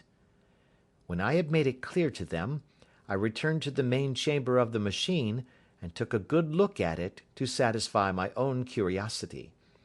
It was obvious at a glance that the story of the fuller's earth was the merest fabrication, for it would be absurd to suppose that so powerful an engine could be designed for so inadequate a purpose. The walls were of wood, but the floor consisted of a large iron trough, and when I came to examine it, I could see a crust of metallic deposit all over it. I had stooped and was scraping at this to see exactly what it was, when I heard a muttered exclamation in German, and saw the cadaverous face of the colonel looking down at me. "What are you doing there?" he asked.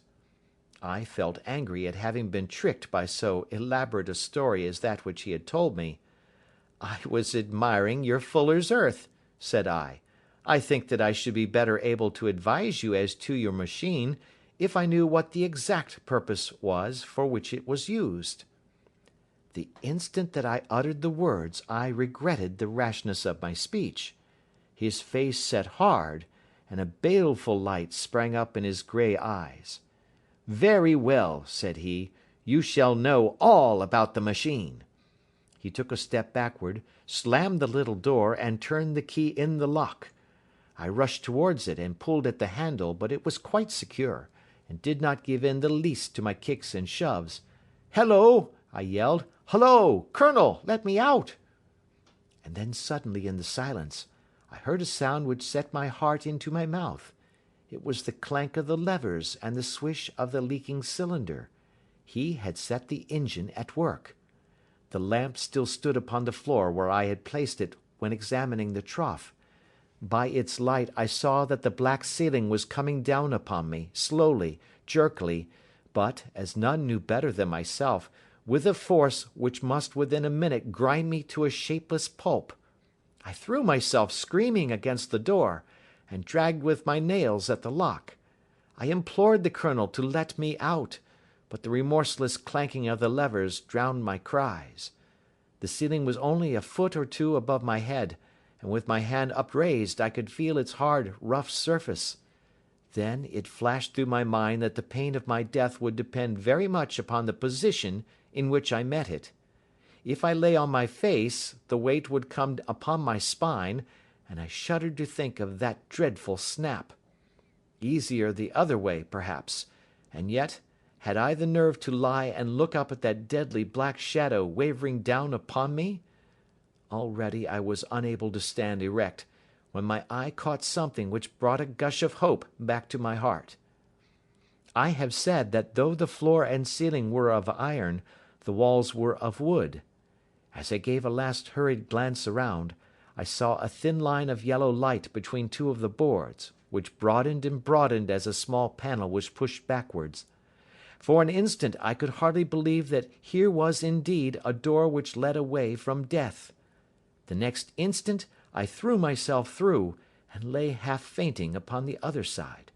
The panel had closed again behind me, but the crash of the lamp, and a few moments afterwards the clang of the two slabs of metal, told me how narrow had been my escape. I was recalled to myself by a frantic plucking at my wrist, and I found myself lying upon the stone floor of a narrow corridor, while a woman bent over me and tugged at me with her left hand, while she held a candle in her right. It was the same good friend whose warning I had so foolishly rejected. "Come, come," she cried breathlessly. "They will be here in a moment. They will see that you are not there. Oh, do not waste the so precious time, but come." This time, at least, I did not scorn her advice. I staggered to my feet, and ran with her along the corridor and down a winding stair. The latter led to another broad passage, and just as we reached it we heard the sound of running feet and the shouting of two voices, one answering the other from the floor on which we were, and from the one beneath. My guide stopped and looked about her like one who is at her wits' end. Then she threw open a door which led into a bedroom, through the window of which the moon was shining brightly. "It is your only chance," said she. "It is high, but it may be that you can jump it." As she spoke, a light sprang into view at the further end of the passage, and I saw the lean figure of Colonel Lysander Stark rushing forward with a lantern in one hand and a weapon like a butcher's cleaver in the other. I rushed across the bedroom, flung open the window, and looked out. How quiet and sweet and wholesome the garden looked in the moonlight, and it could not be more than 30 feet down. I clambered out upon the sill, but I hesitated to jump until I should have heard what passed between my saviour and the ruffian who pursued me. If she were ill used, then at any risks I was determined to go back to her assistance. The thought had hardly flashed through my mind before he was at the door, pushing his way past her, and she threw her arms round him and tried to hold him back. "Fritz, Fritz," she cried in English, "remember your promise after the last time. You said it should not be again. He will be silent. Oh, he will be silent." "You are mad, Elise," he shouted, struggling to break away from her. "You will be the ruin of us. He has seen too much. Let me pass, I say." He dashed her to one side, and rushing to the window, cut at me with his heavy weapon. I had let myself go, and was hanging by the hands to the sill, when his blow fell. I was conscious of a dull pain, my grip loosened, and I fell into the garden below. I was shaken, but not hurt by the fall, so I picked myself up and rushed off among the bushes as hard as I could run, for I understood that I was far from being out of danger yet. Suddenly, however, as I ran, a deadly dizziness and sickness came over me. I glanced down at my hand, which was throbbing painfully, and then for the first time saw that my thumb had been cut off, and that the blood was pouring from my wound. I endeavoured to tie my handkerchief round it, but there came a sudden buzzing in my ears, and next moment I fell in a dead faint among the rose bushes. How long I remained unconscious I cannot tell. It must have been a very long time, for the moon had sunk, and a bright morning was breaking when I came to myself. My clothes were all sodden with dew, and my coat sleeve was drenched with blood from my wounded thumb. The smarting of it recalled in an instant all the particulars of my night's adventure, and I sprang to my feet with the feeling that I might hardly yet be safe from my pursuers. But to my astonishment, when I came to look round me, neither house nor garden were to be seen. I had been lying in an angle of the hedge close by the high road, and just a little lower down was a long building, which proved, upon my approaching it, to be the very station at which I had arrived upon the previous night. Were it not for the ugly wound upon my hand, all that had passed during those dreadful hours might have been an evil dream. Half dazed, I went into the station and asked about the morning train. There would be one to Reading in less than an hour. The same porter was on duty, I found, as had been there when I arrived. I inquired of him whether he had ever heard of Colonel Lysander Stark. The name was strange to him. Had he observed a carriage the night before waiting for me? No, he had not. Was there a police station anywhere near? There was one about 3 miles off. It was too far for me to go, weak and ill as I was. I determined to wait until I got back to town before telling my story to the police. It was a little past 6 when I arrived, so I went first to have my wound dressed, and then the doctor was kind enough to bring me along here. I put the case into your hands, and shall do exactly what you advise." We both sat in silence for some little time after listening to this extraordinary narrative. Then Sherlock Holmes pulled down from the shelf one of the ponderous commonplace books in which he placed his cuttings. "Here is an advertisement which will interest you," said he. "It appeared in all the papers about a year ago. Listen to this. 'Lost, on the 9th instant, Mr. Jeremiah Hayling, aged 26, a hydraulic engineer. Left his lodgings at 10 o'clock at night, and has not been heard of since. Was dressed in, etc., etc.' Ha! That represents the last time that the Colonel needed to have his machine overhauled, I fancy." "Good heavens!" cried my patient. "Then that explains what the girl said." "Undoubtedly. It is quite clear that the Colonel was a cool and desperate man, who was absolutely determined that nothing should stand in the way of his little game, like those out-and-out pirates who will leave no survivor from a captured ship. Well, every moment now is precious, so if you feel equal to it, we shall go down to Scotland Yard at once as a preliminary to starting for Eyford." Some 3 hours or so afterwards we were all in the train together, bound from Reading to the little Berkshire village. There were Sherlock Holmes, the hydraulic engineer, Inspector Bradstreet of Scotland Yard, a plain-clothes man, and myself. Bradstreet had spread an ordnance map of the county out upon the seat, and was busy with his compasses drawing a circle with Eyford for its centre. "There you are," said he. "That circle is drawn at a radius of 10 miles from the village. The place we want must be somewhere near that line. You said 10 miles, I think, sir?" "It was an hour's good drive." "And you think that they brought you back all that way when you were unconscious?" "They must have done so. I have a confused memory, too, of having been lifted and conveyed somewhere." "What I cannot understand," said I, "is why they should have spared you when they found you lying fainting in the garden. Perhaps the villain was softened by the woman's entreaties." "I hardly think that likely. I never saw a more inexorable face in my life."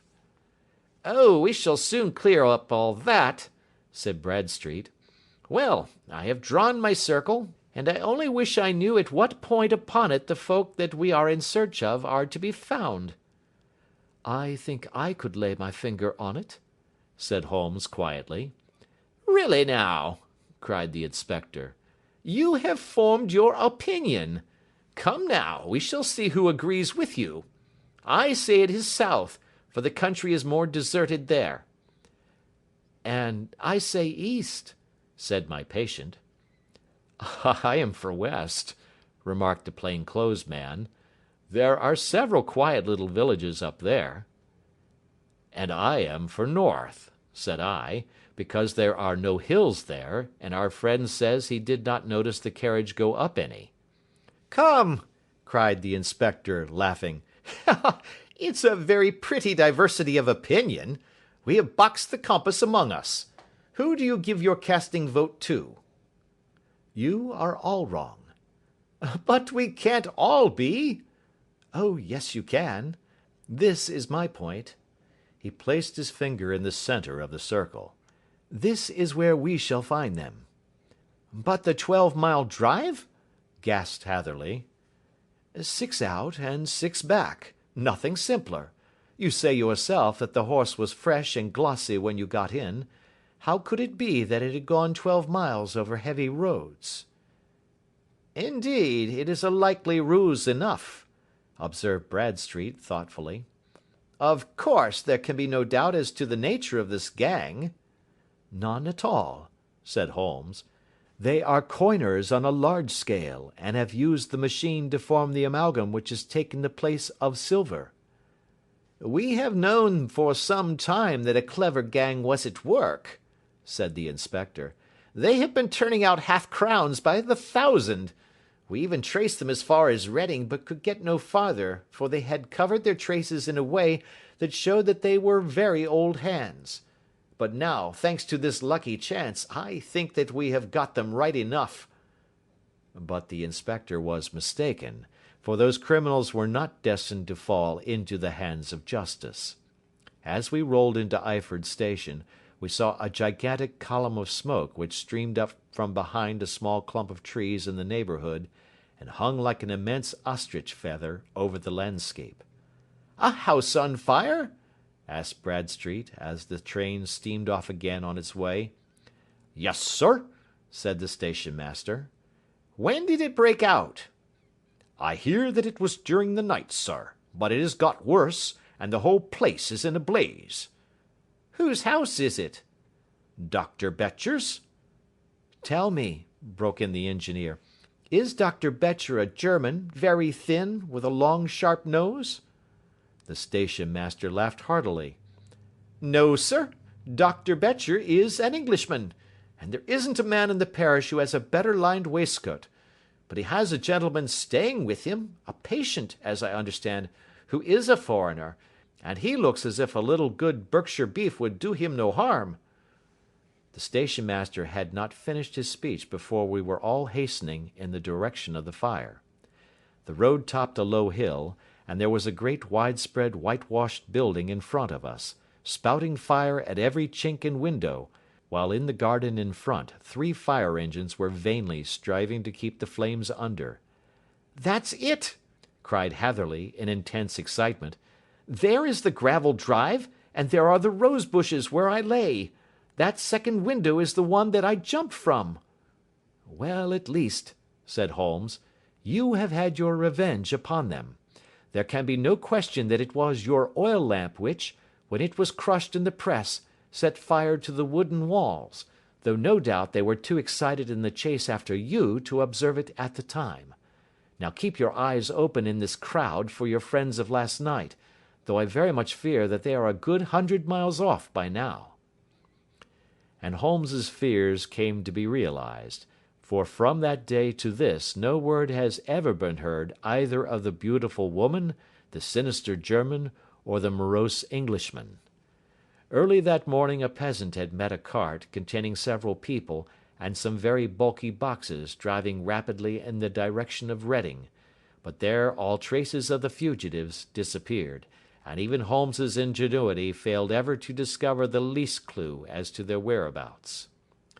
The firemen had been much perturbed at the strange arrangements which they had found within, and still more so by discovering a newly severed human thumb upon a window sill of the second floor. About sunset, however, their efforts were at last successful, and they subdued the flames, but not before the roof had fallen in, and the whole place been reduced to such absolute ruin that, save some twisted cylinders and iron piping, not a trace remained of the machinery which had cost our unfortunate acquaintance so dearly. Large masses of nickel and of tin were discovered stored in an outhouse, but no coins were to be found, which may have explained the presence of those bulky boxes which have been already referred to. How our hydraulic engineer had been conveyed from the garden to the spot where he recovered his senses might have remained for ever a mystery were it not for the soft mould, which told us a very plain tale. He had evidently been carried down by 2 persons, one of whom had remarkably small feet, and the other unusually large ones. On the whole, it was most probable that the silent Englishman, being less bold or less murderous than his companion, had assisted the woman to bear the unconscious man out of the way of danger. "Well," said our engineer ruefully, as we took our seats to return once more to London, "it has been a pretty business for me. I have lost my thumb, and I have lost a 50-guinea fee, and what have I gained?" "Experience," said Holmes, laughing. "Indirectly it may be of value, you know. You have only to put it into words to gain the reputation of being excellent company for the remainder of your existence." End of Adventure 9.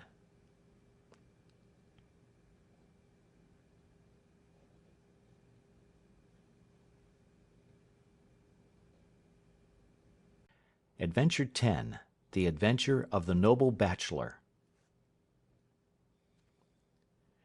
The Lord St. Simon marriage, and its curious termination, have long ceased to be a subject of interest in those exalted circles in which the unfortunate bridegroom moves, and their more piquant details have drawn the gossips away from this 4-year-old drama.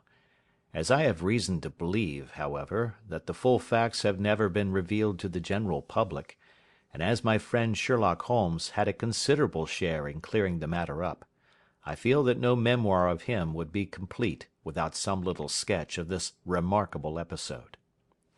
It was a few weeks before my own marriage, during the days when I was still sharing rooms with Holmes in Baker Street, that he came home from an afternoon stroll to find a letter on the table waiting for him. I had remained indoors all day, for the weather had taken a sudden turn to rain, with high autumnal winds, and the Jezeel bullet which I had brought back in one of my limbs as a relic of my Afghan campaign throbbed with dull persistence. With my body in one easy chair and my legs upon another, I had surrounded myself with a cloud of newspapers, until at last, saturated with the news of the day, I tossed them all aside and lay listless, watching the huge crest and monogram upon the envelope upon the table, and wondering lazily who my friend's noble correspondent could be. "Here is a very fashionable epistle," I remarked as he entered. "Your morning letters, if I remember right, were from a fishmonger and a tide-waiter." "Yes, my correspondence has certainly the charm of variety," he answered, smiling, "and the humbler are usually the more interesting. This looks like one of those unwelcome social summonses which call upon a man either to be bored or to lie." He broke the seal and glanced over the contents. "Oh, come, it may prove to be something of interest after all." "Not social, then?" "No, distinctly professional." "And from a noble client?" "One of the highest in England." "My dear fellow, I congratulate you." "I assure you, Watson, without affectation, that the status of my client is a matter of less moment to me than the interest of his case. It is just possible, however, that also may not be wanting in this new investigation. You have been reading the papers diligently of late, have you not?" "It looks like it," said I, ruefully, pointing to a huge bundle in the corner. "I have had nothing else to do." "It is fortunate, for you will perhaps be able to post me up. I read nothing except the criminal news and the agony column. The latter is always instructive. But if you have followed recent events so closely, you must have read about Lord St. Simon and his wedding?" "Oh, yes, with the deepest interest." "That is well. The letter which I hold in my hand is from Lord St. Simon. I will read it to you, and in return you must turn over these papers and let me have whatever bears upon the matter. This is what he says: "My dear Mr. Sherlock Holmes, Lord Backwater tells me that I may place implicit reliance upon your judgment and discretion. I have determined, therefore, to call upon you and to consult you in reference to the very painful event which has occurred in connection with my wedding. Mr. Lestrade, of Scotland Yard, is acting already in the matter, but he assures me that he sees no objection to your cooperation, and that he even thinks that it might be of some assistance. I will call at 4 o'clock in the afternoon, and should you have any other engagement at that time, I hope that you will postpone it, as this matter is of paramount importance. Yours faithfully, St. Simon." It is dated from Grosvenor Mansions, written with a quill pen, and the noble lord has had the misfortune to get a smear of ink upon the outer side of his right little finger," remarked Holmes as he folded up the epistle. "He says 4 o'clock. It is 3 now. He will be here in an hour." "Then I have just time, with your assistance, to get clear upon the subject. Turn over those papers and arrange the extracts in their order of time, while I take a glance as to who our client is." He picked a red-covered volume from a line of books of reference beside the mantelpiece. "Here he is," said he, sitting down and flattening out upon his knee. "Lord Robert Walsingham de Vere St. Simon, second son of the Duke of Balmoral. arms, azure, 3 caltrops in chief over a fess sable. Born in 1846. He's 41 years of age, which is mature for marriage. Was Under-Secretary for the Colonies in a late administration. The Duke, his father, was at one time Secretary for Foreign Affairs. They inherit Plantagenet blood by direct descent, and Tudor on the distaff side. Ha! Well, there is nothing very instructive in all this. I think that I must turn to you, Watson, for something more solid. I have very little difficulty in finding what I want, said I, for the facts are quite recent, and the matter struck me as remarkable. I feared to refer them to you, however, as I knew that you had an inquiry on hand, and that you disliked the intrusion of other matters. Oh, you mean the little problem of the Grosvenor Square furniture van. That is quite cleared up now, though indeed it was obvious from the first. Pray give me the results of your newspaper selections. Here is the first notice which I can find. It is in the personal column of the Morning Post, and dates, as you see, some weeks back. A marriage has been arranged, it says, and will, if rumour is correct, very shortly take place between Lord Robert St. Simon, second son of the Duke of Balmoral, and Miss Hattie Doran, the only daughter of Aloysius Doran, Esquire, of San Francisco, California, USA. That is all. Terse and to the point, remarked Holmes, stretching his long thin legs towards the fire. There was a paragraph amplifying this in one of the society papers of the same week. Ah, here it is. There will soon be a call for protection in the marriage market, for the present free trade principle appears to tell heavily against our home product. One by one the management of the noble houses of Great Britain is passing into the hands of our fair cousins from across the Atlantic. An important addition has been made during the last week to the list of the prizes which have been borne away by these charming invaders. Lord St. Simon, who has shown himself for over 20 years proof against the little god's arrows, has now definitely announced his approaching marriage with Miss Hattie Doran, the fascinating daughter of a California millionaire. Miss Doran, whose graceful figure and striking face attracted much attention at the Westbury House festivities, is an only child, and is currently reported that her dowry will run to considerably over the 6 figures, with expectancies for the future. As it is an open secret that the Duke of Balmoral has been compelled to sell his pictures within the last few years, and as Lord St. Simon has no property of his own save the small estate of Birchmoor, it is obvious that the Californian heiress is not the only gainer by an alliance which will enable her to make the easy and common transition from a Republican lady to a British peeress. Anything else? asked Holmes, yawning. Oh, yes, plenty. Then there is another note in the Morning Post to say that the marriage would be an absolutely quiet one, that it would be at St. George's, Hanover Square, that only half a dozen intimate friends would be invited, and that the party would return to the furnished house at Lancaster Gate which has been taken by Mr. Aloysius Doran. 2 days later, that is, on Wednesday last, there is a curt announcement that the wedding had taken place, and that the honeymoon would be passed at Lord Backwater's place, near Petersfield. Those are all the notices which appeared before the disappearance of the bride. Before the what? asked Holmes with a start. The vanishing of the lady. When did she vanish, then? At the wedding breakfast. Indeed. This is more interesting than it promised to be. Quite dramatic, in fact. Yes, it struck me as being a little out of the common.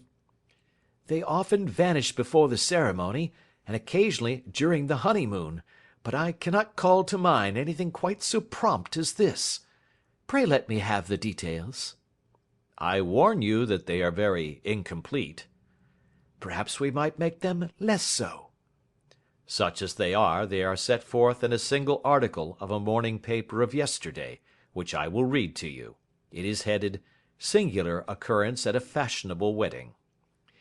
The family of Lord Robert St. Simon has been thrown into the greatest consternation by the strange and painful episodes which have taken place in connection with his wedding. The ceremony, as shortly announced in the papers of yesterday, occurred on the previous morning, but it is only now that it has been possible to confirm the strange rumours which have been so persistently floating about. In spite of the attempts of the friends to hush the matter up, so much public attention has now been drawn to it that no good purpose can be served by affecting to disregard what is a common subject for conversation.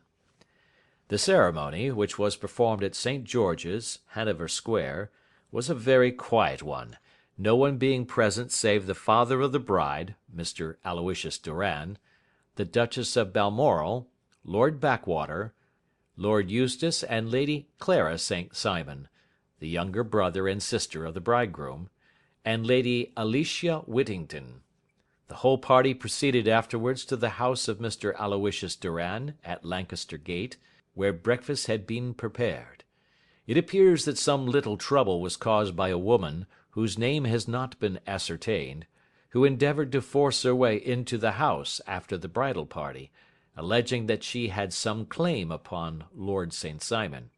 It was only after a painful and prolonged scene that she was ejected by the butler and the footman. The bride, who had fortunately entered the house before this unpleasant interruption, had sat down to breakfast with the rest, when she complained of a sudden indisposition and retired to her room. Her prolonged absence having caused some comment, her father followed her, but learned from her maid that she had only come up to her chamber for an instant, caught up an ulster and bonnet, and hurried down to the passage. One of the footmen declared that he had seen a lady leave the house thus apparelled, but had refused to credit that it was his mistress, believing her to be with the company. On ascertaining that his daughter had disappeared, Mr. Aloysius Doran, in conjunction with the bridegroom, instantly put themselves in communication with the police, and very energetic inquiries are being made, which will probably result in a speedy clearing up of this very singular business. Up to a late hour last night, however, nothing had transpired as to the whereabouts of the missing lady.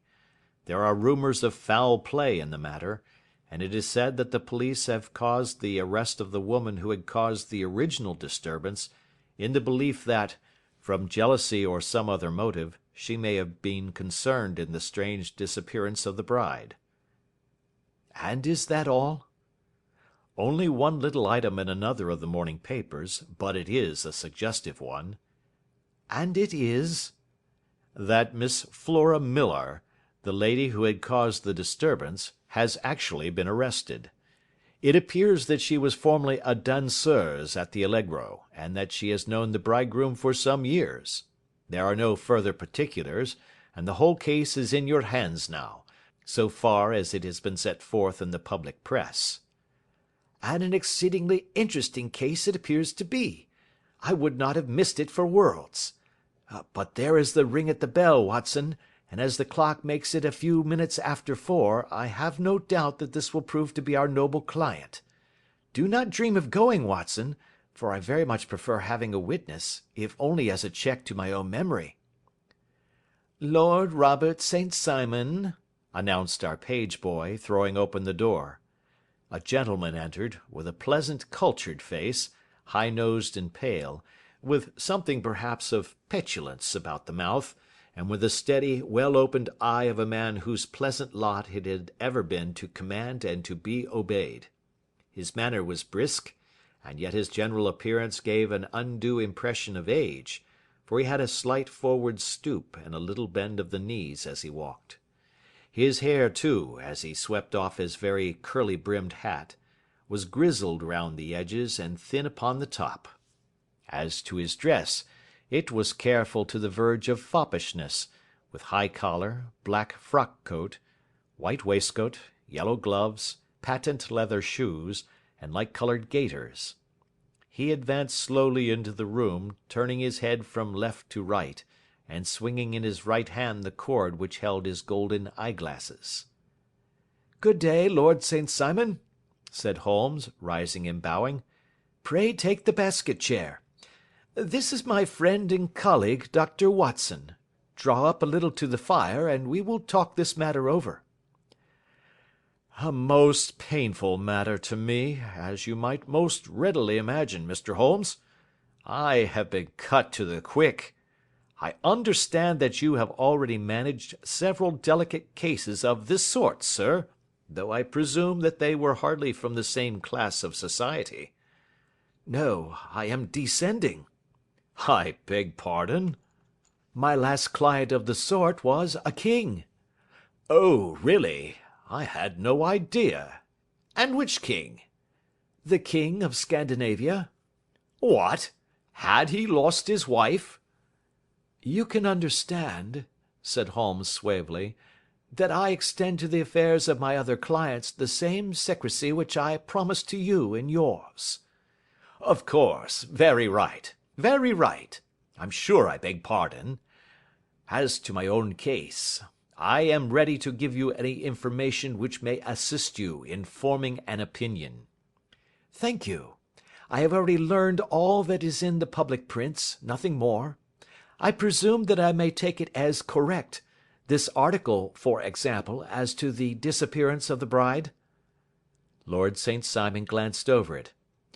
Yes, it is correct, as far as it goes.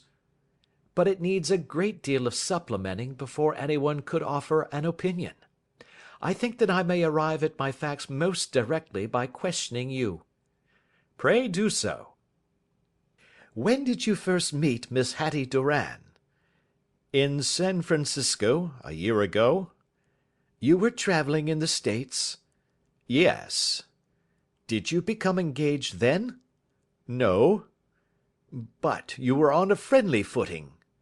I was amused by her society, and she could see that I was amused. Her father is very rich? He is said to be the richest man on the Pacific slope. And how did he make his money? In mining. He had nothing a few years ago. Then he struck gold, invested it, and came up by leaps and bounds. Now, what is your own impression as to the young lady's, your wife's, character? The nobleman swung his glasses a little faster and stared down into the fire. You see, Mr. Holmes, said he, my wife was 20 before her father became a rich man. During that time she ran free in a mining camp, and wandered through woods or mountains, so that her education has come from nature rather than from the schoolmaster. She is what we call in England a tomboy, with a strong nature, wild and free, unfettered by any sort of traditions. She is impetuous. Volcanic, I was about to say. She is swift in making up her mind, and fearless in carrying out her resolutions. On the other hand, I would not have given her the name which I have the honour to bear. He gave a little stately cough. Had I not thought her to be at bottom a noble woman. I believe that she is capable of heroic self-sacrifice, and that anything dishonourable would be repugnant to her. Have you her photograph? I brought this with me. He opened a locket and showed us the full face of a very lovely woman. It was not a photograph, but an ivory miniature, and the artist had brought out the full effect of the lustrous black hair, the large dark eyes, and the exquisite mouth. Holmes gazed long and earnestly at it. Then he closed the locket and handed it back to Lord St. Simon. The young lady came to London, then, and you renewed your acquaintance? Yes, her father brought her over for this last London season. I met her several times, became engaged to her, and have now married her. She brought, I understand, a considerable dowry? A fair dowry, not more than is usual in my family. And this, of course, remains to you, since the marriage is a fait accompli? I really have made no inquiries on the subject. Very naturally not. Did you see Miss Doran on the day before the wedding? Yes. Was she in good spirits? Never better. She kept talking of what we should do in our future lives." "Indeed, that is very interesting. And on the morning of the wedding?" "She was as bright as possible, at least until after the ceremony." "And did you observe any change in her then?" "Well, to tell the truth, I saw then the first signs that I had ever seen, that her temper was just a little sharp. The incident, however, was too trivial to relate, and can have no possible bearing upon the case." "Pray let us have it for all that." "Oh, it is childish. She dropped her bouquet as we went towards the vestry. She was passing the front pew at the time, and it fell over into the pew. There was a moment's delay, but the gentleman in the pew handed it up to her again, and it did not appear to be the worse for the fall. Yet when I spoke to her of the matter, she answered me abruptly, and in the carriage on our way home she seemed absurdly agitated over this trifling cause." "Indeed! You say that there was a gentleman in the pew. Some of the general public were present, then?" "Oh, yes, it is impossible to exclude them when the church is open." "This gentleman was not one of your wife's friends?" "No, no. I call him a gentleman by courtesy, but he was quite a common-looking person. I hardly noticed his appearance. But really I think that we are wandering rather far from the point." "Lady St. Simon, then, returned from the wedding in a less cheerful frame of mind than she had gone to it. What did she do on re-entering her father's house?" "I saw her in conversation with her maid." "And who is her maid?" "Alice is her name. She is an American, and came from California with her." "A confidential servant?" "A little too much so. It seemed to me that her mistress allowed her to take great liberties. Still, of course, in America they look upon these things in a different way." "How long did she speak to this Alice?" "Oh, a few minutes. I had something else to think of." "You did not overhear what they said?" "Lady St. Simon said something about jumping a claim. She was accustomed to use slang of the kind. I have no idea what she meant." "American slang is very expressive sometimes. And what did your wife do when she finished speaking to her maid?" "She walked into the breakfast room." "On your arm?" "No, alone. She was very independent in little matters like that. Then, after we had sat down for 10 minutes or so, she rose hurriedly, muttered some words of apology, and left the room. She never came back." "But this maid, Alice, as I understand, deposes that she went to her room, covered her bride's dress with a long ulster, put on a bonnet, and went out." "Quite so. And she was afterwards seen walking into Hyde Park in company with Flora Millar, a woman who is now in custody, and who had already made a disturbance at Mr. Durand's house that morning." "Ah, yes. I should like a few particulars as to this young lady, and your relations to her." Lord St. Simon shrugged his shoulders and raised his eyebrows. "We have been on a friendly footing for some years. I may say on a very friendly footing. She used to be at the Allegro. I have not treated her ungenerously, and she had no just cause of complaint against me, but you know what women are, Mr. Holmes. Flora was a dear little thing, but exceedingly hot-headed, and devotedly attached to me. She wrote me dreadful letters when she heard that I was about to be married, and, to tell the truth, the reason why I had the marriage celebrated so quietly was that I feared lest there might be a scandal in the church.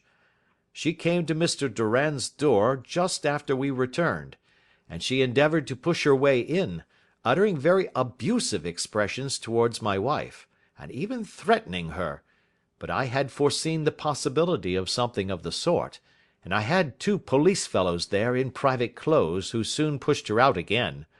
She was quiet when she saw that there was no good in making a row." "Did your wife hear all this?" "No, thank goodness, she did not." "And she was seen walking with this very woman afterwards?" "Yes, That is what Mr. Lestrade, of Scotland Yard, looks upon as so serious. It is thought that Flora decoyed my wife out and laid some terrible trap for her." "Well, it is a possible supposition." "You think so, too?" "I did not say a probable one. But you did not yourself look upon this as likely?" "I do not think Flora would hurt a fly." "Still, jealousy is a strange transformer of characters. Pray what is your own theory as to what took place?" "Well, really, I came to seek a theory, not to propound one. I have given you all the facts.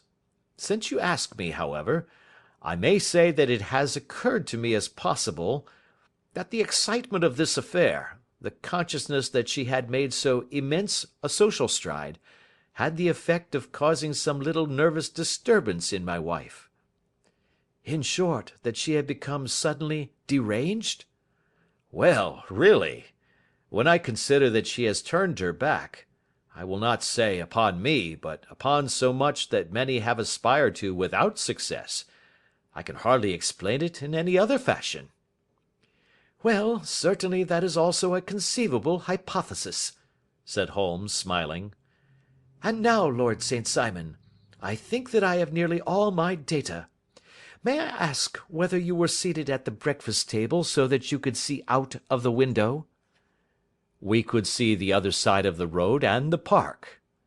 "Quite so. Then I do not think that I need to detain you longer. I shall communicate with you." "Should you be fortunate enough to solve this problem," said our client, rising. "I have solved it." "Eh? What was that?" "I say that I have solved it."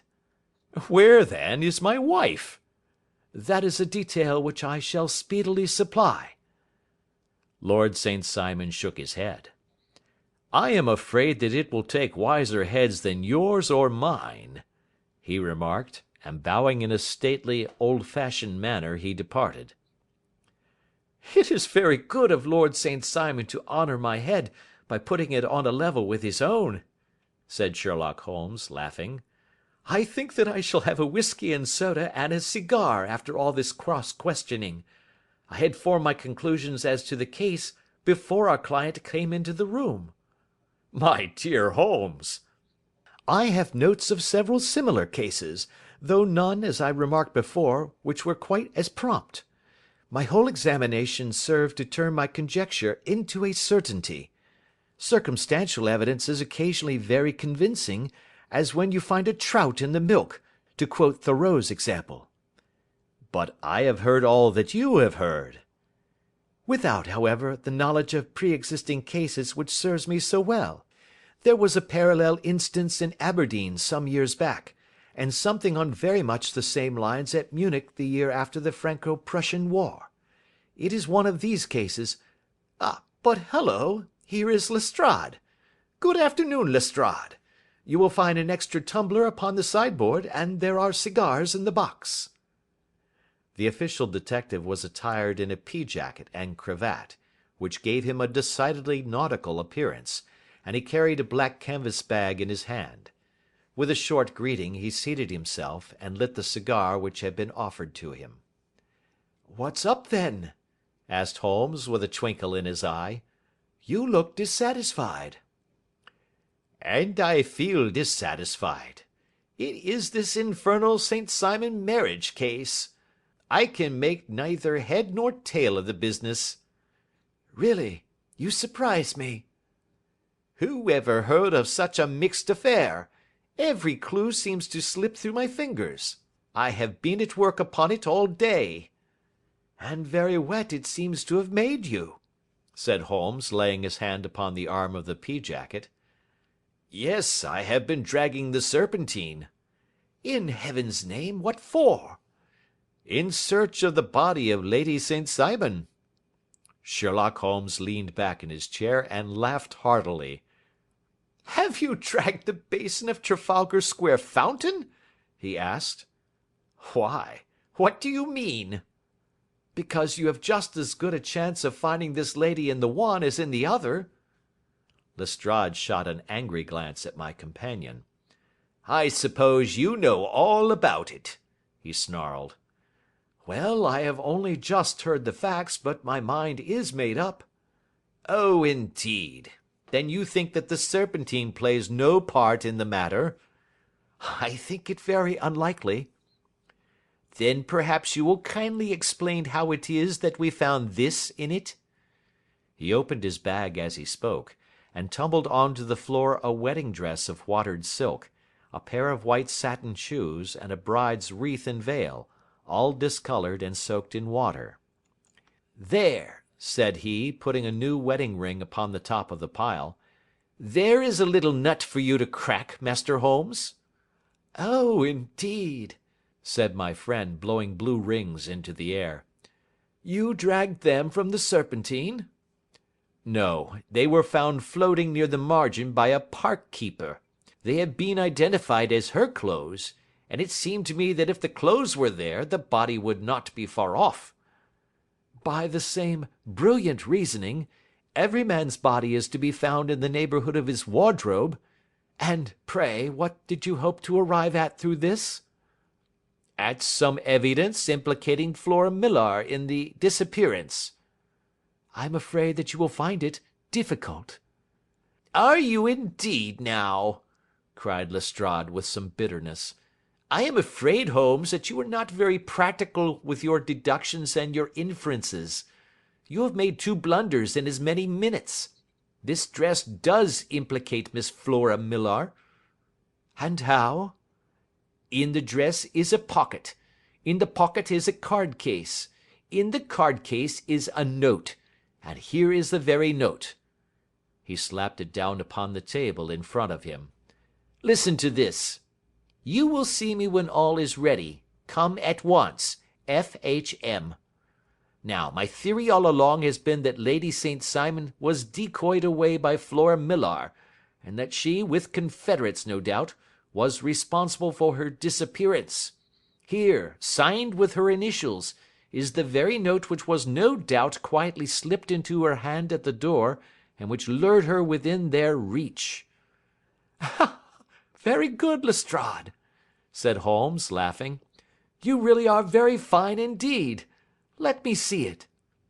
He took up the paper in a listless way, but his attention instantly became riveted, and he gave a little cry of satisfaction.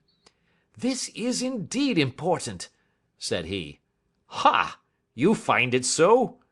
"Extremely so. I congratulate you warmly." Lestrade rose in his triumph and bent his head to look. "Why," he shrieked, "you're looking at the wrong side."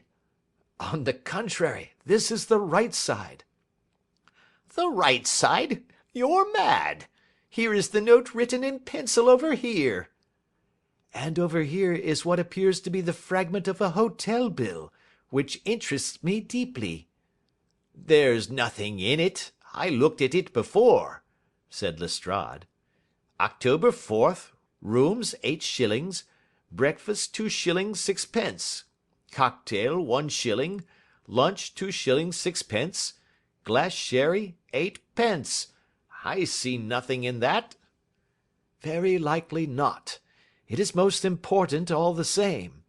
As to the note, it is important also, or at least the initials are, so I congratulate you again." "I've wasted time enough," said Lestrade, rising. "I believe in hard work and not in sitting by the fire spinning fine theories. Good day, Mr. Holmes, and we shall see which gets to the bottom of the matter first." He gathered up the garments, thrust them into the bag, and made for the door. "Just one hint to you, Lestrade," drawled Holmes before his rival vanished. "I will tell you the true solution of the matter. Lady St. Simon is a myth. There is not, and there never has been, any such person." Lestrade looked sadly at my companion. Then he turned to me, tapped his forehead 3 times, shook his head solemnly, and hurried away. He had hardly shut the door behind him when Holmes rose to put on his overcoat. "There is something in what the fellow says about outdoor work," he remarked. So I think, Watson, that I must leave you to your papers for a little."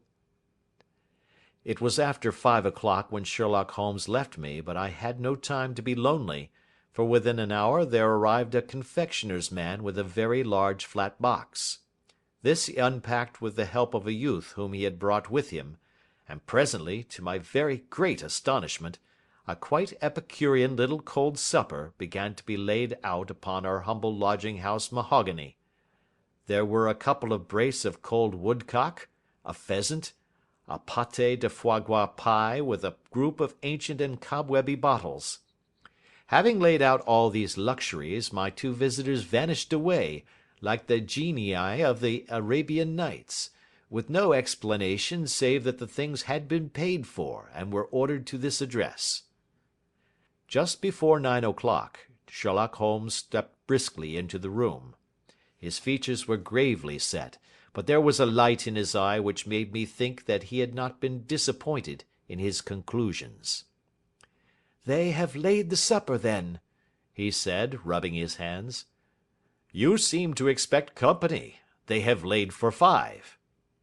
"Yes, I fancy we may have some company dropping in," said he. "I am surprised that Lord St. Simon has not already arrived. Ha! I fancy that I hear his step now upon the stairs." It was indeed our visitor of the afternoon who came bustling in, dangling his glasses more vigorously than ever, and with a very perturbed expression upon his aristocratic features. "My messenger reached you, then?" asked Holmes. "Yes, and I confess that the contents startled me beyond measure. Have you good authority for what you say?" "The best possible." Lord St. Simon sank into a chair, and passed his hand over his forehead. "What will the duke say," he murmured, "when he hears that one of the family has been subjected to such humiliation?" "It is the purest accident. I cannot allow that there is any humiliation." "Ah, you look on these things from another standpoint." "I fail to see that any one is to blame. I can hardly see how the lady could have acted otherwise, though her abrupt method of doing it was undoubtedly to be regretted. Having no mother, she had no one to advise her at such a crisis." "It was a slight, sir, a public slight," said Lord St. Simon, tapping his fingers upon the table. "You must make allowance for this poor girl, placed in so unprecedented a position." "I will make no allowance. I am very angry indeed, and I have been shamefully used." "I think that I heard a ring," said Holmes. "Yes, there are steps on the landing. If I cannot persuade you to take a lenient view of the matter, Lord St. Simon, I have brought an advocate here who may be more successful." He opened the door and ushered in a lady and gentleman. "Lord St. Simon," said he, "allow me to introduce you to Mr. and Mrs. Francis Hay Moulton. The lady, I think, you have already met." At the sight of these newcomers, our client had sprung from his seat and stood very erect, with his eyes cast down and his hand thrust into the breast of his frock coat, a picture of offended dignity. The lady had taken a quick step forward and had held out her hand to him, but he still refused to raise his eyes. It was as well for his resolution, perhaps, for her pleading face was one which it was hard to resist. "You're angry, Robert," said she. "Well, I guess you have every cause to be." "Pray make no apology to me," said Lord St. Simon, bitterly.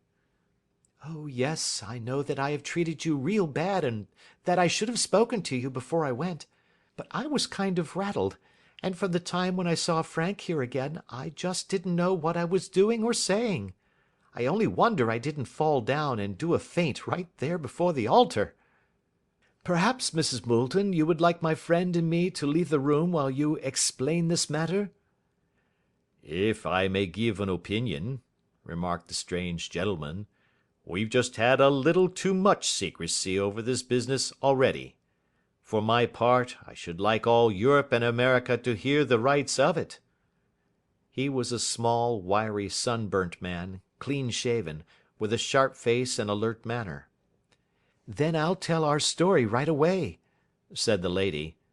"Frank here and I met in '84, in McQuire's camp near the Rockies, where Pa was working a claim.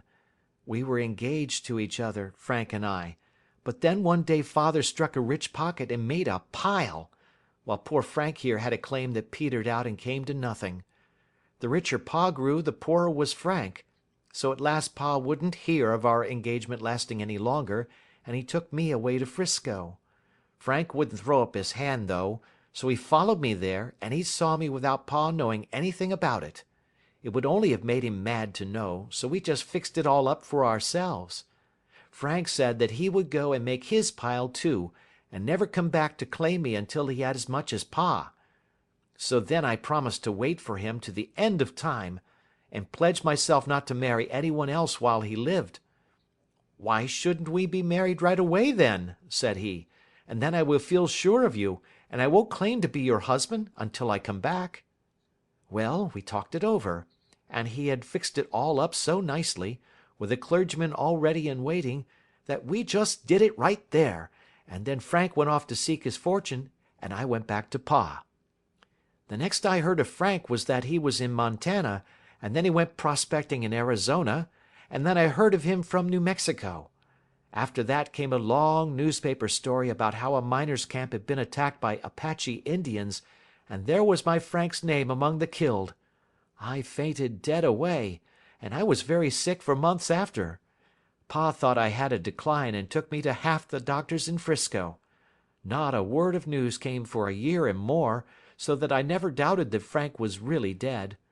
Then Lord St. Simon came to 'Frisco, and we came to London, and a marriage was arranged, and Pa was very pleased, but I felt all the time that no man on this earth would ever take the place in my heart that had been given to my poor Frank. Still, if I had married Lord St. Simon, of course I'd have done my duty by him. We can't command our love, but we can our actions. I went to the altar with him with the intention to make him just as good a wife as it was in me to be. But you may imagine what I felt when, just as I came to the altar rails, I glanced back and saw Frank standing and looking at me out of the first pew. I thought it was his ghost at first, but when I looked again, there he was still, with a kind of question in his eyes, as if to ask me whether I was glad or sorry to see him. I wonder I didn't drop. I know that everything was turning round, and the words of the clergyman were just like the buzz of a bee in my ear. I didn't know what to do. Should I stop the service and make a scene in the church? I glanced at him again, and he seemed to know what I was thinking, for he raised his finger to his lips to tell me to be still. Then I saw him scribble on a piece of paper, and I knew that he was writing me a note.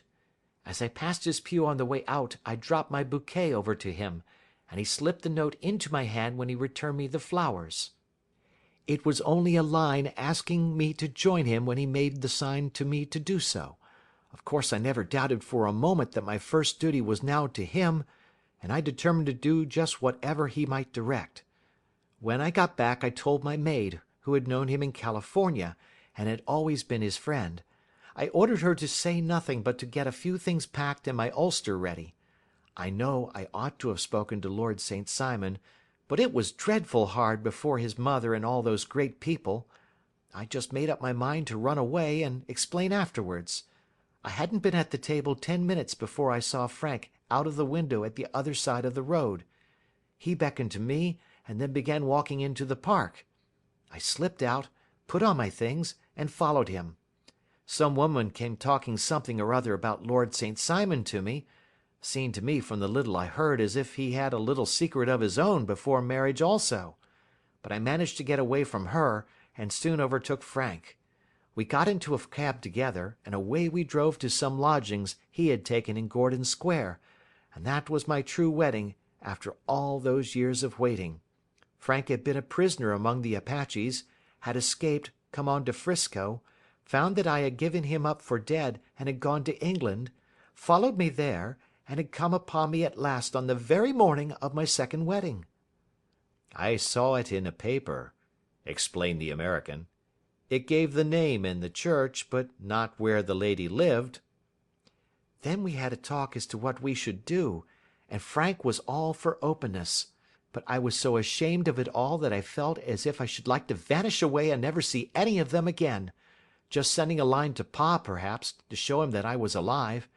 It was awful to me to think of all those lords and ladies sitting round that breakfast table and waiting for me to come back. So Frank took my wedding clothes and things and made a bundle of them, so that I should not be traced, and dropped them away somewhere where no one could find them. It is likely that we should have gone on to Paris tomorrow, only that this good gentleman, Mr. Holmes, came round to us this evening, though how he found us is more than I can think, and he showed us very clearly and kindly that I was wrong and that Frank was right, and that we should be putting ourselves in the wrong if we were so secret. Then he offered to give us a chance of talking to Lord St. Simon alone, and so we came right away round to his rooms at once. Now, Robert, you have heard it all, and I am very sorry if I have given you pain, and I hope that you do not think very meanly of me."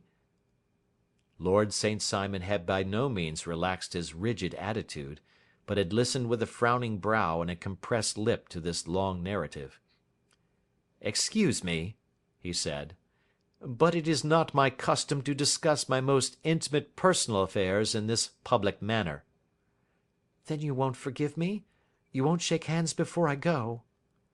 "Oh, certainly, if it would give you any pleasure." He put out his hand and coldly grasped that which she extended to him. "I had hoped," suggested Holmes, "that you would have joined us in a friendly supper." "I think that there you ask a little too much," responded his lordship. "I may be forced to acquiesce in these recent developments, but I can hardly be expected to make merry over them. I think that with your permission I will now wish you all a very good night." He included us all in a sweeping bow, and stalked out of the room. "Then I trust that you at least will honour me with your company," said Sherlock Holmes. "It is always a joy to meet an American, Mr. Moulton, for I am one of those who believe that the folly of a monarch and the blundering of a minister in far gone years will not prevent our children from being some day citizens of the same world-wide country under a flag which shall be a quartering of the Union Jack with the stars and stripes." "The case has been an interesting one," remarked Holmes when our visitors had left us, "because it serves to show very clearly how simple the explanation may be of an affair which at first sight seems to be almost inexplicable. Nothing could be more natural than the sequence of events as narrated by this lady, and nothing stranger than the result when viewed, for instance, by Mr. Lestrade of Scotland Yard." "You were not yourself at fault at all, then?" "From the first, two facts were very obvious to me. The one, that the lady had been quite willing to undergo the wedding ceremony. The other, that she had repented of it within a few minutes of returning home. Obviously something had occurred during the morning, then, to cause her to change her mind. What could that something be? She could not have spoken to anyone when she was out, for she had been in the company of the bridegroom. Had she seen someone then? If she had, it must be someone from America, because she had spent so short a time in this country that she could hardly have allowed anyone to acquire so deep an influence over her that the mere sight of him would induce her to change her plans so completely. You see, we have already arrived, by a process of exclusion, at the idea that she might have seen an American. Then who could this American be, and why should he possess so much influence over her? It might be a lover. It might be a husband. Her young womanhood had, I knew, been spent in rough scenes and under strange conditions. So far I had got before I ever heard Lord St. Simon's narrative. When he told us of a man in a pew, of the change in the bride's manner, of so transparent a device for obtaining a note as the dropping of a bouquet, of her resort to her confidential maid, and of her very significant allusion to claim-jumping, which in miners' parlance means taking possession of that which another person has a prior claim to, the whole situation became absolutely clear.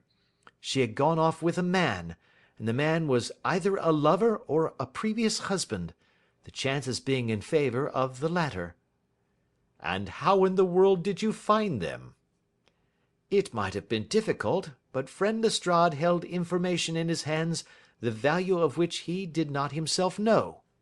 The initials were, of course, of the highest importance, but more valuable still was it to know that within a week he had settled his bill at one of the most select London hotels." "How did you deduce the select?" "By the select prices. 8 shillings for a bed and 8 pence for a glass of sherry pointed to one of the most expensive hotels. There are not many in London which charge at that rate.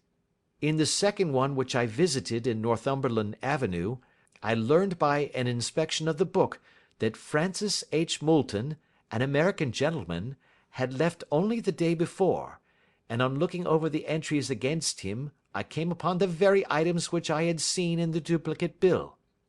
His letters were to be forwarded to 226 Gordon Square, so thither I travelled, and being fortunate enough to find the loving couple at home, I ventured to give them some paternal advice, and to point out to them that it would be better in every way that they should make their position a little clearer both to the general public and to Lord St. Simon in particular. I invited them to meet him here, and, as you see, I made him keep the appointment."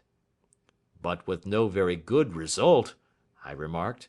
"His conduct was certainly not very gracious."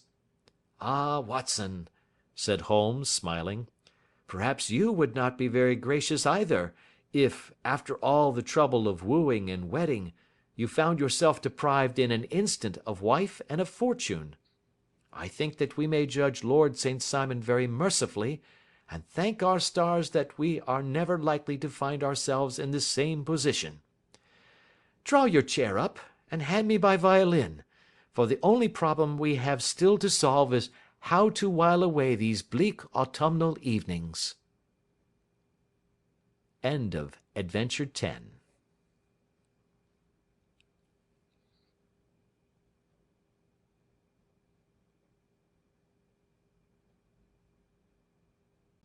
Adventure 11.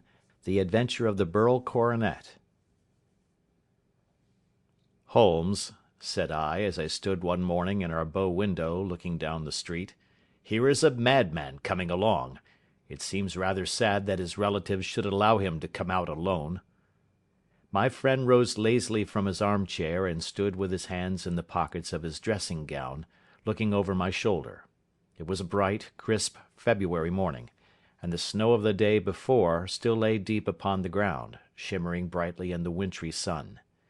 Down the centre of Baker Street it had been ploughed into a brown crumbly band by the traffic, but at either side and on the heaped-up edges of the footpaths it still lay as white as when it fell.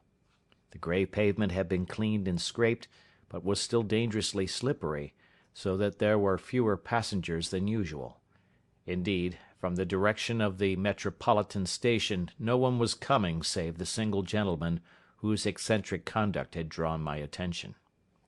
He was a man of about 50, tall, portly, and imposing, with a massive, strongly marked face and a commanding figure. He was dressed in a sombre yet rich style, in black frock-coat, shining hat, neat brown gaiters, and well-cut pearl-grey trousers.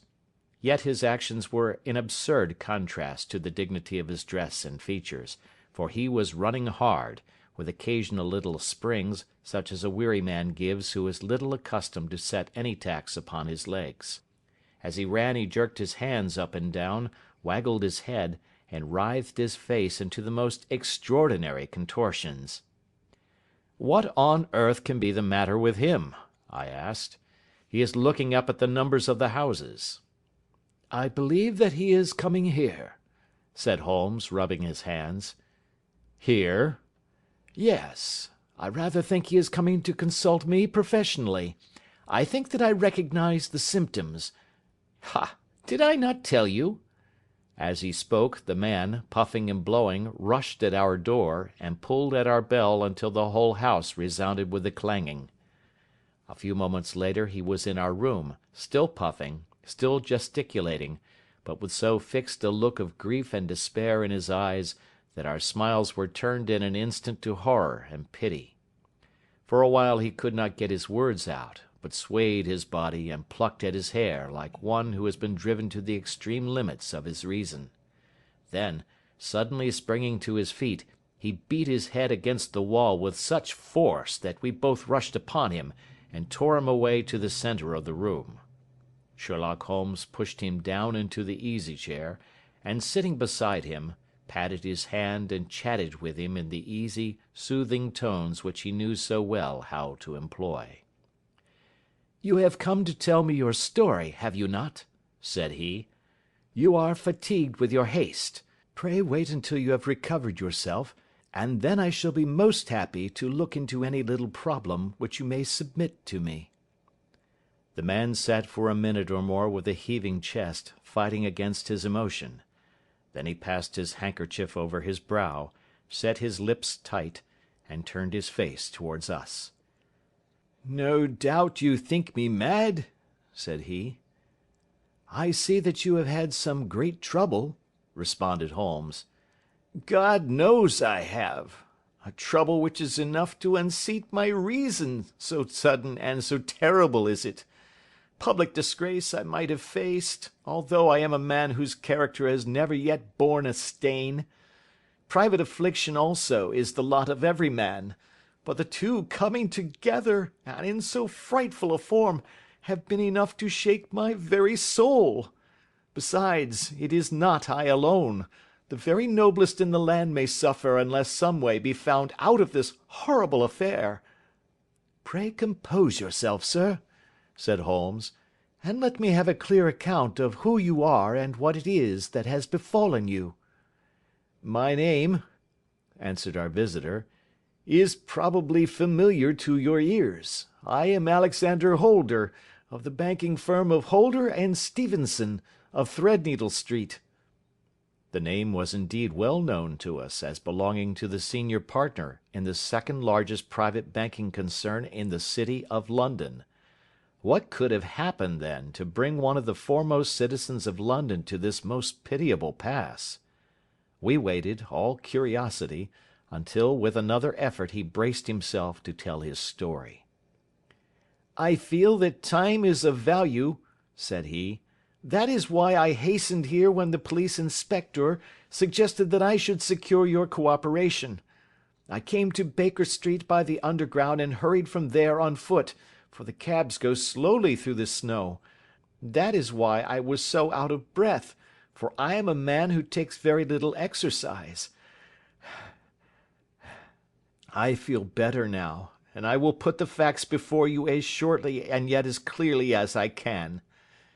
It is, of course, well known to you that in a successful banking business as much depends upon our being able to find remunerative investments for our funds as upon our increasing our connection and the number of our depositors. One of our most lucrative means of laying out money is in the shape of loans, where the security is unimpeachable. We have done a good deal in this direction during the last few years, and there are many noble families to whom we have advanced large sums upon the security of their pictures, libraries, or plate. Yesterday morning I was seated in my office at the bank, when a card was brought in to me by one of the clerks.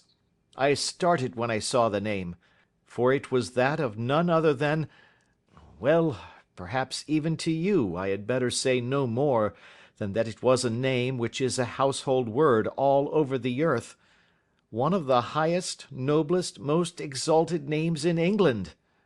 I was overwhelmed by the honour and attempted, when he entered, to say so, but he plunged at once into business with the air of a man who wishes to hurry quickly through a disagreeable task. "Mr. Holder," said he, "I have been informed that you are in the habit of advancing money." "The firm does so when the security is good," I answered. "It is absolutely essential to me," said he, "that I should have £50,000 at once. I could, of course, borrow so trifling a sum 10 times over from my friends, but I much prefer to make it a matter of business, and to carry out that business myself. In my position you can readily understand that it is unwise to place oneself under obligations." For how long, may I ask, do you want this sum? I asked. Next Monday I have a large sum due to me, and I shall then most certainly repay what you advance, with whatever interest you think it right to charge. But it is very essential to me that the money should be paid at once. I should be happy to advance it without further parley from my own private purse, said I, were it not that the strain would be rather more than it could bear. If, on the other hand, I am to do it in the name of the firm, then in justice to my partner I must insist that, even in your case, every businesslike precaution should be taken.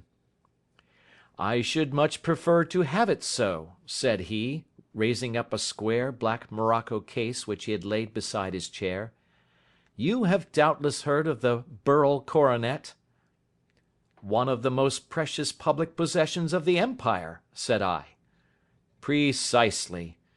He opened the case, and there, embedded in soft flesh-coloured velvet, lay the magnificent piece of jewellery which he had named. There are 39 enormous beryls, said he, and the price of the gold chasing is incalculable. The lowest estimate would put the worth of the coronet at double the sum which I have asked. I am prepared to leave it with you as my security. I took the precious case into my hands, and looked in some perplexity from it to my illustrious client. You doubt its value? He asked. Not at all. I only doubt the propriety of my leaving it. You may set your mind at rest about that. I should not dream of doing so were it not absolutely certain that I should be able in 4 days to reclaim it.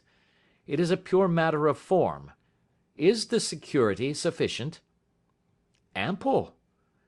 You understand, Mr. Holder, that I am giving you a strong proof of the confidence which I have in you, founded upon all that I have heard of you. I rely upon you not only to be discreet and to refrain from all gossip upon the matter, but, above all, to preserve this coronet with every possible precaution, because I need not say that a great public scandal would be caused if any harm were to befall it. Any injury to it would be almost as serious as its complete loss, for there are no beryls in the world to match these, and it would be impossible to replace them. I leave it with you, however, with every confidence, and I shall call for it in person on Monday morning. Seeing that my client was anxious to leave, I said no more, but, calling for my cashier, I ordered him to pay over 50 £1,000 notes. When I was alone once more, however, with the precious case lying upon the table in front of me, I could not but think with some misgivings of the immense responsibility which it entailed upon me. There could be no doubt that, as it was a national possession, a horrible scandal would ensue if any misfortune should occur to it. I already regretted having ever consented to take charge of it. However, it was too late to alter the matter now, so I locked it up in my private safe and turned once more to my work. When evening came, I felt that it would be an imprudence to leave so precious a thing in the office behind me. Bankers' safes have been forced before now, and why should not mine be? If so, how terrible would be the position in which I should find myself! I determined, therefore, that for the next few days I would always carry the case backward and forward with me, so that it might never be really out of my reach. With this intention, I called a cab and drove out to my house at Streatham, carrying the jewel with me. I did not breathe freely until I had taken it upstairs and locked it in the bureau of my dressing-room. And now, a word as to my household, Mr. Holmes, for I wish you to thoroughly understand the situation. My groom and my page sleep out of the house, and may be set aside altogether. I have 3 maidservants who have been with me a number of years, and whose absolute reliability is quite above suspicion. Another, Lucy Parr, the second waiting-maid, has only been in my service a few months. She came with an excellent character, however, and has always given me satisfaction. She is a very pretty girl, and has attracted admirers, who have occasionally hung about the place. That is the only drawback which we have found to her, but we believe her to be a thoroughly good girl in every way. So much for the servants. My family itself is so small that it will not take me long to describe it. I am a widower and have an only son, Arthur. He has been a disappointment to me, Mr. Holmes, a grievous disappointment. I have no doubt that I am myself to blame. People tell me that I have spoiled him. Very likely I have. When my dear wife died, I felt that he was all I had to love. I could not bear to see the smile fade even for a moment from his face. I have never denied him a wish. Perhaps it would have been better for both of us had I been sterner, but I meant it for the best. It was naturally my intention that he should succeed me in my business, but he was not of a business turn. He was wild, wayward, and, to speak the truth, I could not trust him in the handling of large sums of money. When he was young he became a member of an aristocratic club, and there, having charming manners, he was soon the intimate of a number of men with long purses and expensive habits. He learned to play heavily at cards and to squander money on the turf, until he had again and again to come to me and implore me to give him an advance upon his allowance, that he might settle his debts of honour. He tried more than once to break away from the dangerous company which he was keeping, but each time the influence of his friend, Sir George Burnwell, was enough to draw him back again. And indeed, I could not wonder that such a man as Sir George Burnwell should gain an influence over him, for he has frequently brought him to my house, and I have found myself that I could hardly resist the fascination of his manner. He is older than Arthur, a man of the world to his finger-tips, one who has been everywhere, seen everything, a brilliant talker, and a man of great personal beauty. Yet when I think of him in cold blood, far away from the glamour of his presence, I am convinced from his cynical speech and the look which I have caught in his eyes, that he is one who should be deeply distrusted. So I think, and so too thinks my little Mary, who has a woman's quick insight into character. And now there is only she to be described. She is my niece, but when my brother died 5 years ago and left her alone in the world, I adopted her, and have looked upon her ever since as my daughter. She is a sunbeam in my house, sweet, loving, beautiful, a wonderful manager and housekeeper, yet as tender and quiet and gentle as a woman could be. She is my right hand. I do not know what I could do without her. In only one matter has she ever gone against my wishes. Twice my boy has asked her to marry him, for he loves her devotedly, but each time she has refused him. I think that if anyone could have drawn him into the right path it would have been she, and that his marriage might have changed his whole life. But now, alas, it is too late, forever too late.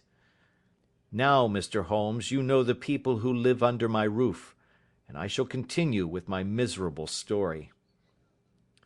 When we were taking coffee in the drawing-room that night after dinner, I told Arthur and Mary my experience, and of the precious treasure which we had under our roof, suppressing only the name of my client. Lucy Parr, who had brought in the coffee, had, I am sure, left the room, but I cannot swear that the door was closed. Mary and Arthur were much interested and wished to see the famous coronet, but I thought it better not to disturb it. "Where have you put it?" asked Arthur. "In my own bureau." "Well, I hope to goodness the house won't be burgled during the night," said he. "It is locked up," I answered. "Oh, any old key will fit that bureau. When I was a youngster I have opened it myself with the key of the box-room cupboard." He often had a wild way of talking, so that I thought little of what he said. He followed me to my room, however, that night with a very grave face. "Look here, Dad," said he, with his eyes cast down, "can you let me have £200? "No, I cannot," I answered sharply. "I have been far too generous with you in money matters." "You have been very kind," said he, "but I must have this money, or else I can never show my face inside the club again." "And a very good thing too," I cried. Yes, but you would not have me leave it a dishonoured man, said he. I could not bear the disgrace. I must raise the money in some way, and if you will not let me have it, then I must try other means. I was very angry, for this was the third demand during the month. You shall not have a farthing from me, I cried, on which he bowed and left the room without another word. When he was gone, I unlocked my bureau, made sure that my treasure was safe, and locked it again. Then I started to go round the house to see that all was secure, a duty which I usually leave to Mary, but which I thought it well to perform myself that night. As I came down the stairs, I saw Mary herself at the side window of the hall, which she closed and fastened as I approached. "Tell me, Dad," said she, looking, I thought, a little disturbed, "did you give Lucy, the maid, leave to go out to-night?" "Certainly not. She came in just now by the back door. I have no doubt that she has only been to the side gate to see someone, but I think that it is hardly safe and should be stopped." "You must speak to her in the morning, or I will if you prefer it. Are you sure that everything is fastened?" "Quite sure, Dad." "Then, good night." I kissed her and went up to my bedroom again, where I was soon asleep. I am endeavouring to tell you everything, Mr. Holmes, which may have any bearing upon the case, but I beg that you will question me upon any point which I do not make clear. On the contrary, your statement is singularly lucid. I come to a part of my story now in which I should wish to be particularly so. I am not a very heavy sleeper, and the anxiety in my mind tended, no doubt, to make me even less so than usual. About 2 in the morning, then, I was awakened by some sound in the house. It had ceased ere I was wide awake, but it had left an impression behind it as though a window had gently closed somewhere. I lay listening with all my ears. Suddenly, to my horror, there was a distinct sound of footsteps moving softly in the next room. I slipped out of bed, all palpitating with fear, and peeped round the corner of my dressing-room door. "Arthur!" I screamed. "You villain! You thief! How dare you touch that coronet?" The gas was half up, as I had left it, and my unhappy boy, dressed only in his shirt and trousers, was standing beside the light, holding the coronet in his hands. He appeared to be wrenching at it, or bending it with all his strength. At my cry he dropped it from his grasp and turned as pale as death. I snatched it up and examined it.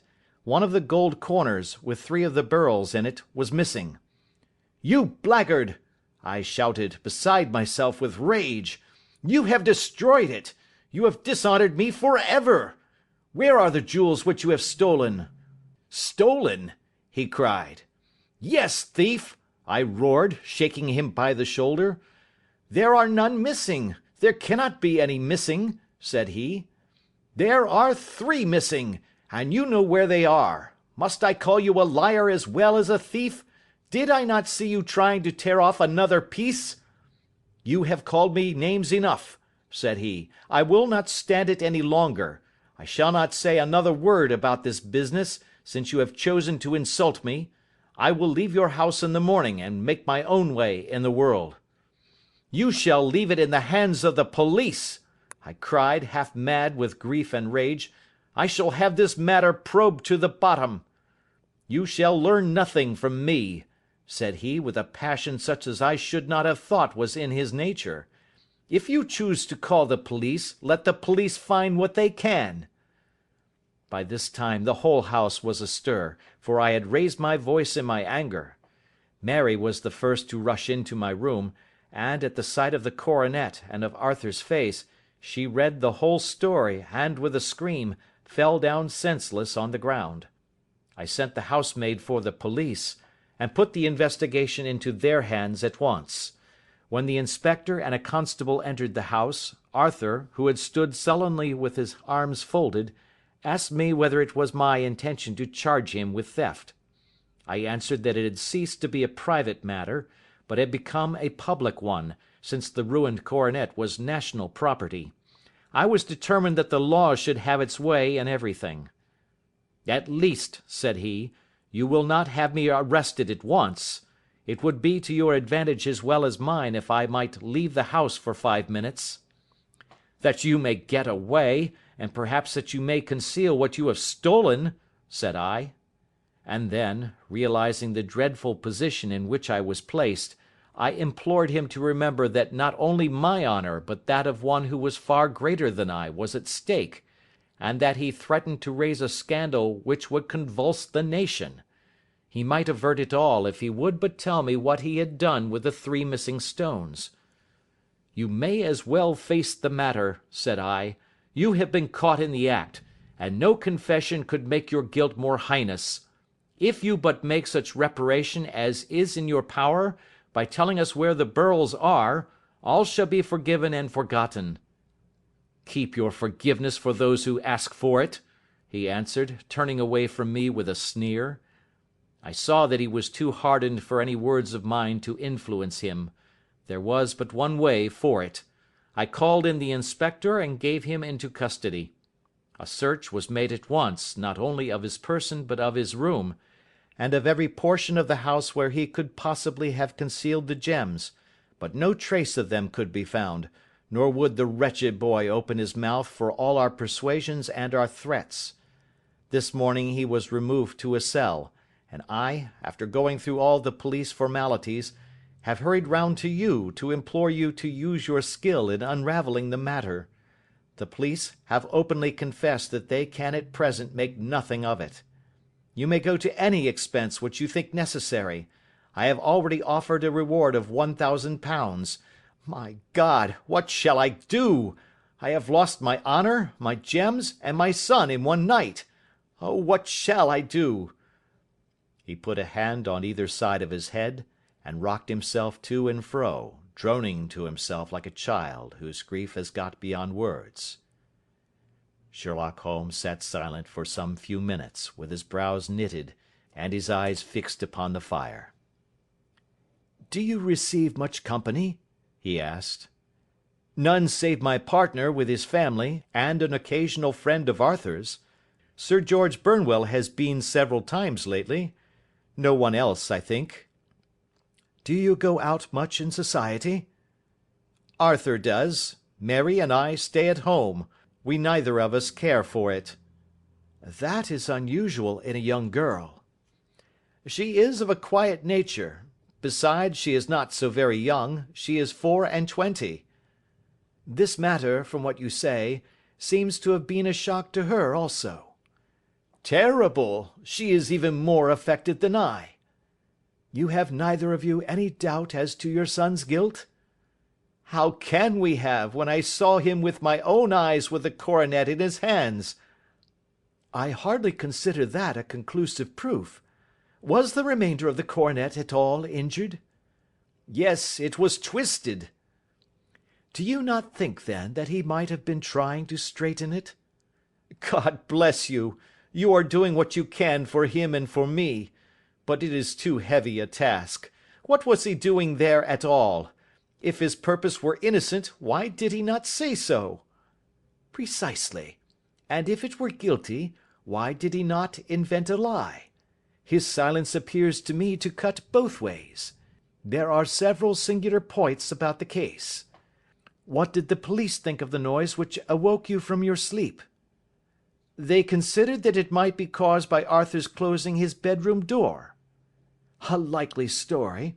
As if a man bent on felony would slam his door so as to wake a household. What did they say then of the disappearance of these gems?" "They are still sounding the planking and probing the furniture in the hope of finding them."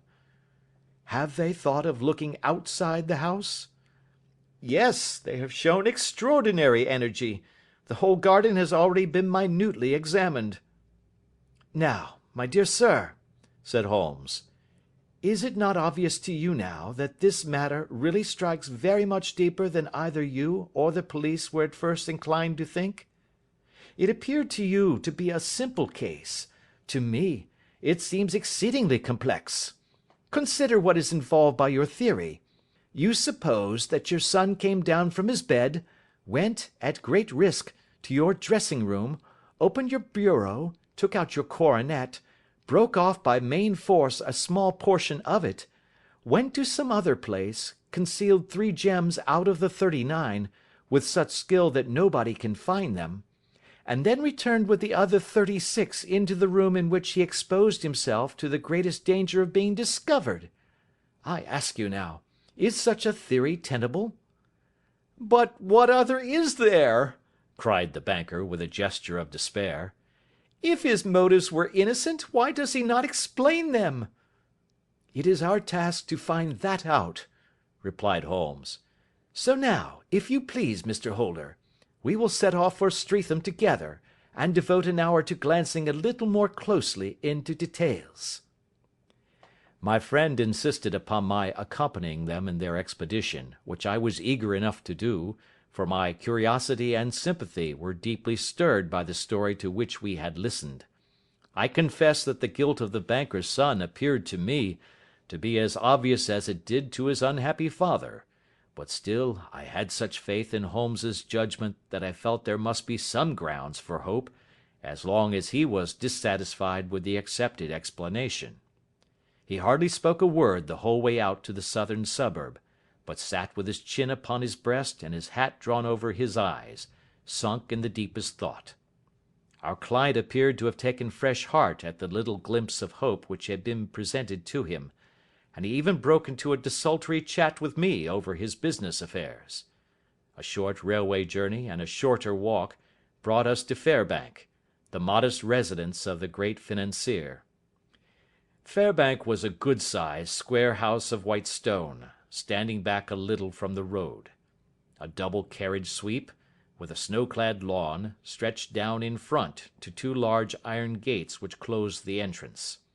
On the right side was a small wooden thicket, which led into a narrow path between 2 neat hedges stretching from the road to the kitchen door, and forming the tradesmen's entrance. On the left ran a lane which led to the stables, and was not itself within the grounds at all, being a public, though little used, thoroughfare. Holmes left us standing at the door, and walked slowly all round the house, across the front, down the tradesmen's path, and so round by the garden behind into the stable lane. So long was he that Mr. Holder and I went into the dining room and waited by the fire until he should return. We were sitting there in silence when the door opened, and a young lady came in. She was rather above the middle height, slim, with dark hair and eyes, which seemed the darker against the absolute pallor of her skin. I do not think that I have ever seen such deadly paleness in a woman's face. Her lips, too, were bloodless, but her eyes were flushed with crying.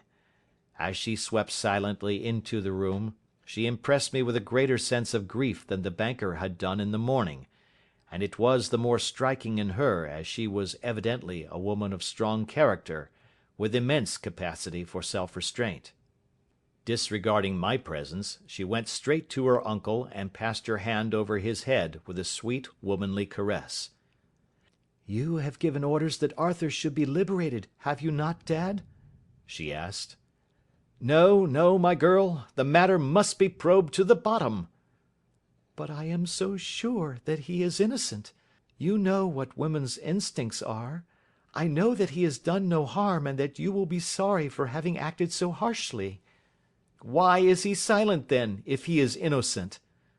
"Who knows? Perhaps because he was so angry that you should suspect him." "How could I help suspecting him, when I actually saw him with the coronet in his hand?" "Oh, but he had only picked it up to look at it. Oh, do take my word for it, that he is innocent. Let the matter drop and say no more. It is so dreadful to think of our dear Arthur in prison." "I shall never let it drop until the gems are found. Never, Mary. Your affection for Arthur blinds you as to the awful consequences to me. Far from hushing the thing up, I have brought a gentleman down from London to inquire more deeply into it." "This gentleman?" she asked, facing round to me. "No, his friend. He wished us to leave him alone. He is round in the stable lane now." "The stable lane?" She raised her dark eyebrows. "What can he hope to find there? Ah, This, I suppose, is he. I trust, sir, that you will succeed in proving what I feel sure is the truth, that my cousin Arthur is innocent of this crime. I fully share your opinion, and I trust with you that we may prove it," returned Holmes, going back to the mat to knock the snow from his shoes. "I believe I have the honour of addressing Miss Mary Holder. Might I ask you a question or two?" Pray do, sir, if it may help to clear this horrible affair up. "You heard nothing yourself last night?" Nothing, until my uncle here began to speak loudly. I heard that, and I came down. "You shut up the windows and doors the night before. Did you fasten all the windows?" Yes. "Were they all fastened this morning?" Yes. "You have a maid who has a sweetheart. I think that you remarked to your uncle last night that she had been out to see him?" Yes, and she was the girl who waited in the drawing-room, and who may have heard uncle's remarks about the coronet. "I see. You infer that she may have gone out to tell her sweetheart, and that the two may have planned the robbery." "But what is the good of all these vague theories?" cried the banker impatiently, "when I have told you that I saw Arthur with a coronet in his hands?" "Wait a little, Mr. Holder. We must come back to that. About this girl, Miss Holder. You saw her return by the kitchen door, I presume?" Yes. When I went to see if the door was fastened for the night, I met her slipping in. I saw the man, too, in the gloom. "Do you know him?" Oh, yes. He is the greengrocer who brings our vegetables round. His name is Francis Prosper." "He stood," said Holmes, "to the left of the door. That is to say, farther up the path than is necessary to reach the door?" Yes, he did. "And he is a man with a wooden leg?" Something like fear sprang up in the young lady's expressive black eyes. "Why, you are like a magician," said she. "How do you know that?" She smiled, but there was no answering smile in Holmes's thin, eager face. "I should be very glad now to go upstairs," said he. "I shall probably wish to go over the outside of the house again. Perhaps I had better take a look at the lower windows before I go up." He walked swiftly round from one to the other, pausing only at the large one which looked from the hall on to the stable lane. This he opened, and made a very careful examination of the sill with his powerful magnifying lens. "Now we shall go upstairs," said he at last. The banker's dressing-room was a plainly furnished little chamber, with a grey carpet, a large bureau, and a long mirror. Holmes went to the bureau first and looked hard at the lock. "Which key was used to open it?" he asked. "That which my son himself indicated, that of the cupboard of the lumber room." "Have you it here?" "That is it on the dressing table." Sherlock Holmes took it up and opened the bureau. "It is a noiseless lock," said he. "It is no wonder that it did not wake you. This case, I presume, contains the coronet. We must have a look at it." He opened the case, and taking out the diadem, he laid it upon the table. It was a magnificent specimen of the jeweller's art, and the 36 stones were the finest that I have ever seen. At one side of the coronet was a cracked edge, where a corner holding 3 gems had been torn away.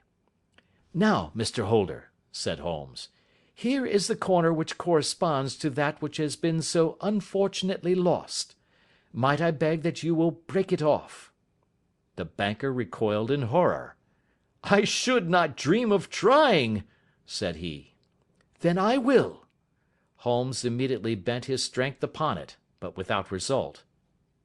"I feel it give a little," said he, "but, though I am exceptionally strong in the fingers, it would take all my time to break it. An ordinary man could not do it.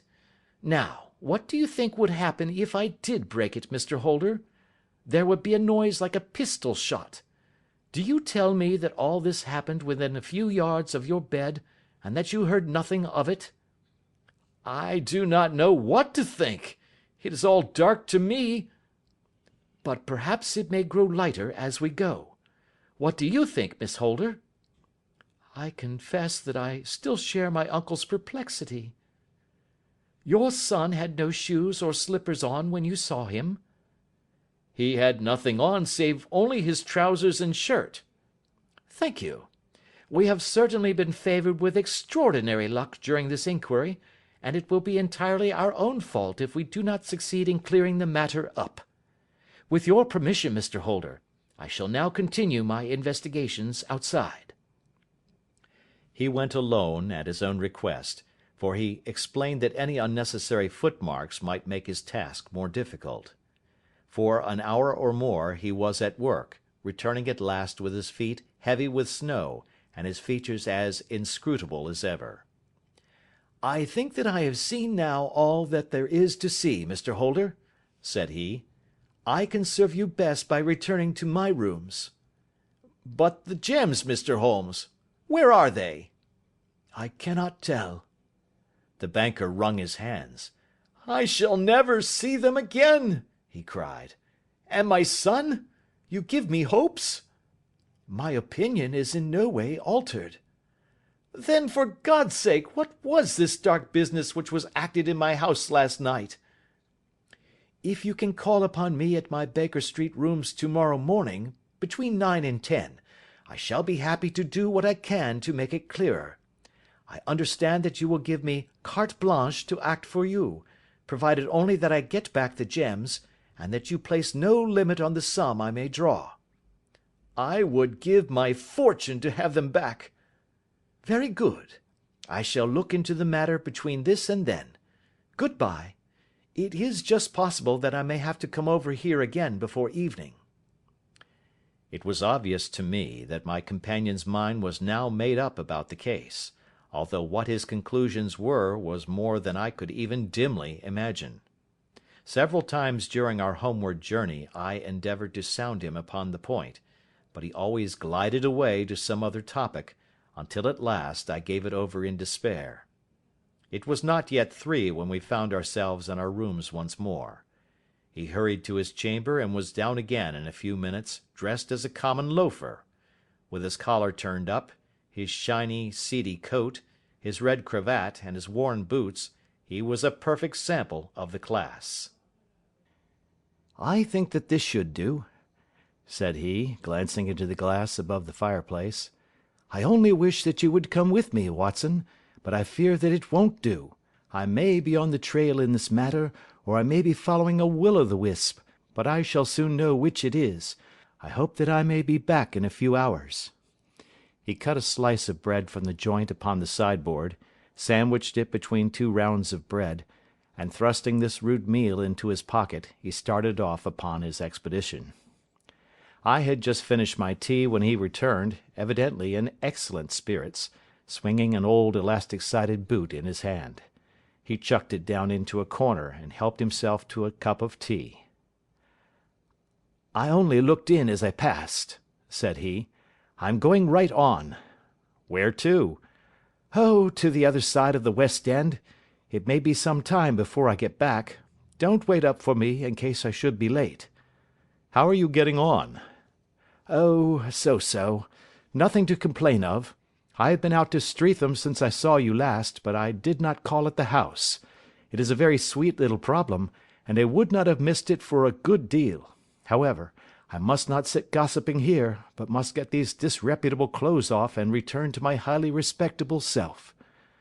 I could see by his manner that he had stronger reasons for satisfaction than his words alone would imply. His eyes twinkled, and there was even a touch of colour upon his sallow cheeks. He hastened upstairs, and a few minutes later I heard the slam of the hall door, which told me that he was off once more upon his congenial hunt. I waited until midnight, but there was no sign of his return, so I retired to my room. It was no uncommon thing for him to be away for days and nights on end when he was hot upon a scent, so that his lateness caused me no surprise. I do not know at what hour he came in, but when I came down to breakfast in the morning, there he was, with a cup of coffee in one hand, and the paper in the other, as fresh and trim as possible. "You will excuse my beginning without you, Watson," said he, But you remember that our client has rather an early appointment this morning." "Why, it is after 9 now," I answered. "I should not be surprised if that were he. I thought I heard a ring." It was, indeed, our friend the financier. I was shocked by the change which had come over him, for his face, which was naturally of a broad and massive mould, was now pinched and fallen in, while his hair seemed to me at least a shade whiter. He entered with a weariness and lethargy which was even more painful than his violence of the morning before, and he dropped heavily into the armchair, which I pushed forward for him. "I do not know what I have done to be so severely tried," said he. "Only 2 days ago I was a happy and prosperous man, without a care in the world. Now I am left to a lonely and dishonoured age. One sorrow comes close upon the heels of another. My niece, Mary, has deserted me." "Deserted you?" "Yes. Her bed this morning had not been slept in. Her room was empty, and a note for me lay upon the hall table. I had said to her last night, in sorrow and not in anger, that if she had married my boy all might have been well with him. Perhaps it was thoughtless of me to say so. It is to that remark that she refers in this note. My dearest uncle, I feel that I have brought trouble upon you, and that if I had acted differently this terrible misfortune might never have occurred.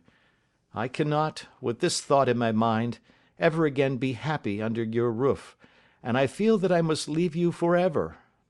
Do not worry about my future, for that is provided for, and above all, do not search for me, for it will be fruitless labour and an ill service to me. In life or in death, I am ever your loving Mary." "What could she mean by that note, Mr. Holmes? Do you think it points to suicide?" "No, no, nothing of the kind. It is perhaps the best possible solution. I trust, Mr. Holder, that you are nearing the end of your troubles." "Ha! You say so. You have heard something, Mr. Holmes? You have learned something. Where are the gems?" "You would not think £1,000 apiece an excessive sum for them?" "I would pay 10." "That would be unnecessary. 3,000 will cover the matter. And there is a little reward, I fancy. Have you your cheque book? Here is a pen. Better make it out for £4,000. With a dazed face, the banker made out the required cheque. Holmes walked over to his desk, took out a little triangular piece of gold with 3 gems in it, and threw it down upon the table. With a shriek of joy, our client clutched it up. "You have it!" he gasped. "I am saved! I am saved!" The reaction of joy was as passionate as his grief had been, and he hugged his recovered gems to his bosom. "There is one other thing you owe, Mr. Holder," said Sherlock Holmes rather sternly. "Oh!" He caught up a pen. "Name the sum, and I will pay it." "No, the debt is not to me. You owe a very humble apology to that noble lad, your son, who has carried himself in this matter as I should be proud to see my own son do, should I ever chance to have one." "Then it was not Arthur who took them?" "I told you yesterday, and I repeat today, that it was not." "You are sure of it? Then let us hurry to him at once to let him know that the truth is known." "He knows it already. When I had cleared it all up I had an interview with him, and finding that he would not tell me the story, I told it to him, on which he had to confess that I was right, and to add the very few details which were not yet quite clear to me. Your news of this morning, however, may open his lips." "For heaven's sake, tell me, then, what is this extraordinary mystery?" "I will do so, and I will show you the steps by which I reached it. And let me say to you first, that which is hardest for me to say, and for you to hear. There has been an understanding between Sir George Burnwell and your niece Mary. They have now fled together." "My Mary? Impossible!" "It is unfortunately more than possible, it is certain. Neither you nor your son knew the true character of this man when you admitted him into your family circle. He is one of the most dangerous men in England, a ruined gambler, an absolutely desperate villain, a man without heart or conscience. Your niece knew nothing of such men. When he breathed his vows to her, as he had done to 100 before her, she flattered herself that she alone had touched his heart. The devil knows best what he said, but at least she became his tool and was in the habit of seeing him nearly every evening." "I cannot, and I will not, believe it," cried the banker with an ashen face. "I will tell you then what occurred in your house last night. Your niece, when you had, as she thought, gone to your room, slipped down and talked to her lover through the window which leads into the stable lane. His footmarks had pressed right through the snow, so long had he stood there. She told him of the coronet. His wicked lust for gold kindled at the news, and he bent her to his will. I have no doubt that she loved you, but there are women in whom the love of a lover extinguishes all other loves, and I think that she must have been one. She had hardly listened to his instructions when she saw you coming downstairs, on which she closed the window rapidly, and told you about one of the servants' escapades with her wooden-legged lover, which was all perfectly true. Your boy, Arthur, went to bed after his interview with you, but he slept badly, on account of his uneasiness about his club debts. In the middle of the night, he heard a soft tread pass his door, so he rose and, looking out, was surprised to see his cousin walking very stealthily along the passage until she disappeared into your dressing-room. Petrified with astonishment, the lad slipped on some clothes and waited there in the dark to see what would come of this strange affair. Presently she emerged from the room again, and in the light of the passage lamp your son saw that she carried the precious coronet in her hands. She passed down the stairs, and he, thrilling with horror, ran along and slipped behind the curtain near your door, whence he could see what passed in the hall beneath. He saw her stealthily open the window, hand out the coronet to someone in the gloom, and then closing it once more hurry back to her room, passing quite close to where he stood hid behind the curtain. As long as she was on the scene he could not take any action without a horrible exposure of the woman whom he loved. But the instant that she was gone, he realized how crushing a misfortune this would be for you, and how all-important it was to set it right. He rushed down, just as he was, in his bare feet, opened the window, sprang out into the snow, and ran down the lane where he could see a dark figure in the moonlight. Sir George Burnwell tried to get away, but Arthur caught him, and there was a struggle between them, your lad tugging at one side of the coronet, and his opponent at the other. In the scuffle, your son struck Sir George, and cut him over the eye. Then something suddenly snapped, and your son, finding that he had the coronet in his hands, rushed back, closed the window, ascended to your room, and had just observed that the coronet had been twisted in the struggle, and was endeavouring to straighten it when you appeared upon the scene." "Is it possible?" gasped the banker. "You then roused his anger by calling him names at a moment when he felt that he had deserved your warmest thanks. He could not explain the true state of affairs without betraying one who certainly deserved little enough consideration at his hands. He took the more chivalrous view, however, and preserved her secret." "And that was why she shrieked and fainted when she saw the coronet," cried Mr. Holder. "Oh, my God! What a blind fool I have been! And his asking to be allowed to go out for 5 minutes! The dear fellow wanted to see if the missing piece were at the scene of the struggle. How cruelly I have misjudged him!" "When I arrived at the house," continued Holmes, "I at once went very carefully round it to observe if there were any traces in the snow which might help me. I knew that none had fallen since the evening before, and also that there had been a strong frost to preserve impressions. I passed along the tradesmen's path, but found it all trampled down and indistinguishable. Just beyond it, however, at the far side of the kitchen door, a woman had stood and talked with a man, whose round impressions on one side showed that he had a wooden leg. I could even tell that they had been disturbed, for the woman had run back swiftly to the door, as was shown by the deep toe and light heel marks, while Woodenleg had waited a little, and then had gone away. I thought at the time that this might be the maid and her sweetheart, of whom you had already spoken to me, and inquiry showed it was so. I passed round the garden without seeing anything more than random tracks, which I took to be the police. But, when I got into the stable lane, a very long and complex story was written in the snow in front of me. There was a double line of tracks of a booted man, and a second double line which I saw with delight belonged to a man with naked feet. I was at once convinced from what you had told me that the latter was your son. The first had walked both ways, but the other had run swiftly, and as his tread was marked in places over the depression of the boot, it was obvious that he had passed after the other.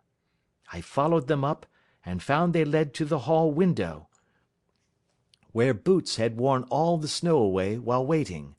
Then I walked to the other end, which was 100 yards or more down the lane. I saw where Boots had faced round, where the snow was cut up as though there had been a struggle, and finally, where a few drops of blood had fallen to show me that I was not mistaken. Boots had then run down the lane, and another little smudge of blood showed that it was he who had been hurt. When he came to the high road at the other end, I found that the pavement had been cleared, so there was an end to that clue. On entering the house, however, I examined, as you remember, the sill and framework of the hall window with my lens, and I could at once see that someone had passed out. I could distinguish the outline of an instep where the wet foot had been placed in coming in. I was then beginning to be able to form an opinion as to what had occurred. A man had waited outside the window, someone had brought the gems, the deed had been overseen by your son, he had pursued the thief, had struggled with him, they had each tugged at the coronet, their united strength causing injuries which neither alone could have effected. He had returned with the prize, but had left a fragment in the grasp of his opponent. So far I was clear. The question now was, who was the man, and who was it brought him the coronet? It is an old maxim of mine that when you have excluded the impossible, whatever remains, however improbable, must be the truth. Now, I knew that it was not you who had brought it down, so there only remained your niece and the maids. But if it were the maids, why should your son allow himself to be accused in their place? There could be no possible reason. As he loved his cousin, however, there was an excellent explanation why he should retain her secret, the more so as the secret was a disgraceful one. When I remembered that you had seen her at that window, and how she had fainted on seeing the coronet again, my conjecture became a certainty. And who could it be who was her confederate? A lover, evidently, for who else could outweigh the love and gratitude which she must feel to you? I knew that you went out little, and that your circle of friends was a very limited one, but among them was Sir George Burnwell. I had heard of him before as being a man of evil reputation among women. It must have been he who wore those boots and retained the missing gems. Even though he knew that Arthur had discovered him, he might still flatter himself that he was safe, for the lad could not say a word without compromising his own family. Well, your own good sense will suggest what measures I took next.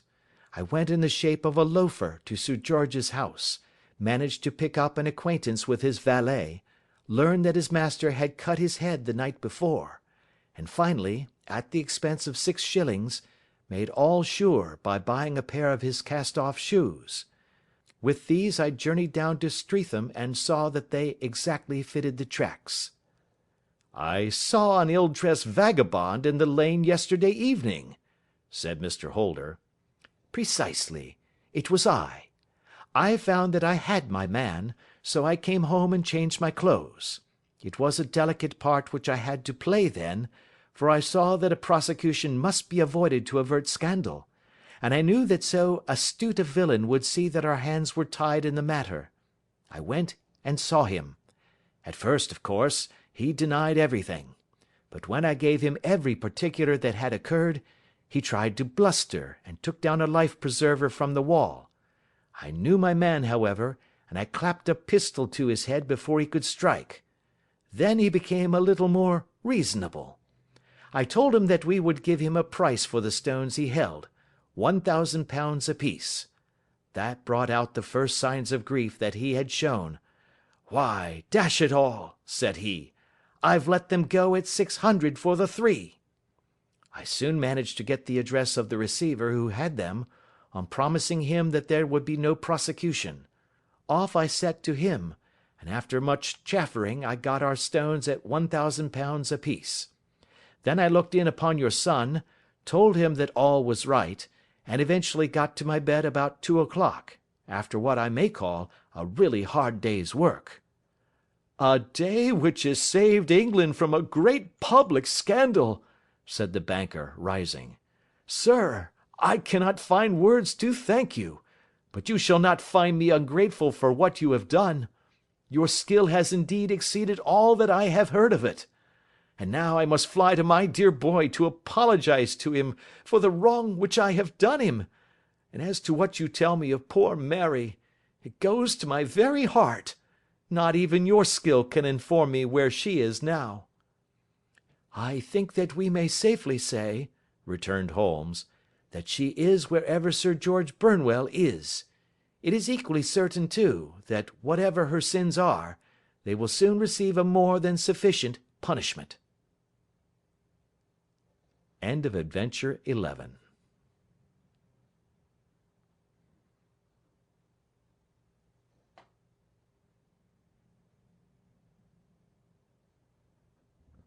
Adventure 12. The Adventure of the Copper Beeches. "To the man who loves art for its own sake," remarked Sherlock Holmes, tossing aside the advertisement sheet of the Daily Telegraph, "it is frequently in its least important and lowliest manifestations that the keenest pleasure is to be derived.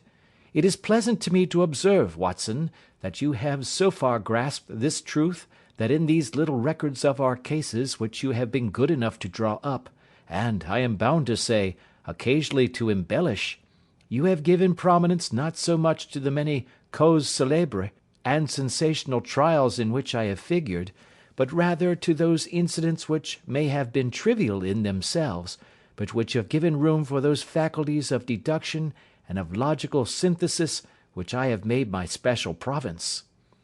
"And yet," said I, smiling, "I cannot quite hold myself absolved from the charge of sensationalism which has been urged against my records." "You have erred, perhaps," he observed, taking up a glowing cinder with the tongs, and lighting with it the long cherry-wood pipe which was wont to replace his clay, when he was in a disputatious rather than a meditative mood. "You have erred, perhaps, in attempting to put colour and life into each of your statements, instead of confining yourself to the task of placing upon record that severe reasoning from cause to effect, which is really the only notable feature about the thing." "It seems to me that I have done you full justice in the matter," I remarked with some coldness, for I was repelled by the egotism which I had more than once observed to be a strong factor in my friend's singular character. "No, it is not selfishness or conceit," said he, answering, as was his wont, my thoughts rather than my words. "If I claim full justice for my art, it is because it is an impersonal thing, a thing beyond myself. Crime is common, logic is rare. Therefore, it is upon the logic rather than upon the crime that you should dwell. You have degraded what should have been a course of lectures into a series of tales."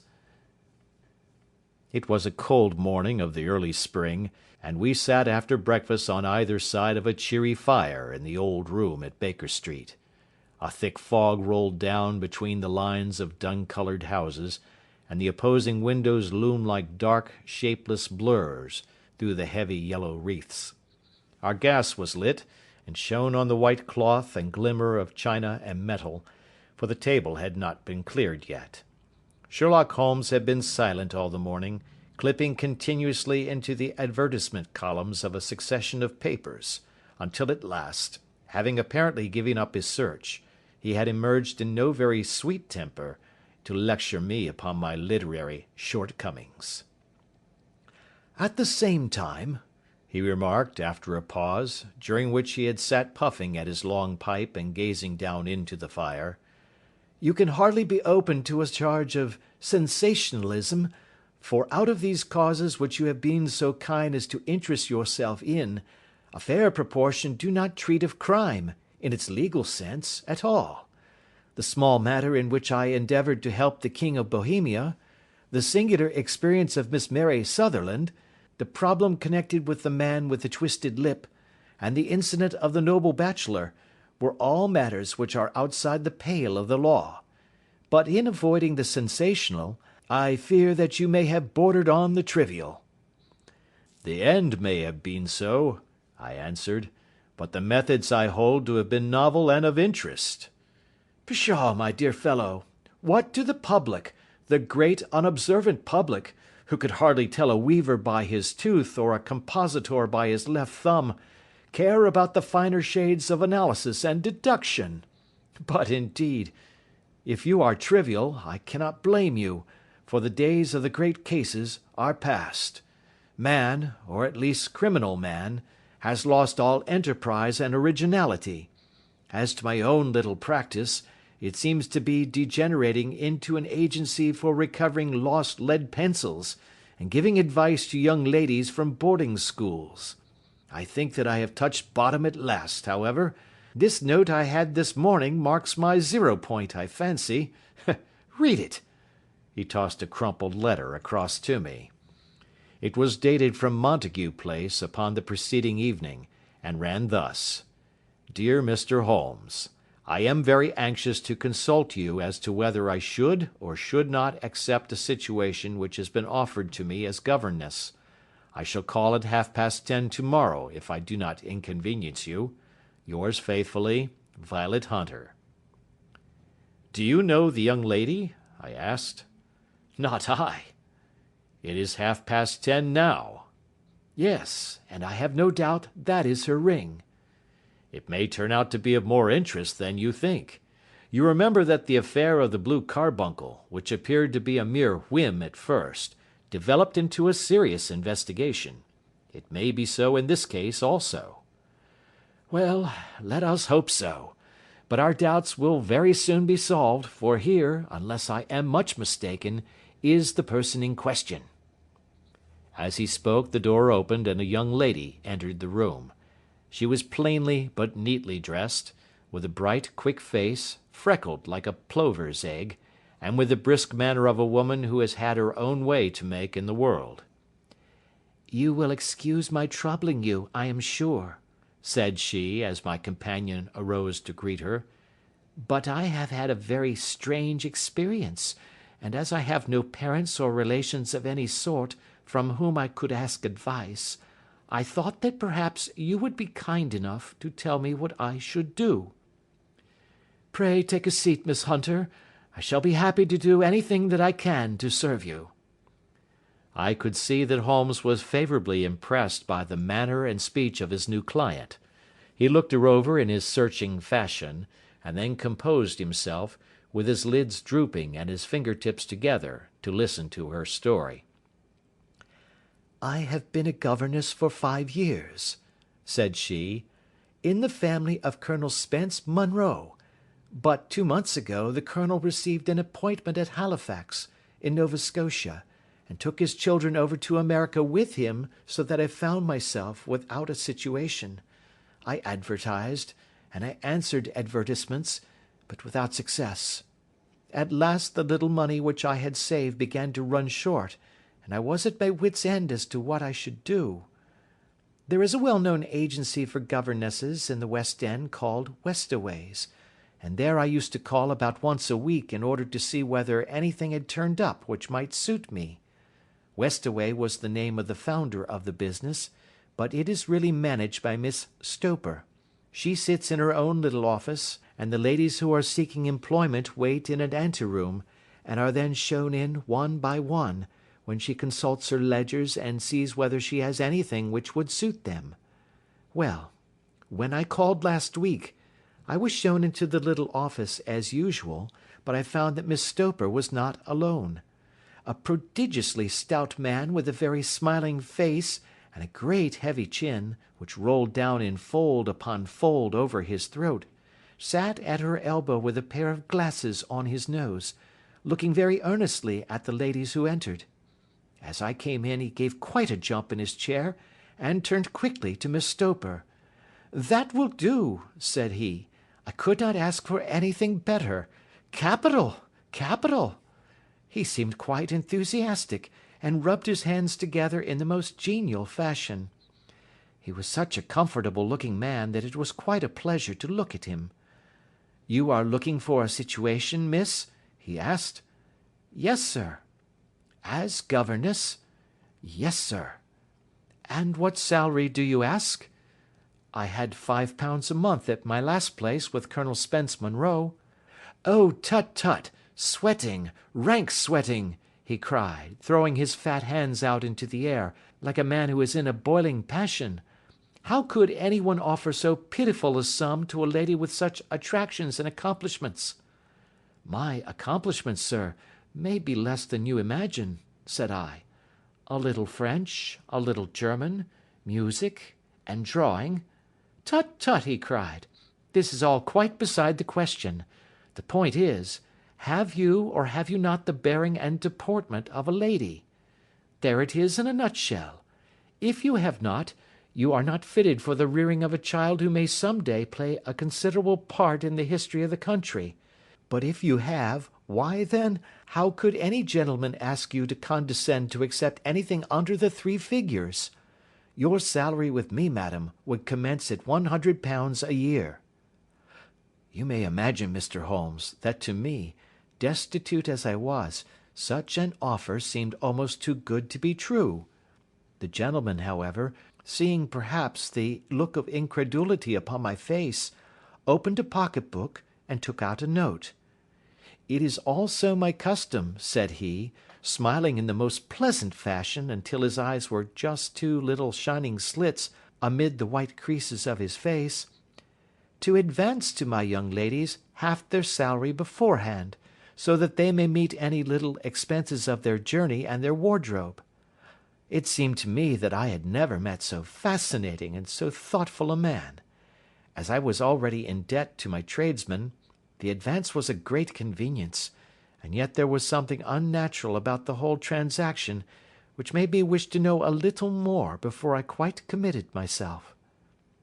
"May I ask where you live, sir?" said I. "Hampshire. Charming rural place. The Copper Beeches, 5 miles on the far side of Winchester. It is the most lovely country, my dear young lady, and the dearest old country house." "And my duties, sir? I should be glad to know what they would be." "One child, one dear little romper just 6 years old. Oh, if you could see him killing cockroaches with a slipper! Smack, smack, smack! 3 gone before you could wink." He leaned back in his chair and laughed his eyes into his head again. I was a little startled at the nature of the child's amusement, but the father's laughter made me think that perhaps he was joking. "My sole duties, then," I asked, "are to take charge of a single child?" "No, no, not the sole, not the sole, my dear young lady," he cried. "Your duty would be, as I am sure your good sense would suggest, to obey any little commands my wife might give, provided always that they were such commands as a lady might with propriety obey. You see no difficulty, eh?" "I should be happy to make myself useful." "Quite so. In dress now, for example. We are fatty people, you know, fatty but kind-hearted. If you were asked to wear any dress which we might give you, you would not object to our little whim, eh?" "No," said I, considerably astonished at his words. "Or to sit here, or sit there, that would not be offensive to you?" "Oh, no." "Or to cut your hair quite short before you come to us?" I could hardly believe my ears. As you may observe, Mr. Holmes, my hair is somewhat luxuriant, and of a rather peculiar tint of chestnut. It is being considered artistic. I could not dream of sacrificing it in this off-hand fashion. "I am afraid that that is quite impossible," said I. He had been watching me eagerly out of his small eyes, and I could see a shadow pass over his face as I spoke. "I am afraid that it is quite essential," said he. "It is a little fancy of my wife's, and ladies' fancies, you know, madam, ladies' fancies must be consulted. And so you won't cut your hair?"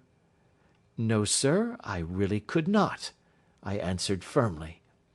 "Ah, very well. Then that quite settles the matter.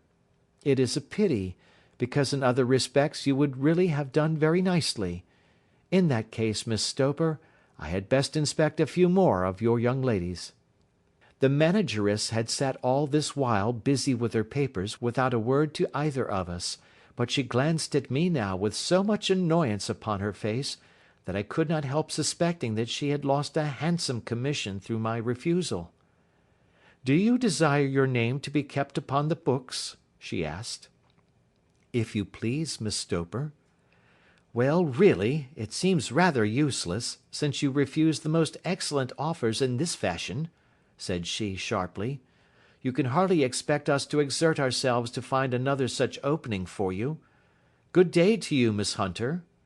She struck a gong upon the table, and I was shown out by the page.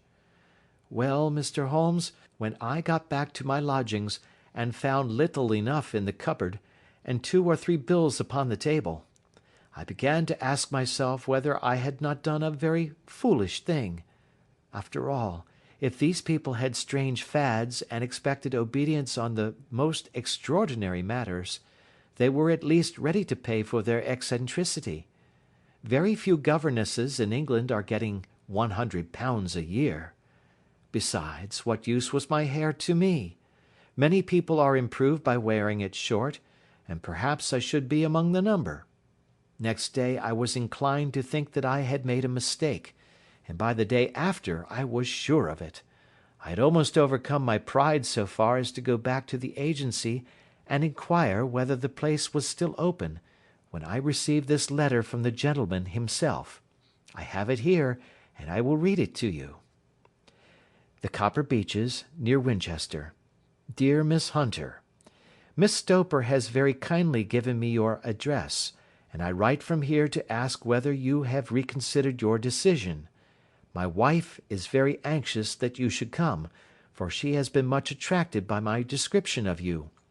We are willing to give £30 a quarter, or £120 a year, so as to recompense you for any little inconvenience which our fads may cause you. They are not very exacting, after all. My wife is fond of a particular shade of electric blue, and would like you to wear such a dress indoors in the morning. You need not, however, go to the expense of purchasing one, as we have one belonging to my dear daughter Alice, now in Philadelphia, which would, I should think, fit you very well. Then, as to sitting here or there, or amusing yourself in any manner indicated, that need cause you no inconvenience. As regards your hair, it is no doubt a pity, especially as I could not help remarking its beauty during our short interview, but I am afraid that I must remain firm upon this point, and I only hope that the increased salary may recompense you for the loss. Your duties, as far as the child is concerned, are very light. Now do try to come, and I shall meet you with the dog-cart at Winchester. Let me know your train. Yours faithfully, Jeffro Rucastle. That is the letter which I have just received, Mr. Holmes, and my mind is made up that I will accept it. I thought, however, that before taking the final step I should like to submit the whole matter to your consideration. Well, Miss Hunter, if your mind is made up, that settles the question, said Holmes, smiling. But you would not advise me to refuse? I confess that it is not the situation which I should like to see a sister of mine apply for. What is the meaning of it all, Mr. Holmes? Ah, I have no data. I cannot tell. Perhaps you have yourself formed some opinion? Well, there seems to me to be only one possible solution. Mr. Rucastle seemed to be a very kind, good-natured man. Is it not possible that his wife is a lunatic, that he desires to keep the matter quiet for fear she should be taken to an asylum, and that he humours her fancies in every way in order to prevent an outbreak?" "That is a possible solution. In fact, as matters stand, it is the most probable one. But in any case it does not seem to be a nice household for a young lady." "But the money, Mr. Holmes, the money!" "Well, yes, of course the pay is good. Too good. That is what makes me uneasy. Why should they give you £120 a year, when they could have their pick for £40? There must be some strong reason behind." "I thought that if I told you the circumstances, you would understand afterwards if I wanted your help. I should feel so much stronger if I felt that you were at the back of me." "Oh, you may carry that feeling away with you. I assure you that your little problem promises to be the most interesting which has come my way for some months. There is something distinctly novel about some of the features. If you should find yourself in doubt or in danger—" "Danger? What danger do you foresee?" Holmes shook his head gravely. "It would cease to be a danger if we could define it," said he. "But at any time, day or night, a telegram would bring me down to your help." "That is enough." She rose briskly from her chair with the anxiety all swept from her face. "I shall go down to Hampshire quite easy in my mind now. I shall write to Mr. Rucastle at once, sacrifice my poor hare to-night, and start for Winchester to-morrow." With a few grateful words to Holmes, she bade us both good night and bustled off upon her way. "At least," said I, as we heard her quick, firm steps descending the stairs, "she seems to be a young lady who is very well able to take care of herself." "And she would need to be," said Holmes gravely. "I am much mistaken if we do not hear from her before many days are past." It was not very long before my friend's prediction was fulfilled. A fortnight went by, during which I frequently found my thoughts turning in her direction, and wondering what strange side alley of human experience this lonely woman had strayed into. The unusual salary, the curious conditions, the light duties, all pointed to something abnormal, though whether a fad or a plot, or whether the man was a philanthropist or a villain, it was quite beyond my powers to determine. As to Holmes, I observed that he sat frequently for half an hour on end, with knitted brows and an abstracted air, but he swept the matter away with a wave of his hand when I mentioned it. "Data, data, data!" he cried impatiently. "I can't make bricks without clay." And yet he would always wind up by muttering that no sister of his should ever have accepted such a situation. The telegram which we eventually received came late one night just as I was thinking of turning in, and Holmes was settling down to one of those all-night chemical researches which he frequently indulged in, when I would leave him stooping over a retort and a test tube at night, and find him in the same position when I came down to breakfast in the morning. He opened the yellow envelope, and then, glancing at the message, threw it across to me. "Just look up the trains in Bradshaw," said he, and turned back to his chemical studies. The summons was a brief and urgent one. "Please be at the Black Swan Hotel at Winchester at midday tomorrow," it said. "Do come. I am at my wits' end. Hunter." "Will you come with me?" asked Holmes, glancing up. "I should wish to." "Just look it up, then." "There is a train at 9:30, said I, glancing over my Bradshaw. "It is due at Winchester at 11:30. "That will do nicely. Then perhaps I had better postpone my analysis of the acetones, as we may need to be at our best in the morning." By 11 o'clock the next day we were well upon our way to the old English capital. Holmes had been buried in the morning papers all the way down, but after we had passed the Hampshire border he threw them down, and began to admire the scenery. It was an ideal spring day, a light blue sky, flecked with little fleecy white clouds drifting across from west to east. The sun was shining very brightly, and yet there was an exhilarating nip in the air, which set an edge to a man's energy. All over the countryside, away to the rolling hills around Aldershot, the little red and grey roofs of the farmsteadings peeped out from amid the light green of the new foliage. "Are they not fresh and beautiful?" I cried with all the enthusiasm of a man fresh from the fogs of Baker Street. But Holmes shook his head gravely. "Do you know, Watson," said he, "that it is one of the curses of a mind with a turn like mine, that I must look at everything with reference to my own special subject. You look at these scattered houses, and you are impressed by their beauty. I look at them, and the only thought which comes to me is a feeling of their isolation, and of the impunity with which crime may be committed there." "Good heavens!" I cried. "Who would associate crime with these dear old homesteads?" "They always fill me with a certain horror. It is my belief, Watson, founded upon my experience, that the lowest and vilest alleys in London do not present a more dreadful record of sin than does the smiling and beautiful countryside." "You horrify me." "But the reason is very obvious. The pressure of public opinion can do in the town what the law cannot accomplish. There is no lane so vile that the scream of a tortured child, or the thud of a drunkard's blow, does not beget sympathy and indignation among the neighbours, and then the whole machinery of justice is ever so close that a word of complaint can set it going, and there is but a step between the crime and the dock. But look at these lonely houses, each in its own fields, filled for the most part with poor ignorant folk who know little of the law. Think of the deeds of hellish cruelty, the hidden wickedness which may go on, year in, year out, in such places, and none the wiser. Had this lady who appeals to us for help gone to live in Winchester, I should never have had a fear for her. It is the 5 miles of country which makes the danger. Still, it is clear that she is not personally threatened." "No. If she can come to Winchester to meet us, she can get away."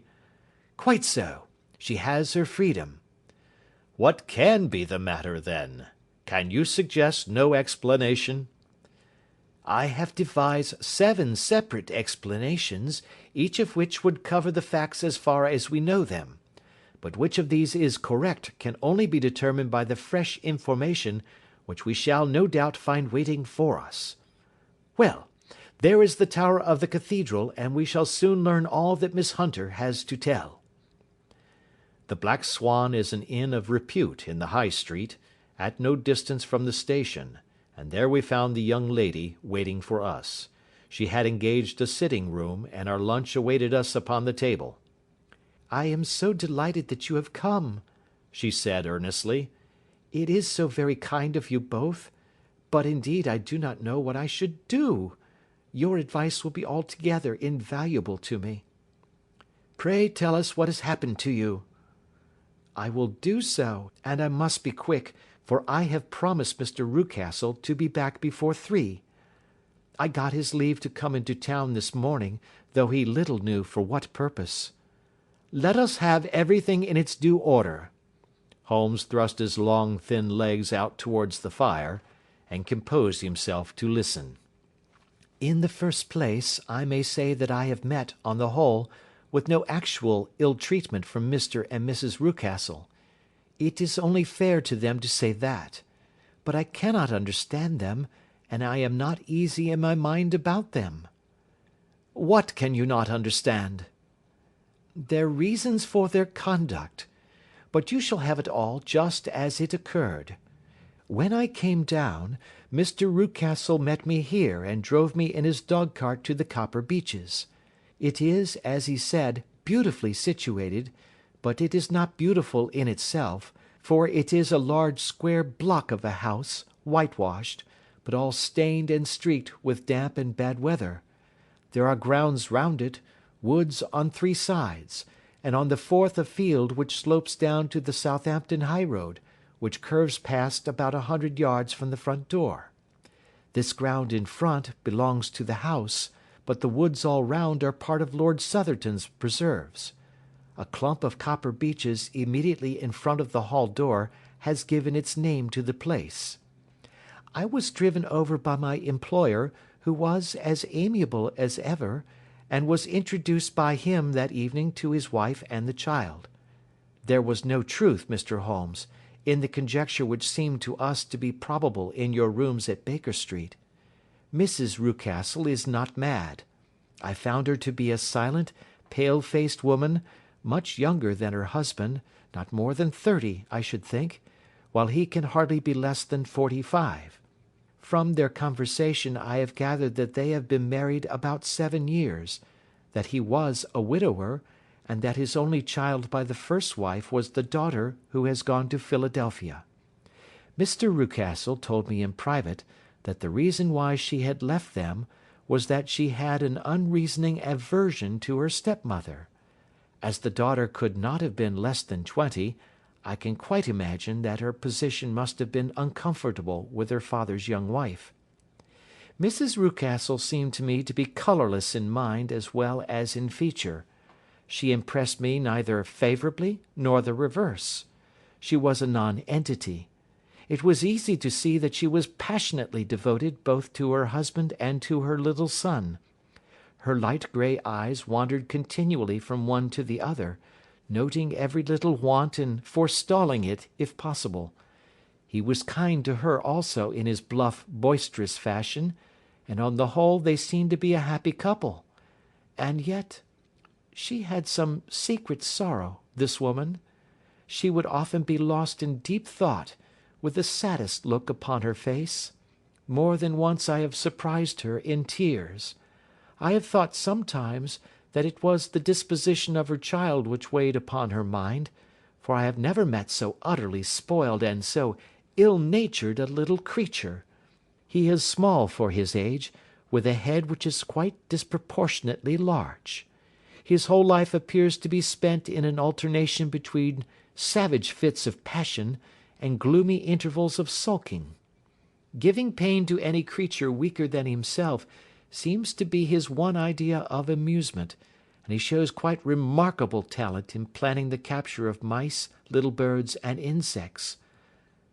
But I would rather not talk about the creature, Mr. Holmes, and indeed he has little to do with my story. I am glad of all details, remarked my friend, whether they seem to you to be relevant or not.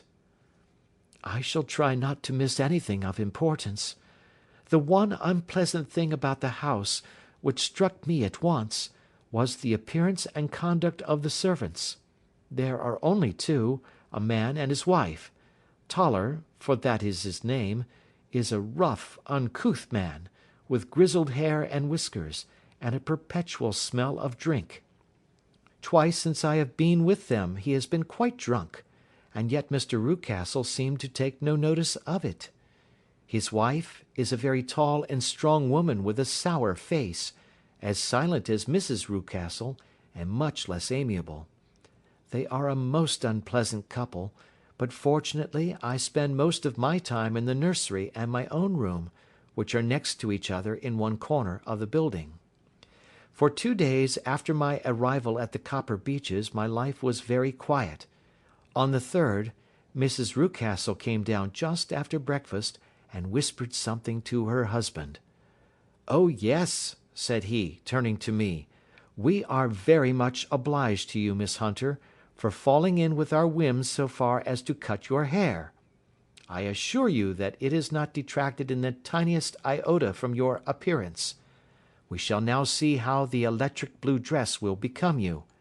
You will find it laid out upon the bed in your room, and if you would be so good as to put it on, we should both be extremely obliged." The dress which I found waiting for me was of a peculiar shade of blue. It was of excellent material, a sort of beige, but it bore unmistakable signs of having been worn before. It could not have been a better fit if I had been measured for it. Both Mr. and Mrs. Rucastle expressed a delight at the look of it, which seemed quite exaggerated in its vehemence. They were waiting for me in the drawing-room, which is a very large room, stretching along the entire front of the house, with 3 long windows reaching down to the floor. A chair had been placed close to the central window, with his back turned towards it.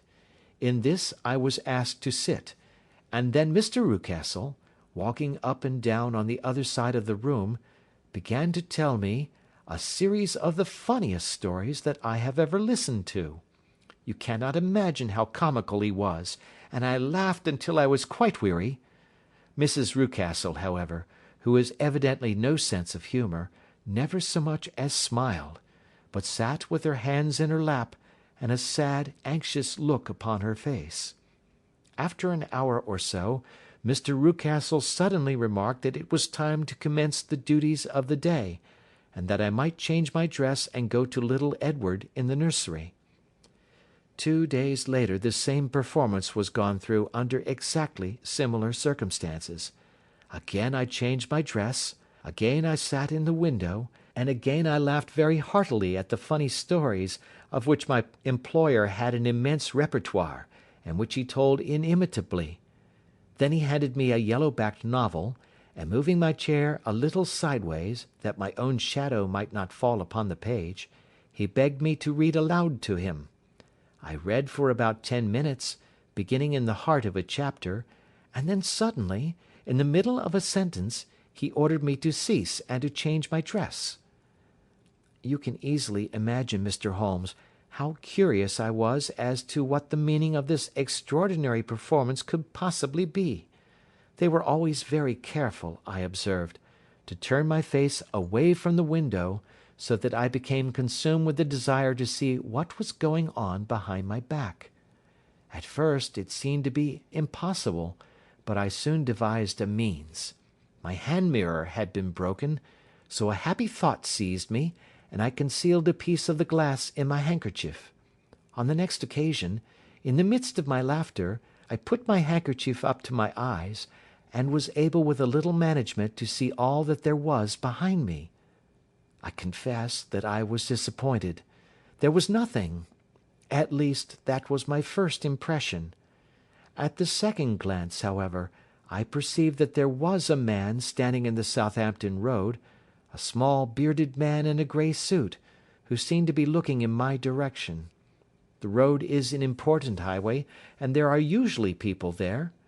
This man, however, was leaning against the railings which bordered our field, and was looking earnestly up. I lowered my handkerchief, and glanced at Mrs. Rucastle to find her eyes fixed upon me with a most searching gaze. She said nothing, but I am convinced that she had divined that I had a mirror in my hand, and had seen what was behind me. She rose at once. "Jethro," said she, "there is an impertinent fellow upon the road there who stares up at Miss Hunter." "No friend of yours, Miss Hunter?" he asked. "No, I know no one in these parts." "Dear me, how very impertinent! Kindly turn round and motion to him to go away." "Surely it would be better to take no notice." "No, no, we should have him loitering here always. Kindly turn round and wave him away like that." I did as I was told, and at the same instant Mrs. Rucastle drew down the blind.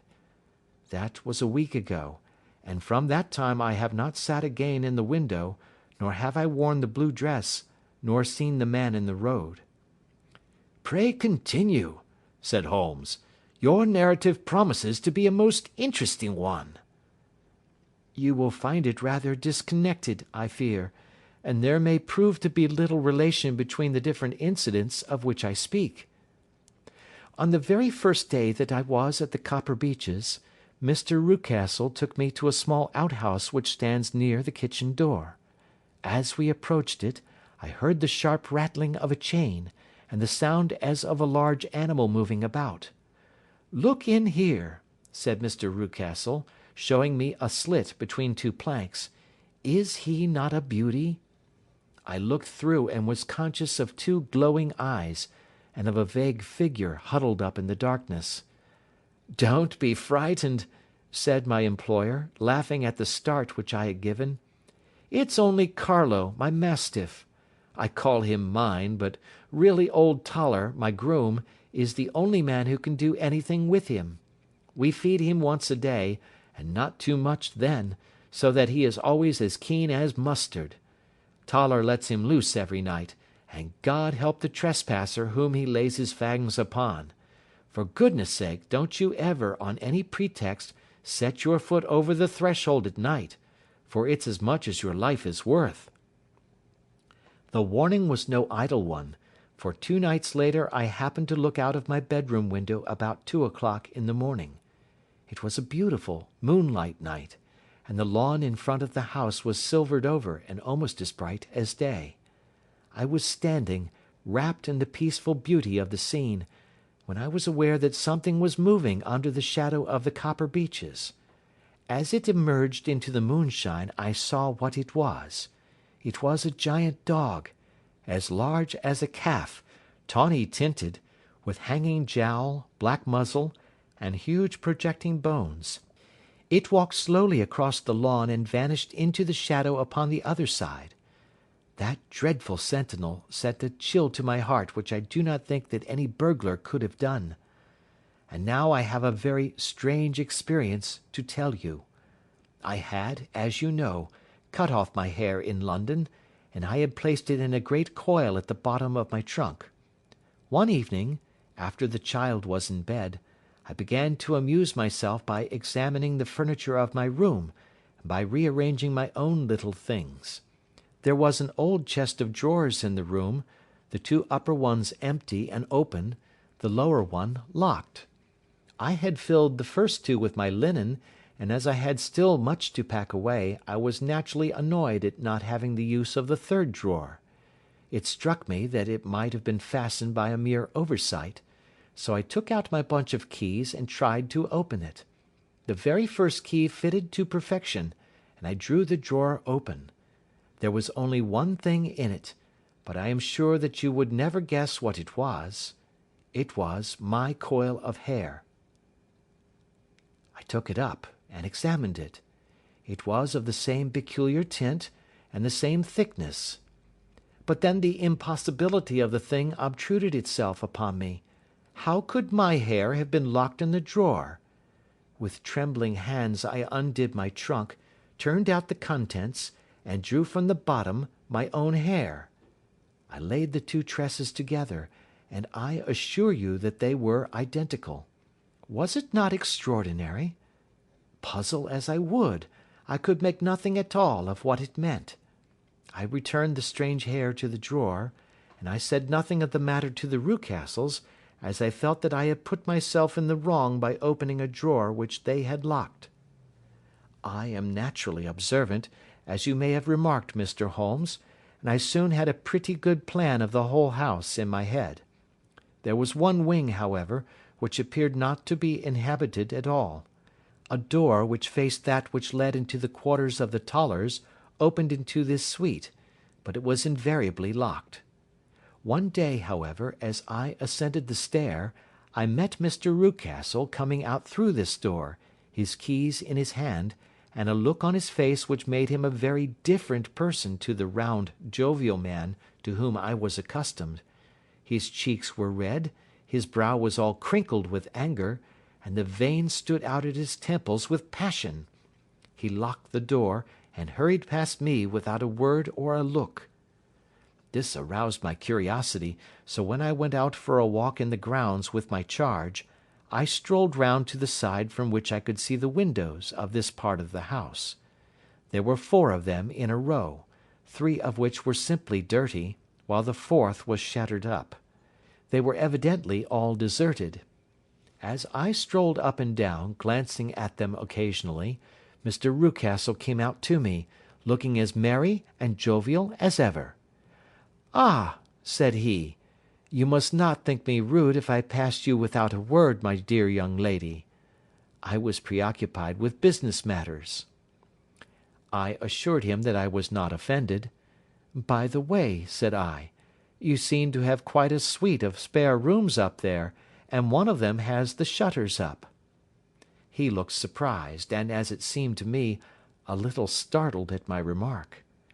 "Photography is one of my hobbies," said he. "I have made my dark room up there. But, dear me, what an observant young lady we have come upon!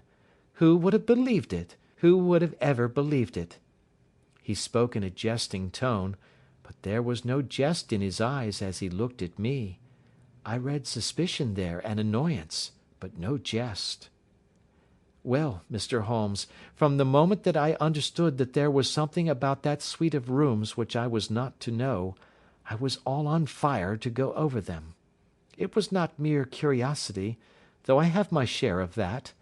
It was more a feeling of duty, a feeling that some good might come from my penetrating to this place. They talk of woman's instinct. Perhaps it was woman's instinct which gave me that feeling.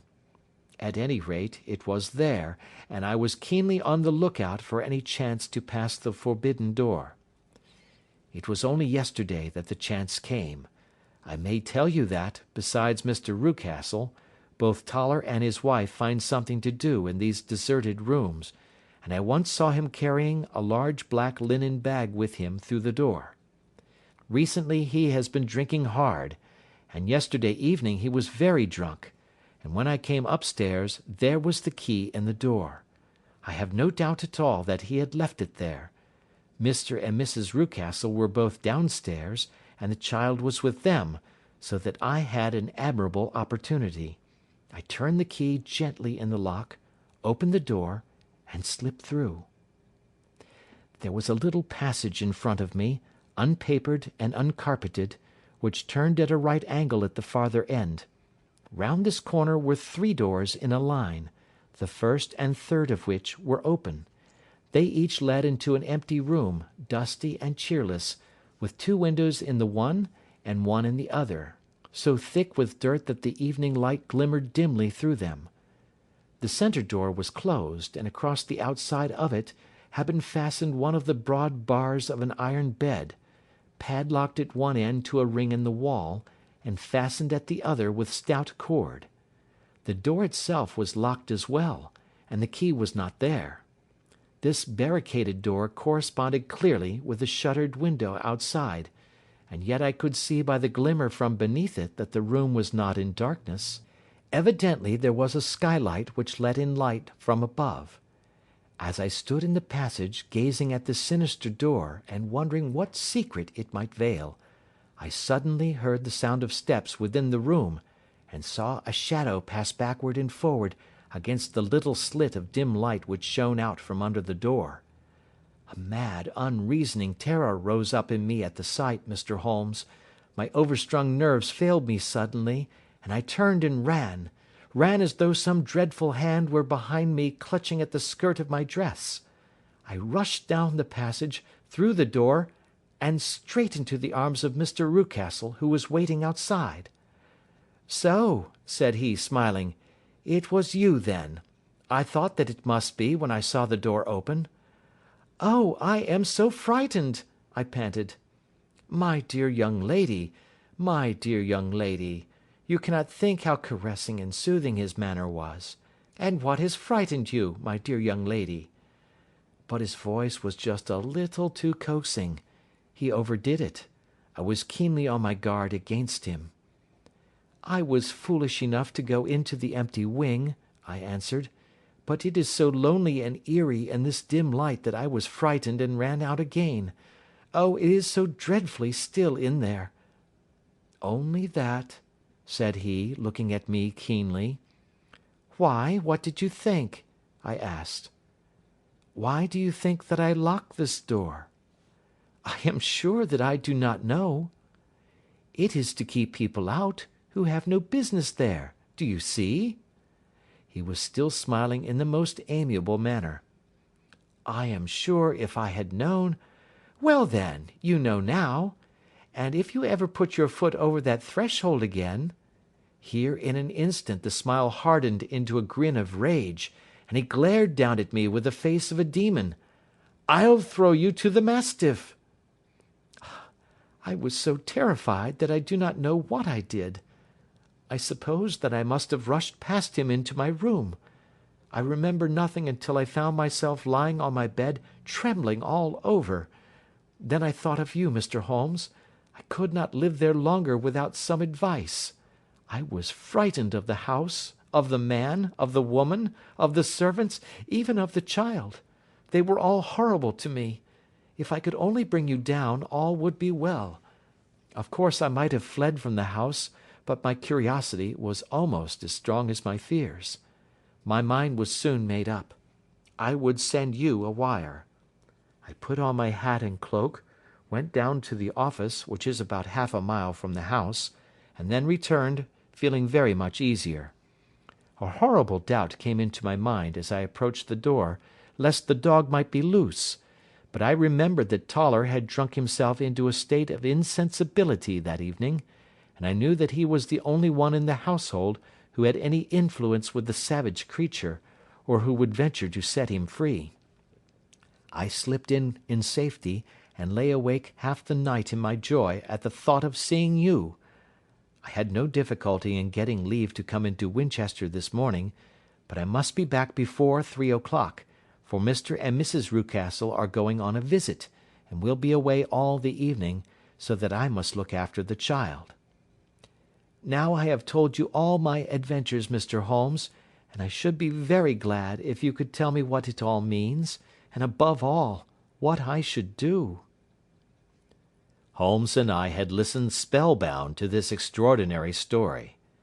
My friend rose now and paced up and down the room, his hands in his pockets, and an expression of the most profound gravity upon his face. "Is Toller still drunk?" he asked. "Yes, I heard his wife tell Mrs. Rucastle that she could do nothing with him." "That is well.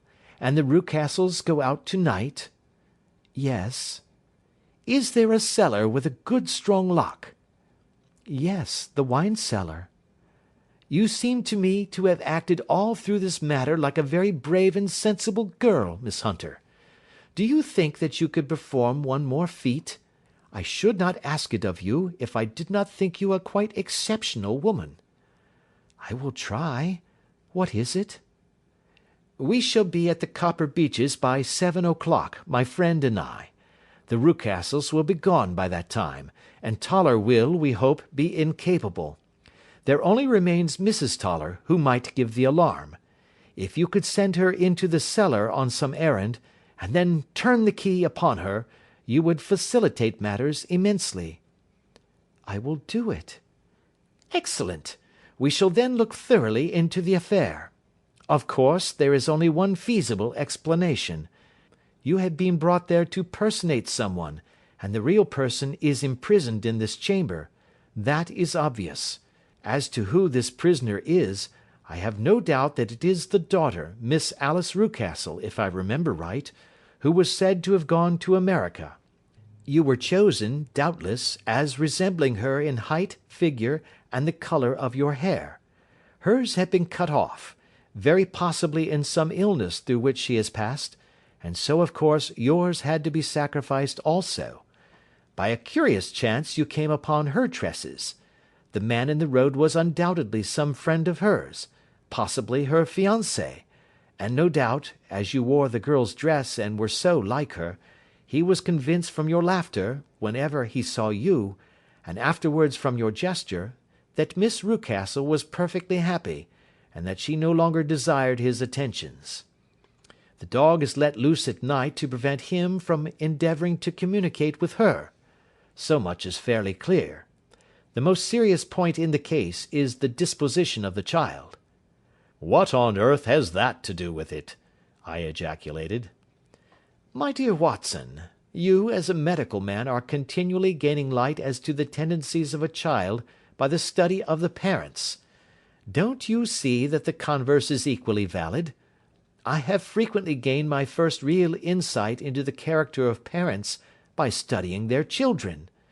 This child's disposition is abnormally cruel, merely for cruelty's sake, and whether he derives this from his smiling father, as I should suspect, or from his mother, it bodes evil for the poor girl who is in their power." "I am sure that you are right, Mr. Holmes," cried our client. "A thousand things come back to me which make me certain that you have hit it. Oh, let us lose not an instant in bringing help to this poor creature." "We must be circumspect, for we are dealing with a very cunning man. We can do nothing until 7 o'clock. At that hour we shall be with you, and it will not be long before we solve the mystery." We were as good as our word, for it was just 7 when we reached the Copper Beeches, having put up our trap at a wayside public-house. The group of trees, with their dark leaves shining like burnished metal in the light of the setting sun, were sufficient to mark the house, even had Miss Hunter not been standing smiling on the doorstep. "Have you managed it?" asked Holmes. A loud thudding noise came from somewhere downstairs. "That is Mrs. Toller in the cellar," said she. "Her husband lies snoring on the kitchen rug. Here are his keys, which are the duplicates of Mr. Rucastle's." "You have done well indeed," cried Holmes with enthusiasm.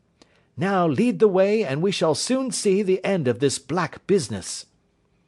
We passed up the stair, unlocked the door, followed on down a passage, and found ourselves in front of the barricade which Miss Hunter had described.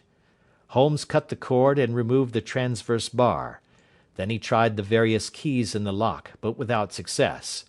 No sound came from within, and at the silence Holmes's face clouded over. "I trust that we are not too late," said he. "I think, Miss Hunter, that we had better go in without you. Now, Watson, put your shoulder to it, and we shall see whether we cannot make our way in." It was an old rickety door, and gave at once before our united strength. Together we rushed into the room. It was empty. There was no furniture save a little pallet bed, a small table, and a basketful of linen. The skylight above was open, and the prisoner gone. "There has been some villainy here," said Holmes. "This beauty has guessed Miss Hunter's intentions and has carried his victim off." "But how?" "Through the skylight. We shall soon see how he managed it." He swung himself up onto the roof. "Ah, yes," he cried. "Here's the end of a long light ladder against the eaves. That is how he did it." "But it is impossible," said Miss Hunter. "The ladder was not there when the Rucastles went away." "He has come back and done it. I tell you that he is a clever and dangerous man. I should not be very much surprised if this were he whose step I hear now upon the stair. I think, Watson, that it would be as well for you to have your pistol ready." The words were hardly out of his mouth before a man appeared at the door of the room, a very fat and burly man, with a heavy stick in his hand. Miss Hunter screamed and shrunk against the wall at the sight of him, but Sherlock Holmes sprang forward and confronted him. "You villain," said he, "where's your daughter?" The fat man cast his eyes round and then up at the open skylight. "It is for me to ask you that," he shrieked. "You thieves! Spies and thieves! I have caught you, have I? You are in my power. I'll serve you." He turned and clattered down the stairs as hard as he could go. "He's gone for the dog," cried Miss Hunter. "I have my revolver," said I. "Better close the front door," cried Holmes, and we all rushed down the stairs together. We had hardly reached the hall when we heard the baying of a hound, and then a scream of agony, with a horrible worrying sound which it was dreadful to listen to. An elderly man with a red face and shaking limbs came staggering out at a side door. "My God!" he cried. "Someone has loosed the dog. It's not been fed for 2 days. Quick, quick, or it'll be too late." Holmes and I rushed out and round the angle of the house, with Toller hurrying behind us. There was the huge famished brute, its black muzzle buried in Rucastle's throat, while he writhed and screamed upon the ground. Running up, I blew its brains out, and it fell over with its keen white teeth still meeting in the great creases of his neck. With much labour, we separated them and carried him, living but horribly mangled, into the house. We laid him upon the drawing-room sofa, and having dispatched the sobered Toller to bear the news to his wife, I did what I could to relieve his pain. We were all assembled round him when the door opened, and a tall, gaunt woman entered the room. "Mrs. Toller," cried Miss Hunter. "Yes, miss. Mr. Rucastle let me out when he came back before he went up to you. Ah, miss, it is a pity you didn't let me know what you were planning, for I would have told you that your pains were wasted." "Ha!" said Holmes, looking keenly at her. "It is clear that Mrs. Toller knows more about this matter than anyone else." "Yes, sir, I do, and I am ready enough to tell what I know." "Then pray sit down, and let us hear it, for there are several points on which I must confess that I am still in the dark." "I will soon make it clear to you," said she, "and I'd have done so before now if I could have got out of the cellar. If there's police court business over this, you'll remember that I was the one that stood your friend, and that I was Miss Alice's friend too. She was never happy at home, Miss Alice wasn't, from the time that her father married again. She was slighted like and had no say in anything, but it never really became bad for her until after she met Mr. Fowler at a friend's house. As well as I could learn, Miss Alice had rights of her own by will, but she was so quiet and patient, she was, that she never said a word about them but just left everything in Mr. Rucastle's hands. He knew he was safe with her, but when there was a chance of a husband coming forward who would ask for all that the law would give him, then her father thought it time to put a stop on it. He wanted her to sign a paper, so that whether she married or not, he could use her money. When she wouldn't do it, he kept on worrying her until she got brain fever, and for 6 weeks was at death's door. Then she got better at last, all worn to a shadow, and with her beautiful hair cut off. But that didn't make no change in her young man, and he stuck to her as true as men could be." "Ah," said Holmes, "I think that what you have been good enough to tell us makes the matter fairly clear, and that I can deduce all that remains. Mr. Rucastle, then, I presume, took to the system of imprisonment?" "Yes, sir."